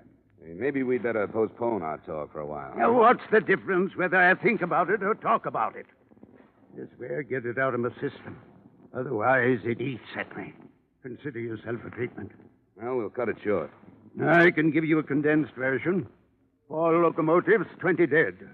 Yeah, but what am I giving you this for? You've got reports. 2 of them. One said accidental. The other said equipment had been tampered with. Ridiculous. Accidental. How could it possibly be accidental? 4 in 2 months. Easy, Mr. 4 Hulley, in 2 now, months. Easy. Listen to the facts. One engine caved in a wooden trestle over the Rio dos Valles. A trestle that had held up for almost a half century. 2 dead. Only cabin tender, luckily. Could have been a freight. Another derailed at Bomb Despacho. 2 more collided off a siding a few miles west of the port of Vittorio. Accidental, my foot. Who sent you the accidental report? Myers, Henry Myers, foreman of the roundhouse at Belo Horizonte. That stupid, moronic, idiotic, blundering fool? You're going to pop something carrying on like this, Mr. Holly. If you don't calm down, I'm going to get kicked out of here. Don't treat me like a baby. I know what I'm doing.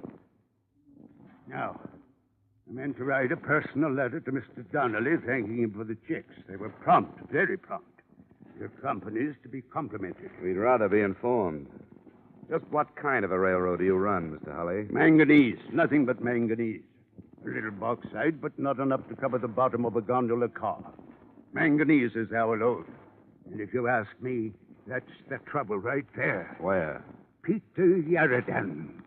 Who's Peter Yaradan? He's beyond description, Mr. Dollar. The greediest, trickiest man I've ever known. I haul manganese for a competitor.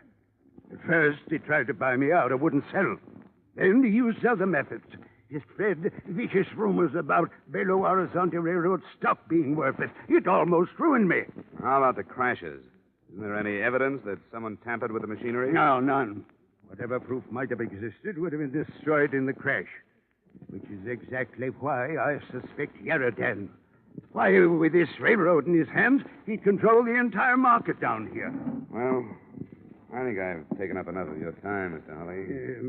Mr. Dollar, I'm an old man. I've worked very hard. I started as an engineer with this railroad 25 years ago. Worked myself up to the presidency. Whatever this road is, I've made it.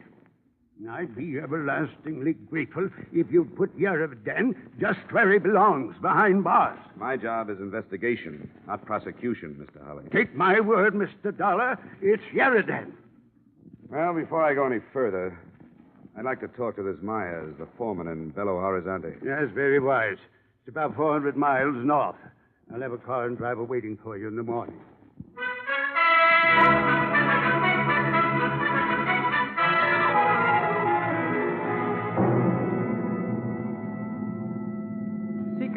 That is what my mother has named me. I do not know why. Perhaps after a pig or a cow. My mother named all her children after animals. It is what you might call nickname. Of course, nicknames are terrible things. They stick to you like paste. You like the way I drive? Ah, you drive swell. Swell? Good, fine, great. Oh, no, not that. The compliments are too much. Maybe fine, perhaps good, but not great. Why you go to Belo Horizonte, Mr. Dollar? Business? You're silly. You're silly. You think you can keep your business from me? You think you're hiding something in the state of Minas Gerais? You're foolish to try. Then why am I going to Belo Horizonte? Your name is Johnny Dollar. You investigate people for an insurance company. You are here by the engine crashes. You are going up to see Mr. Myers, who worked for Mr. Holly. You will find nothing. Is that enough? Why did you find out these bits of information? What? Around the town. How do you know I won't find anything? A brilliant mind. A gift of my father, who also had a brilliant mind. Tell me, do I really look like a driver? Why? What are you supposed to be? This is merely a costume. I am in reality a poet, philosopher, a seventh son. Say, can't you make this thing go faster, seventh son? Americans. Through the mountains faster. You're crazy. That is why you make so much money, and that is why Americans have ulcers.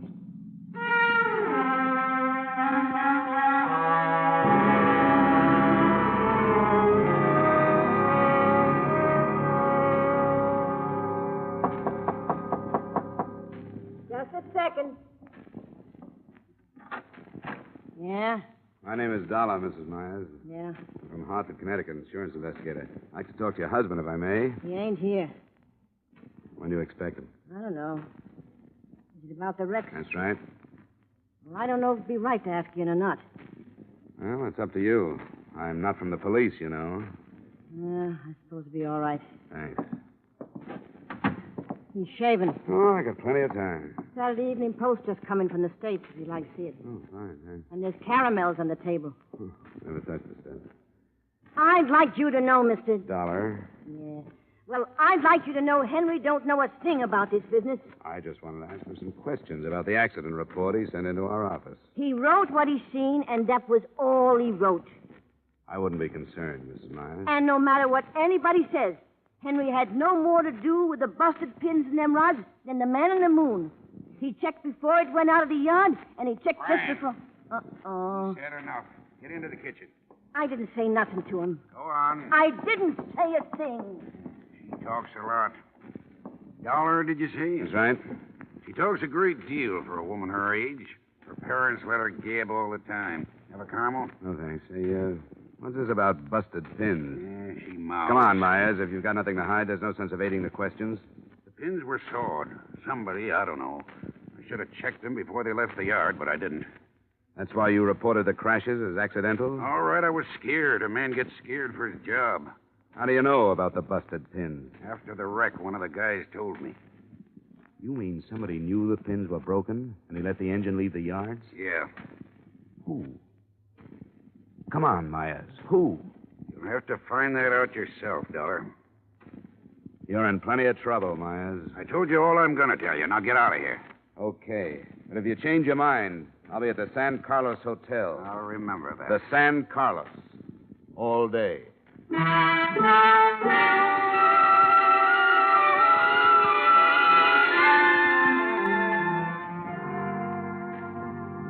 If you sit here in your room all day, Mr. Dollar, you do not have the benefit of the sunshine which plays so gently upon the soil. I'm waiting for a call, Seeker. Are you certain you would not like another game of Monopoly? No, you won. Yes, company you are dull. Sorry. If it were not orders, I would go back home. Yeah? If I insulted you, would you fight with me? Oh, too tired. Even if I call you a coward and a thief? Names will never hurt me. Well, if I... Johnny Dollar. This is Henry Myers, Dollar. Be over here in 5 minutes. I'll give you the stuff you want. Don't move, I'll be there. You want Myers? He feels talkative. Come on, let's go.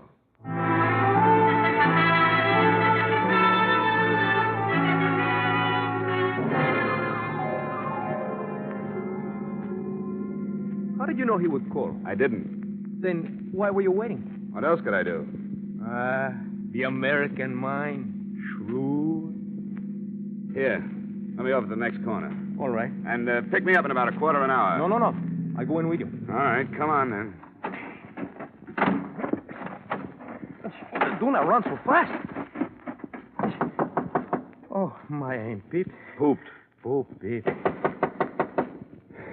No answer. Look on the floor. Myers. Looks like somebody had an earlier appointment. He's still breathing. Myers. Who did it, Myers? Vita. Go to Vera Vita.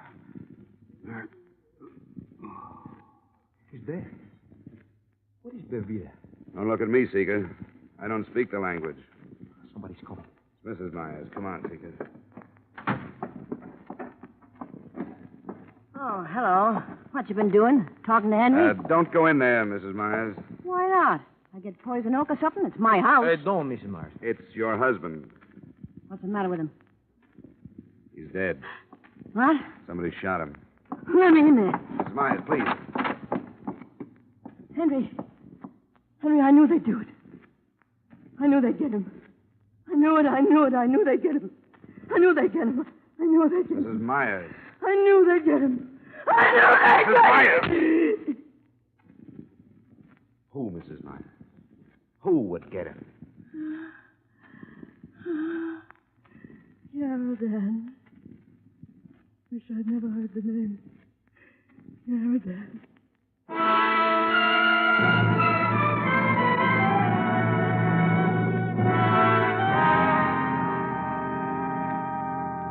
Come on, Mrs. Myers. Now try to remember.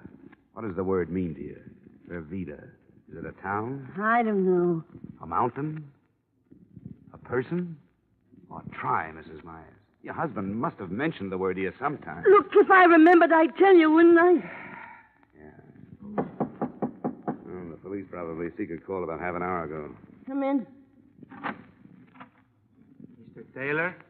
Wrong house, Bud. Oh, permit me to refer to my pad. Oh, Dollar? Dollar? That's right. Oh, good. I was sent to pick you up. Oh, really? By whom? No trouble. I am properly armed. The woman and your driver will also come. Better not argue, Mrs. Myers. He's the same one who killed Henry. He must be. Who's your boss, friend? Yaradan, Mr. Dollar. Peter Yaradan.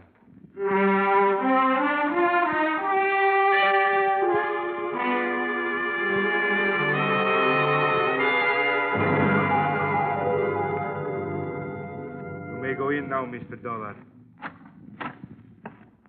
How do you do, Mr. Dollar? Mr. Yaradan? Correct. Be seated, please. I will send my man for something cool. No, thanks, but I'm not going to be here long. You have faith in my tolerance, Mr. Dollar? In your intelligence, Mr. Yaradan. A man of your reputation should know better than to play with guns. At times, a man of my reputation has no choice. Careful, Mr. Dollar. Let's get to the point. Very well. I hear that your investigation is not progressing very satisfactorily. I thought perhaps arrest might gain you a new perspective. I doubt it. Tell me, how is dear Mr. Hutt? He's not so good. Oh, shit. He tells so many tales that are untrue, he is lucky to be dying of natural causes. Something I hope I should be spared. Just keep piling up that manganese, Mr. Yaradan, and you won't have to worry. Is Mr. Hulley telling that silly story again? If you mean the one about your wrecking locomotives and spreading false financial rumors, yes. Oh, you don't really believe that nonsense, do you? I'm not paid to believe anything, Mr. Yaradan. I'm like an old hound. I just follow my nose. That is not very complimentary. You can take it for what it's worth. I like you, Dollar. Business-minded, dogged, courage to the point of bravado.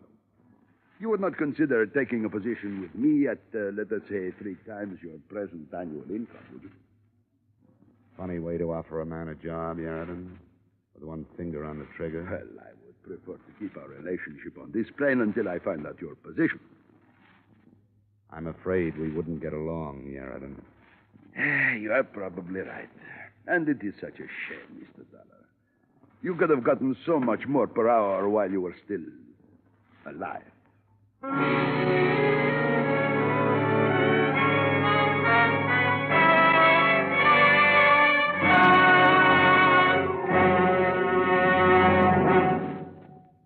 To make every day more enjoyable, treat yourself often to refreshing, delicious Wrigley's Spearmint Chewing Gum.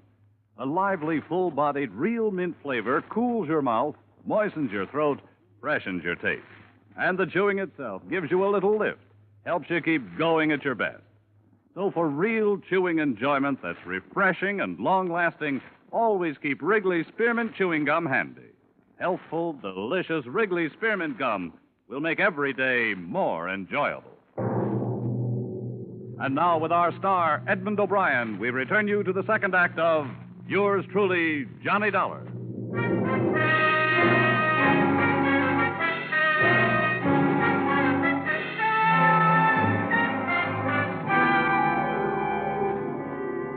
Yaradan smiled, but this was his living room. He wouldn't do it here. In that small moment of silence, I tried to see everything within my field of vision without taking my eyes from Yaradan's face.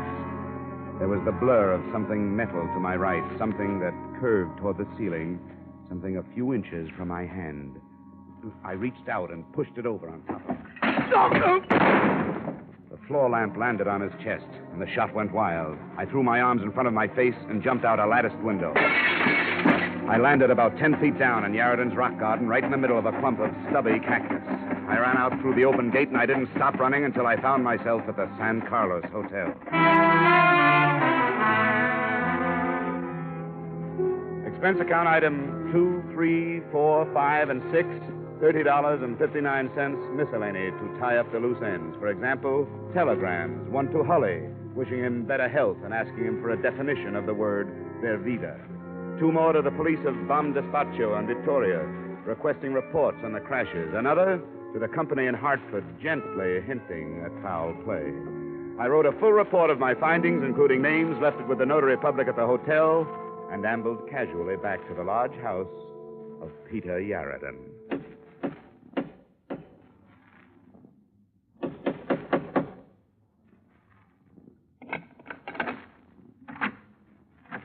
Hello, Bud. Well, don't just stand there with your teeth showing. Invite me in. Thank you. Now run to the study like a good little boy and tell your boss he has a caller. Hurry up now. Put up your hands, Mr. Dollar. Don't be silly. You don't think I'd come back here without adequate protection? Put that thing away. Come with me.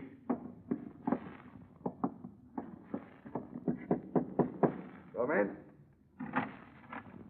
Mr. Yaradan, it's Mr. Dollar. I'm back. Couldn't leave without getting an apology, Yaradan. This is a surprise seeing you again. All right, Flash, you can go. But, Mr. Yaradan, last time... It is all right. I will be perfectly safe. Yes, sir. I will be at the door. You made a brilliant exit, Mr. Dollar. However, it is a shame I frightened you with my innocent conversation. Fear comes in handy sometimes, Yaradan. It saved my skin a couple of times lately. You have contacted the police? Not about you. You have come alone? Alone. You have a remarkable mind, Dollar. You think I can allow you to leave this house? Not only leave this house, mister, but leave with some information. I filed a full report, complete with names, places, and time of day. If I'm not back to get that report in 2 hours, it goes to the police department. And just where did you file this report, Mr. Dollar? That's the little secret right there. I am holding 2 friends of yours, you know. I know. I would exchange their lives for the report. I'm sick of your offers, Yaradan. You're going to release Mrs. Myers and Seeker, and you're going to tell me all about the word Bervida. How I wish I had a man like you working for me. Bervida, Yaradan. Of course, Bervida. But what you are really asking is, did I have any part in the railroad matter? You can answer that one, too. The answer is no. You don't believe me. Go on. The Belo Horizonte Railroad has been on the verge of bankruptcy for 2 years. But Mr. Benjamin Halley is a very stubborn man. I have offered to buy him out 1,000 times. And he'd rather sell to the devil. I think he would. You see, the manganese fields in the Minas Gerais are owned by a competitor of mine. A small competitor, but a competitor. These fields are very valuable. At the rate of their present exploitation, however, they make little profit. Small operation. Exactly. If I had the fields, I could make them pay, and pay very well. If I owned the railroad, I could boost the freight rates, force my competitor out of business, and take over the fields. But Halley refuses to sell, even at a large profit. And the crashes? They should be obvious, especially to you, an insurance man. The railroad is failing. So he is scuttling his equipment and getting the insurance money. And Bervida? If I could get to him, I would have all the information I need to put Halley where he belongs. Okay, Aaron. I sense something of disbelief in your tone. There are other possibilities. Oh? Right now, I'll keep them to myself. Dollar, I will give you $10,000 not to deliver your report. I'm glad you made that offer, Yaradan. That tells me a lot. Tells you what? That you've been giving me a nice mixture of fact and fancy. Now bring Sika and Mrs. Myers down here. We're going back to the hotel.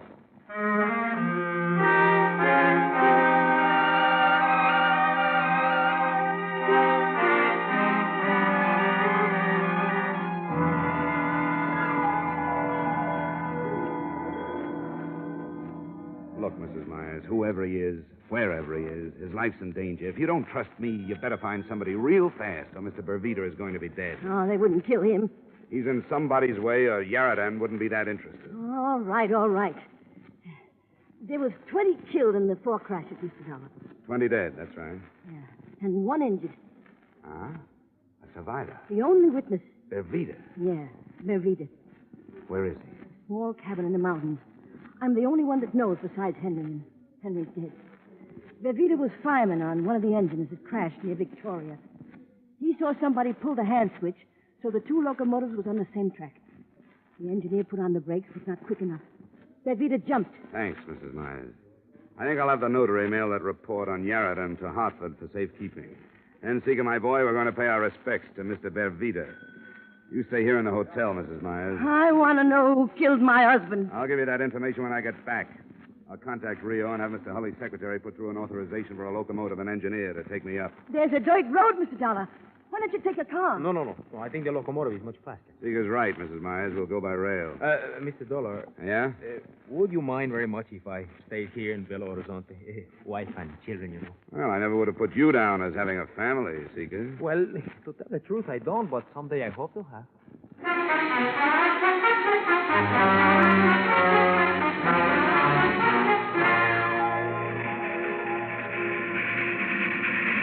Should be around the next curve. That must be the place. Up ahead.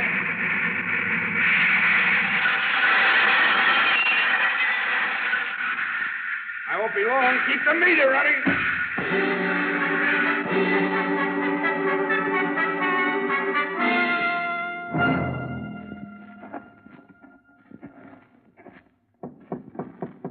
Who is it? My name is Dollar. What you want? I want to talk to you. Come in. Hands up. Stay outside, Secret. Oh, it's late at night. Wolves, foxes. Stay outside. What you want? I've come all the way up here to ask you a question, Mr. Bervita. I won't answer anybody's questions. Even for Henry Myers? What about Henry Meyer? They killed him. Good. I'm glad they got him. As much as I hate them, I hate him worse. He was the one who sought the wheel pins. I'm glad they got him. And who pulled the switch handle? I'm not answering any questions. Go away. Go away or I shoot. Go away. Look out! Down, down! Who is it, Seeker? It's so dark I could not see. He's running toward the engine. Get that light out. We'll make too good a target at the door. Yes, come this way. He's just guessing, Seeker. Yes, but that was a good guess. I could hear it. Come on, Seeker. Let's get down to that engine. Oh, I wish I had a gun. I wish you had a gun. I wish one of the two of us had a gun. Hey, someone is climbing into the cab. The engine's on ahead. It will not take too long to start. Look, he's dumped the engineer to the ground. The engine is starting. We'll never get there in time. Stop! Stop! He's going too fast. There's a curve up ahead. Much too fast. Look! It can't make the curve.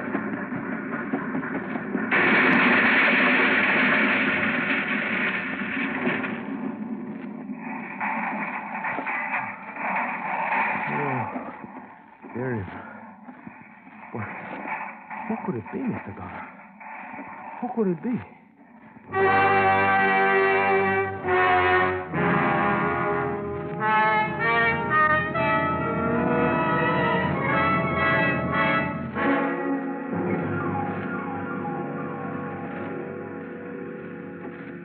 There is nothing left of it, Mr. Dollar. Nothing but twisted pipe. Look out. Don't touch it, Seeker. Most of it's still at boiling point. There is no sign of anyone. Yeah, but there was someone in that cab. Must be a trace of them somewhere around here. Come on, let's keep looking. But the boiler exploded. You think there is any part of a man in this bunch who wreck you're crazy, Mr. Dollar. Seeker. Look there. You find something? Yeah. There's a wallet. The outside's burned to a crisp. Can you open? Yeah, but I can't read the cup. Wait. Here's one that isn't burned. What does it say, Mr. Dollar? It says, this certifies that the holder is a 25-year member of the Railway Engineers of South America. And the name? What is the name? Benjamin J. Hulley, late president of the Bellows Horizonte Railroad.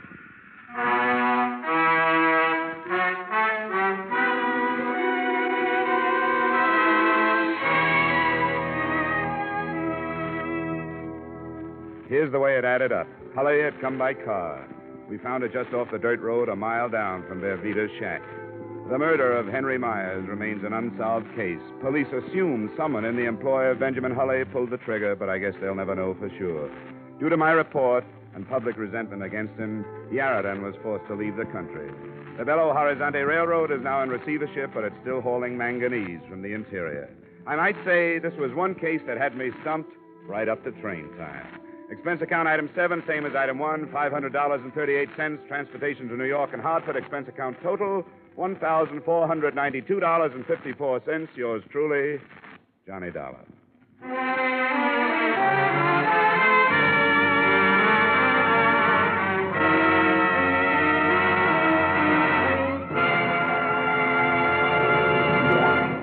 Remember, friends, to make every day more enjoyable, treat yourself often to refreshing, delicious Wrigley's Spearmint Chewing Gum.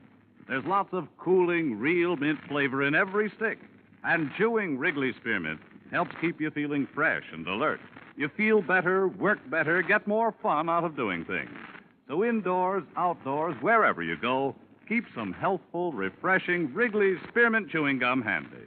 To make every day more enjoyable, treat yourself often to delicious Wrigley's Spearmint Chewing Gum.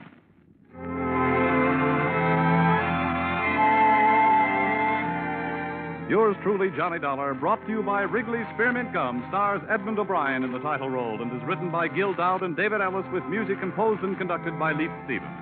Edmond O'Brien can soon be seen starring in the Columbia Pictures production 711 Ocean Drive.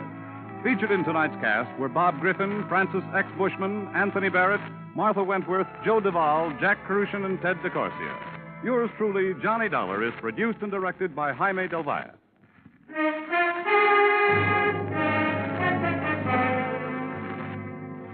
The makers of Wrigley's Spearmint Chewing Gum hope you've enjoyed tonight's story of Johnny Dollar and that you're enjoying delicious Wrigley's Spearmint Chewing Gum every day. We invite you to join us again next week at the same time when, from Hollywood, Edmond O'Brien returns in another adventure of... Yours truly, Johnny Dollar.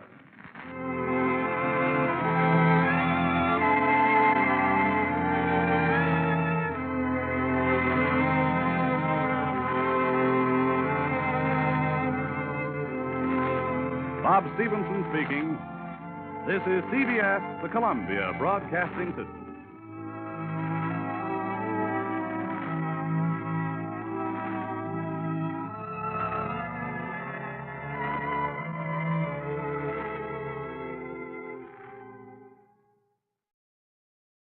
Wrigley's Spearmint Chewing Gum, the refreshing, delicious treat that gives you chewing enjoyment, presents for your listening enjoyment Edmond O'Brien as... Johnny Dollar. Are you the insurance detective? That's right. Who's this? Johnny Doe for now. Do you want to crack the Calgary job? What? Calgary Products down in Camden. 300,000 payroll robbery on the first of the month. This isn't my kind of a gag. Try it on somebody else, Wait a minute. This is no gag. Check the Alliance Bonding Company in New York. They've kept it out of the papers. If you're interested, be at this same phone tomorrow night at 10. I'll call you.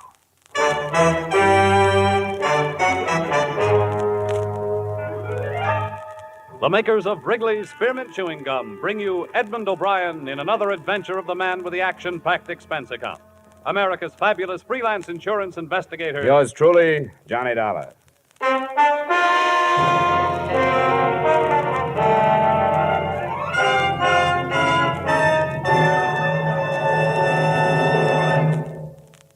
To make every day more enjoyable, treat yourself often to refreshing, delicious Wrigley's Spearmint Chewing Gum. Here's a taste treat you can enjoy indoors, outdoors, at work, or at play. The cool, long-lasting mint flavor refreshes you.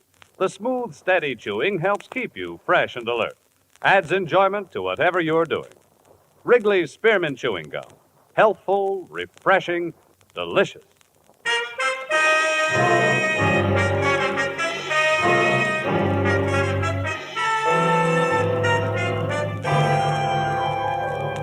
Expense account submitted by Special Investigator Johnny Dollar to Alliance Bonding Company, New York City, New York. The following is an accounting of my expenditures during investigation of the Calgary matter. Expense account item 1, $10.50 transportation from my Hartford apartment to Alliance's Manhattan office.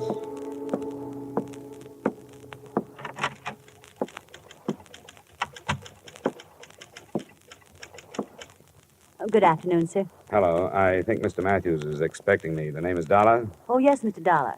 That door. Just go right in. Thank you. Yes. All right, Al. That'll be fine. The first bulk starts at 8, but we don't care if we miss that. All right, I'll see you then. Sorry, but you can't hurry a son, you know. That's all right. I'm Johnny Dollar, Mr. Matthews. Yes, so I thought. Sit down, won't you? Uh-huh. Yes, sir? I don't want to be interrupted for the next hour, Miss Mills. Yes, sir. Mr. Dollar, do you put any stock in that telephone call? Oh, I haven't any idea.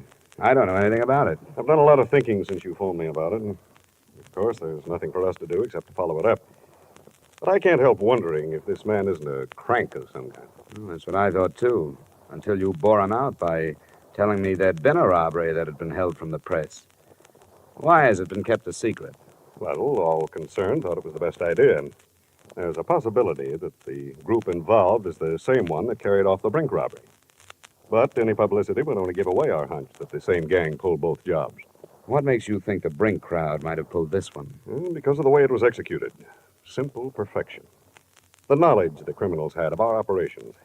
You see, one of our armored cars was to deliver a cash deposit to the Barton Bank in Camden to cover the Calgary Products payroll. The truck simply didn't arrive. It was found later, wrecked and empty. The driver and the guards? They were found 3 miles away, bound and gagged. Their descriptions matched those at Brink's, masks and so on. Yes, it was perfection. They knew exactly when and where. What do you want me to do? I've talked it over with the rest of the Alliance executives. We want you to follow that call through, but we must insist that you make every effort to maintain the security we have established. Here are the details.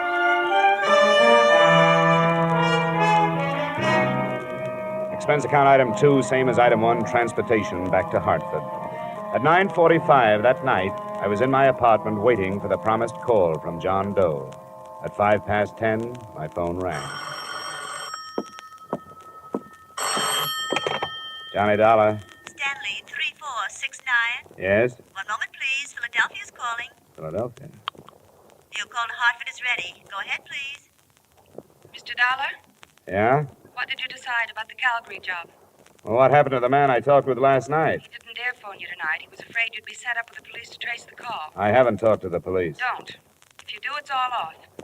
He doesn't want to be arrested. He wants to surrender to the New Jersey District Attorney's men. The guy I talked with last night? No, he wasn't involved with Calgary. It was a friend of his. You want to talk it over with him? Where? There's a room reserved in the name of Charles Randall at the Brantford Hotel in Bridgeport. Check into it between 7 and 8 tomorrow night. Sign the register, Charles Randall, 7458 Walnut Drive, Boston. Look, why doesn't he just take my address and come over here? He can't. Why not? Brantford Hotel, Bridgeport. If you're interested, be there.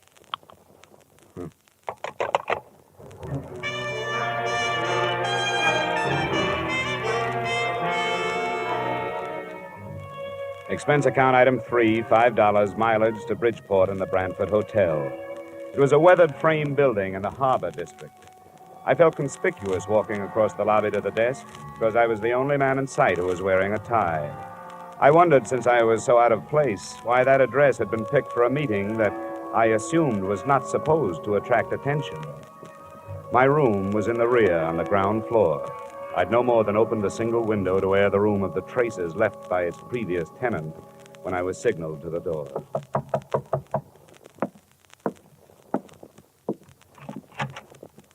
Dollar? Yeah. Let me come in. You got a driver's license or something? Better than that. A private operative's license. Here you are. Thanks. I recognized your voice, but I thought I'd better make sure. Come on, we're going someplace else. Why? Because I'm not sure you weren't followed here. But I'll be sure we aren't going to be followed where we're going. I don't like it. It must be this way. You've got to believe me. He has to be careful. He doesn't want to get killed. Yeah. What's the matter? The gang busting up? Come on. What started the trouble? Splitting the loot? Dollar. Don't bother with me. I can't tell you anything because I don't know anything. Believe me, I'm only doing this to help him out. You don't have to come if you don't want to. Where do we go? You won't be coming back here. Don't leave anything but the keys to your car. Somebody will drive it out. Do you know where I parked it? It's the green coupe, isn't it? Yeah. He knows. Not through the lobby. There's a rear door. My car is parked just outside.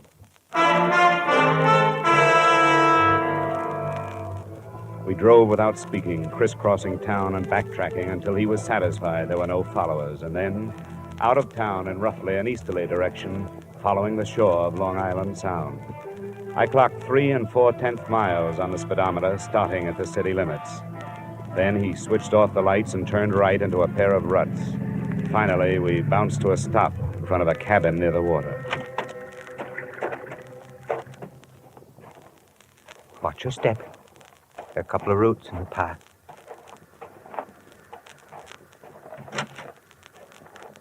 come? He's here. Good. You wait in the car, will you? I don't think it'll take long. The first thing that impressed me as I walked past her into the single room was her youth. She didn't look much over 20. In spite of rather nondescript short brown hair and a band of freckles across an Irish nose, she was attractive. She was very small, and her violet eyes were very frightened. I'm glad you've come. Where's the man I've come after? He left. He decided at the last minute that it would be better if he didn't meet you tonight. Look, I've had enough. I don't play this way. I don't like to be made a fool of. But you aren't. Please be patient with us. I've been patient, and all I've gotten for it is some vague phone calls, pointless instructions, and a meeting in a crummy hotel that's right out of Dime Detective. I've had enough. Please help us. How can I help you when you don't give me anything? I don't know anything. And how can I help somebody who runs away? As far as I know, he doesn't even exist. I'll show you.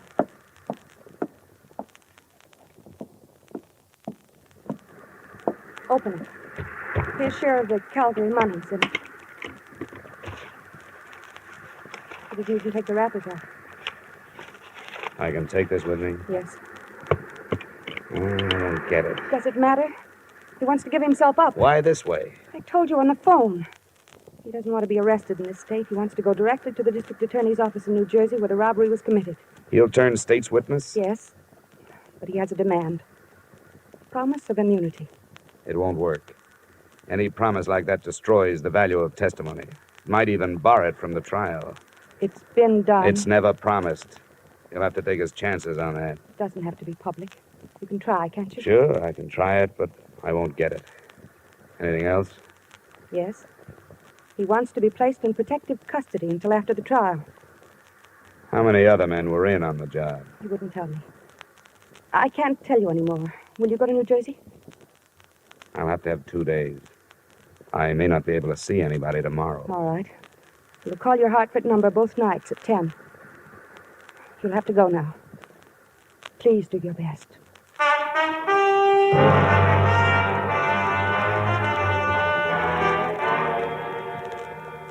Don't be ridiculous, Dollar. That's one of the most impertinent requests I've heard since I took office. Nothing personal, Mr. Kreider. I was asked to make it, and I did.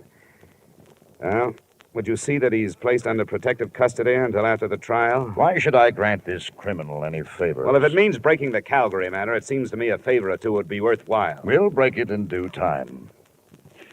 You know where he is? No, but I've been close. I may be able to bring him in if I can get you a word on a few of these things. Yeah, we'll see. Do you mind telling us where you've been operating? Now, you know I can't tell you that. These people are my clients now, more or less. I have to keep their confidences. Now, what's your answer? Answer? Definitely no immunity. Protective custody? All right. Yes, we'll assign a couple of men to guard him. Okay, Mr. Kreider. I'll see what I can do with that. You'll hear from me in a day or so.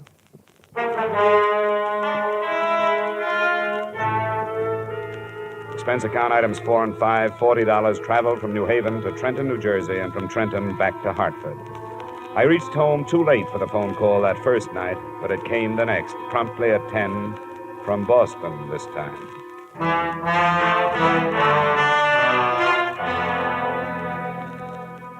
What happened, Dollar? How did you make out? No worse than I expected to. Protection, but no immunity. Oh, that's not so good. They weren't too happy with the situation. I think because they want to make an arrest themselves. Were you followed? Yeah, 2 men. They're watching my building now. I can lose them if you still want to negotiate. Can you come to Boston? Tonight? Yes, if you're sure you can shake the New Jersey men. Where do we meet? You're sure your line isn't tapped? They haven't had time, but they will if you don't quit stalling. Drive up through Springfield and Worcester.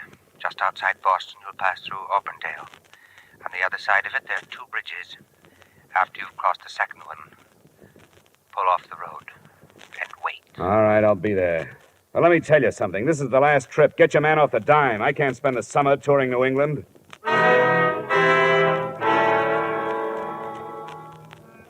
I slipped out of Hartford, found the second bridge beyond Auburndale, pulled off the road, and sat there, listening to the night. I sat there for an hour before anything happened.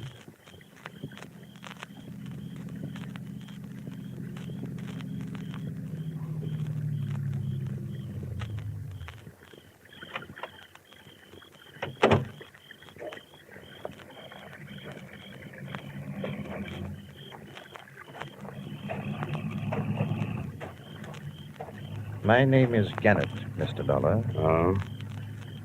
Are you the one? Yes, I'm the one. Get in. Thank you. Well, you've caused quite a stir, Gannett. Yes, so I understand. I've heard that crime pays only those who write about it and those who investigate. Are you armed? No, but satisfy yourself. The DA in Trenton? Then, by all means, the DA and friends will be at the cottage by the sound side after you have delivered me.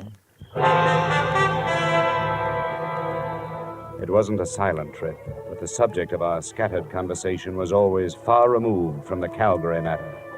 Gannett's only typically criminal attitude was one of fear. He was never satisfied that we weren't being followed. We weren't.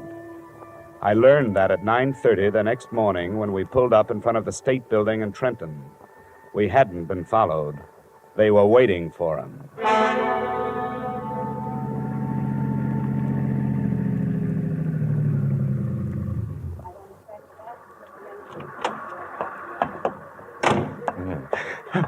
Al, no, don't!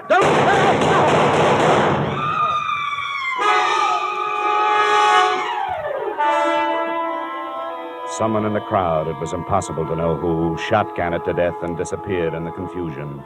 It was sudden and unexpected.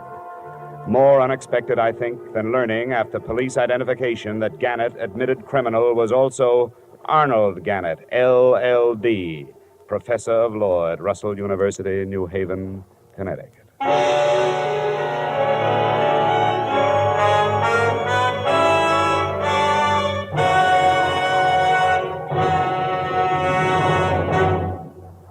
To make every day more enjoyable, treat yourself often to refreshing, delicious Wrigley's Spearmint Chewing Gum.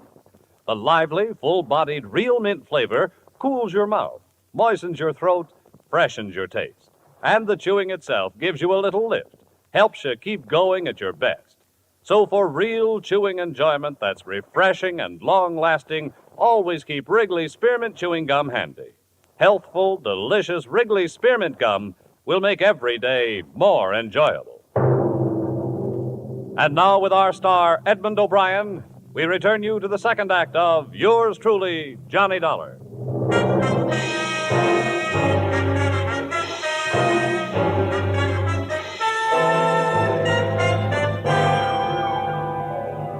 A lot of answers died with Professor Arnold Gannett on the sidewalk in front of New Jersey State Building, but one had been born at the same time. They answered why the police of 6 states had made no progress in the Calgary case. They'd been following usual procedures, carrying out their investigations in criminal circles. There was nothing for me in Trenton except the possibility of a session of questioning by the district attorney's men, so I faded out of sight and started back towards the cottage on Long Island Sound.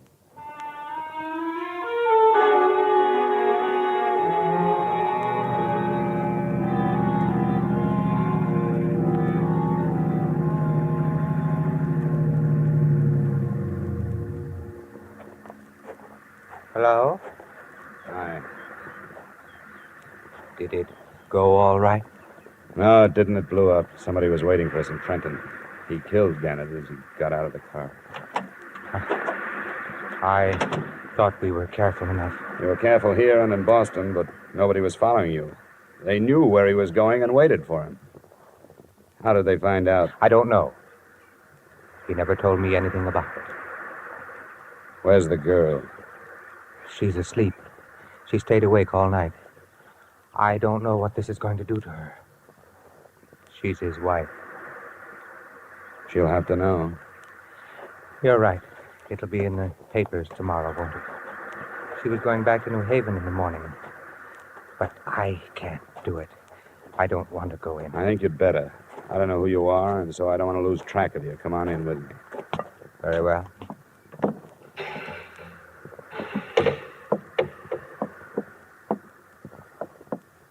Mrs. Gannett? Mm-hmm. Mrs. Gannett? Oh, what is it? There's been trouble. Yes, there has. Where's Arnold? He's dead, Mrs. Gannett. No, He was killed before he could surrender. I want you to tell me who did it. I don't know. I don't know. I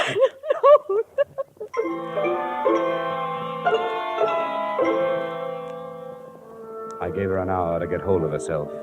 During that time, I learned that the other man at the cottage was Earl Becker of Bridgeport and a gardener at Arnold Gannett School. Enclosed, please find a copy of his statement.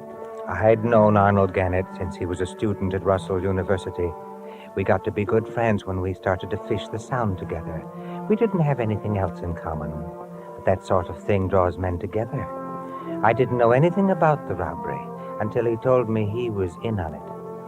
That's all he told me. When he asked me to help him surrender, I said I would. When I returned to the cottage, Mrs. Gannett was dry-eyed. Dollar, I appreciate what you've done. You tried to help us, and I know that you're not to blame for anything. Well, there was no way to stop it. It's all finished now. Now I want you to go back to Hartford. Oh, it's not as simple as that. I've put myself out on a limb with the New Jersey District Attorney. I won't get off it until this is cleared up. Are you telling me the truth when you say you don't know who your husband was teamed up with? I don't know. He wouldn't tell me. He said it was safer if I didn't know. What did he tell you? Nothing until after it was all over. 2 weeks after. And I knew he was awake at night because something was troubling him. He couldn't lie to me. Your husband was a brilliant man, a doctor of letters. How did he get mixed up in this thing? On Tuesdays, he taught criminal psychology. Before the end of the semester, there was a lot of discussion on the Brink robbery in Boston. And he thought he had the best theory of all. That the men who robbed Brinks had never been criminals before? Yes. And were able to come back to their respectable lives and hide in them. Did he offer that theory to his classes? No. That's what started it. He couldn't get it out of his mind. He told you this? Not until afterwards. It grew into a challenge that he had to do something about. So he did it. And was successful. When he told me, I made him promise to give himself up. I made him do it. I'm sorry I have to keep after you, but there are things I have to know. These classes of his, how many students?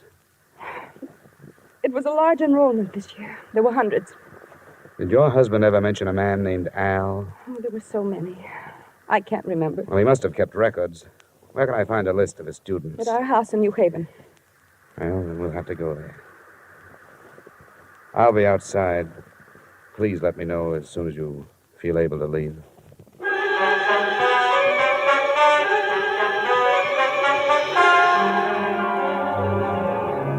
By now, the time element had become important. I knew that before long, the police would be swarming into Gannett's house and make my search impossible.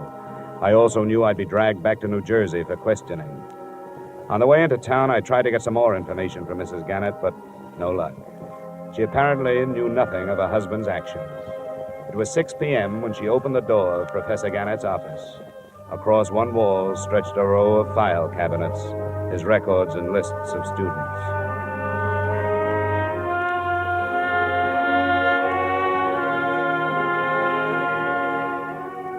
I never knew how many men's names start with the letters A and L. In an hour, Becker and I gathered from the 1949 and 50 enrollments some 100 names from Allen to Alvin. There aren't any more here.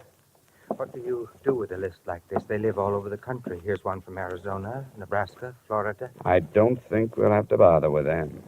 You're dropping it? No. I think I've found it. Which one? Hey, that car. Check the window, will you? See if it's police. Yes, it is. I can't talk to them now. Show me the back way out of here, will you? This leads to the hall. What shall we tell them? Well, don't lie yourself into a trap. Tell them I just left. You don't know where I was going.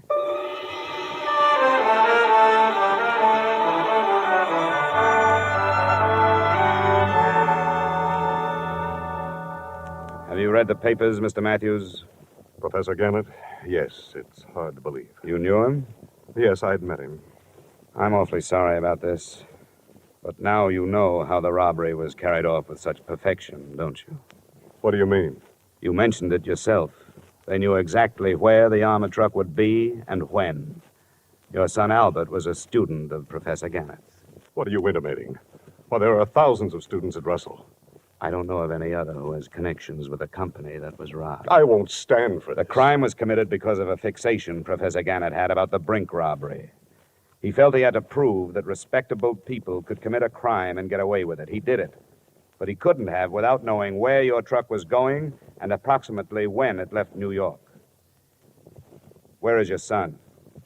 Strangely enough, this possibility had crossed my mind, too, but I just can't believe Where it. is he? He's in his room, packing for a canoe trip up in Vermont. Which one is his room? I'll show you. Come on, it's upstairs. Your suspicions are very strong, aren't they? Yes, they are, Mr. Matthews. What have you learned about my son? That his name is Albert. Then there is no proof. I don't know.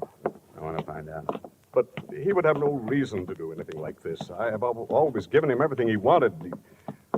But he's a brilliant boy, much too intelligent. Here's his room. Al, Yes, Dad? What is it? may we come in? I was just finishing... Oh, I'm sorry. Al, this is Mr. Dollar. I'm the investigator working on the Calgary matter. Oh? Well, excuse the room. My stuff's all over the place. I'm going up north. Where were you this morning at 9 o'clock? Why, What is this? Where were you? I don't see that it makes any difference. It does. Because I was with Professor Arnold Gannett at 9 o'clock. Before he was killed, he called to somebody named Al. What does he mean, Dad? I don't understand. Mind if I look over your room? For what? For a gun. A .38 from the sound of it. The police will be able to check the slugs that killed Gannett. Dad. Yes, Albert? Dad, I did it. I don't know why. I don't... What'll I do?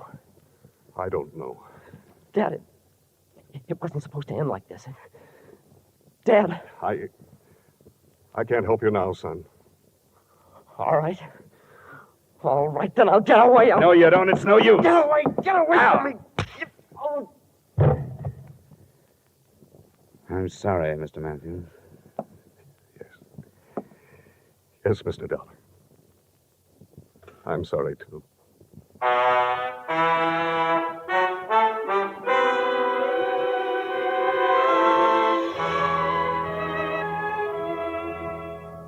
Albert Matthews' statement, by the time he had finished, involved two other law students.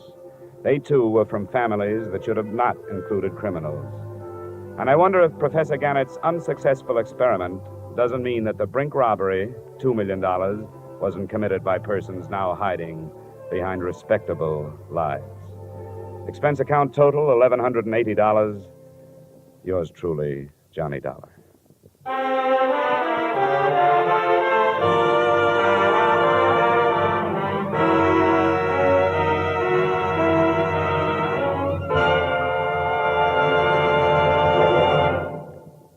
Remember, friends, to make every day more enjoyable, treat yourself often to refreshing, delicious Wrigley's Spearmint Chewing Gum.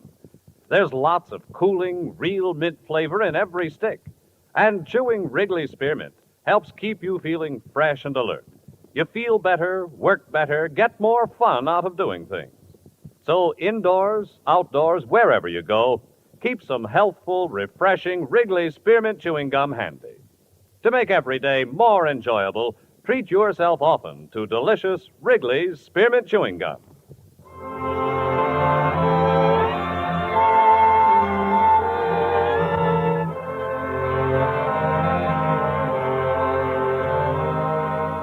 Yours truly, Johnny Dollar, brought to you by Wrigley's Spearmint Gum, stars Edmond O'Brien in the title role, and is written by Gil Dowd and David Ellis, with music composed and conducted by Leith Stevens. Edmond O'Brien can soon be seen starring in the Columbia Pictures production 711 Ocean Drive. Featured in tonight's cast were Ted Osborne, Florence Lake, Bill Boucher, Virginia Gregg, John Daner, and Terry Kilburn. Yours truly, Johnny Dollar, is produced and directed by Jaime Del Valle.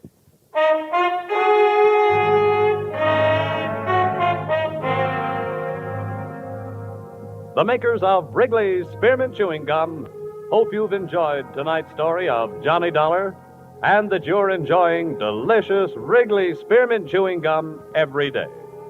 We invite you to join us again next week at the same time when, from Hollywood, Edmond O'Brien returns in another adventure of Yours truly, Johnny Dollar.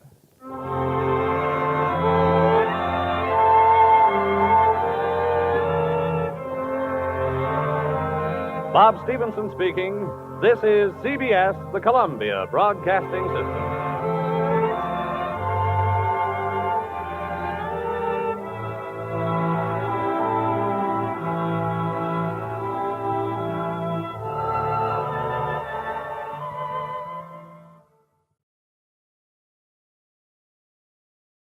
Wrigley's Spearmint Chewing Gum, the refreshing, delicious treat that gives you chewing enjoyment, presents for your listening enjoyment Edmond O'Brien as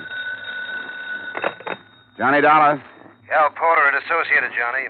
What's up, Cal? Remember the Younger case, about 1945? Henry J. Younger. Your testimony sent him up for a 1 to 10 hitch. Insurance fraud? Yeah, sure, I remember him. They let him out yesterday. He's been noising about that you're the top of his shopping list. Oh, I've heard that kind of talk before. Well, all I know is he's not here in Hartford visiting grandmother. We'd like to have you on a payroll for a few weeks just for safety's sake. Keep an eye on him for us. Probably the easiest money I've ever taken, Cal. If I remember Mr. Unger, he'll have his eye on me.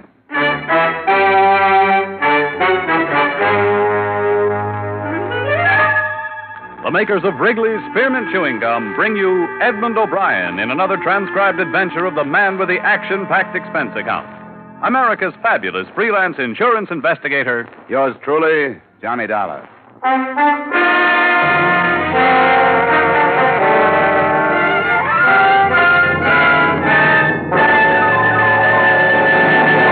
To make every day more enjoyable, treat yourself often to refreshing, delicious Wrigley's Spearmint Chewing Gum.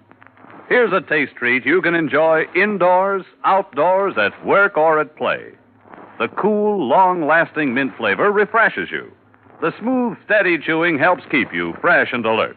Adds enjoyment to whatever you're doing. Wrigley's Spearmint Chewing Gum. Healthful, refreshing, delicious.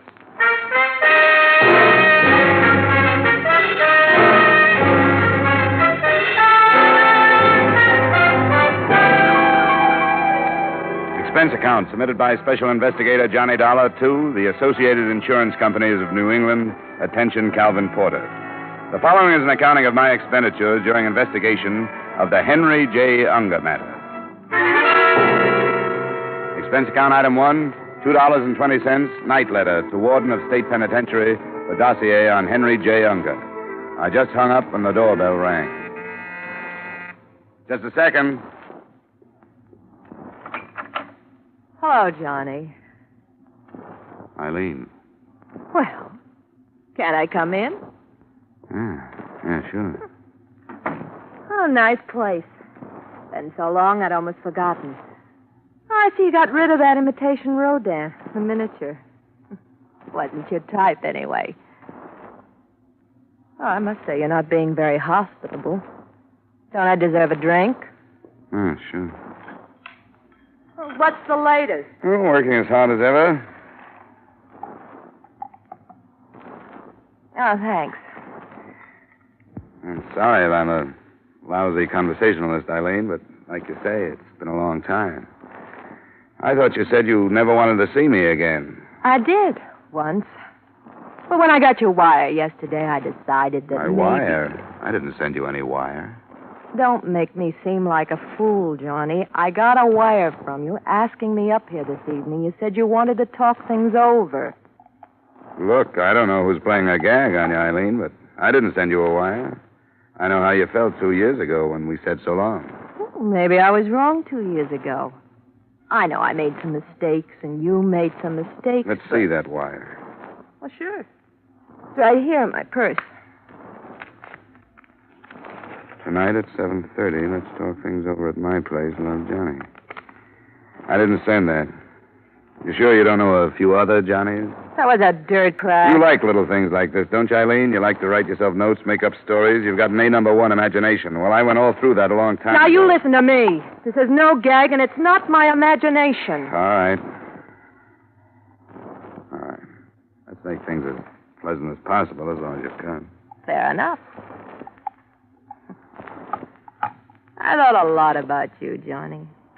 Oh, I'm not apologizing. Really, I'm not. Just thinking back.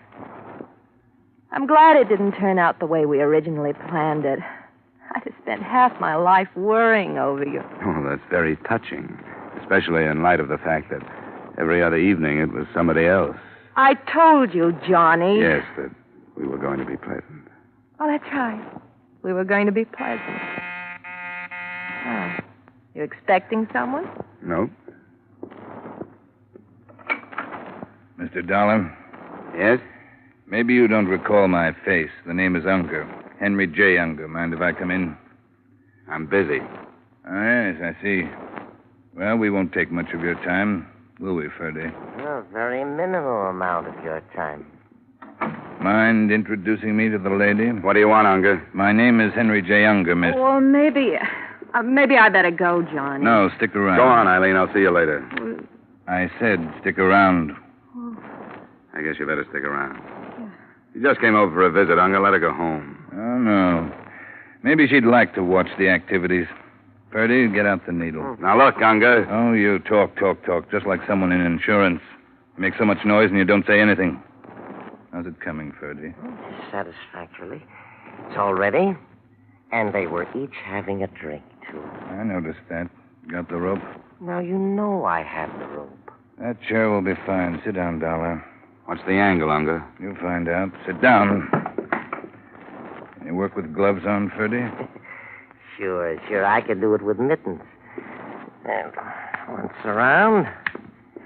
Twice around. Once around. Twice around. Hey, look. What are you going to do? Why don't you let him alone? It's love, Ferdy. Let her go home, Unger. She hasn't anything to do with this. Finished, Ferdy? Come on, Unger. Ferdy, you finished? One more little minute. There. All done.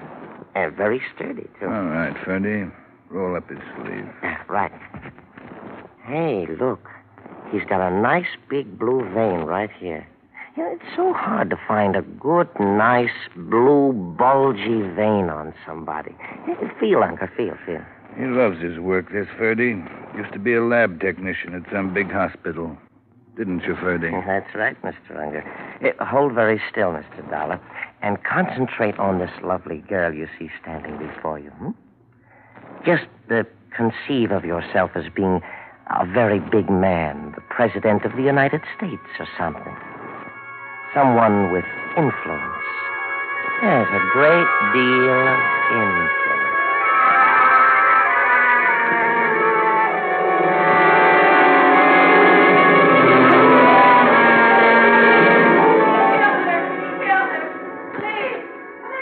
My head was loaded with nails. The warm air clouded my nostrils, and I couldn't breathe. I tried to open my eyes, but no luck. I longed for something bitter and bubbly and cold. It was the worst hangover I'd ever had in my life. I finally forced my eyes open. One of my hands felt heavy, and the other felt light. I turned my head painfully. There was a gun in my right fist. On the floor, dried blood. A lot of blood. And a girl named Eileen. Police!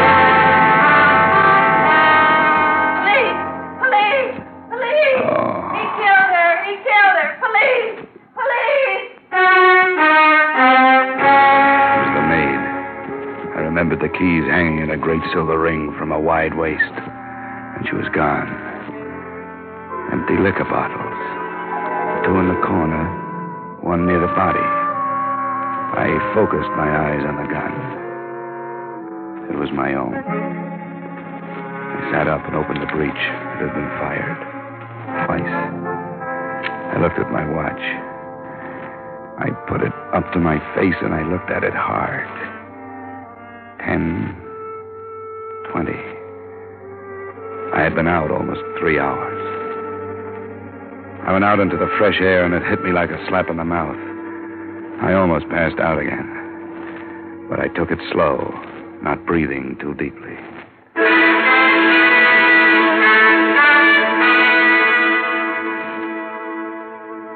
Expense account item 2, $1, and I forget how many cents cab fare to the combination home and office of my good friend, old Dr. Norwich. I was still so groggy, I almost fell into the house when he opened the door. Why, Johnny, here, let me take your arm. Oh, I'm a little woozy. That I can see. Here, sit down before you fall down. Here we are. Look, Doc, I gotta trust you. I've just been framed. Look at my right arm. The vein. It's been punctured. What did they give me? I don't know.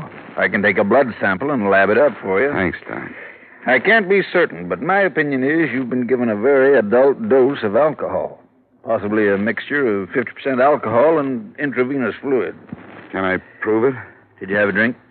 Yeah, one. Well, I'm afraid gastric analysis would show a trace of alcohol. Yeah, but not enough to make me pass out. By now, most of the alcohol would be in the blood whether you drank it or had it pumped into you. So it's a dead end, huh? If it's a frame, Johnny, I'm afraid the evidence I could supply wouldn't be much help to you. You've been radically anesthetized, my friend, but that little round dot on your arm could have been self-inflicted. A good prosecuting attorney could make mincemeat out of your case. Can you at least make me solid again? It'll take a few hours, but I can get you on your feet. If you don't mind being treated a little rough. I don't mind anything, Doc, as long as you can get me awake enough to keep myself alive.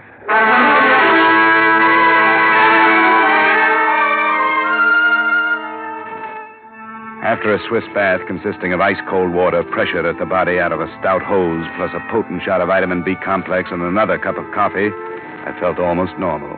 The throb in my head was gone. In its place was the cold realization that I was wanted for murder.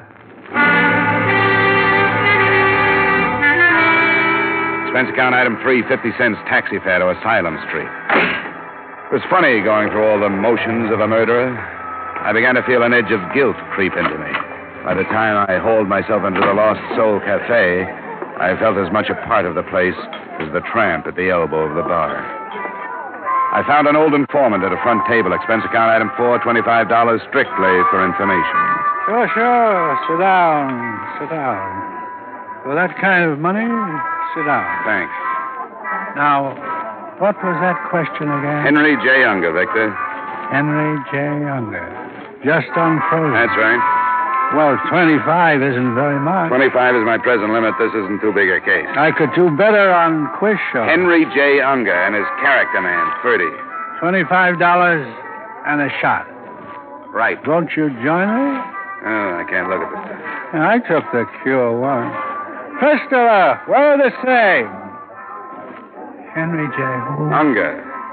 Well, he hasn't been around long enough for me to know his habits. Just a few weeks. He just got unfrozen, you know. Yeah, that's what you said. Did I? Oh, yes, so I did. Well, he's been dropping in here every afternoon about... What time is it? 3 o'clock. In the afternoon? Yeah, in the afternoon. I've been here a long time. Oh, he should be here at any minute. You know, I should stop imbibing. You know why? It isn't really good for you. If you had the treatment I had last night, you'd quit. Oh, wonderful. Give me a temperance lecture. I haven't heard one in 14 years. The last lady that lectured me, I married. Turned her into a derelict and got rid of her. Give me a temperance lecture. Yeah, some other time. I just saw him. Where? See you later, Victor. Thanks.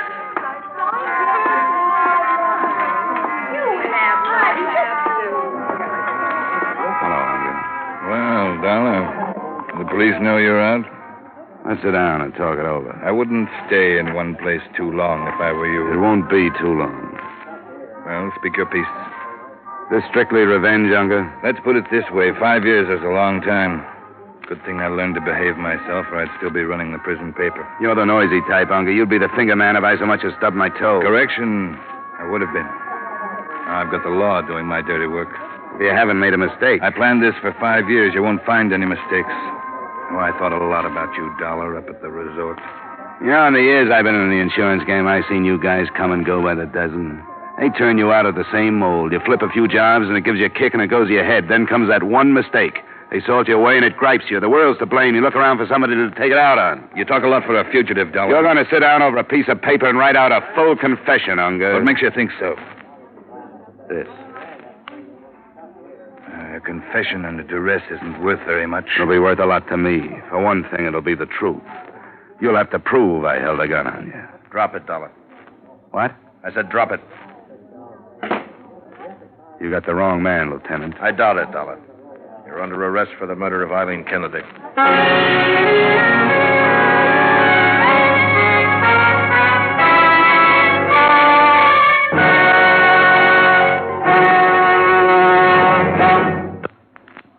To make every day more enjoyable, treat yourself often to refreshing, delicious Wrigley's Spearmint Chewing Gum. The lively, full-bodied, real mint flavor cools your mouth, moistens your throat, freshens your taste. And the chewing itself gives you a little lift, helps you keep going at your best.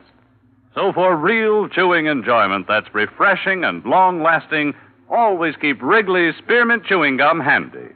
Healthful, delicious Wrigley's Spearmint Gum will make every day more enjoyable. And now, with our star, Edmond O'Brien, we return you to the second act of yours truly, Johnny Dollar.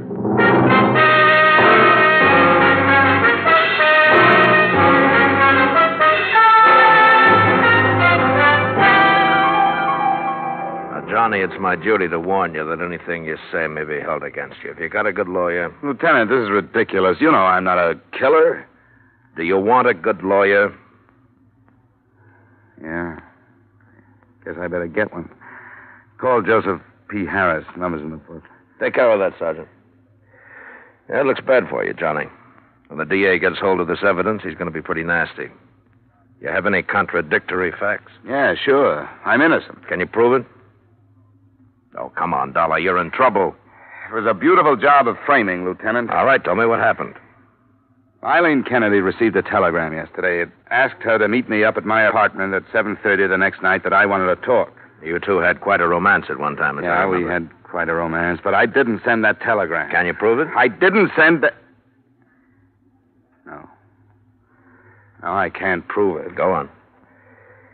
Well, she got there at 7:30. We had a few words. Fight? Not a fight, differences of opinion.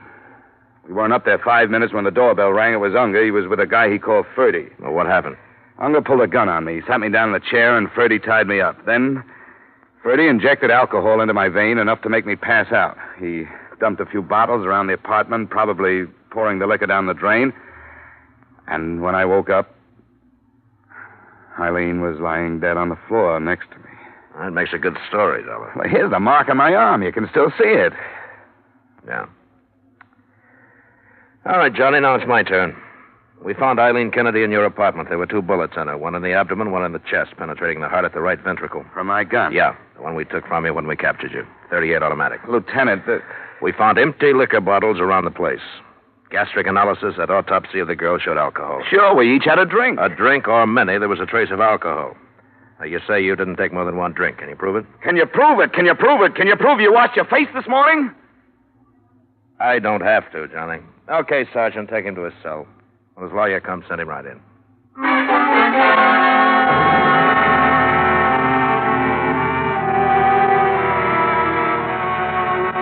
I'll try to remember something that might help me defend you, Johnny. Joe, I just can't think anymore. My head's going around like a pinwheel. You've got to keep yourself under control. Now, you're an investigator. You're used to dealing with things like this. Certainly when it comes to your own life. Yeah, that's just it. When it comes to my own life, I'm tied up in knots. I see. Well, I'll be frank. It'll be a rough one. Are they still holding Unger? They couldn't hold him. They had no charge against him. Uh-huh. And it looks like the indictment will go through, huh? Yeah, it looks like it. You were terribly drunk, Johnny. Dr. Norwich told me the percentage of alcohol in your blood. You think I killed her, don't you? Now, look, Johnny, I'm trying to Forget it. help you. Forget it, Joe. I'll see you in court.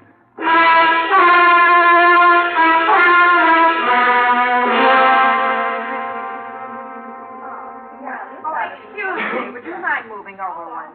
Oh, there.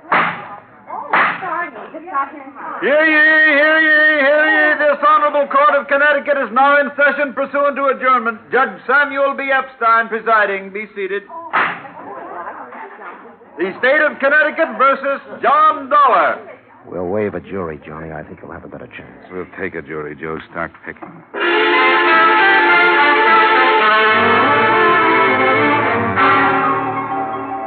Your name, please? David W. Norwich. You're a physician, is that correct? Physician and surgeon. Now, Dr. Norwich, did the defendant, Mr. Dollar, make a visit to you on the night of July 10th last? He did. Would you mind explaining the circumstances of that visit to the jury, Doctor? He was very sick. I had to help him inside. He was so sick. A laboratory analysis of his blood showed him to be under the influence of alcohol.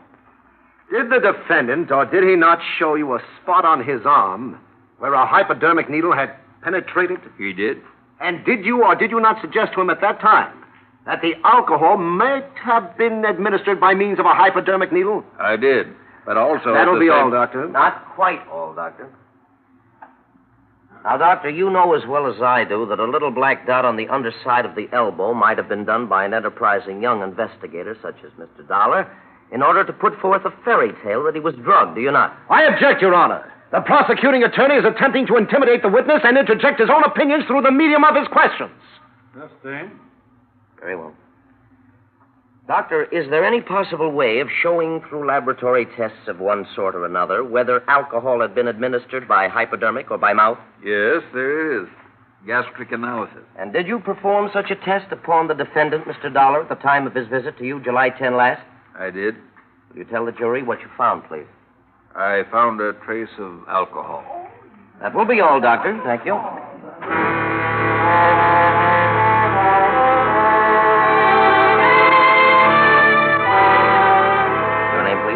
Rochelle Happerston. You know her, Johnny? Miss Happerston, where do you live? 1024 and a half Pitkin Street, East Hartford. What relationship did you have to the murdered girl, Miss Kennedy? I was her roommate. How long had you roomed with Miss Kennedy? Oh, about 3 years. Now, Miss Happerston, did the defendant, Mr. Dollar, ever call on Miss Kennedy?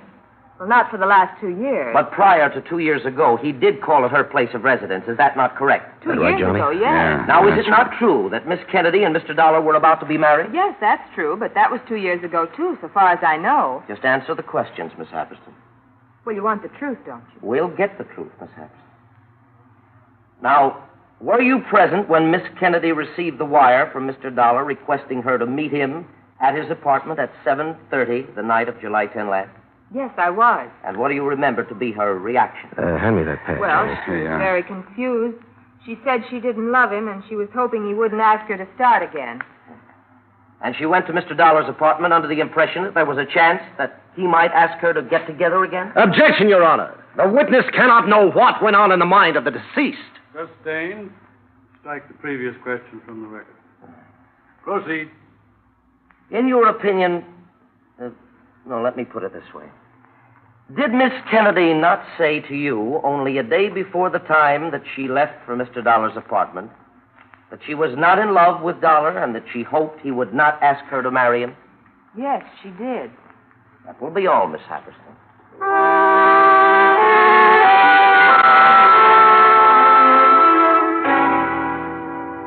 Your name, please. Javier Sawyer. Would you state your occupation? I'm a lieutenant, Homicide Bureau, Hartford Police Department. Lieutenant Sawyer, you were in charge of the Kennedy case, were you not? Yes, I was. You examined Mr. Dollar's apartment following the crime? I did. Did you find empty bottles of whiskey in the apartment? I did. How many?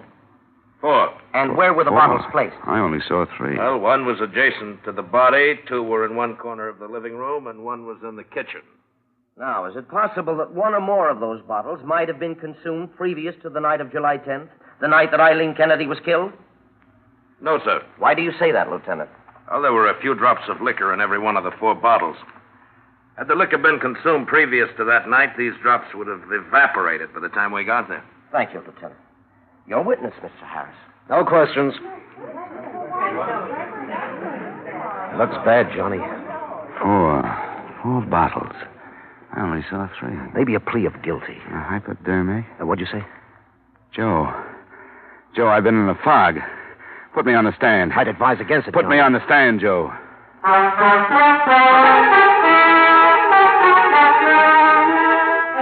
Your name? Johnny Dollar, Where do you live? 390 Pearl Street, Hartford. I'm going to point out to your attorney that you don't have to testify. You're aware of that. I am. Now, did you kill Eileen Kennedy? I did not, and I can prove it. Please. Ladies and gentlemen. Please continue, Mr. Dollar. Now, there were 4 empty liquor bottles found in my apartment the night Eileen Kennedy was killed. Get that? 4 bottles. 1 near the body, 2 in the corner, and the police say they found 1 in the kitchen. All empty. Lieutenant Sawyer testified that by examining the degree of evaporation in the bottles of the residual whiskey, those bottles had been emptied the night of July 10th and not before. Go on.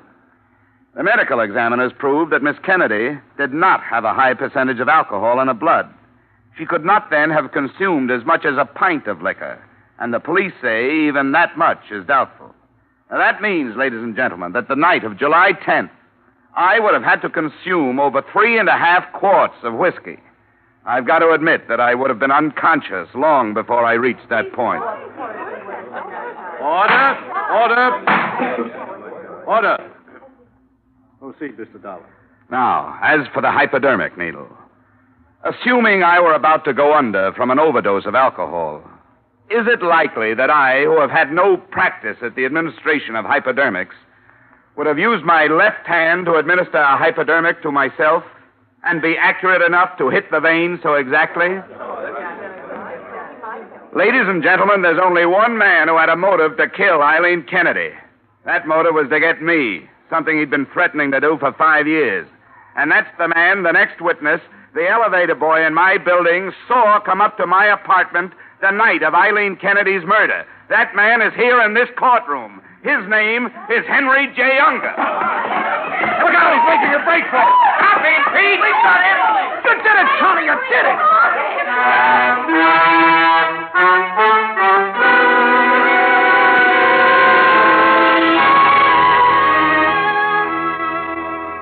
So the case of the state versus Johnny Dollar became the case of the state versus Henry Unger.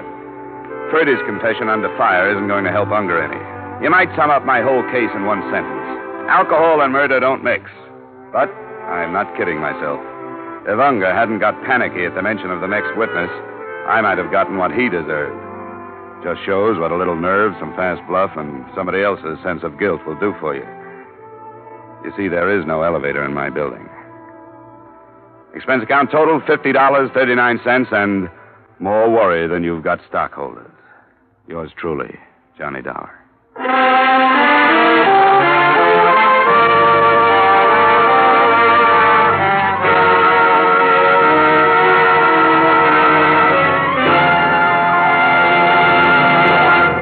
Remember, friends, to make every day more enjoyable, treat yourself often to refreshing, delicious Wrigley Spearmint Chewing Gum. There's lots of cooling, real mint flavor in every stick. And chewing Wrigley Spearmint helps keep you feeling fresh and alert. You feel better, work better, get more fun out of doing things. So indoors, outdoors, wherever you go, keep some healthful, refreshing Wrigley Spearmint Chewing Gum handy. To make every day more enjoyable, treat yourself often to delicious Wrigley's Spearmint Chewing Gum.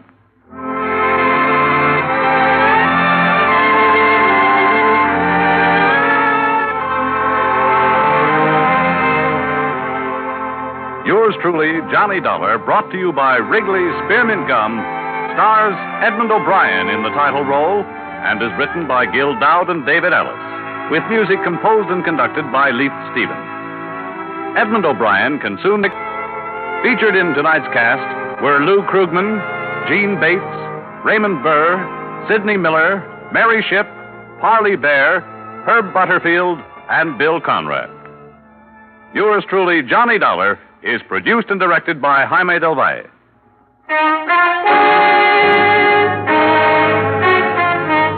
The makers of Wrigley's Spearmint Chewing Gum hope you've enjoyed tonight's story of Johnny Dollar and that you're enjoying delicious Wrigley's Spearmint Chewing Gum every day. We invite you to join us again next week at the same time when, from Hollywood, Edmond O'Brien returns in another transcribed adventure of Yours truly, Johnny Dollar.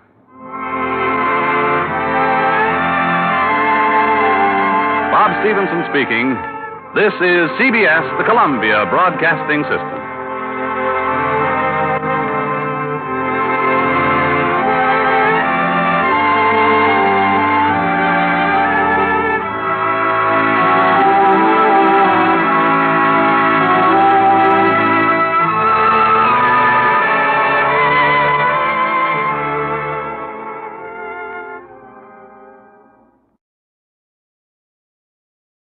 Wrigley's Spearmint Chewing Gum, the refreshing, delicious treat that gives you chewing enjoyment, presents for your listening enjoyment Edmond O'Brien as Johnny Dollar. Your call to Blood River is ready, sir. One moment. Go ahead, please. Hello, Deputy Gray? Yeah, is this Mr. Dollar? Yeah, right. I've been assigned to the Colburn shooting. I got your telegram. What'll you be here? Well, I have to ask you a favor. I got a plane space to Parkinson, and I understand there's a bus to a place called Divide, but I can't find any transportation into Blood River. Well, there isn't any. I'll have to meet you in Parkinson. Oh, good. I'm due to arrive at 4 tomorrow afternoon. Say, what about Colburn? Did he make a statement? No, he hadn't come to yet. If you want one, you better show some speed. The doc says he may not last till tomorrow.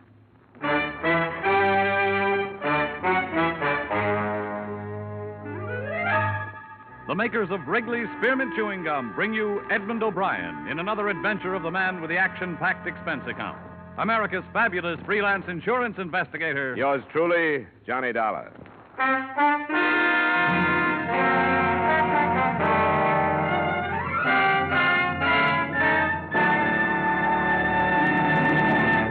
To make every day more enjoyable, treat yourself often to refreshing, delicious Wrigley's Spearmint Chewing Gum. Here's a taste treat you can enjoy indoors, outdoors, at work, or at play. The cool, long-lasting mint flavor refreshes you. The smooth, steady chewing helps keep you fresh and alert, adds enjoyment to whatever you're doing. Wrigley's Spearmint Chewing Gum. Healthful, refreshing, delicious.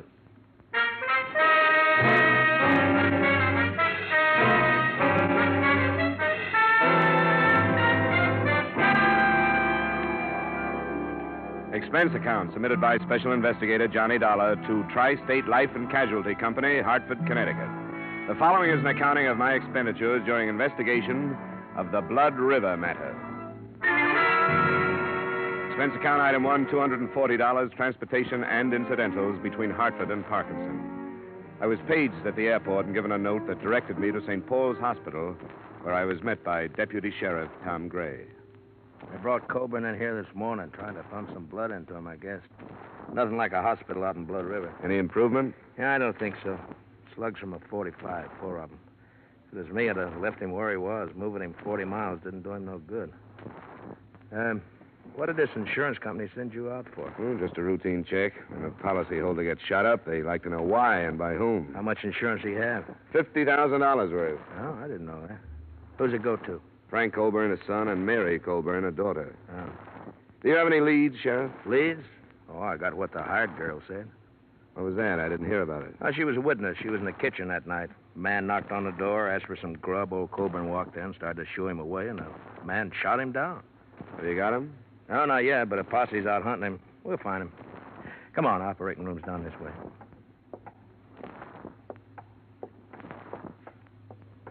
Tom, have you heard any news? Not yet, Mary. Hello, Frank.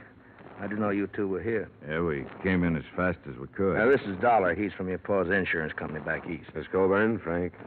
Who sent for you, Dollar? The insurance company was notified of the shooting. They asked me to come out. Why? I don't think this is the time to talk about it. It's just the way they work, Frank. They like to look into things like this. Come on, Dollar, in here. Oh, Tom, wait.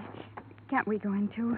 The doctor told us to wait here, but we've got a right to go in if anybody has. Well, I guess you have, Mary, but the doctor probably thought it'd be easier for you this way if something went wrong, you know. Well, it isn't. I want to be with him. I have a right to be. All right, Mary, if that's the way you want it. You too, Frank?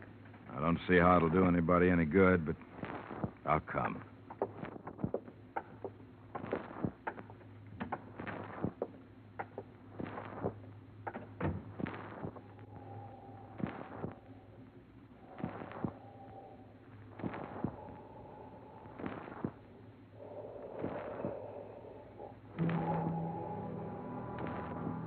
son, Frank, was a huge man, well over 6 feet in his high-heeled boots.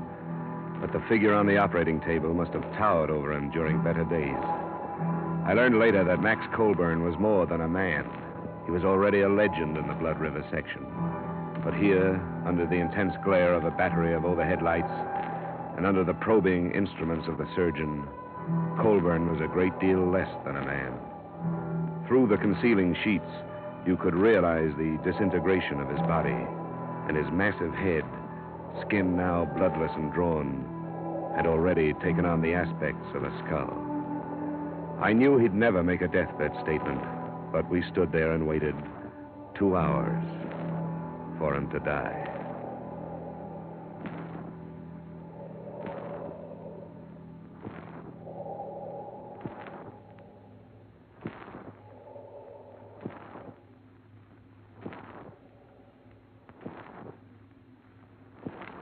That's all, nurse. Jot down the time, please, and notify the coroner. Yes, sir. 6:15. Oh, now, Mary, don't do that. It won't do no good. Oh, Tom, what'll I do? What'll I do? You'll be all right, Mary. Frank, take her out of here, will you? Come on, Mary. There's nothing anybody can do now. If it had been me, Doc, I'd never brought him in. Old Bull might have made it in Blood River.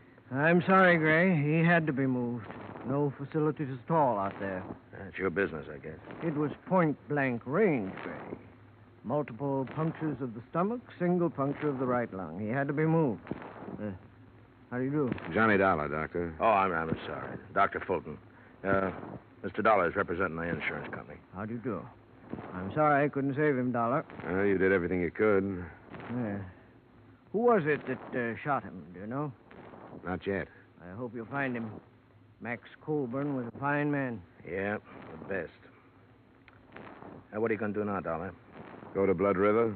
I'm still not satisfied about this thing. I'll put you up in my place. There's no hotel. Oh, thanks. I'd appreciate it. Well, nice to meet you, Dollar. Too bad it couldn't have been under better circumstances. You should never have brought him in. Well, he probably knew what he was doing.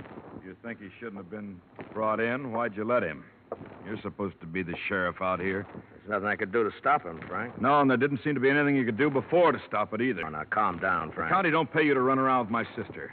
If you'd been spending half the time on your job that you do with her, this wouldn't have happened. That's enough, Frank. Now, shut up. And if Mary don't know it's mostly your fault, I'm going to tell her. He's a hot-headed buzzard. Yeah, I noticed. Can we make it to Blood River tonight? Yeah, we can make it all right. Look, Dollar, I want to tell you something. It's a funny little place, only about 300 people in it. They aren't going to like you butting in. They don't like strangers. I'm used to that. Okay, as long as I told you. My Jeep is out in the back in the parking lot.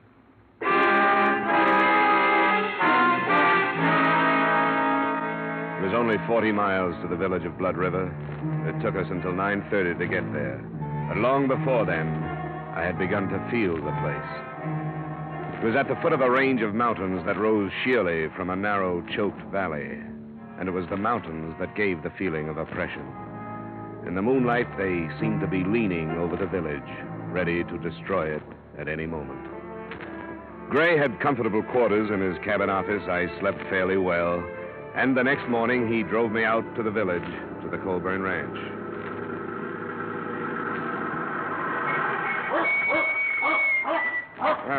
Quite a layout. Only 400 acres now. Colburn used to own the whole valley. There's open range up in the hills there. Well, this is the best fattening range in the whole... Will you get away, Duke? That dog dangerous? Yeah, could be, I guess. He's the old man's dog. He knows something's wrong, but he don't know what. That's right, isn't it, Duke, boy? Yeah. Now, go away, go away. Come on, boy, go.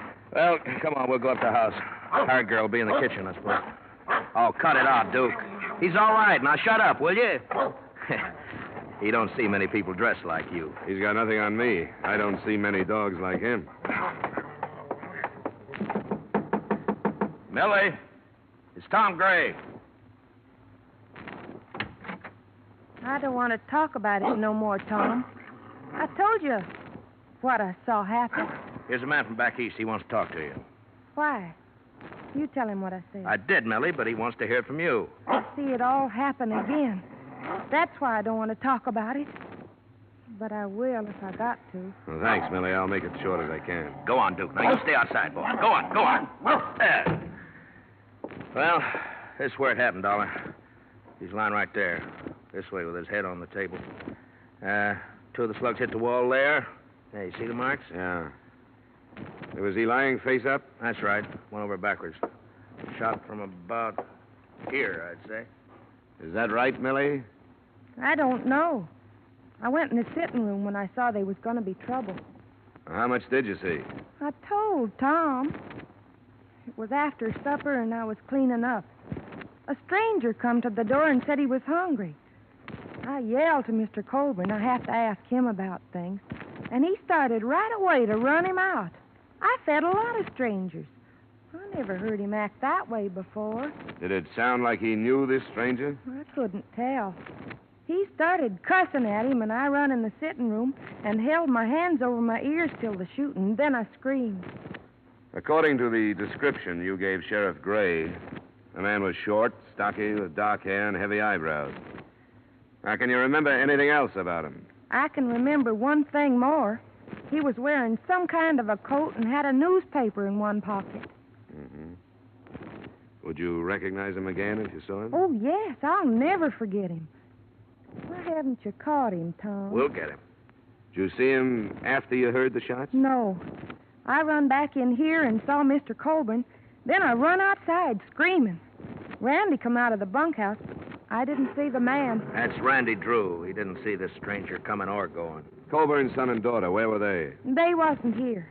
I don't know where Miss Colburn was, but Mr. Colburn wasn't home yet from riding fence. Millie. What? You telling the truth? Yes. You aren't protecting anybody. Of course I ain't protecting anybody. Why should I do anything like that? Who would it be? I only asked, Millie. That's all I want here, Sheriff. Good enough. Thanks for the help, Millie. Yeah, it looks like it's going to storm. How old is she? Huh? No, about 20, I guess. With a little work, she could be an attractive girl. She's peculiar. She grew up outside, but never quite did inside. How does she and Frankie get along? Pretty good, I guess. What are you driving at? Sometimes that stranger story sounds just a little too pat. Now, hold on. I take it that's the bunkhouse? Yeah, that's it. Now, how could somebody kill Coburn and then get across all this open yard before anyone ran out to check on the shooting? I don't know. I guess shooting out here don't mean what it does where you come from. Folks here do a lot of shooting. Well, Millie said she screamed. Yeah, it's pretty dark here, too. Mountains cut off the sun about 4 o'clock. Well, maybe so. I told you we found a gun in a ditch near here. She said she had a newspaper in his pocket. The gun was wrapped in one when we found it. Who's this? What? That looks like Charlie Baxter. Oh, yeah, it is. He was in the posse. Wonder what he's steaming that horse about. Hold it. Oh! What's the matter, Baxter? We got him. We got the killer. We found him a Silver Star. Oh, well, good. Where's he now? We're bringing him to your place. It's Elmer Bryce. He came back? You better get in there. Right. You stay here and bring Millie in. She'll have to identify him. Use the truck. Okay. Let's get on back to town, Dollar. Who's Elmer Bryce? There used to be a hand here, just flunky. Kept the range string watered. Choked a colt to death with a rope, and old man Colburn darn near killed him. When was this? Oh, 2 years ago. You know, in 35 years of ranching, Elmer Bryce was the first hand the old man ever had to fire. Folks around here ran him right out of the country.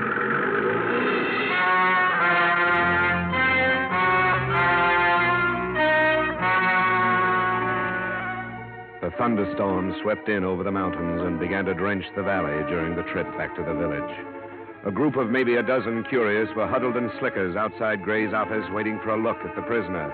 He arrived by car, went through the formalities of arrest, and a few minutes later, Colburn's hired girl walked into the office and faced him. That's him. He's the one. You swear on the Bible, Millie? Yes, I could never forget him. Okay. You can go on back to the ranch. Thanks for coming in. I'm glad they caught you. Oh, Millie. When they kill you, maybe I can sleep without seeing it happen all over again. That's enough, Millie. All right. Hey, the one, Millie? Well, Bryce, you're under arrest. Anything you say will be used against you. I didn't kill him. You deny being at the ranch? I was at the ranch, but I didn't kill him. Well, what did you do? I was hungry. I thought I could get something to eat. He owes it to me.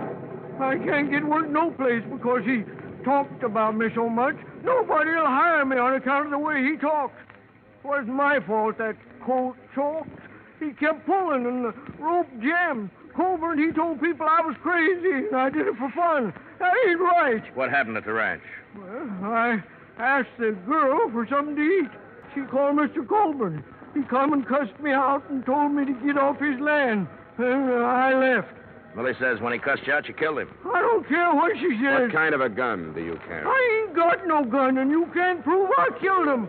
Of course, I never did. Him too is Gray. We want Elmer Price. Why did you go to his ranch instead of some other? I told you. Because he owes me something for what he done to me. Why don't you tell the truth so we can get on with this, huh? I didn't kill him. You hated him. I hate a lot of people. Listen to them. Who is it? Buck, let me come in. Just a minute. All right, come in.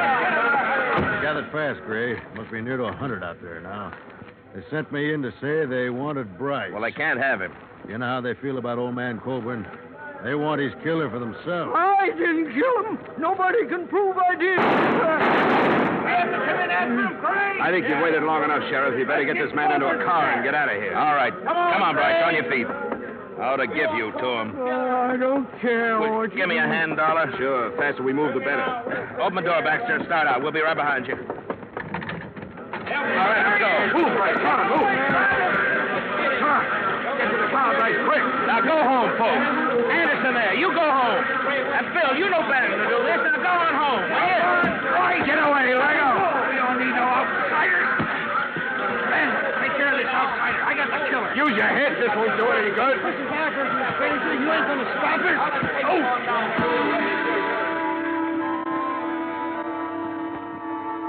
There was no stopping them. I caught a last glimpse of Bryce's face as I went down into the mud of the street. Then there was nothing but hundreds of thrashing legs carrying the mob and their victim to a waiting truck. Blood River was in the process of living up to its name.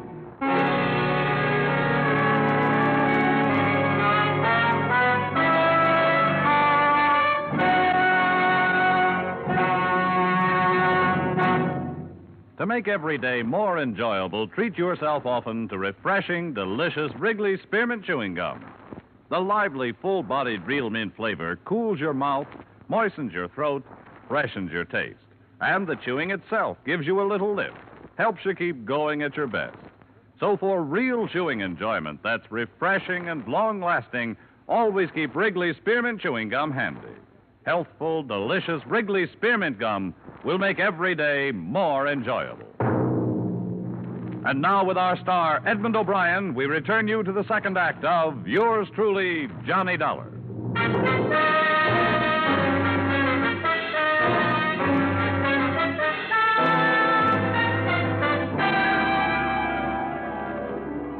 Deputy Sheriff Gray had fared worse than I. A boot heel had stunned him. So it was 15 minutes before we got underway in the Jeep. We found Elmer Bryce on the road to the Colburn Ranch, hanging from a bridge.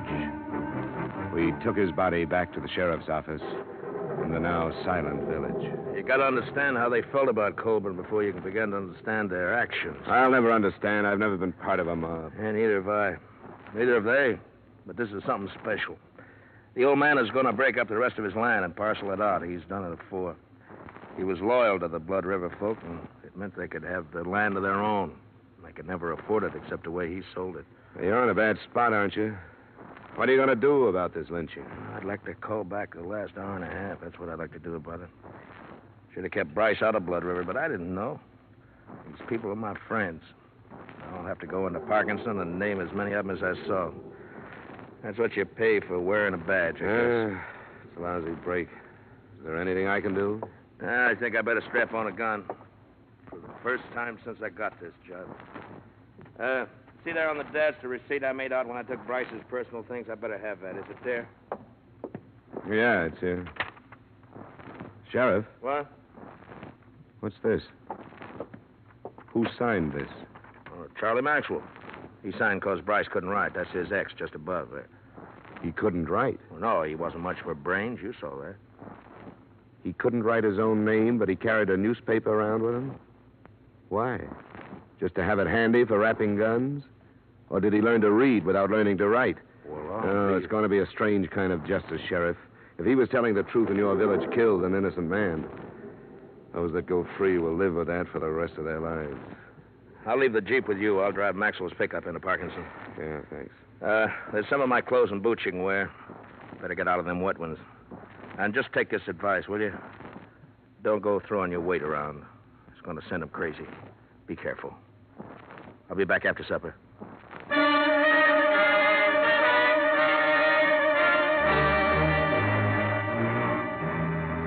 The single street was still silent and empty when I left for the Colburn Ranch. The mountains were closing in again. There should have been lights in the windows of the houses, but instead they were dark. And I could feel the eyes of the people who stood inside them, watching me pass. Finally, almost at the edge of town, a knot of men stepped from a doorway and waved me to a stop. Where's Tom Gray? He went into Parkinson What for? to report the lynching. Lynching? Hear that, boys? He says somebody strung up the killer. I don't believe it. From what I hear, he hung himself. And good. Why are you trying this out on me? I'm not here to arrest you. I couldn't if I wanted to. What are you doing here? I'm still looking for Max Colburn's murderer. Bryce hung himself. He shouldn't have, because he wasn't guilty. Who says that? Sheriff Gray and I. There was nothing against him but your personal feelings and some circumstantial evidence. He's the one who done it. He even said so. Said what? That he went to the ranch first off. Why else would he do that? He was hungry. Now, come on, get out of my way. If you people think the rest of the story will help your peace of mind any, I'll try to get it for you. But Bryce was innocent. Think about that for the time being. Come on, move it, Ben. I'm coming through. Let him go, Ben. Come on, boys. He can't hurt us.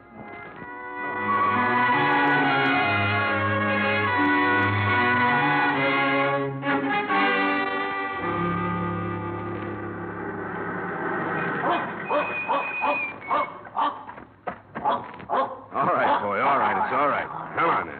You're a good boy. Sure, it's all right. Yep, these clothes belong to a friend of yours.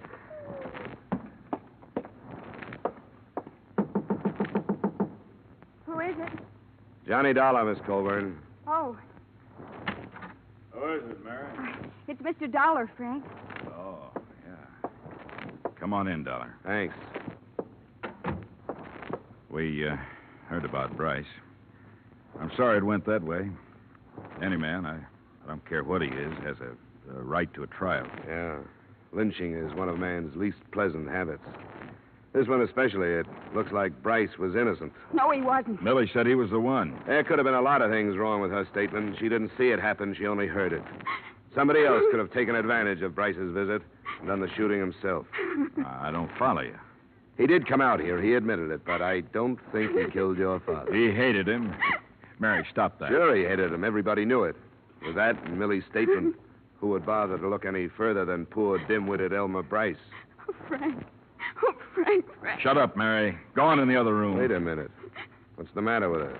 She's upset. Frank, you killed him. Shut up.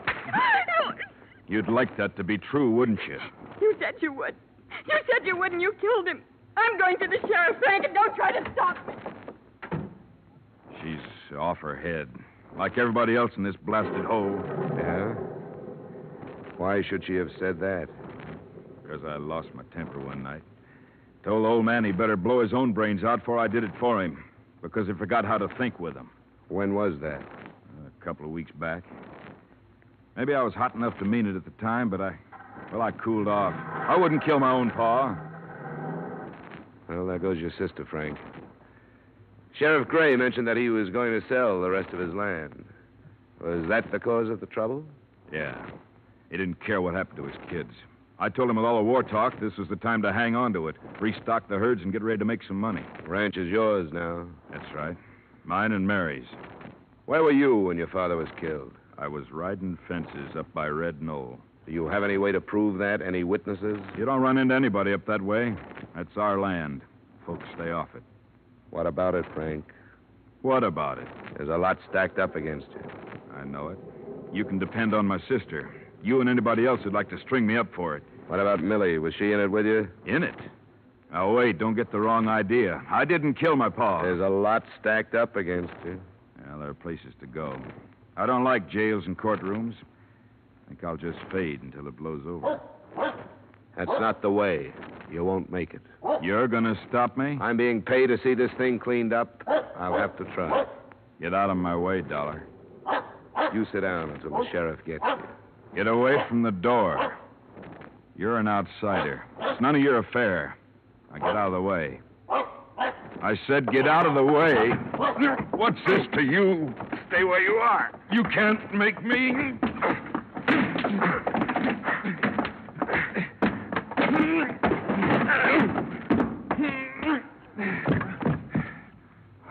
No, I don't want to have to kill you. So don't get up. Frankie, What do you want, Millie? What are you doing with that gun? you've got to kill him, Frankie. Get out of here. You've got to. For me. Why? Because I lied. I lied to everybody. What about? About your pa. Elmer Bryce didn't kill him. Millie. Because I did. I killed him for you. You told me that night you wished he was dead. You remember that night? I remember, Millie. And I told you I'd do anything for you. Remember that? Anything. Yeah, I remember. I lied. Elmer Bryce came, but I stayed in the kitchen and heard everything he said. I knew he hated your pa, and after he ran away, I thought about it. You're crazy, Millie. I waited for a while, and when I knew nobody saw that man leave, I yelled to your pa again. And when he come in, I shot him. And that night, I threw away the gun. What's the matter with you, Millie? You know what's the matter. Now, you can't run off and leave me. You've got to help me. I can't help you. You've got to kill this man. I won't do it, Millie. Then you've got to take me away with you. I'm not going away now. I don't have to. I didn't have anything to do with it. This is the end for you and me. All right, Frankie. Hey, get down. Don't do it. Kill her. Drop it. Let go. All right. I did it for him. Now I don't care what happens to me.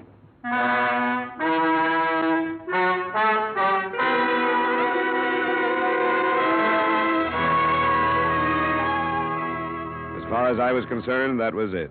Frank Coburn lost a lot of blood, but not his life. And his sister still had to live at the ranch with her ill-tempered brother. The hired girl who brought all this about was taken by the sheriff. When I left Blood River, the state had moved in to see what it could do about the lynching. But what that is, I don't know. The entire village was guilty of murder, and what could anybody do about that?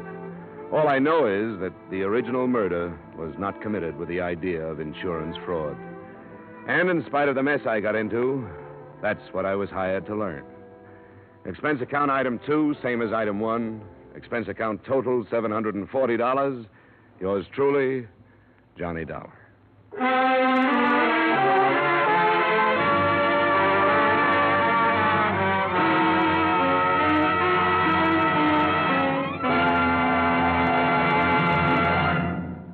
Remember, friends, to make every day more enjoyable, treat yourself often to refreshing, delicious Wrigley's Spearmint Chewing Gum.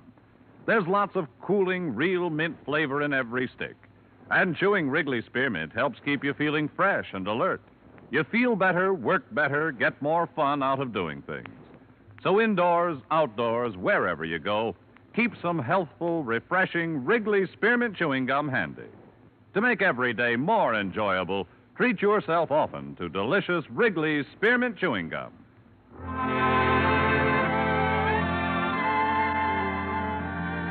Yours truly, Johnny Dollar, is brought to you by Wrigley's Spearmint Gum and stars Edmond O'Brien in the title role, written by Gil Dowd with music composed and conducted by Leith Stevens. Edmond O'Brien can now be seen starring in the Columbia Pictures production 711 Ocean Drive. Featured in tonight's cast were Virginia Gregg, Bill Conrad, Junius Matthews, Sammy Hill, Clayton Post, Tyler McVeigh, Dave Light, and Howard Culver. Yours truly, Johnny Dollar, is produced and directed by Jaime Del Valle.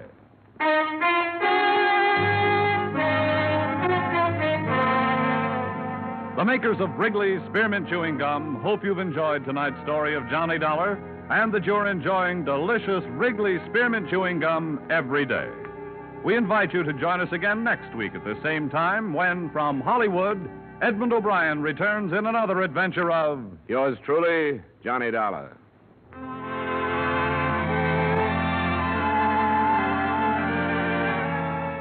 Bob Stevenson speaking. This is CBS, the Columbia Broadcasting System.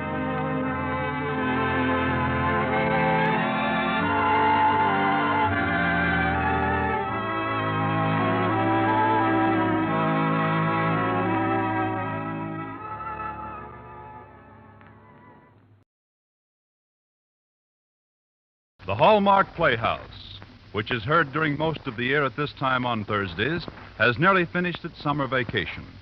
Be with us when Hallmark Playhouse returns to CBS 4 weeks from tonight on September 7th. Now from Hollywood, it's time for Edmond O'Brien as...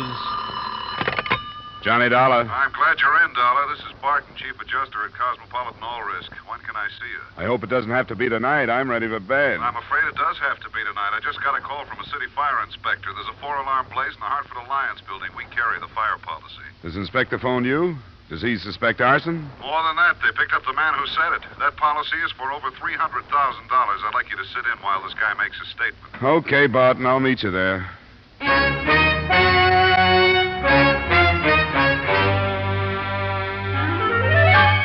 Edmond O'Brien in another adventure of the man with the action-packed expense account.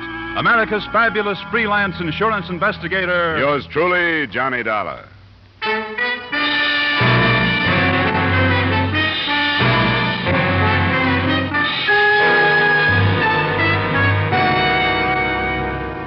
Expense account submitted by Special Investigator Johnny Dollar to Home Office, Cosmopolitan All Risk Insurance Company. The following is an accounting of my expenditures during investigation of the Hartford Alliance matter. Expense account item 1, $2.50 cab fare from my apartment to the scene of the fire. Hey, Mark, can't you give us any more pressure? I'm feeding 4 lines now. Sorry. Do we have the chemical hose? Right over here, Woodruff. There it is, Captain. Watch it there, mister. Oh, yeah. Through here. We'll hit it from the third window there. Dollar. Hey, Dollar. Right over here, Barton. Hey, Barton, here. Oh, everything outlines against that place. I couldn't see over here. Out of harm's way. Hey, that building was a bad risk. Is there any steel in it? Yeah, maybe a little in the plumbing, but it's no worse than most in this neighborhood. Somebody's got to insure them. Who owns it? His name is Clarence Pickett. I don't know too much about him.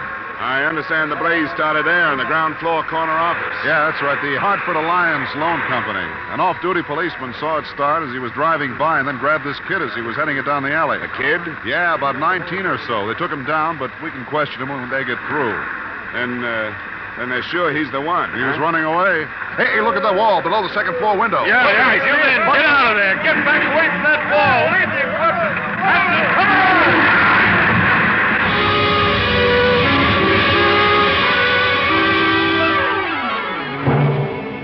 Expense account item 2, $1.75 cab fare to police headquarters where I met Sergeant Broderick, the officer in charge. This kid's a queer one. I don't know what you'll get out of him. He wouldn't even give us a name to book him under. Nothing on him that would identify him? Nothing. Must have stripped his pockets. Well, the fact that he darn near killed a bunch of men might help loosen him up, huh? I wish you luck. Yeah, this is it. You all ready, Martin? I'm all loaded, yes. We're going in to talk to him. When we finish, I'll bring him out. He'll be in front of me. Right. What's that for? We'll get a photograph, snap one as he comes out the door. Can't get a halfway natural one any other way. Then we'll have it published and try to find out who he is. Go ahead. All right, son, get on your feet. These men want to talk to you. It won't do you any good to talk to me. I don't want to talk about anything, and I won't. Did you set that fire? Yeah, I said it. Why? It doesn't make any difference why. I said it, and I'm ready to take anything that's coming to me. Have you set any other fires? If you mean am I one of those arson nuts, I'm not. Then why'd you set it? Why do you keep asking me questions when I told you I wasn't going to answer any? Your fire almost killed some men a few minutes ago. It may do it yet. I didn't think about that. I'm sorry. I had to do it. Why? I can't tell you. Leave me alone. Somebody hire you to do it? It doesn't make any difference. Why won't you tell us who you are? Because I don't want you to know. I don't want anybody to know who I am. I don't want a trial or anything. I'll plead guilty to everything, to setting the fire and to killing firemen, everything. Just give me what's coming to me and leave me alone. Let me see your hands. Why? Let me see them. No. Hey, let go, will you? Let go. Up, darling. Well, that's all I wanted. What was that for? I wanted to find out what kind of a kid he is. He's not tough. His hands are clean, nails trimmed. There's a mark left by a ring on the third finger, left hand. Class rings, my guess. I've had enough for now, Sergeant. Okay, we're turning him over to the psychiatrist in the morning. All right, son, on your feet. I'm going to put you to bed now. Come on. Keep moving. Hold it now. Hey, give me that camera. You can't take my picture. What are you trying to do to me? Calm down.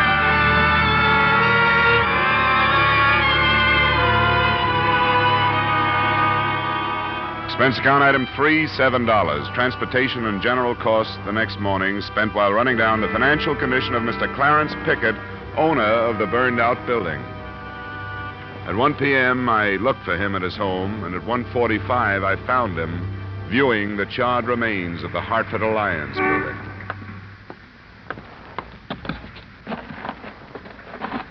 Mr. Pickett? Huh? Yes?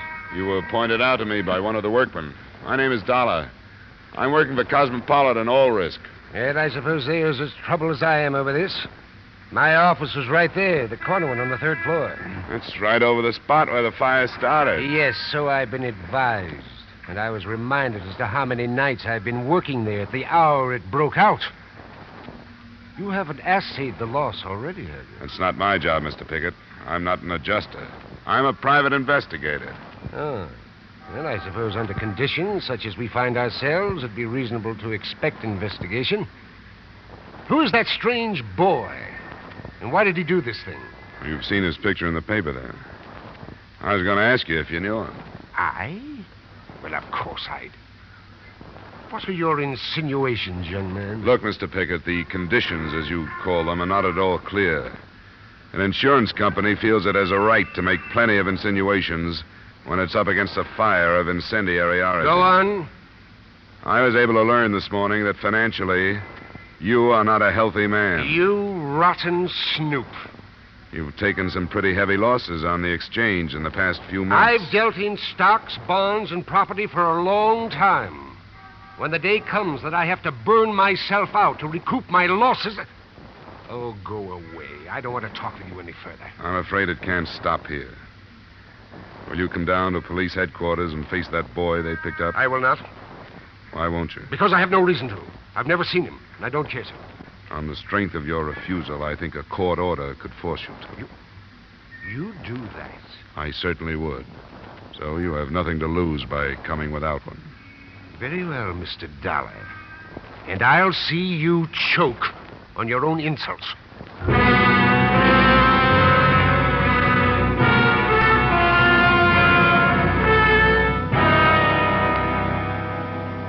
Sit down, Mr. Pickett. I want you to understand that this is routine procedure and in no way an accusation of any kind. Oh, rot. A few words to whitewash a violation of my rights. Help yourself to the desk chair, Dollar. Thank you. All right, Dr. Herbert. Will you bring the boy in now? Mr. Pickett, Mr. Dollar, our psychiatrist, Dr. Herbert. How do you do, Doctor? Gentlemen. All right, son. Remember, this is serious. Now, have you ever seen this man before? Yes, I have. What? Tell me who he is. He owns the building.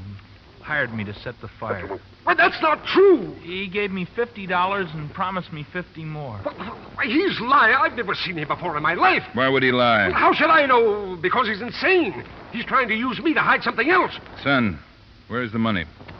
I spent it. I didn't get the other 50. Why, these are bald-faced lies. It sounds like a scheme of the police. Well, it'll not be as easy as that. I'll not put up with it another moment. I'll seek counsel before I speak with you again. Yeah, I couldn't hold him. We can pick him up later.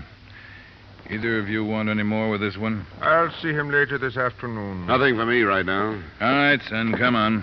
We'll go back to that room and talk some more. What do you think, Doctor? There is a greatly troubled and very confused young man. I could do very little to help him. A psychiatrist needs cooperation. He fought me every moment of the consultation. Think he was telling the truth about Pickett? It's hard to say. It could be true. On the other hand, as a falsehood, it could be classed as one aspect of this tremendously strong desire to keep some secret hidden. How would he know that Pickett was the owner of the building? That would be quite simple. Newspaper was shown to him this morning in an effort to force him to reveal his identity. That's right. There's still no key to who he is, huh? None. I've learned only that he seems to be, well, should we say, a well-bred boy, fairly well-educated, who was tortured by something in the building that he feared and hated. The fire started in the offices of the Hartford Alliance Loan Company. Do you think a debt that the boy couldn't pay off would be a strong enough motive to drive him to arson? Unless it were a debt of shame. No. Well, we have to start someplace. Loan company is a better lead than what we've had so far. Say, you sure the kid isn't making this up, that he's not a psychopathic? The psychopath is only an emotionally immature individual. And two of us can say that we have reached emotional maturity, or what it is.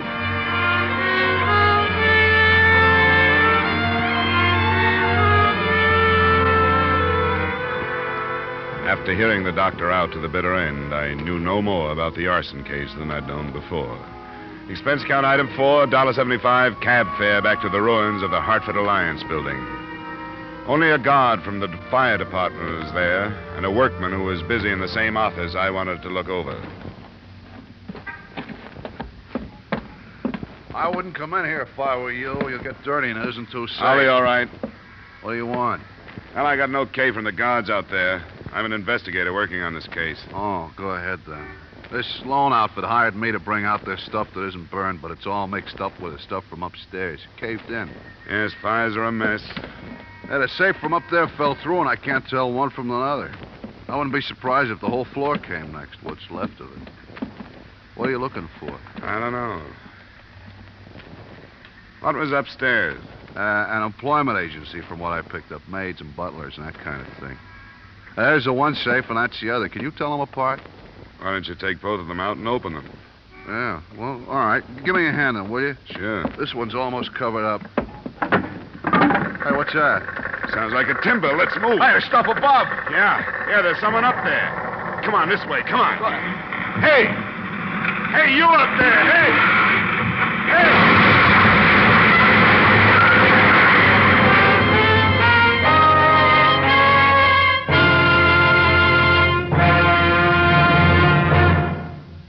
The highest standard of living, the highest wages, and the shortest hours. All this plus the time-honored guarantee of individual freedom. Where else will you find all these advantages but under our American economic system? Help to preserve that system.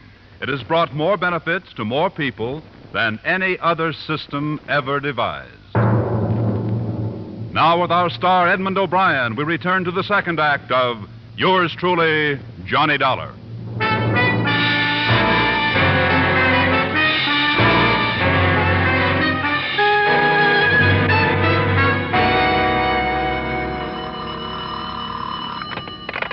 Johnny Dollar. This is Bart, Johnny. How do you feel this morning? Oh, rotten. How about the workman? Bad. Still unconscious. Fractured skull and something about his back. Well, I guess I feel better than he does. Hey, Barton. Yeah? That cave-in was no accident. What's that? There was a man on the floor above us. It's one of the last things I remember. He was looking down at us, holding a crowbar. Well, why didn't you say something about it yesterday? I wasn't thinking straight. You don't after a crack in the head like that. But I began to remember last night. Are you sure of this, Dollar? I guess it'll be hard to prove. There were two safes in there. One from the Hartford Alliance Loan Company and the other from the Hartford Alliance Employment Agency. It had fallen through from the office above. I don't get it. I don't either. But we just decided to move both of them out because you couldn't tell them apart without looking at their contents. And that's when the roof fell in. And you're trying to work out a connection. Oh, I don't know. Say, what about the kid? Has he been identified? Not yet. He still insists that Pickett paid him to set the blaze. Hard to prove, but I'm following it up. I wouldn't build a case on it yet. I'll try some more coffee and aspirin, and when I can make it, I'll Go down and talk to the kid again.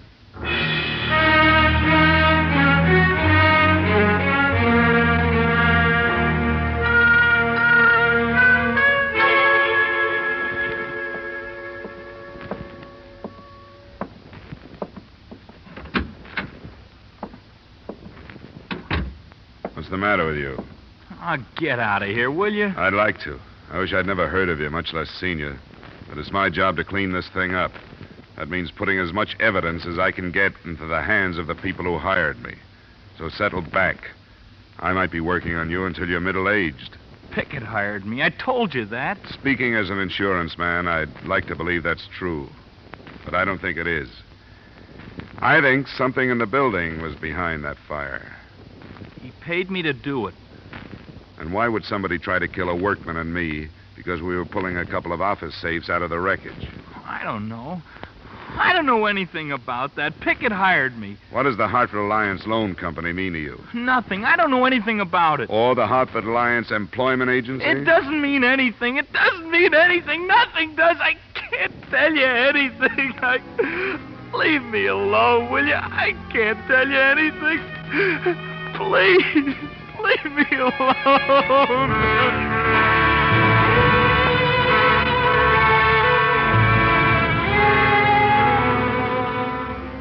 That afternoon, his silence stopped paying off, and his picture in the paper started to. A woman phoned in to say that she thought she recognized him. And at 6 that evening, I was standing on her doorstep in the little resort village of Pine Orchard. Mrs. Landry? Yes. My name is Dollar. I talked to you after you phoned the police in Hartford. Oh, yes, Mr. Dollar. Won't you come in? Thank you. It was just the strangest thing about the way I happened to see that Hartford paper. Nobody out here takes it, you know. But I went down to the drugstore to buy a movie magazine, and something just pulled my eyes to this paper, and there was Billy Brandon. You're sure of it? I've known him since he was a tyke. I worked for his people, you know. That was before Mrs. Brandon passed on 3 years ago. I can't imagine what could have got into Billy to be in such awful trouble. Is his father still alive? Oh, my, yes, a splendid man. And they live here in Pine Orchard? Only in the summer. They're from Chicago, but they have a huge estate here, loads of money. Mr. Brandon is in Florida fishing. Poor man, I don't suppose he even knows. The police are trying to locate him. Yes, I just don't know what to think of it. How could Billy cause his poor father such shame? Mrs. Landry, do you know if there's anyone on the estate now that I could talk to? Nobody that lives in. Mr. Meek, the gardener, lives just down the street. He told me just yesterday that woman they kept out there left her job without so much as locking up the house. Who is she? Their maid. An out-of-town girl. From your home, Hartford. Some employment agency sent her. Employment agency? That's what Mr. Meek told me. Mrs. Landry, do you know if it was the Hartford Alliance Employment Agency?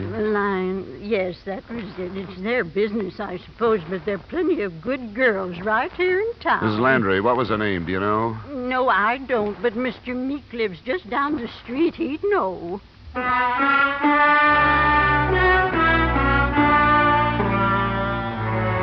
The name turned out to be Belle Muir. And with that information, I pried Sergeant Broderick loose from a friendly poker game after I'd gotten back to Hartford. I met him in the file room at headquarters. Come on in, Dollar. We'll see what we can dig up. Now, give me your theory again, will you? And according to your psychiatrist, young Brandon was afraid of something in that building. It would seem that somebody else was afraid to see one of the two safes leave. How sure are you of that? I saw a man pry the wall loose. Could you identify him? Probably not. I just caught a flash. But the fact that the Brandons had hired a girl from the agency sort of falls into place, doesn't it? Don't you smell blackmail? We'll see. You want to check our files on the girl, right? Both the girl and the manager of the agency, Benjamin Price. What's her name again? Belle Muir. M-U-I-R. M-U... here it is. M-U... Yeah, here's a Muir. Adelaide. How's that for a record? Look at that. They never learn. Mullen. That's it. No more Muirs. Can we try Price now? Sure. Here's the mail file over here. A-R-I... Price... Adolph. Dollar. Benjamin? Benjamin L. Benjamin L. Yeah, here he is. What do you know about that? What's on him? 1939, suspected of fraud, no indictment. 1944, suspected of receiving stolen goods, no indictment. Suspicion of fraud again in 48, no indictment. What about young Brandon? Can I talk to him? Won't do any good tonight. He's in the hospital under sedatives. You can't help feeling sorry for him. At least I can. Especially if it's blackmail. Yeah, I know. His father's due in tomorrow afternoon. Maybe he can do something with him. Well, I'll see if I can get authorization from the bunco detail to follow this through. Tomorrow, we'll look into that setup. Do you care if I go ahead tonight? Where are you going? Belle Muirs. Why start with her? A couple of reasons. With a background of suspicions, but no indictments like that, Price must be smart. And I'd like her to talk to him before I do. Put him on guard and see what his next move will be. Okay, Dollar. There's no way I can stop you. You've been lucky so far. Don't foul it up now. Lucky? I'll trade you my headache for your poker losses any day.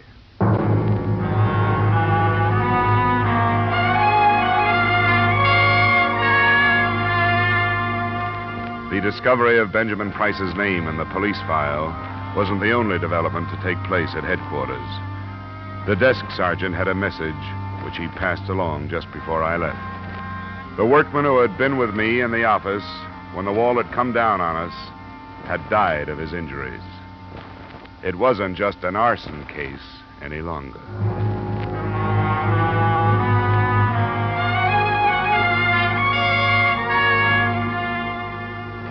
I found Belle Muir at home, in a ground floor apartment, low-income neighborhood. Her reaction when I introduced myself gave me nothing. She invited me in, apologized for some nylons drying on the back of a chair, and invited me to sit down. I can't believe that Mr. Brandon would do such a thing. Why would he? I think he was being blackmailed. Oh, a nice young man like him. I don't think he'd ever do anything he could be blackmailed for. He's too nice. Have you ever heard of anybody but people with nice reputations standing still for blackmail? Oh, I can't believe it. And I don't understand about the fire. Why would he do that? To try and stop the blackmailers. Now, you're the only connection we've found between the building and the Brandons. I'd hoped you could help us. Help you? I don't know anything about it. You got your job at the Brandons through the Hartford Alliance Employment Agency? Yeah, I've been signed with them for over a year. Is there any way they could have gotten a hold of any information they could use against the boy? I don't see how. And I swear I don't know what it could be. Young Mr. Brandon was almost too nice, if you know what I mean. No, just what do you mean? Well, I've had trouble with some of these spoiled rich men's sons, but Mr. Brandon never looked twice at me. Listen, you don't think that I... Why'd you leave your job so suddenly, Miss Muir? I didn't. I'm still employed. But when his father ran off to Florida and young Mr. Brandon said he was going away, I didn't see any use cooling my heels in that place away from my friends. Uh-huh, sure. I think you're barking up the wrong tree, Mr. Dollar. They're all nice people in the agency, every one. Mr. Price, the manager? He's very nice. He has quite a record of being questioned by the police. I don't believe that. It's true. Well, I never would have suspected it. I don't know what to think of this, Mr. Dollar. I really don't. I don't either, Miss Muir. I won't take any more of your time. Thanks a lot. Well, anything I can do to help, please call on me. I said I would and left the apartment.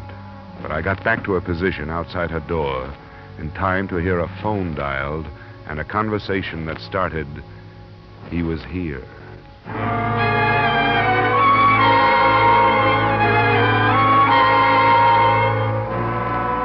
Proof of blackmail is hard to get without the cooperation of the victim, which is also hard to get. But it looked more and more like that lay behind the trouble. The next morning, I decided to try my luck with Benjamin Price.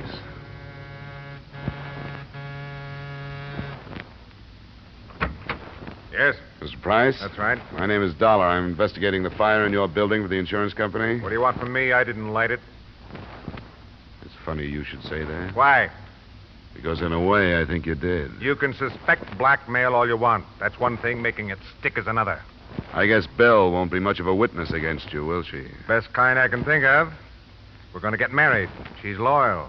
So why don't you drop it, Dollar? You won't get any place. You feel a little different now than you did when we were moving your safe out of that building. You must have gotten rid of the evidence. I don't get you. Yes, you do. I saw you. Don't you remember? I yelled at you. Don't be ridiculous. The man who was with me, the workman, died yesterday afternoon. With the blackmail, it should work into a first-degree murder charge. You're going pretty far, aren't you? Not as far as the men from the police laboratory are going. They're looking for marks from a crowbar in that rubble that came down on us. And they're pretty good. Watch where you talk this stuff up, Dollar. I'm warning you, I don't scare easy and I don't railroad easy. And what are you worried about? Watch where you shoot off your mouth. Now beat it. Go on!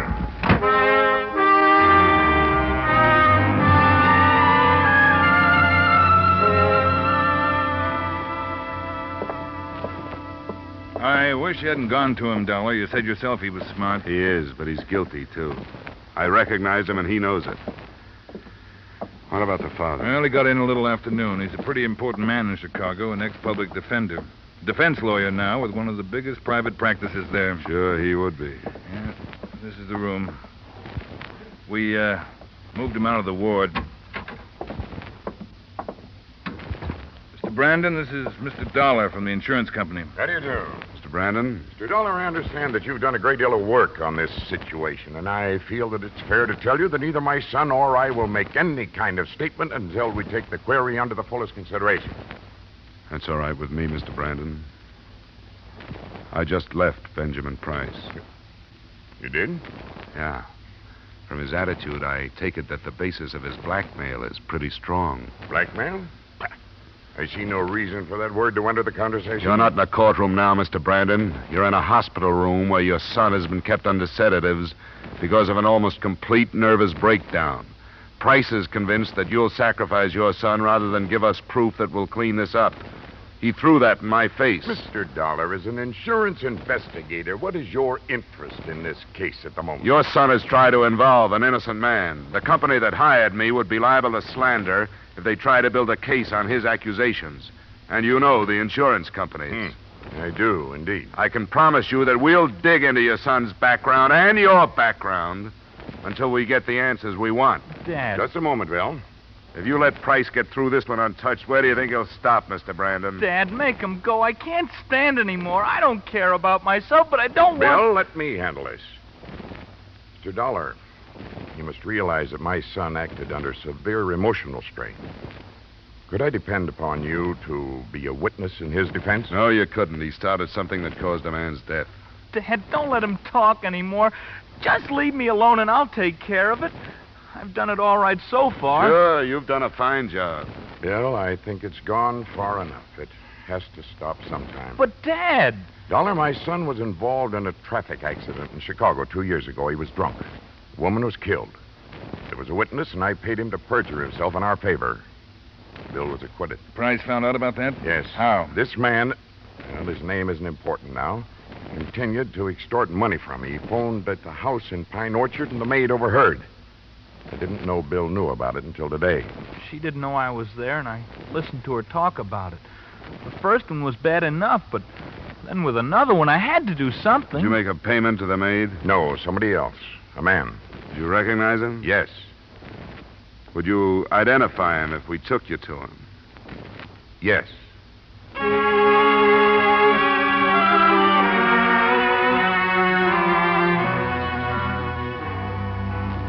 The rest, as far as I was concerned, came 20 minutes later when Mr. Brandon, Sergeant Broderick, and I stood in front of Benjamin Price's door.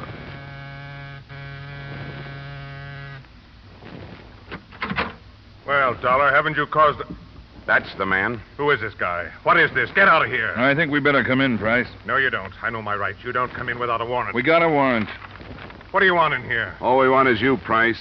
There's a men waiting outside who want to place you at the scene of the murder. You can't do it. I wasn't there. You'll have your chance to prove that if you can. The men want to go through your apartment. Why? To look for traces of soot from the building. All they need is a speck or two. Come on, Price. Let's talk it over. Not me. Oh, you know you don't, Price. That does it. Okay, pick him up, Dollar. Don't bother to be gentle. He won't care.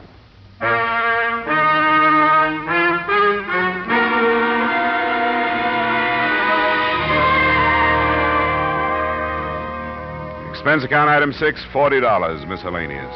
Item 7, $2.50 cab fare back to my apartment. I guess the company won't get far trying to avoid the payment of damages, but all of us might make a moral out of the matter. Maybe somebody has said it before. One sin begets another. In this case, the original conspiracy to perjure a witness parlayed to an arson indictment. The son, fraud and murder for Price and Belmure, and enough charges to put the father out of work for the duration. All I got out of it was a headache. Expense account total, $180.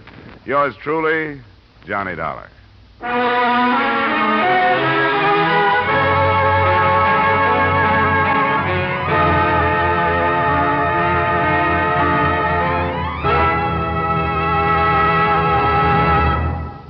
Yours truly, Johnny Dollar, stars Edmond O'Brien in the title role and is written by Gil Dowd with music composed and conducted by Leith Stevens.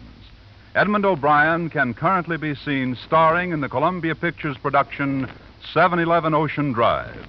Featured in tonight's cast were Hy Averback, Ken Christie, Raymond Burr, Gil Stratton Jr., Howard McNear, Ted Osborne, and Peggy Weber. Yours truly, Johnny Dollar, is produced and directed by Jaime Del Valle.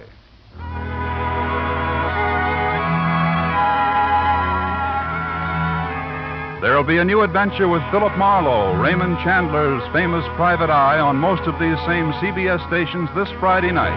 Shrewd, hard-boiled, given to the wisecrack, Philip Marlowe will bring you a solid half hour of thrills Friday night on CBS, the Columbia Broadcasting System.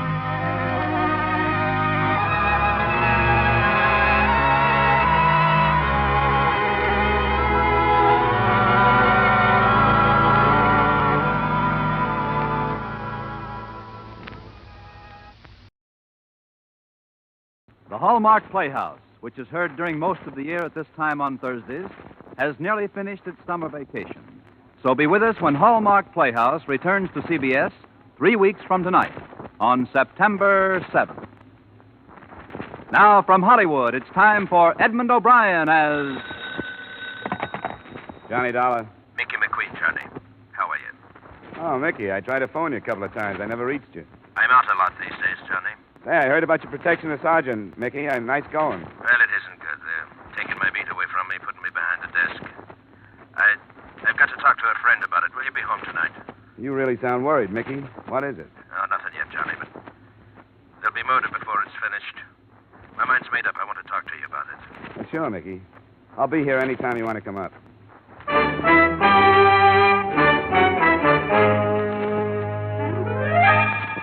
Edmond O'Brien in another adventure of the man with the action-packed expense account, America's fabulous freelance insurance investigator. Yours truly, Johnny Dollar.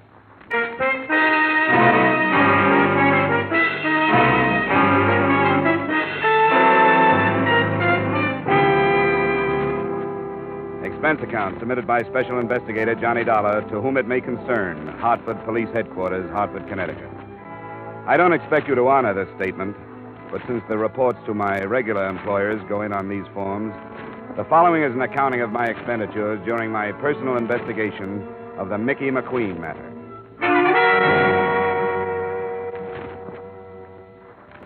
It's been my privilege to have worked a number of cases with Mickey McQueen here in Hartford, and through the years a friendship developed between us. So when he phoned Tuesday night to say he wanted to talk to me, I was glad to ask him over. But when it got to be 1:30 in the morning and he still hadn't arrived, I wasn't so glad. He arrived at 2.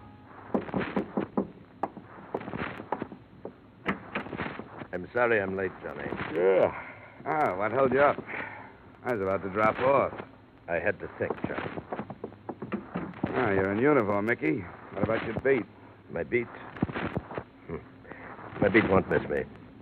After 20 years of walking it from dark to dawn, checking its doors and passing the time of night with its people, drunk and so forth. Yeah. Oh, is it too late for a drink, Mick? I got your brand, some Irish. Yes, that was good of you.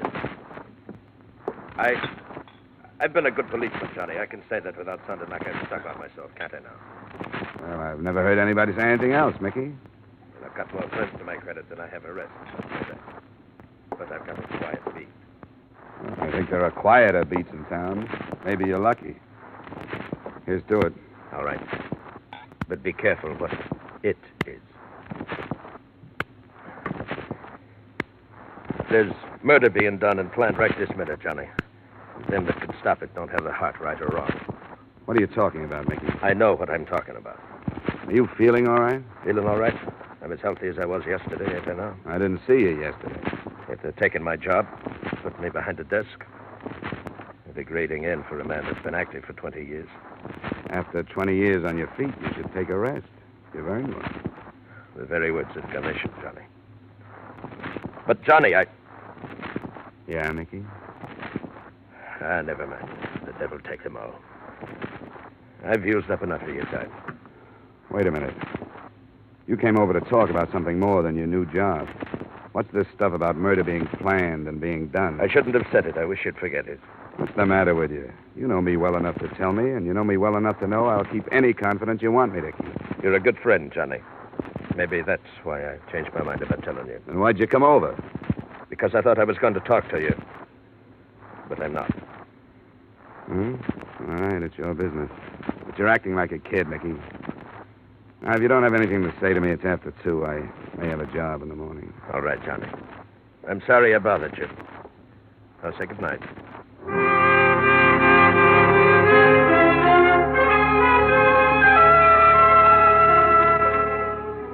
I didn't sleep very well for the rest of the night. And sort of a half-dozed parts of Mickey's conversation kept coming back to me. And the more sleep I lost over it, the more I wished I'd been less grumpy and more sympathetic. There wasn't a job for me the next day, and right after noon I decided to drop by his apartment and find out his mood when he was off duty.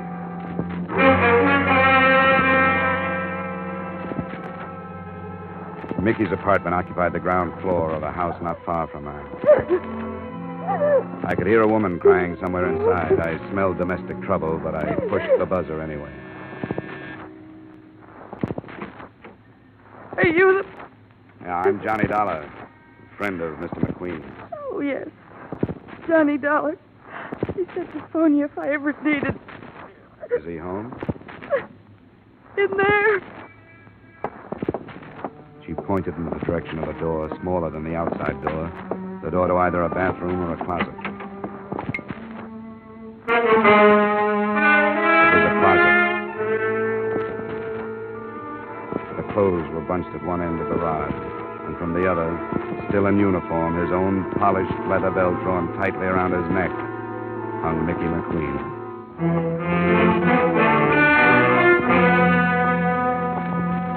I walked back into the lace-curtained living room. The girl who had let me in didn't go with the furnishings. She was young, attractive, and her shoulder-length white blonde hair might have been natural. She had stopped crying, and she acted as if she were waiting for me to start something. Well, what about it? You explain yourself, or do I get 3 guesses?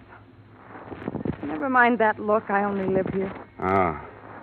Well, I didn't know Mickey had a daughter. Thanks for the compliment, but I'm his wife. I didn't know he had a wife, either. Maybe he was ashamed of me. My name's Thelma. I'm sorry, Thelma. You're an old friend of Mickey's. Yeah, but he never told me about you. You seen him lately? Last night. First he phoned me, then he came by to talk to me. What did he say? I'm not sure. He was pretty handy with double talk. Maybe I was supposed to understand it, but I didn't. What was it about? About his job, the change he was making. Something about murders being planned and done, and nobody doing anything to stop them. Then he didn't tell you What? that I was leaving him. He's never mentioned it. Why were you leaving him? Because it was all wrong. I never should have married him in the first place. Why did you?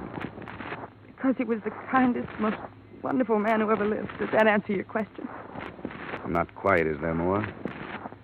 Did you know his first wife? Yeah. And I guess you know he took her death pretty hard. They'd been married 10 years. I met him after she died.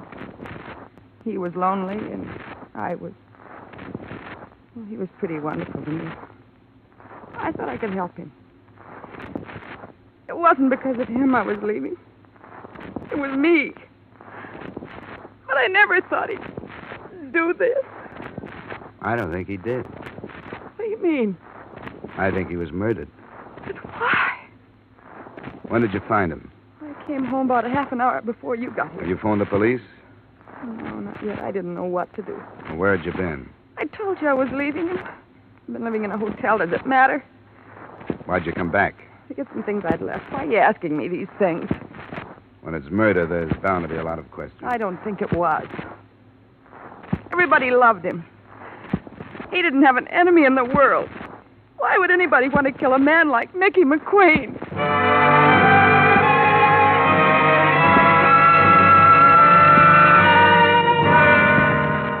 I didn't have an answer for that, but I started there in the house to try to find one. If it was murder by hanging, I knew it couldn't have been committed without a fight. But a half-hour search didn't uncover any traces of a struggle. I phoned in a report and left Thelma and the apartment.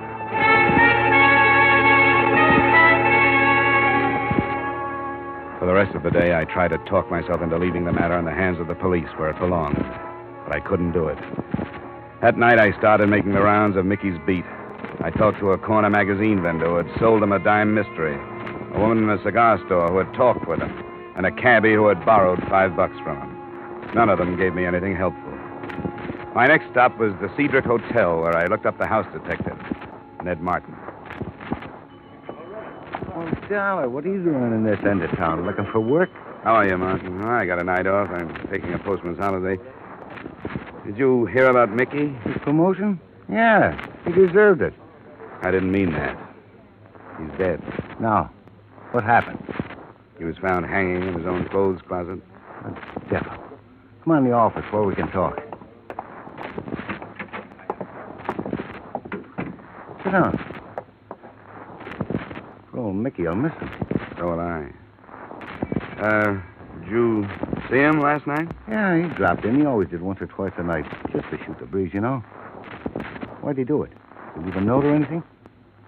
I think he was murdered. What makes you say that?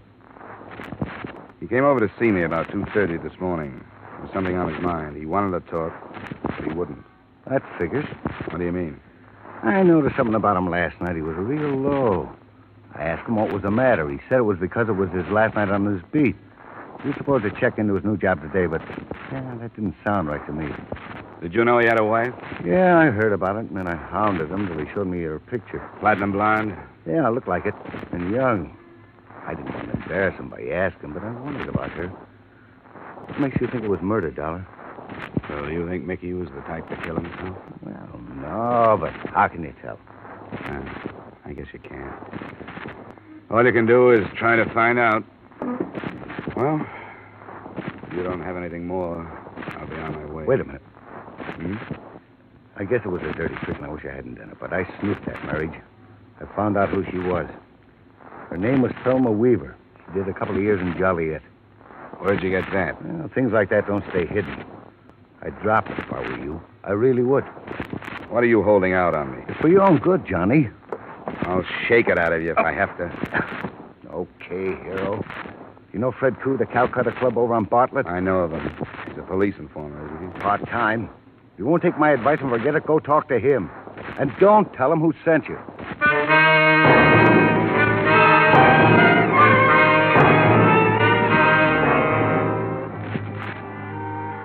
Fred Koo, as the department knows, is half Oriental. The day coroner's joined to Calcutta is Indian because he can get the effect with no more expensive decoration than reed matting and coconut husks. The place was small and was jammed when I got there by a crowd that was largely male. I didn't recognize a face, but from the atmosphere, I got the feeling I could have retired on 10% of the bail bonds they bought in their time. I found Fred Koo leaning against a potted palm. What do you want? I want to talk to you about Mickey McQueen. You have an office? You a cop, too?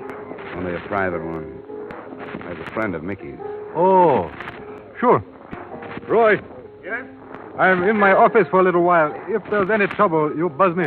What is that? Come on, this way.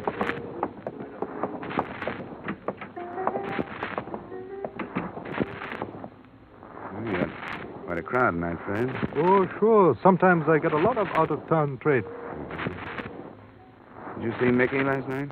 No, I didn't. I get along fine with Mickey. He won't take any payoff, but he doesn't push me around. How is he? You know his wife? His wife? I didn't even know he was married. Her name was Thelma Weaver before Mickey married her. She did some time in Joliet. Oh? Well, why'd you bother me with this? I got work to do. You knew Mickey was dead. No, I did not know that. I don't see how it'd be enough, but it struck me that if somebody knew he was married to an ex-con, they might try to use the information. I suppose you're right. Yeah? Roy? Fred? I think you'd better come out. Important? Yes, I think so. Be right out. Pardon me, Dollar. A little trouble outside. You wait here. I'll come right back. I waited. And while I did, I took a quick look around the office for another way out in case I might need it. There wasn't any unless the steel door in one of the walls was it. But before I could try it, the other door opened. I wasn't expecting Fred Koo to return so quickly, and neither was I expecting who did come in. I didn't expect to find you here, Mr. Dollar. Likewise, Mrs. McQueen. I was looking for Mr. Koo. What for? I thought I might help. Mickey kept his notebook, you see, where he wrote down all the places he stopped when he made his rounds. This place was one of them. I thought if I could talk to this Mr. Koo. Do you know Fred Koo? No. Do you know anybody named Weaver? Thelma Weaver? All right, mister, that's enough. Reach. Don't be crazy. What good would that do? Stay where you are and don't try anything. I really mean it. She looked like she really meant it. It was a small revolver, Colt 25. I didn't know whether she'd come in meaning to use it on Fred Koo or me, but it didn't make much difference. At the moment, she had it pointed at my midsection.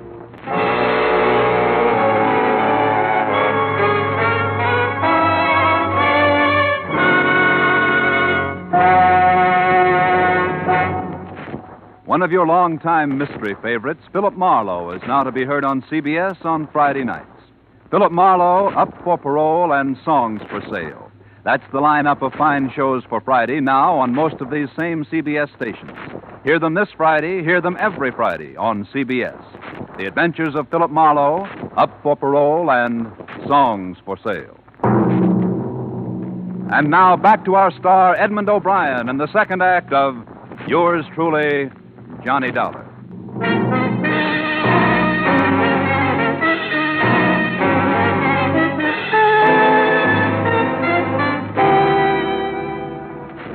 I couldn't figure.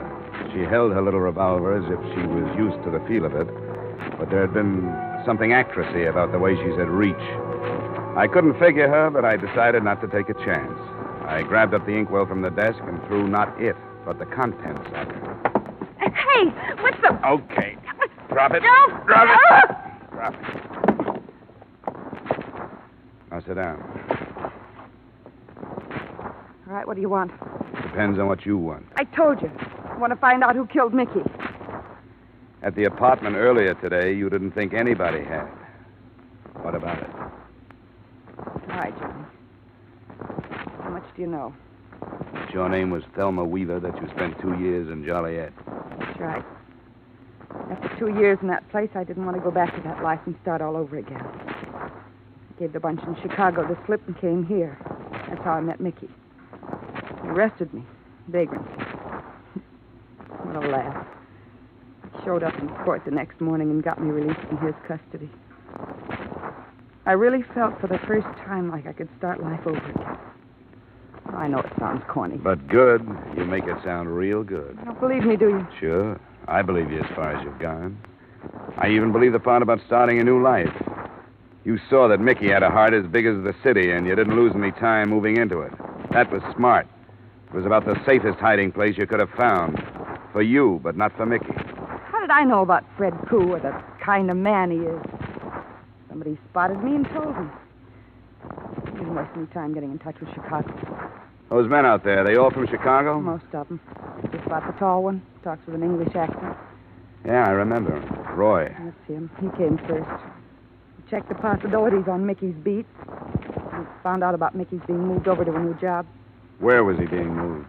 Some desk job. Where? At the police arsenal. The arsenal. How did he find that out? I told him. I had to. He made me tell him. What are Roy's plans, do you know? Yes. Marquardt building. The one that has all the wholesale jewelers. No, that's no good. Mickey was supposed to help them with a job of that size, or they'd revealed that he was married to an ex-con. That's not enough. They must have more than that. I might as well tell you. Can't hurt me now any more than I've been hurt. His name's Roy Weaver. I'm married to him. He threatened to bring bigamy charges unless Mickey helped him. That'd do it. With your record, bigamy would be a long stretch. 5 years. Mickey would do almost anything rather than cause me that. Who killed him? Roy did. I wasn't there, I swear I wasn't. But they met him after he got through work at 5:30 this morning. Why did they kill him? Mickey was all ready for his new job. He had the keys to the arsenal. Here's your gun. If you're on the level, you may need this, and the caliber's too small to do me any good. What are you going to do? I'm going to the police. Why not use the phone? It'll be tapped. That bunch would be in here before I got started. I wouldn't try it if I were you.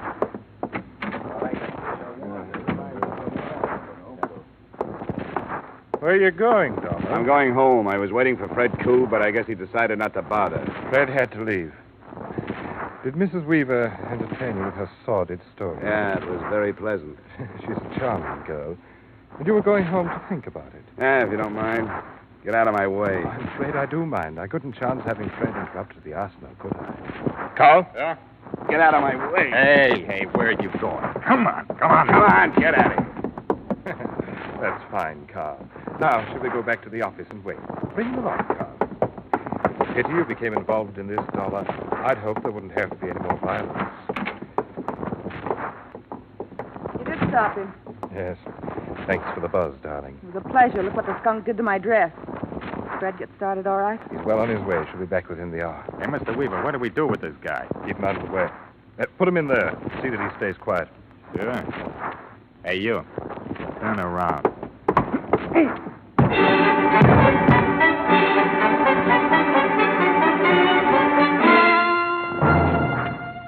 At least I found out what was behind the steel door I'd noticed earlier in the evening. When my eyes opened and I got accustomed to the light from a single dust-covered bulb, I realized that I was in a sort of wine cellar. There were some bottles, but most of the storage space was taken up by a large and varied assortment of burglar tools.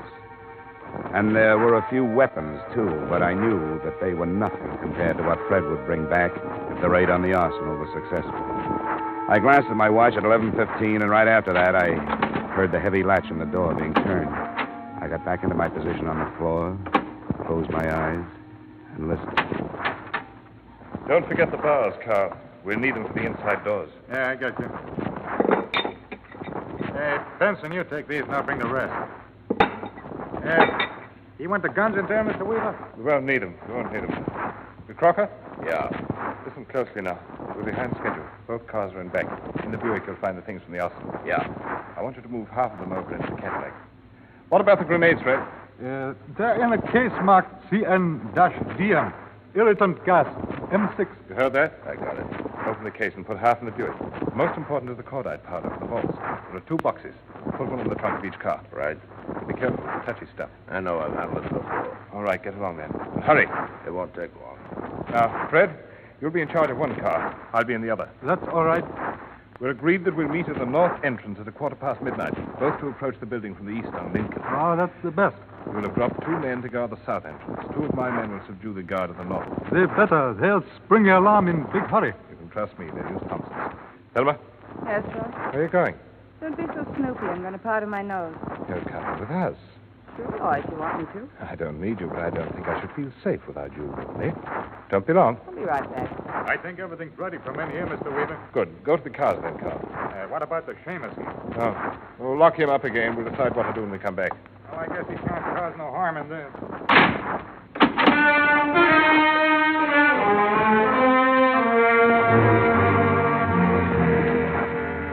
I tried to force the door using one of the bars they'd left behind, but no luck. Then I started poking the cement walls. I knew better than to expect to find any other exit. But with the biggest burglary in the history of Hartford underway, I had to do something. I kept a check on the time, and it was 20 minutes before they were due to arrive at the Marquardt building when a sound stopped me. The steel door was being opened. I moved behind it, still holding the bar. Got her. Isn't it Martin? Are you there? Yeah, Martin, I'm here. How'd you know I was here? Some dame phone hotel. She told me you were here. Why should she call you? Well, how should I know? I don't even know who it was. She just said she knew you came to the hotel and you were locked up in here. I mentioned the Calcutta to you. I came over to see what it was all about. Some matter, don't you believe me? I don't know what to believe. You said you were holding something out on me when I talked to you. I was. I knew Fred Koo was selling information about Mickey's wife to some guns from Chicago. I knew it could have led to trouble. Well, why didn't you tell me? You said it was for my own good. I thought it was, and mine, too. I didn't want you to know so much you'd have to tell where you learned it. To prove how smart you were. I don't like this kind of stuff. You got a car? Yes, but it stays right where it parked me. You tell me what's going on. The Chicago bunch raided the police arsenal. They're armed with everything from cordite to Tommy guns. They're going into the Marquardt building in less than 20 minutes. What's that? Wholesale jewelers. Will you take me out there?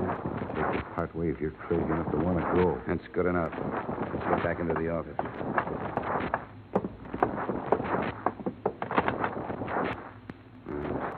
Who'd you want, the police? Yeah. We could stop on the way. It'll take us 15 minutes to get to the Marquardt building. If we run into a patrol car on the way, we'll stop it. If we don't, you can drop me and then phone in. Where's your car?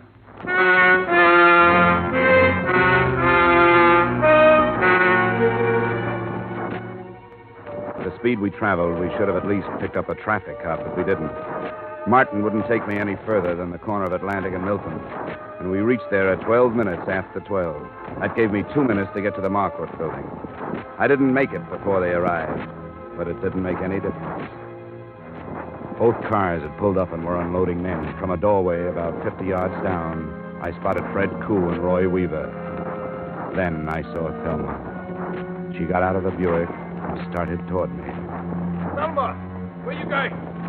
Weaver shouted at her, but she didn't answer. Instead, she stopped, and I saw the little gun glitter in her hand as she turned back to them. Then I saw what she was aiming at. The trunk of the Buick, where the cordite powder was. Thelma, stop it! The car went up in a blast of powder and gasoline, and she moved back towards the other.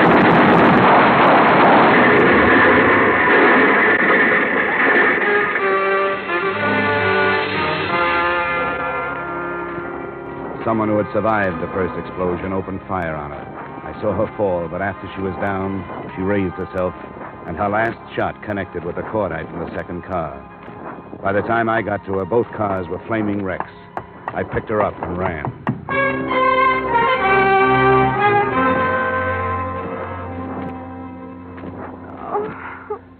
You're all right now, Thelma. Who is it? Johnny? Yeah. Where are we? We're still near the Marquardt building. We're going to get you to a hospital. I killed him. As far as I know, yeah. Oh, I did a terrible thing, didn't I, Johnny? Yeah, pretty terrible. I'm not sorry. You wanted to stop them, but I couldn't let you. I wanted to get them all at once for what they did to Mickey. Don't talk now. Getting just Roy wouldn't have been enough. Would have been easy, but not enough. They were all in it. It was the only way. The cordite. Sure. Mickey wouldn't have liked me doing that, would he? He was so honest. He always had to do everything illegal. Well, he wouldn't have liked it, maybe, but he might have been proud of you. I am. Are you, Johnny? And you think he would have been? You really do? Yeah, I do. I really do. He was the best man that ever lived. Too bad I wasn't. Oh. Anyway, I took care of the bigamy. They can't send me back to Joliet.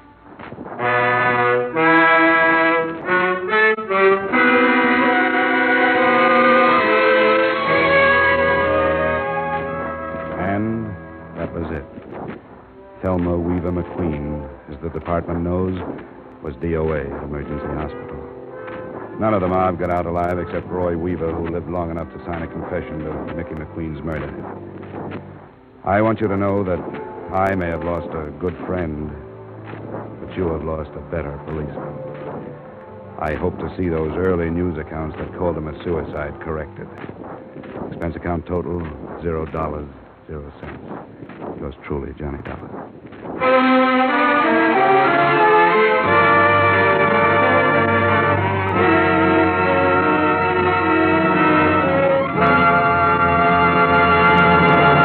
Yours truly, Johnny Dollar, stars Edmond O'Brien in the title role and is written by Gil Dowd with music composed and conducted by Leith Stevens. Edmond O'Brien can currently be seen starring in the Columbia Pictures production 711 Ocean Drive. Featured in tonight's cast were Bill Conrad, Virginia Gregg, Ben Wright, Jim Nusser, and Dan O'Herlihy. Yours truly, Johnny Dollar, was produced and directed in Hollywood by Jaime Del Valle.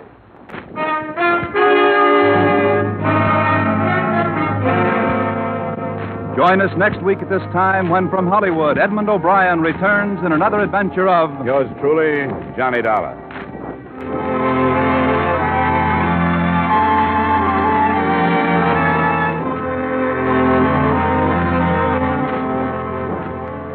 Every Thursday night, CBS brings you a top Hollywood star in a new radio play on the Hollywood Theater. Comedy and melodrama, fantasy and mystery. Stay tuned now for the Hollywood Theater, which follows over many of these same CBS stations. This is CBS, where Philip Marlowe takes the case every Friday night. The Columbia Broadcasting System.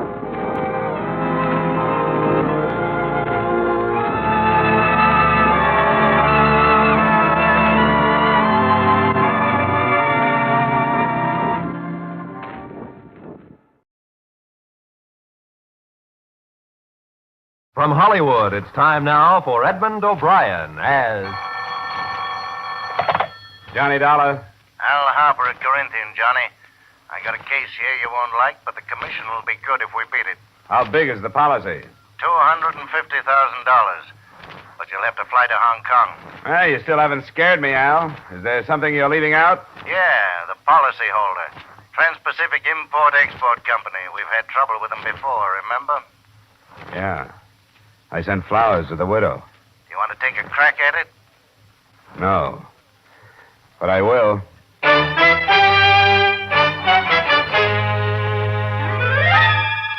Edmond O'Brien in another transcribed adventure, The Man with the Action-Packed Expense Account. America's fabulous freelance insurance investigator. Yours truly, Johnny Dollar.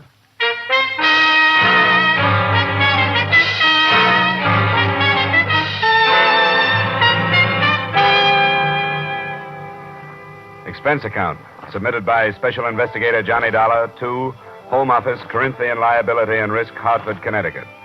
The following is an accounting of my expenditures during investigation of the Trans-Pacific Import-Export Company, South China Branch. Expense account item 1, $1,200, fare and incidental expenses between Hartford and Hong Kong.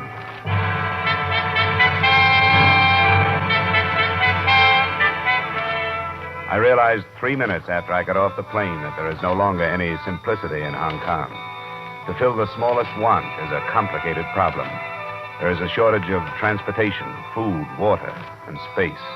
Both the island and the city of Kowloon on the mainland have been swamped by the flood of millions of refugees moving out of the interior. I fought my way through the jammed streets and to the offices of the American consul. Oh, yes, it's true. Life is very difficult here. Where are they all going? Many of them don't know. Where is there for them to go? Well, what do they do? How do they stay alive? Many of them don't. Yes, sir? The gentleman from the States. Oh, yes, sir. Mr. Dollar. Would you send him in, please? Yes, sir. Mr. Grover is ready to speak with you. Thank you. Hartford, Connecticut, eh? Sounds foreign. I suppose it would. It's a pleasure, Mr. Dollar. Grover. Insurance investigation, eh? Yes, sit down. Well, I don't suppose my problem will seem very important out here. Yeah, I was thinking the very same thing. It's always the case. On the fringe of war, very few individual problems are important, nor are the individuals themselves. I trust you will keep that in mind while you are here. Hey, now then, what is your errand? The Trans-Pacific Import-Export Company. Oh, yes. Will Meadows' firm on the mainland, destroyed by fire last month. 100%, according to the claim he sent the company that hired me. $200,000. Do you know this William Meadows? I've met him at the American Club now and again. The company isn't satisfied with the report on the cause of that fire. It was blamed on vandalism. Vandalism has become quite a popular pastime across in Kowloon, especially. I take it you suspect fraud. Well, Trans-Pacific had a branch in Shanghai. When the war closed in on them up there, the same thing happened. They came out far better by collecting on the insurance than they would have by standing the expense of liquidating. I suppose coincidence won't quite do, will it? What do you want from this office, Dollar? Oh, I'd appreciate some phone calls or letters that would get me some support from the fire brigade and the police. So we're back to the individual problem. But I'll do the best I can. Thank you, Mr. Govan. I won't take up any more of your time. Let me know how you make out. Have you found a place to stay? No, not yet. Well, don't bother with the Occidental places. They're jammed. But speak with my receptionist, Mr. Vedras. Yeah, I saw on the way in. Vedras? I thought she was Chinese. Half. Her father is Portuguese. He has accommodations about halfway up the peak on Sing Wong. Charming girl. Nice people. Oh, good. I'll ask her. And thanks again. Oh, Dollar, just a matter of interest. The case in Shanghai. You say the insurance company was forced to meet the claim there? That's right. The investigator they sent over was killed before he could build a case. Oh? They blamed his death on war conditions, too. Said he was robbed and knifed by starving refugees. Nobody had time to dig up the truth.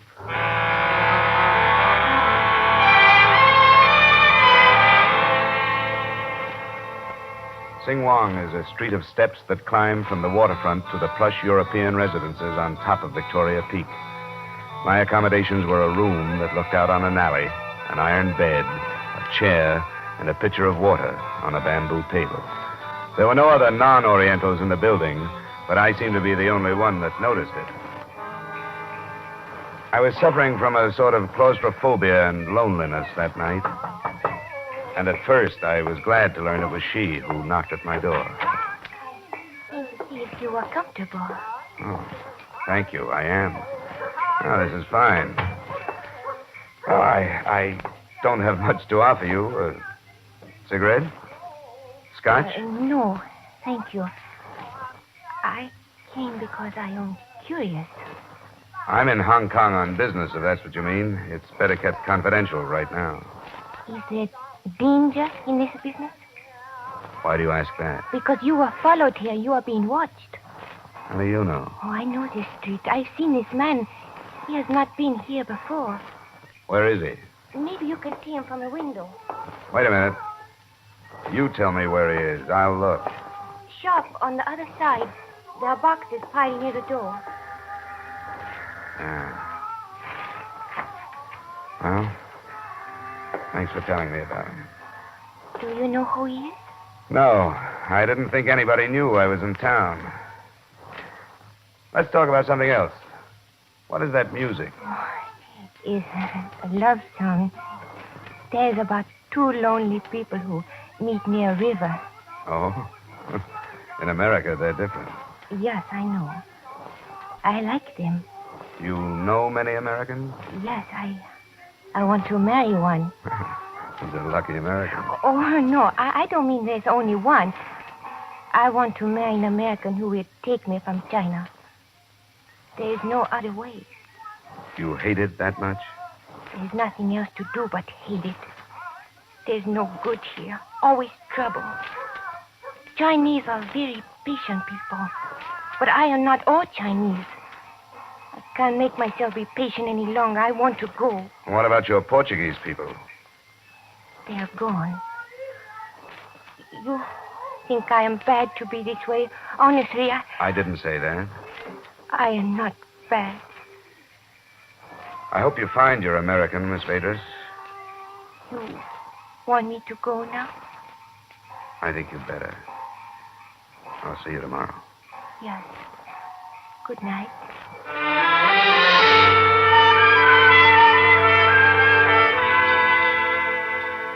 Three things interfered with sleep that night. The watcher who was still at a station across the street when I turned out my light, the pleading in the eyes of the girl, and the smells and sounds that drifted into me from the restless, crowded city. It was 4 a.m. before I dropped off, and at 10 I was walking up the gravel drive that led to the residence of Mr. William Meadow. The watcher had changed, but I was still being followed.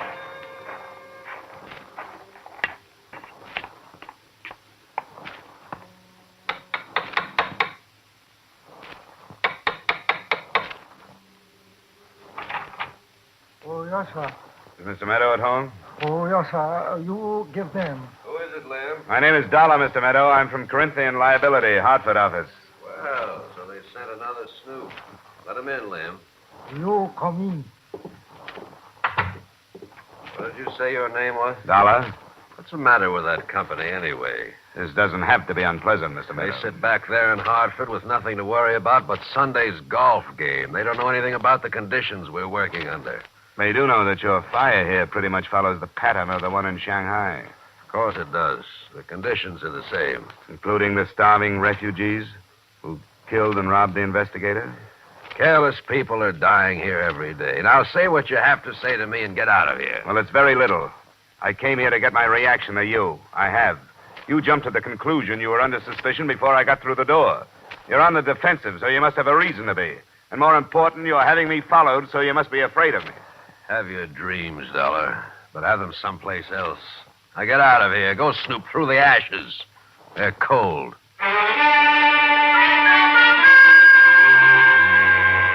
Expense account item 2, approximately $4 American taxi and rickshaw fares. Legwork is strenuous enough in a familiar city. In Hong Kong, it took me the whole afternoon to locate 3 people who had worked in the office of the Trans-Pacific Company.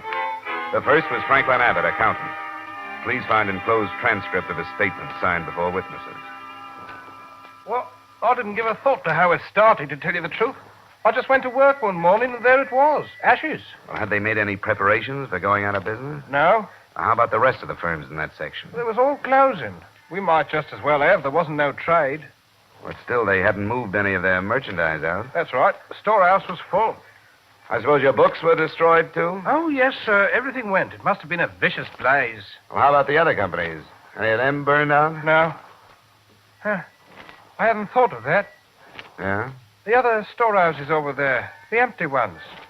There wasn't no vandals burning them. The people broke in and lived in them. Separately, the other enclosed statements aren't very strong evidence either. The night watchman who was discharged just before the night of the fire, and the clerk who had seen William Meadow burning a confidential memo from Trans-Pacific's head office in San Francisco. But with the 3 together in my hand, I could begin to see a case building against them. I was dog-tired that night when I climbed the steps of my Sing-Wong Street to my hotel.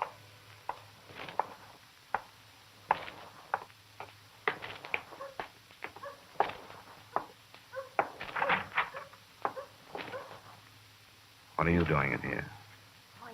Nothing wrong. I came to wait for you. Why? Because I am curious.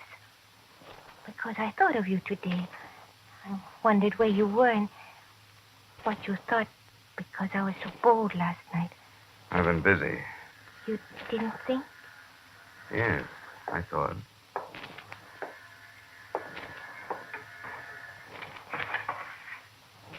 Is he still watching? A different one. But still watching.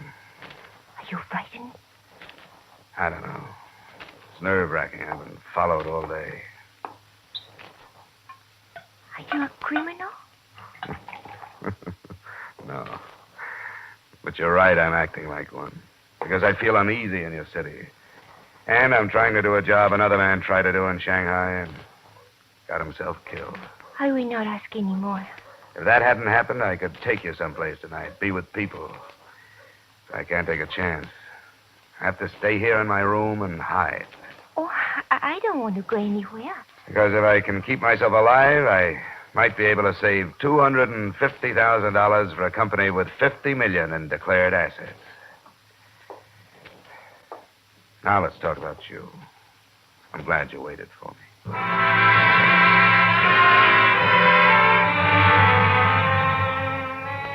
I think the toughest part of the case was the memory of the murder of that other insurance investigator in Shanghai. It made every group of Hong Kong Chinese potential assassins and every doorway a potential ambush. Gathering the actual evidence was almost easy. The next afternoon, with a supervisor from one of the fire brigades, I went to the scene of the fire on the outskirts of Kowloon. Actually, Mr. Dollar, under the present circumstances here in China, arson can hardly be classed as crime. In the face of war, destruction of materiel is a common defensive maneuver. I see what you mean. Unless, of course, criminal intent can be proved. And even then, with an American firm, it's rather awkward. The prosecution will be up to you people. What I want is evidence that'll stand up in court against their claim in the company. How do you think the fire started? Inside the structure, without a doubt. And by means of apparatus one would hardly find in the possession of common bandits. What? Timing devices. You have proof of this? We recovered fragments, yes. Well, could I get photographs of these things and sworn statements from you? Yes, certainly. It's a pleasure to be of service to you.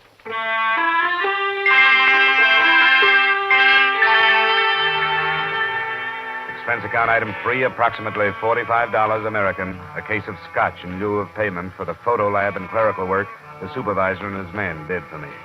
By the time we were through, the company, at least, was protected. Pictures and photostats of all the statements had been posted to the Hartford office.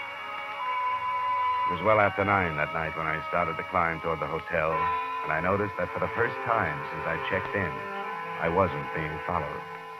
I took it for a good omen until I got there and saw the man who should have been following me standing inside the door.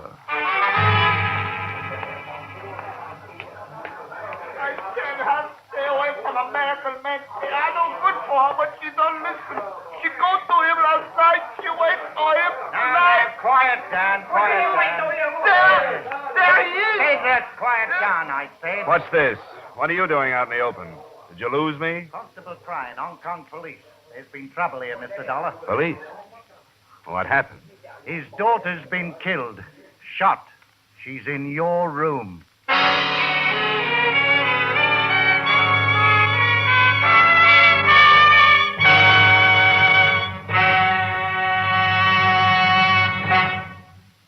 One of your longtime mystery favorites, Philip Marlowe, is now heard on CBS on Friday nights. Philip Marlowe, Up for Parole, and Songs for Sale. That's the lineup of fine shows for Friday now on most of these same CBS stations. Hear them this Friday, hear them every Friday on CBS. The Adventures of Philip Marlowe, Up for Parole, and Songs for Sale. Now with our star Edmond O'Brien, we return you to the second act of Yours Truly, Johnny Dollar.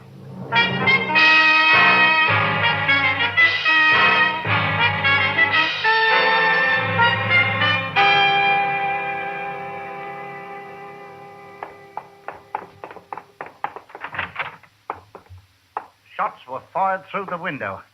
Shade was drawn. She must have been right in front of it. Light behind her. How well did you know her? Just for a couple of days. A jealous suitor, perhaps. She was beautiful. How come you were following me, Constable? Orders direct from the Inspector General. Request came from a Mr. Grover at the American consulate. Said you needed protection. Well, then you know better than to mention a jealous suitor. She was killed because with only a shadow behind that shade, they thought it was me. Where were you when it happened? I was waiting for you outside brigade headquarters when I heard about it. When did it happen? No more than 15 minutes ago. 15 minutes. Why couldn't we have been here?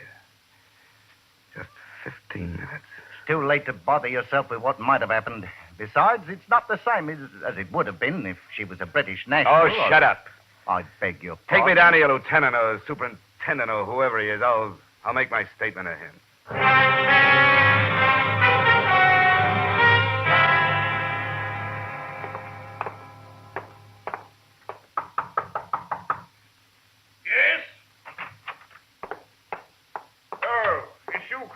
Good evening, sir. This is the American chap, Mr. Dollar. Oh, yes. Superintendent Clyde. Pleasure to meet you, sir. Thank you. I want to make a statement on the Vadrus shooting. Vadrus? I don't think it's got to you yet, sir. What with all of them these days, A Chinese girl. Father's half Portuguese. I see. You're in possession of information pertaining to this case, Mr. Dollar? Information? I know who's guilty. I'm not sure who fired the gun, but an American national named William Meadow is guilty. Now, don't stop me. She was killed in my room. She was killed because she was mistaken for me.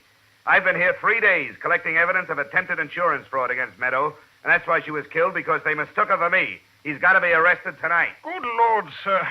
I can't place a man under arrest on the basis of a statement like that. Certainly not an American. I have proof of a motive. Here. The evidence of fraud is right there. Photographs, statements. Look at them. Beg your pardon, sir. It was a Chinese girl who was killed. By mistake. Rather difficult to prove, I'm afraid. She was in my room. My dear chap, do you have proof that this Meadow fellow knew where you lived, which room was yours? Oh, how do you prove things like that? Unfortunately, there are certain niceties of jurisprudence which we must respect. Right or wrong, sir, I'm convinced of your sincerity, and I appreciate it. That's good. Could you help me look up the phone number of Mr. Grover's home? I have to see him. Yes, Constable Crane will help you and see you safely there. This way, sir. Yeah. Mr. Dollar, your evidence. You've forgotten it. Well, if it's too weak to make you believe me, I don't need it anymore.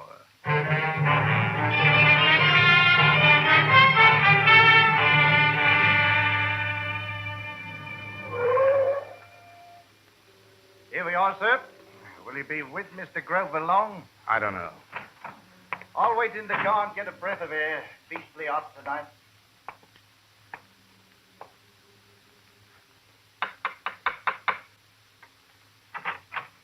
Oh, come in. Come in. It's dreadful news. You've heard then?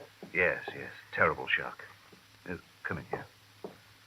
I'll pour you a brandy. Did you hear about my part of it? No, just the bad tales. Her father was hysterical. Oh, I tell you, Mr. Grover, this thing is driving me crazy. It's my fault she's dead. Here you are, my boy. We got to know each other pretty well during those 2 days. I don't know quite how it happened. This has been a bad job for the nerves with my mind on what happened to the man in Shanghai. She was there, and I got there yesterday after a bad day. I didn't know who was following me. I guess I needed somebody to be with, so she stayed for a while. Tonight, she was waiting for me in the room. That's why she was killed. They thought it was me. You're sure of this? I'm positive.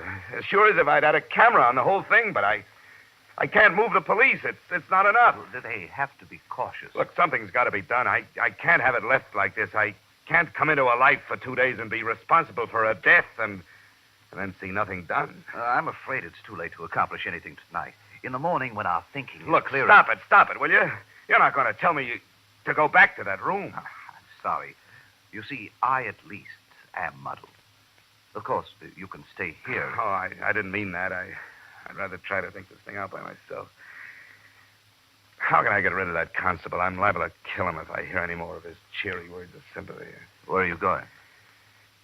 No place, just walk. I'll let you out by the rear door. When you want to rest, please come back here. All right. I will. And please, be careful. It's not too wise to be on the streets at night anymore.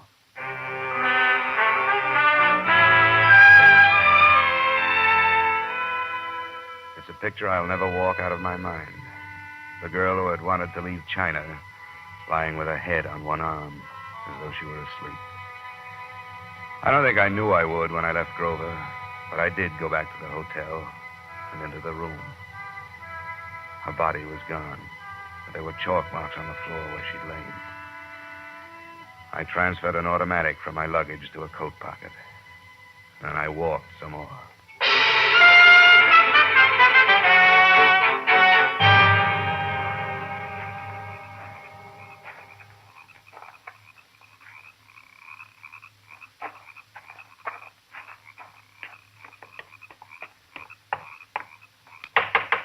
Meadow? Oh, who is it? Mr. Dollar, I was here yesterday. Let me in. You wait.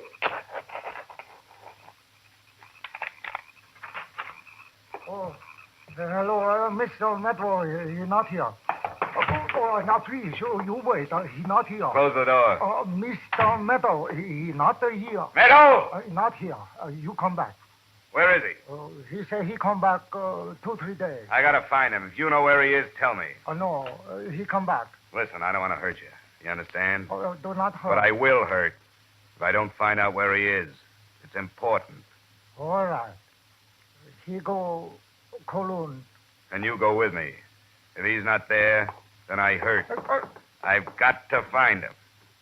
Where is he? All right, I tell you. Repulse Bay. What? Repulse Bay. Repulse Bay. On the other side of the island. Where the big hotel is? Oh, yes. He there. I can call there on the telephone? Oh, yes. Is he at the hotel? No. He has a cottage. Number 7. Last one. Where's the telephone? Please.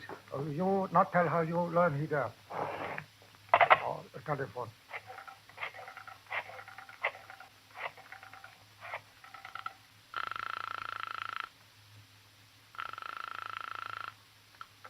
Hong Kong police. I want to talk to the superintendent. Yes, sir. Superintendent Clyde? Will you believe a confession from William Meadow? What? Who's this? Mr. Dollar? He's at Repulse Bay, Cottage 7. I'm going after him. If you want that confession, have some men there. Outside in an hour. And quiet until it's finished. Dollar!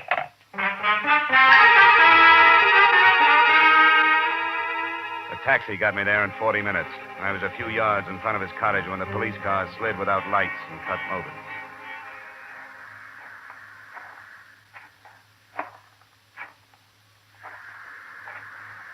Meadow? Meadow! Who is it? It's Dollar. Who the devil are you? Dollar. Is that hard to believe? That was somebody else in the hotel room. I want you to go back into town with me. Will you come out or shall I come in?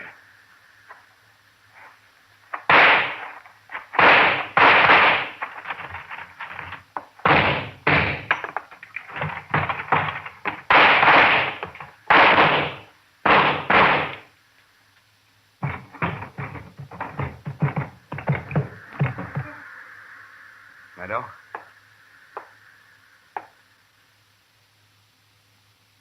Meadow.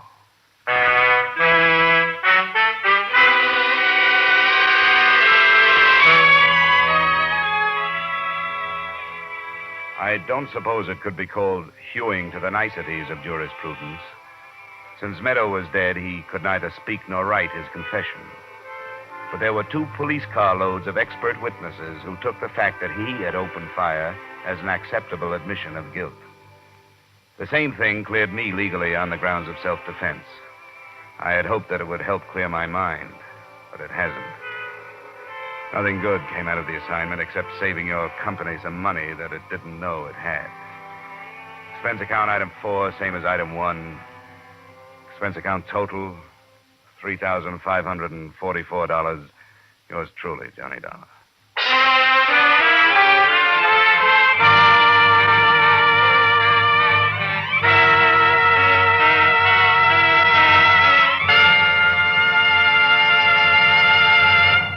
Yours truly, Johnny Dollar, stars Edmond O'Brien in the title role and is written by Gil Dowd and David Ellis, with music composed and conducted by Leith Stevens. Edmond O'Brien may currently be seen starring in the Columbia Pictures production 711 Ocean Drive. Featured in tonight's cast were Tudor Owen, Lillian Baeff, Hy Averback, Robert Griffin, Hal March, and Dan O'Herlihy. Yours truly, Johnny Dollar, is produced and directed by Jaime Del Valle.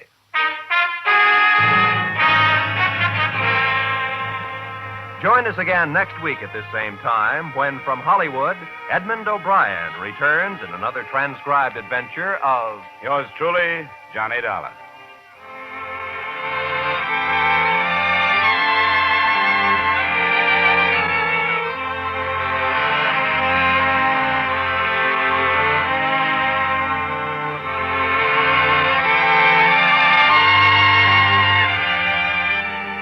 Every Thursday night, CBS brings you a top Hollywood star in a new radio play on the Hollywood Theater. Comedy and melodrama, fantasy and mystery. The dramatic fare on the Hollywood Theater is highly varied and always good entertainment.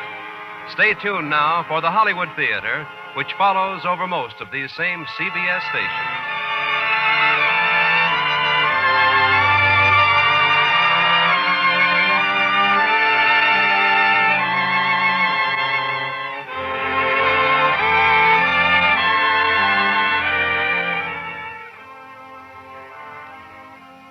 It's a concrete fact.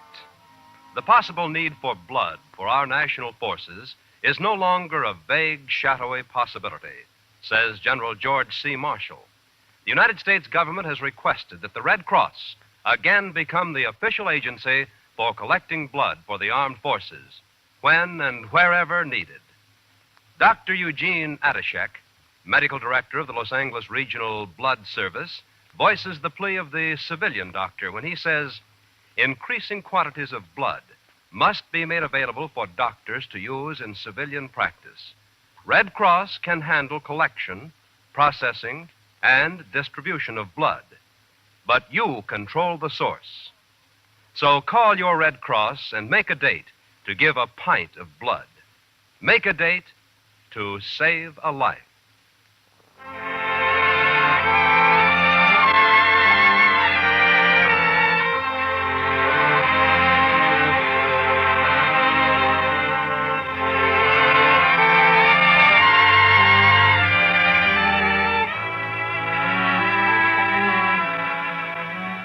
This is CBS, where Philip Marlowe takes the case every Friday night. The Columbia Broadcasting System.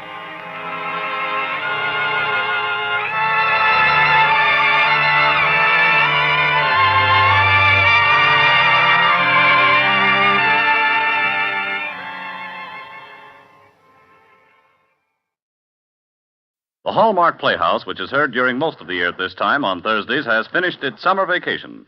So be with us when Hallmark Playhouse returns to CBS a week from tonight on September the 7th. Now, from Hollywood, it's time for Edmond O'Brien as... Johnny Dollar. Carl Brewster down at East Coast. Yes, Carl. I wonder if you'd do a little job for us. Sure, what is it?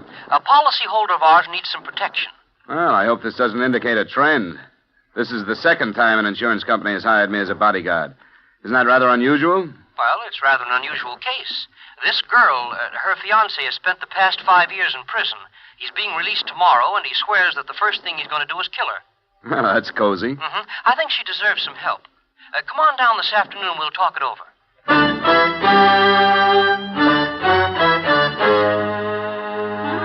Edmond O'Brien in a transcribed adventure of the man with the action-packed expense account, America's fabulous freelance insurance investigator. Yours truly, Johnny Dollar.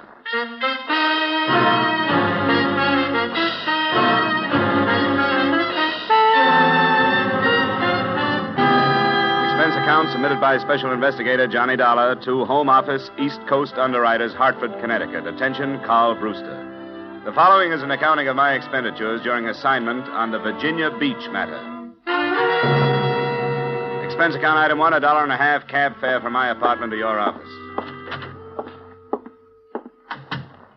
Well, you're prompt, Dollar. How are you, Mr. Brewster? Or did we set any particular time? No, I guess we didn't. Mm-hmm. Well, I'm glad to see you anyway. Sit down. Thank you. Now, let's see. Oh, yes, the Browning girl, Janice Browning. How much did I tell you over the phone? That her boyfriend was getting out of stir and was going to kill her. What you left unsaid was that she probably deserves it. What's that? I don't hold much sympathy for these dames that get themselves involved with some hoodlum and then decide to get disinvolved the minute the going gets rough. But it's your money. I wouldn't jump to conclusions, Dollar. This is a pathetic case. Of course, the girl made a mistake in taking up with this fellow, but 5 years is a long time to think. And she realized her mistake. What did he go up for? I believe it was robbery. Do you know if she spent all the loot before she realized her mistake? Now, Dollar. Why doesn't she hire a bodyguard herself? Because she can't afford it. She has nothing. She turned to us because there was no place to go. Poor thing is in desperate fear of her life, Dollar. Surely you can appreciate that. Okay, give me the rest. And there's a little more. She's living in Virginia, outside of Norfolk, Virginia Beach. Janice Browning, was it? Uh-huh. I have her address for you. Her fiancé's name is Robeson, Mark Robeson. And he's due out tomorrow. From the state penitentiary at Richmond. Just stay with her until we see what happens. She was here, Dollar. I talked to her. This will not be an unpleasant assignment for you. She must have something more than a policy to knock this whole company off its feet far enough to hire a bodyguard. That could spell bankruptcy if it went far enough.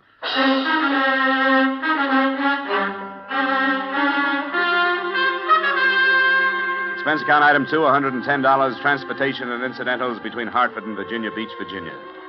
Virginia Beach seemed hardly the scene for potential murder. A white strip of sunny beach on one hand and a friendly forest of pine on the other. I found Janice Browning's address just south of the village proper. A fair-sized cottage surrounded first by a small, well-kept garden and then undeveloped land. When I got out of the cab, I was looked over by a trim little honey blonde thing in shorts and halter who waited for me on the veranda. Hello. Hello. You seem to be carrying a suitcase. Are you sure you haven't been misdirected? Are you Miss Janice Browning? No, I am her personal maid. Who are you? My name is Dollar. I'm the investigator from the insurance company. Did you say personal maid? Yeah. Did you say investigator? That's right. Well, I hope you'll pardon me if I'm confused. I was not notified of the arrival of no investigator. What is it you want? Miss Browning asked for me. She went to her insurance company and requested a bodyguard. A bodyguard? Well, I don't know about that. But then there are lots of things I don't know as yet. I'm new here. But if she asked for you, you may as well come in. Thanks.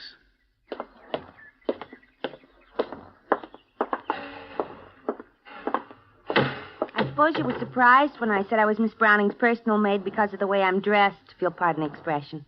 As a matter of fact, I was surprised that she had one. Why'd you say that? I'd been led to believe that she couldn't afford things like that. Well, between you and I haven't been paid yet.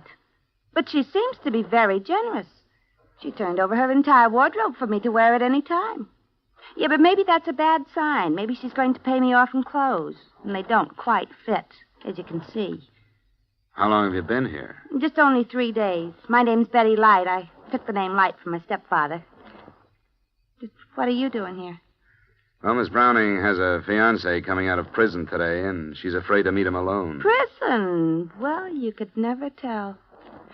But I suppose it's her business. What is it? Well, if I was sweating out a fiancé after all that time, I wouldn't be quite so thick with what she's thick with. What do you mean? Well, if I were him, I'd feel cheated. She hasn't been wasting her time, from what I can tell. And in 1 week, that's plenty. But I shouldn't be gassing like this. Who is he? His name is George Masters. And if there's a fiancé on tap, he'd better be careful. Why is she afraid, as if she shouldn't be? Well, because she changed her mind about him and evidently didn't tell him about it. Sure, the same old story. Well, this is a surprise to me, but the least I can do is work out the wig. You know, Betty, I feel the same way. It was just past midday when I arrived, and wasn't until almost 5 that a cream-colored convertible coasted into the driveway carrying a man and another honey blonde. I could see immediately how Janice Browning had swept the insurance company off its feet. How do you do, Mr. Dollar? I'm so glad you're here. Oh, may I present Mr. Masters? How are you? Mr. Masters? I won't stay, Jan. I know you have things to talk over. I'll pick you up at 7. All right, George. Bye, Dollar. Feel a lot better, too, now that you're here. I'll do what I can. See you at 7, Jan. I'll be ready. Oh, please sit down, Mr. Dollar. Betty. Yes, Miss Browning. I don't think we'll need anything, and I'd like to see Mr. Dollar alone, if you don't mind. Oh, by all means, Miss Browning. Could I have your permission to visit the beach? Of course, stay as long as you like. You know where the beach things are. Oh, I wouldn't think of encroaching. I'll just go the way I am. She's the strangest girl. Where'd you find her? She was a waitress in New York. I asked her if she wanted to come down for the rest of the summer. I thought she'd be company. But she's become so formal, or tries to be. Oh, would you like a drink or something? No, thanks. I suppose you think I'm an awful coward to scream for help the way I did. Well, I haven't heard all the particulars. I really didn't know what else to do. I thought of running away, but, well, I've made friends here. There's the simple fact that I don't have any money. How serious do you think this threat to kill you is? I'm afraid it's quite serious. But I don't know what will happen, and I wanted somebody to be with me. When did you see him last? 6 months ago. I thought about it for a long time, about our breaking our engagement and which would be the best way to do it, and I decided to face him while he was still in prison and simply tell him I couldn't go on. Well, that wasn't the easiest way to hand it to him. I know, but it was the fairest, I thought. He didn't create a scene or anything, but I'll never forget his expression. He just looked at me and said, "Have your fun. You've only got 6 months, because when I get out of here, I'm going to kill you." Well, now the 6 months are up. He's been let out. He knows you're here? Yes, he'll come here. Your friend Master said he was going to call for you at 7. Where were you going? Just to dinner and maybe a club afterward. I think you'd better cancel it. Why? I'll go crazy if I have to sit in this house and just wait. I don't want you to come back here after dark, for one reason. If you can't go a long distance and stay, I don't want you to leave at all. The village is too small. If he knows it, he'll find you. I'll be with George. Look, you managed to put the responsibility of this thing into the lap of your insurance company, and they handed it to me. Now, I want you to stay here where I can keep my eye on you. All right, Mr. Dollar. I'll do anything you want me to. Good. Oh, you might mix that drink you offered. Scotch, if you have it, and plain water.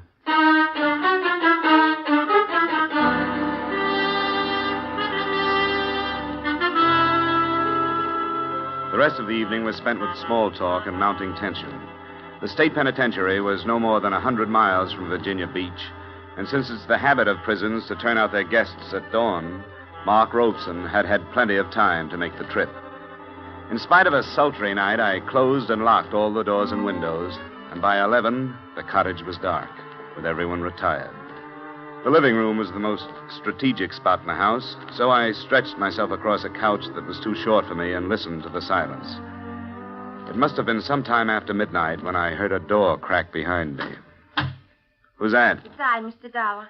Oh, you shouldn't be roaming around the house, Betty. I darn near laid a chair across your head. Oh, it was too hot to sleep, and besides, I have a few things on my mind if you're interested. Sure, sit down. Oh, thanks. Did I not understand you to say that this Con was her fiancé? That's right. Well, she certainly lives in circles, if you ask me. I happened to uncover some information that will knock you for a loop. What? Well, basically, I've never been a snoop, but I didn't go to the beach. Oh? No, after you advised me of the situation around here, I felt I had a right. I went into her room, which is no more than an oversized closet with bath. And it's a good thing I did, because in a drawer, I found a picture of Miss Browning posing as a bride. A bride? Yeah. Are you sure of that? As sure as I'm sitting here. And the guy standing with her was a bridegroom if I ever saw one. Were they fancy? What do you think of that? I don't know. It doesn't necessarily mean anything. But from what I've overheard, this fiancé of hers has been in prison for 5 years. Yeah, that's the story. Then how come her wedding picture was taken in 1947? Was it? And that's what's stamped on the back of it. Now, is that screwy or isn't it? It definitely is. And there are some other things that don't ring truly. For example, this mug she is currently tied to. I heard her when she called him tonight, and it sounded more like... He blasted your room. Get down on the floor. Stay there. Hey, hold it! Hold it, Robeson! He hadn't moved away from the window he'd fired through. When I got to him, he was still pointing the now empty gun at me, pulling the trigger and looking down at it stupidly. Get away. I won't go back. I don't have to stay in the hospital now. I'm all better now. Give me the gun, Robeson. It's empty. No. It's mine. You're one of her men. She always had men. No, I'm not one of her men. Let's go in the house and calm down. You talk like a doctor. Yeah, you're a doctor. You can't take me back. Get away from me. You told me to make myself believe that she was dead and I'd sleep better. Come on, Robeson. Get away. I won't go back. Let go. Don't cause any more trouble, Robeson. Now, Come on. I won't go back. Let go, Robeson. No. Now I don't have to go back. Let go.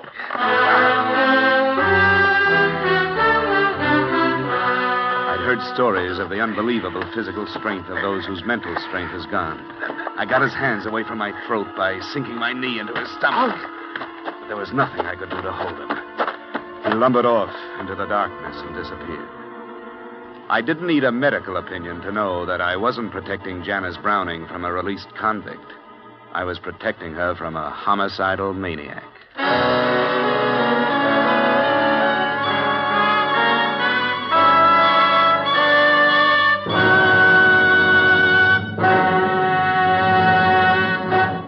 There's the opportunity of a lifetime waiting today for any healthy young American man.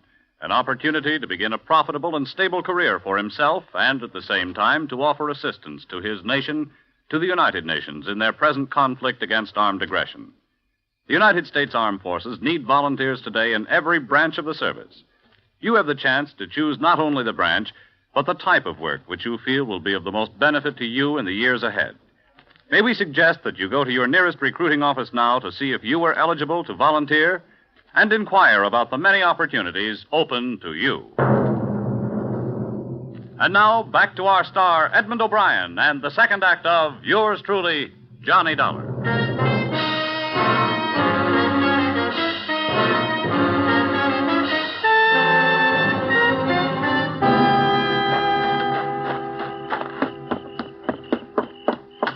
Are you all right, Mr. Dollar? Yeah. Turn on some lamps in here, but stay away from the windows. I doubt if he'll come back, but he might. That brute is still on the loose? Yeah.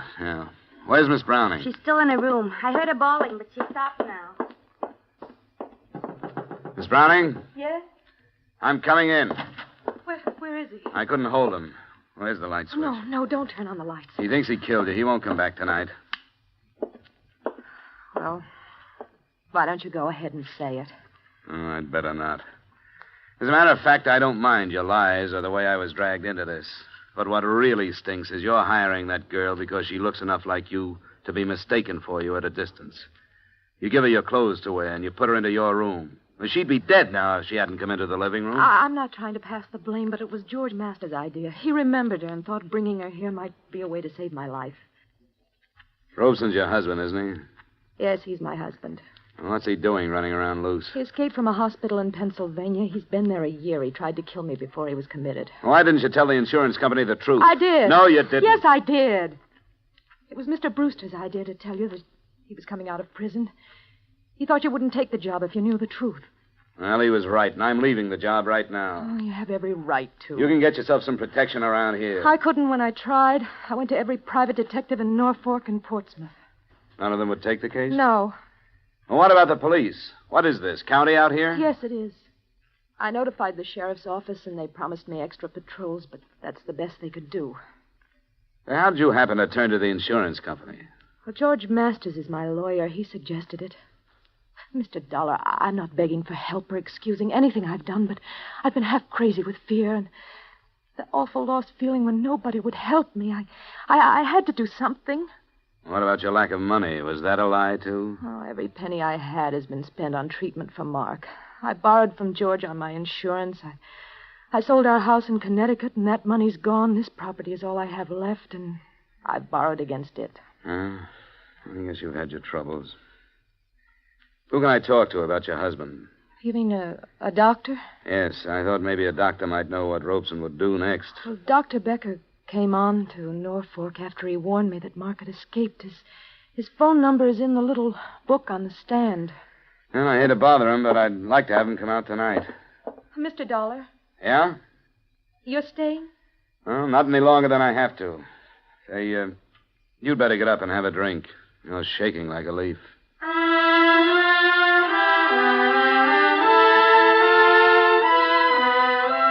I changed my mind about dropping the case, Mr. Brewster, not only because she was a beautiful woman in a tough situation, but also for another reason. I awoke Dr. Becker at his hotel in Norfolk, and after I outlined the night's events to him, he agreed to come out.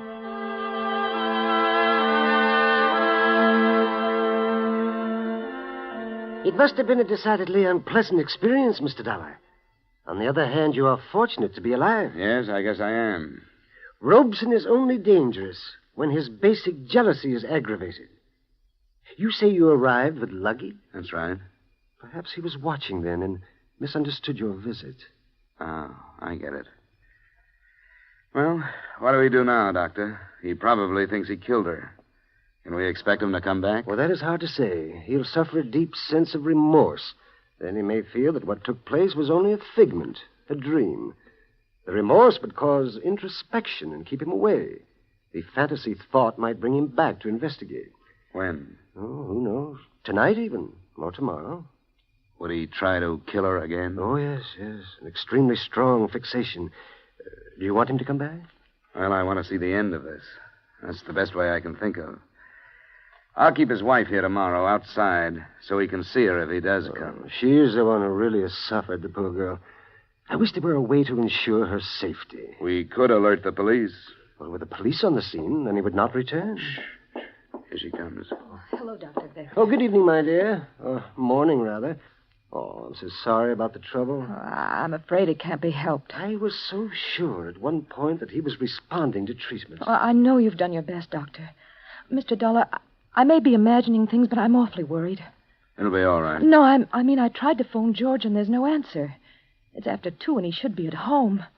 Mark knew that George and I have always been friendly. Would there be any danger to this man, Doctor? Oh, I hardly think so. All of your husband's aggressive urge was directed toward you, Janice. Well, could we go and see if everything is all right? I can't help it. I'm worried. Where does he live? In the village. It's not far from here. Could we borrow your car, Doctor? Oh, by all means, my dear. Here are the keys. You'll come with me, Mr. Dollar? Oh, I'm not letting you go alone. We'll be back as soon as we can, Doctor.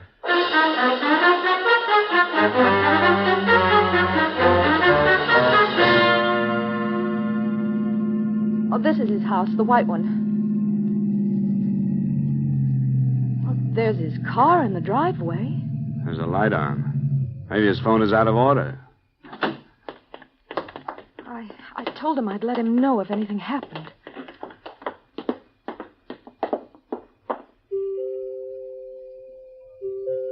George? George, it's Jan. He doesn't answer. I want to go in. Let's see. It's unlocked. George? Light's coming from a room back there. Oh, that's his study, where the phone is. Oh, we can check that then.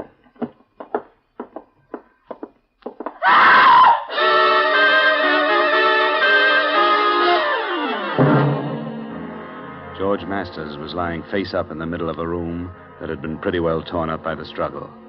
The first thing I noticed were the bruises left on his throat by the hands that had choked him to death. I noticed another thing when I went to the desk to phone the police.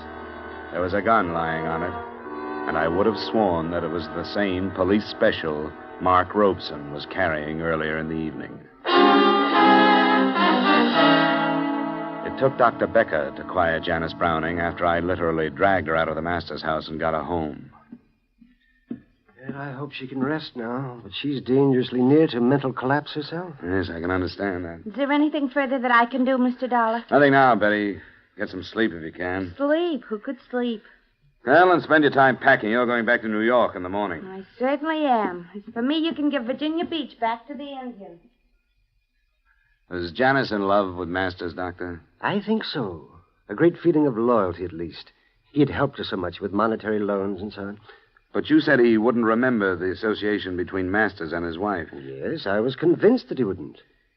There was a police special in Masters' study. I'm positive it was the same one that Robeson used here.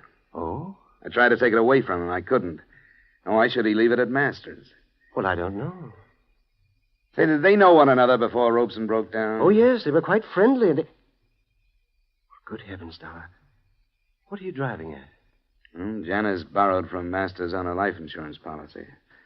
That usually means making the lender a beneficiary. I don't know how much the policy was for, but I'm going to find out. Well, I dislike having to agree with you, Dollar, but I do. In Robeson's warped mind, Janice was the archenemy. It would have been quite easy for Masters to inflame Robeson to the point where he would kill his own wife. Oh, Mr. Dollar! Mr. Dollar! What is it, Betty? He's back. That man, he came back. All right, now take it easy. You're all right. But I saw him. He was looking in the window. The one he shot through. Doctor, take care of her, will you? I'd better get back to Janice's room.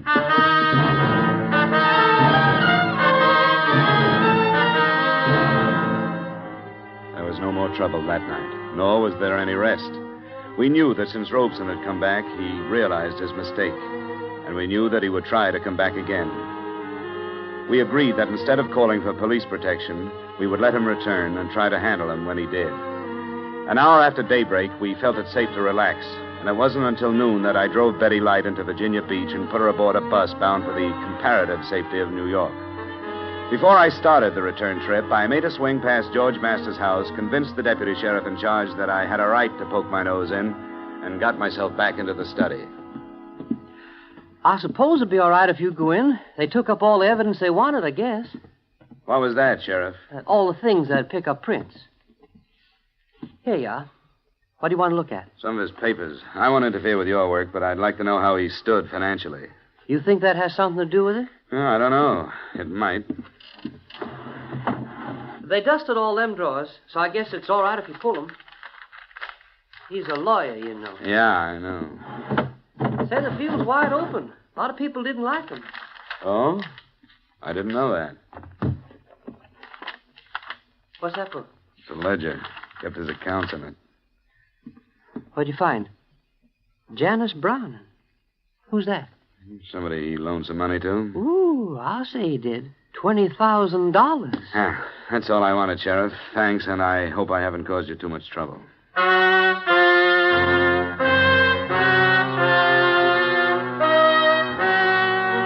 What I'd found was another link in a chain of circumstantial evidence that would never be used since George Masters was dead. He had loaned Janice Browning the thousands she had spent on treatments for her husband, and it was obvious that there was no chance of her ever being able to pay him back. The last notation revealed the fact that a $5,000 loan had been made on her insurance policy in April. A long-distance call to the company told me that the policy was for $50,000 and that George Masters had become the sole beneficiary the same month, April.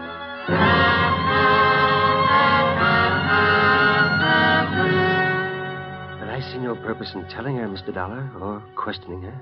I don't either, Doctor. I hadn't planned to, but the sheriff's office won't think twice about throwing it at her if it gets out.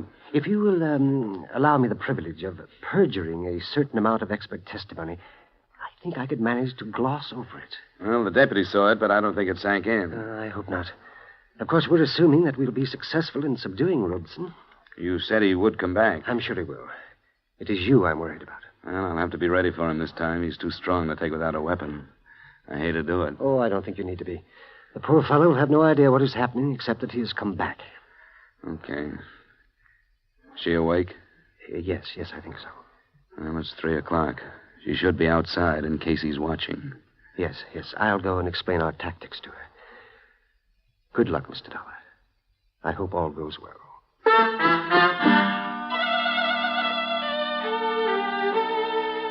It seemed almost cruel baiting the trap, but it had to be done.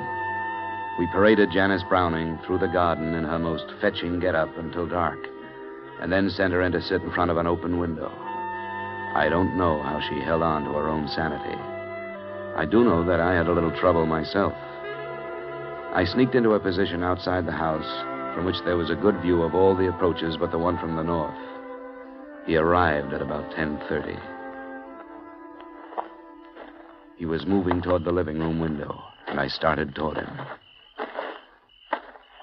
Hi, Mark. What? I can't see it. I'm George Masters. You remember? George Masters? That's right. It's your fault. She wasn't in that room. Did I tell you she was in that room? You aren't George Masters. He made a mistake. I told him, and he said I made a mistake.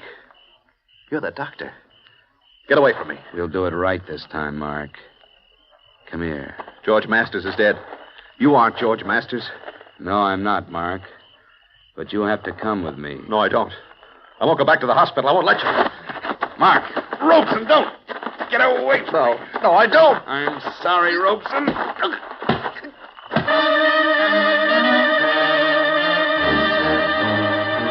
I don't know what Becker is going to say to the police, but I do know what he learned from his patient after he was returned to the hospital and quieted down. Enclosed, you will find the doctor's confidential statement. He did go to Masters, hoping to ally him as a friend. Taking advantage of his escape, Masters armed him in the hope of realizing a profit from Janice's insurance policy.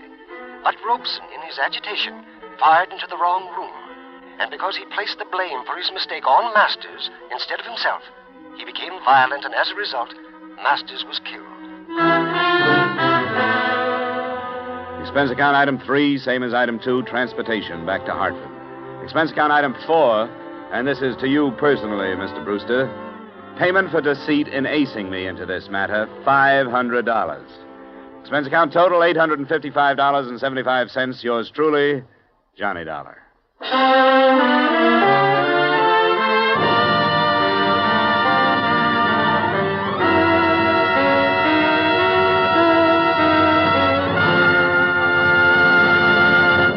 truly, Johnny Dollar, stars Edmond O'Brien in the title role and is written by Gil Dowd with music composed and conducted by Leith Stevens. Edmond O'Brien can currently be seen starring in the Columbia Pictures production 711 Ocean Drive. Featured in tonight's cast were Bob Sweeney, Virginia Gregg, Gene Bates, Hy Averback, and Howard McNear. Yours truly, Johnny Dollar, was transcribed in Hollywood by Jaime Del Valle.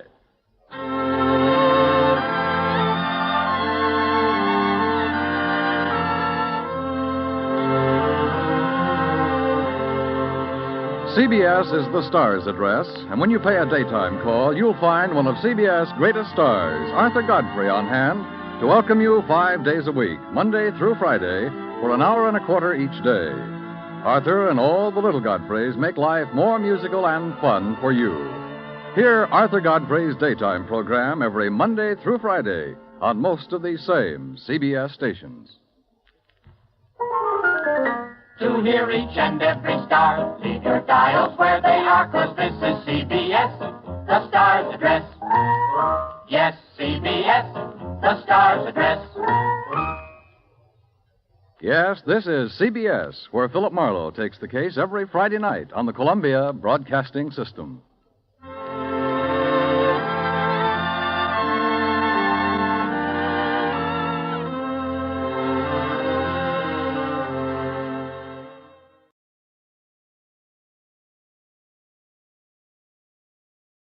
Time now for Edmond O'Brien as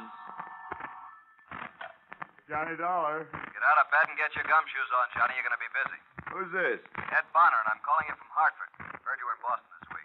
Get over to the Elwood Faber department store right away. Oh, call me later, Ed, would you? It's still 8 o'clock in Look, the we morning. got $300,000 worth of liability insurance on their fur department.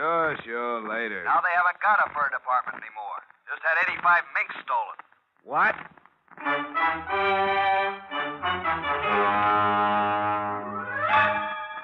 Edmond O'Brien in another transcribed adventure of the man with the action-packed expense account, America's fabulous freelance insurance investigator. Yours truly, Johnny Dollar.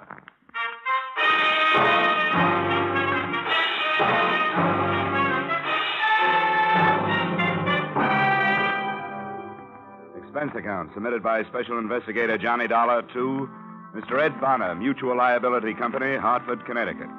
The following is an accounting of expenditures incurred during investigation of burglary affecting policy issued to Elwood Faber Department Store, Boston, Massachusetts, or the 85 Little Minks.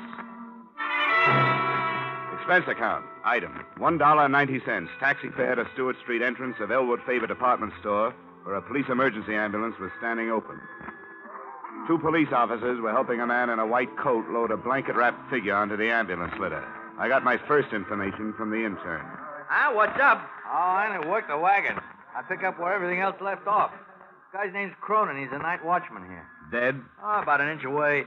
We already give him a transfusion upstairs. If the bullets don't kill him, the exposure will. What does that mean? Besides holes in his chest, he's also got frostbite. Somebody plugged him, let him lay in the cold storage vault where they keep the furs. How long ago? Oh, who knows? All right, Percy, wind it up. Let's get out of here. Come on.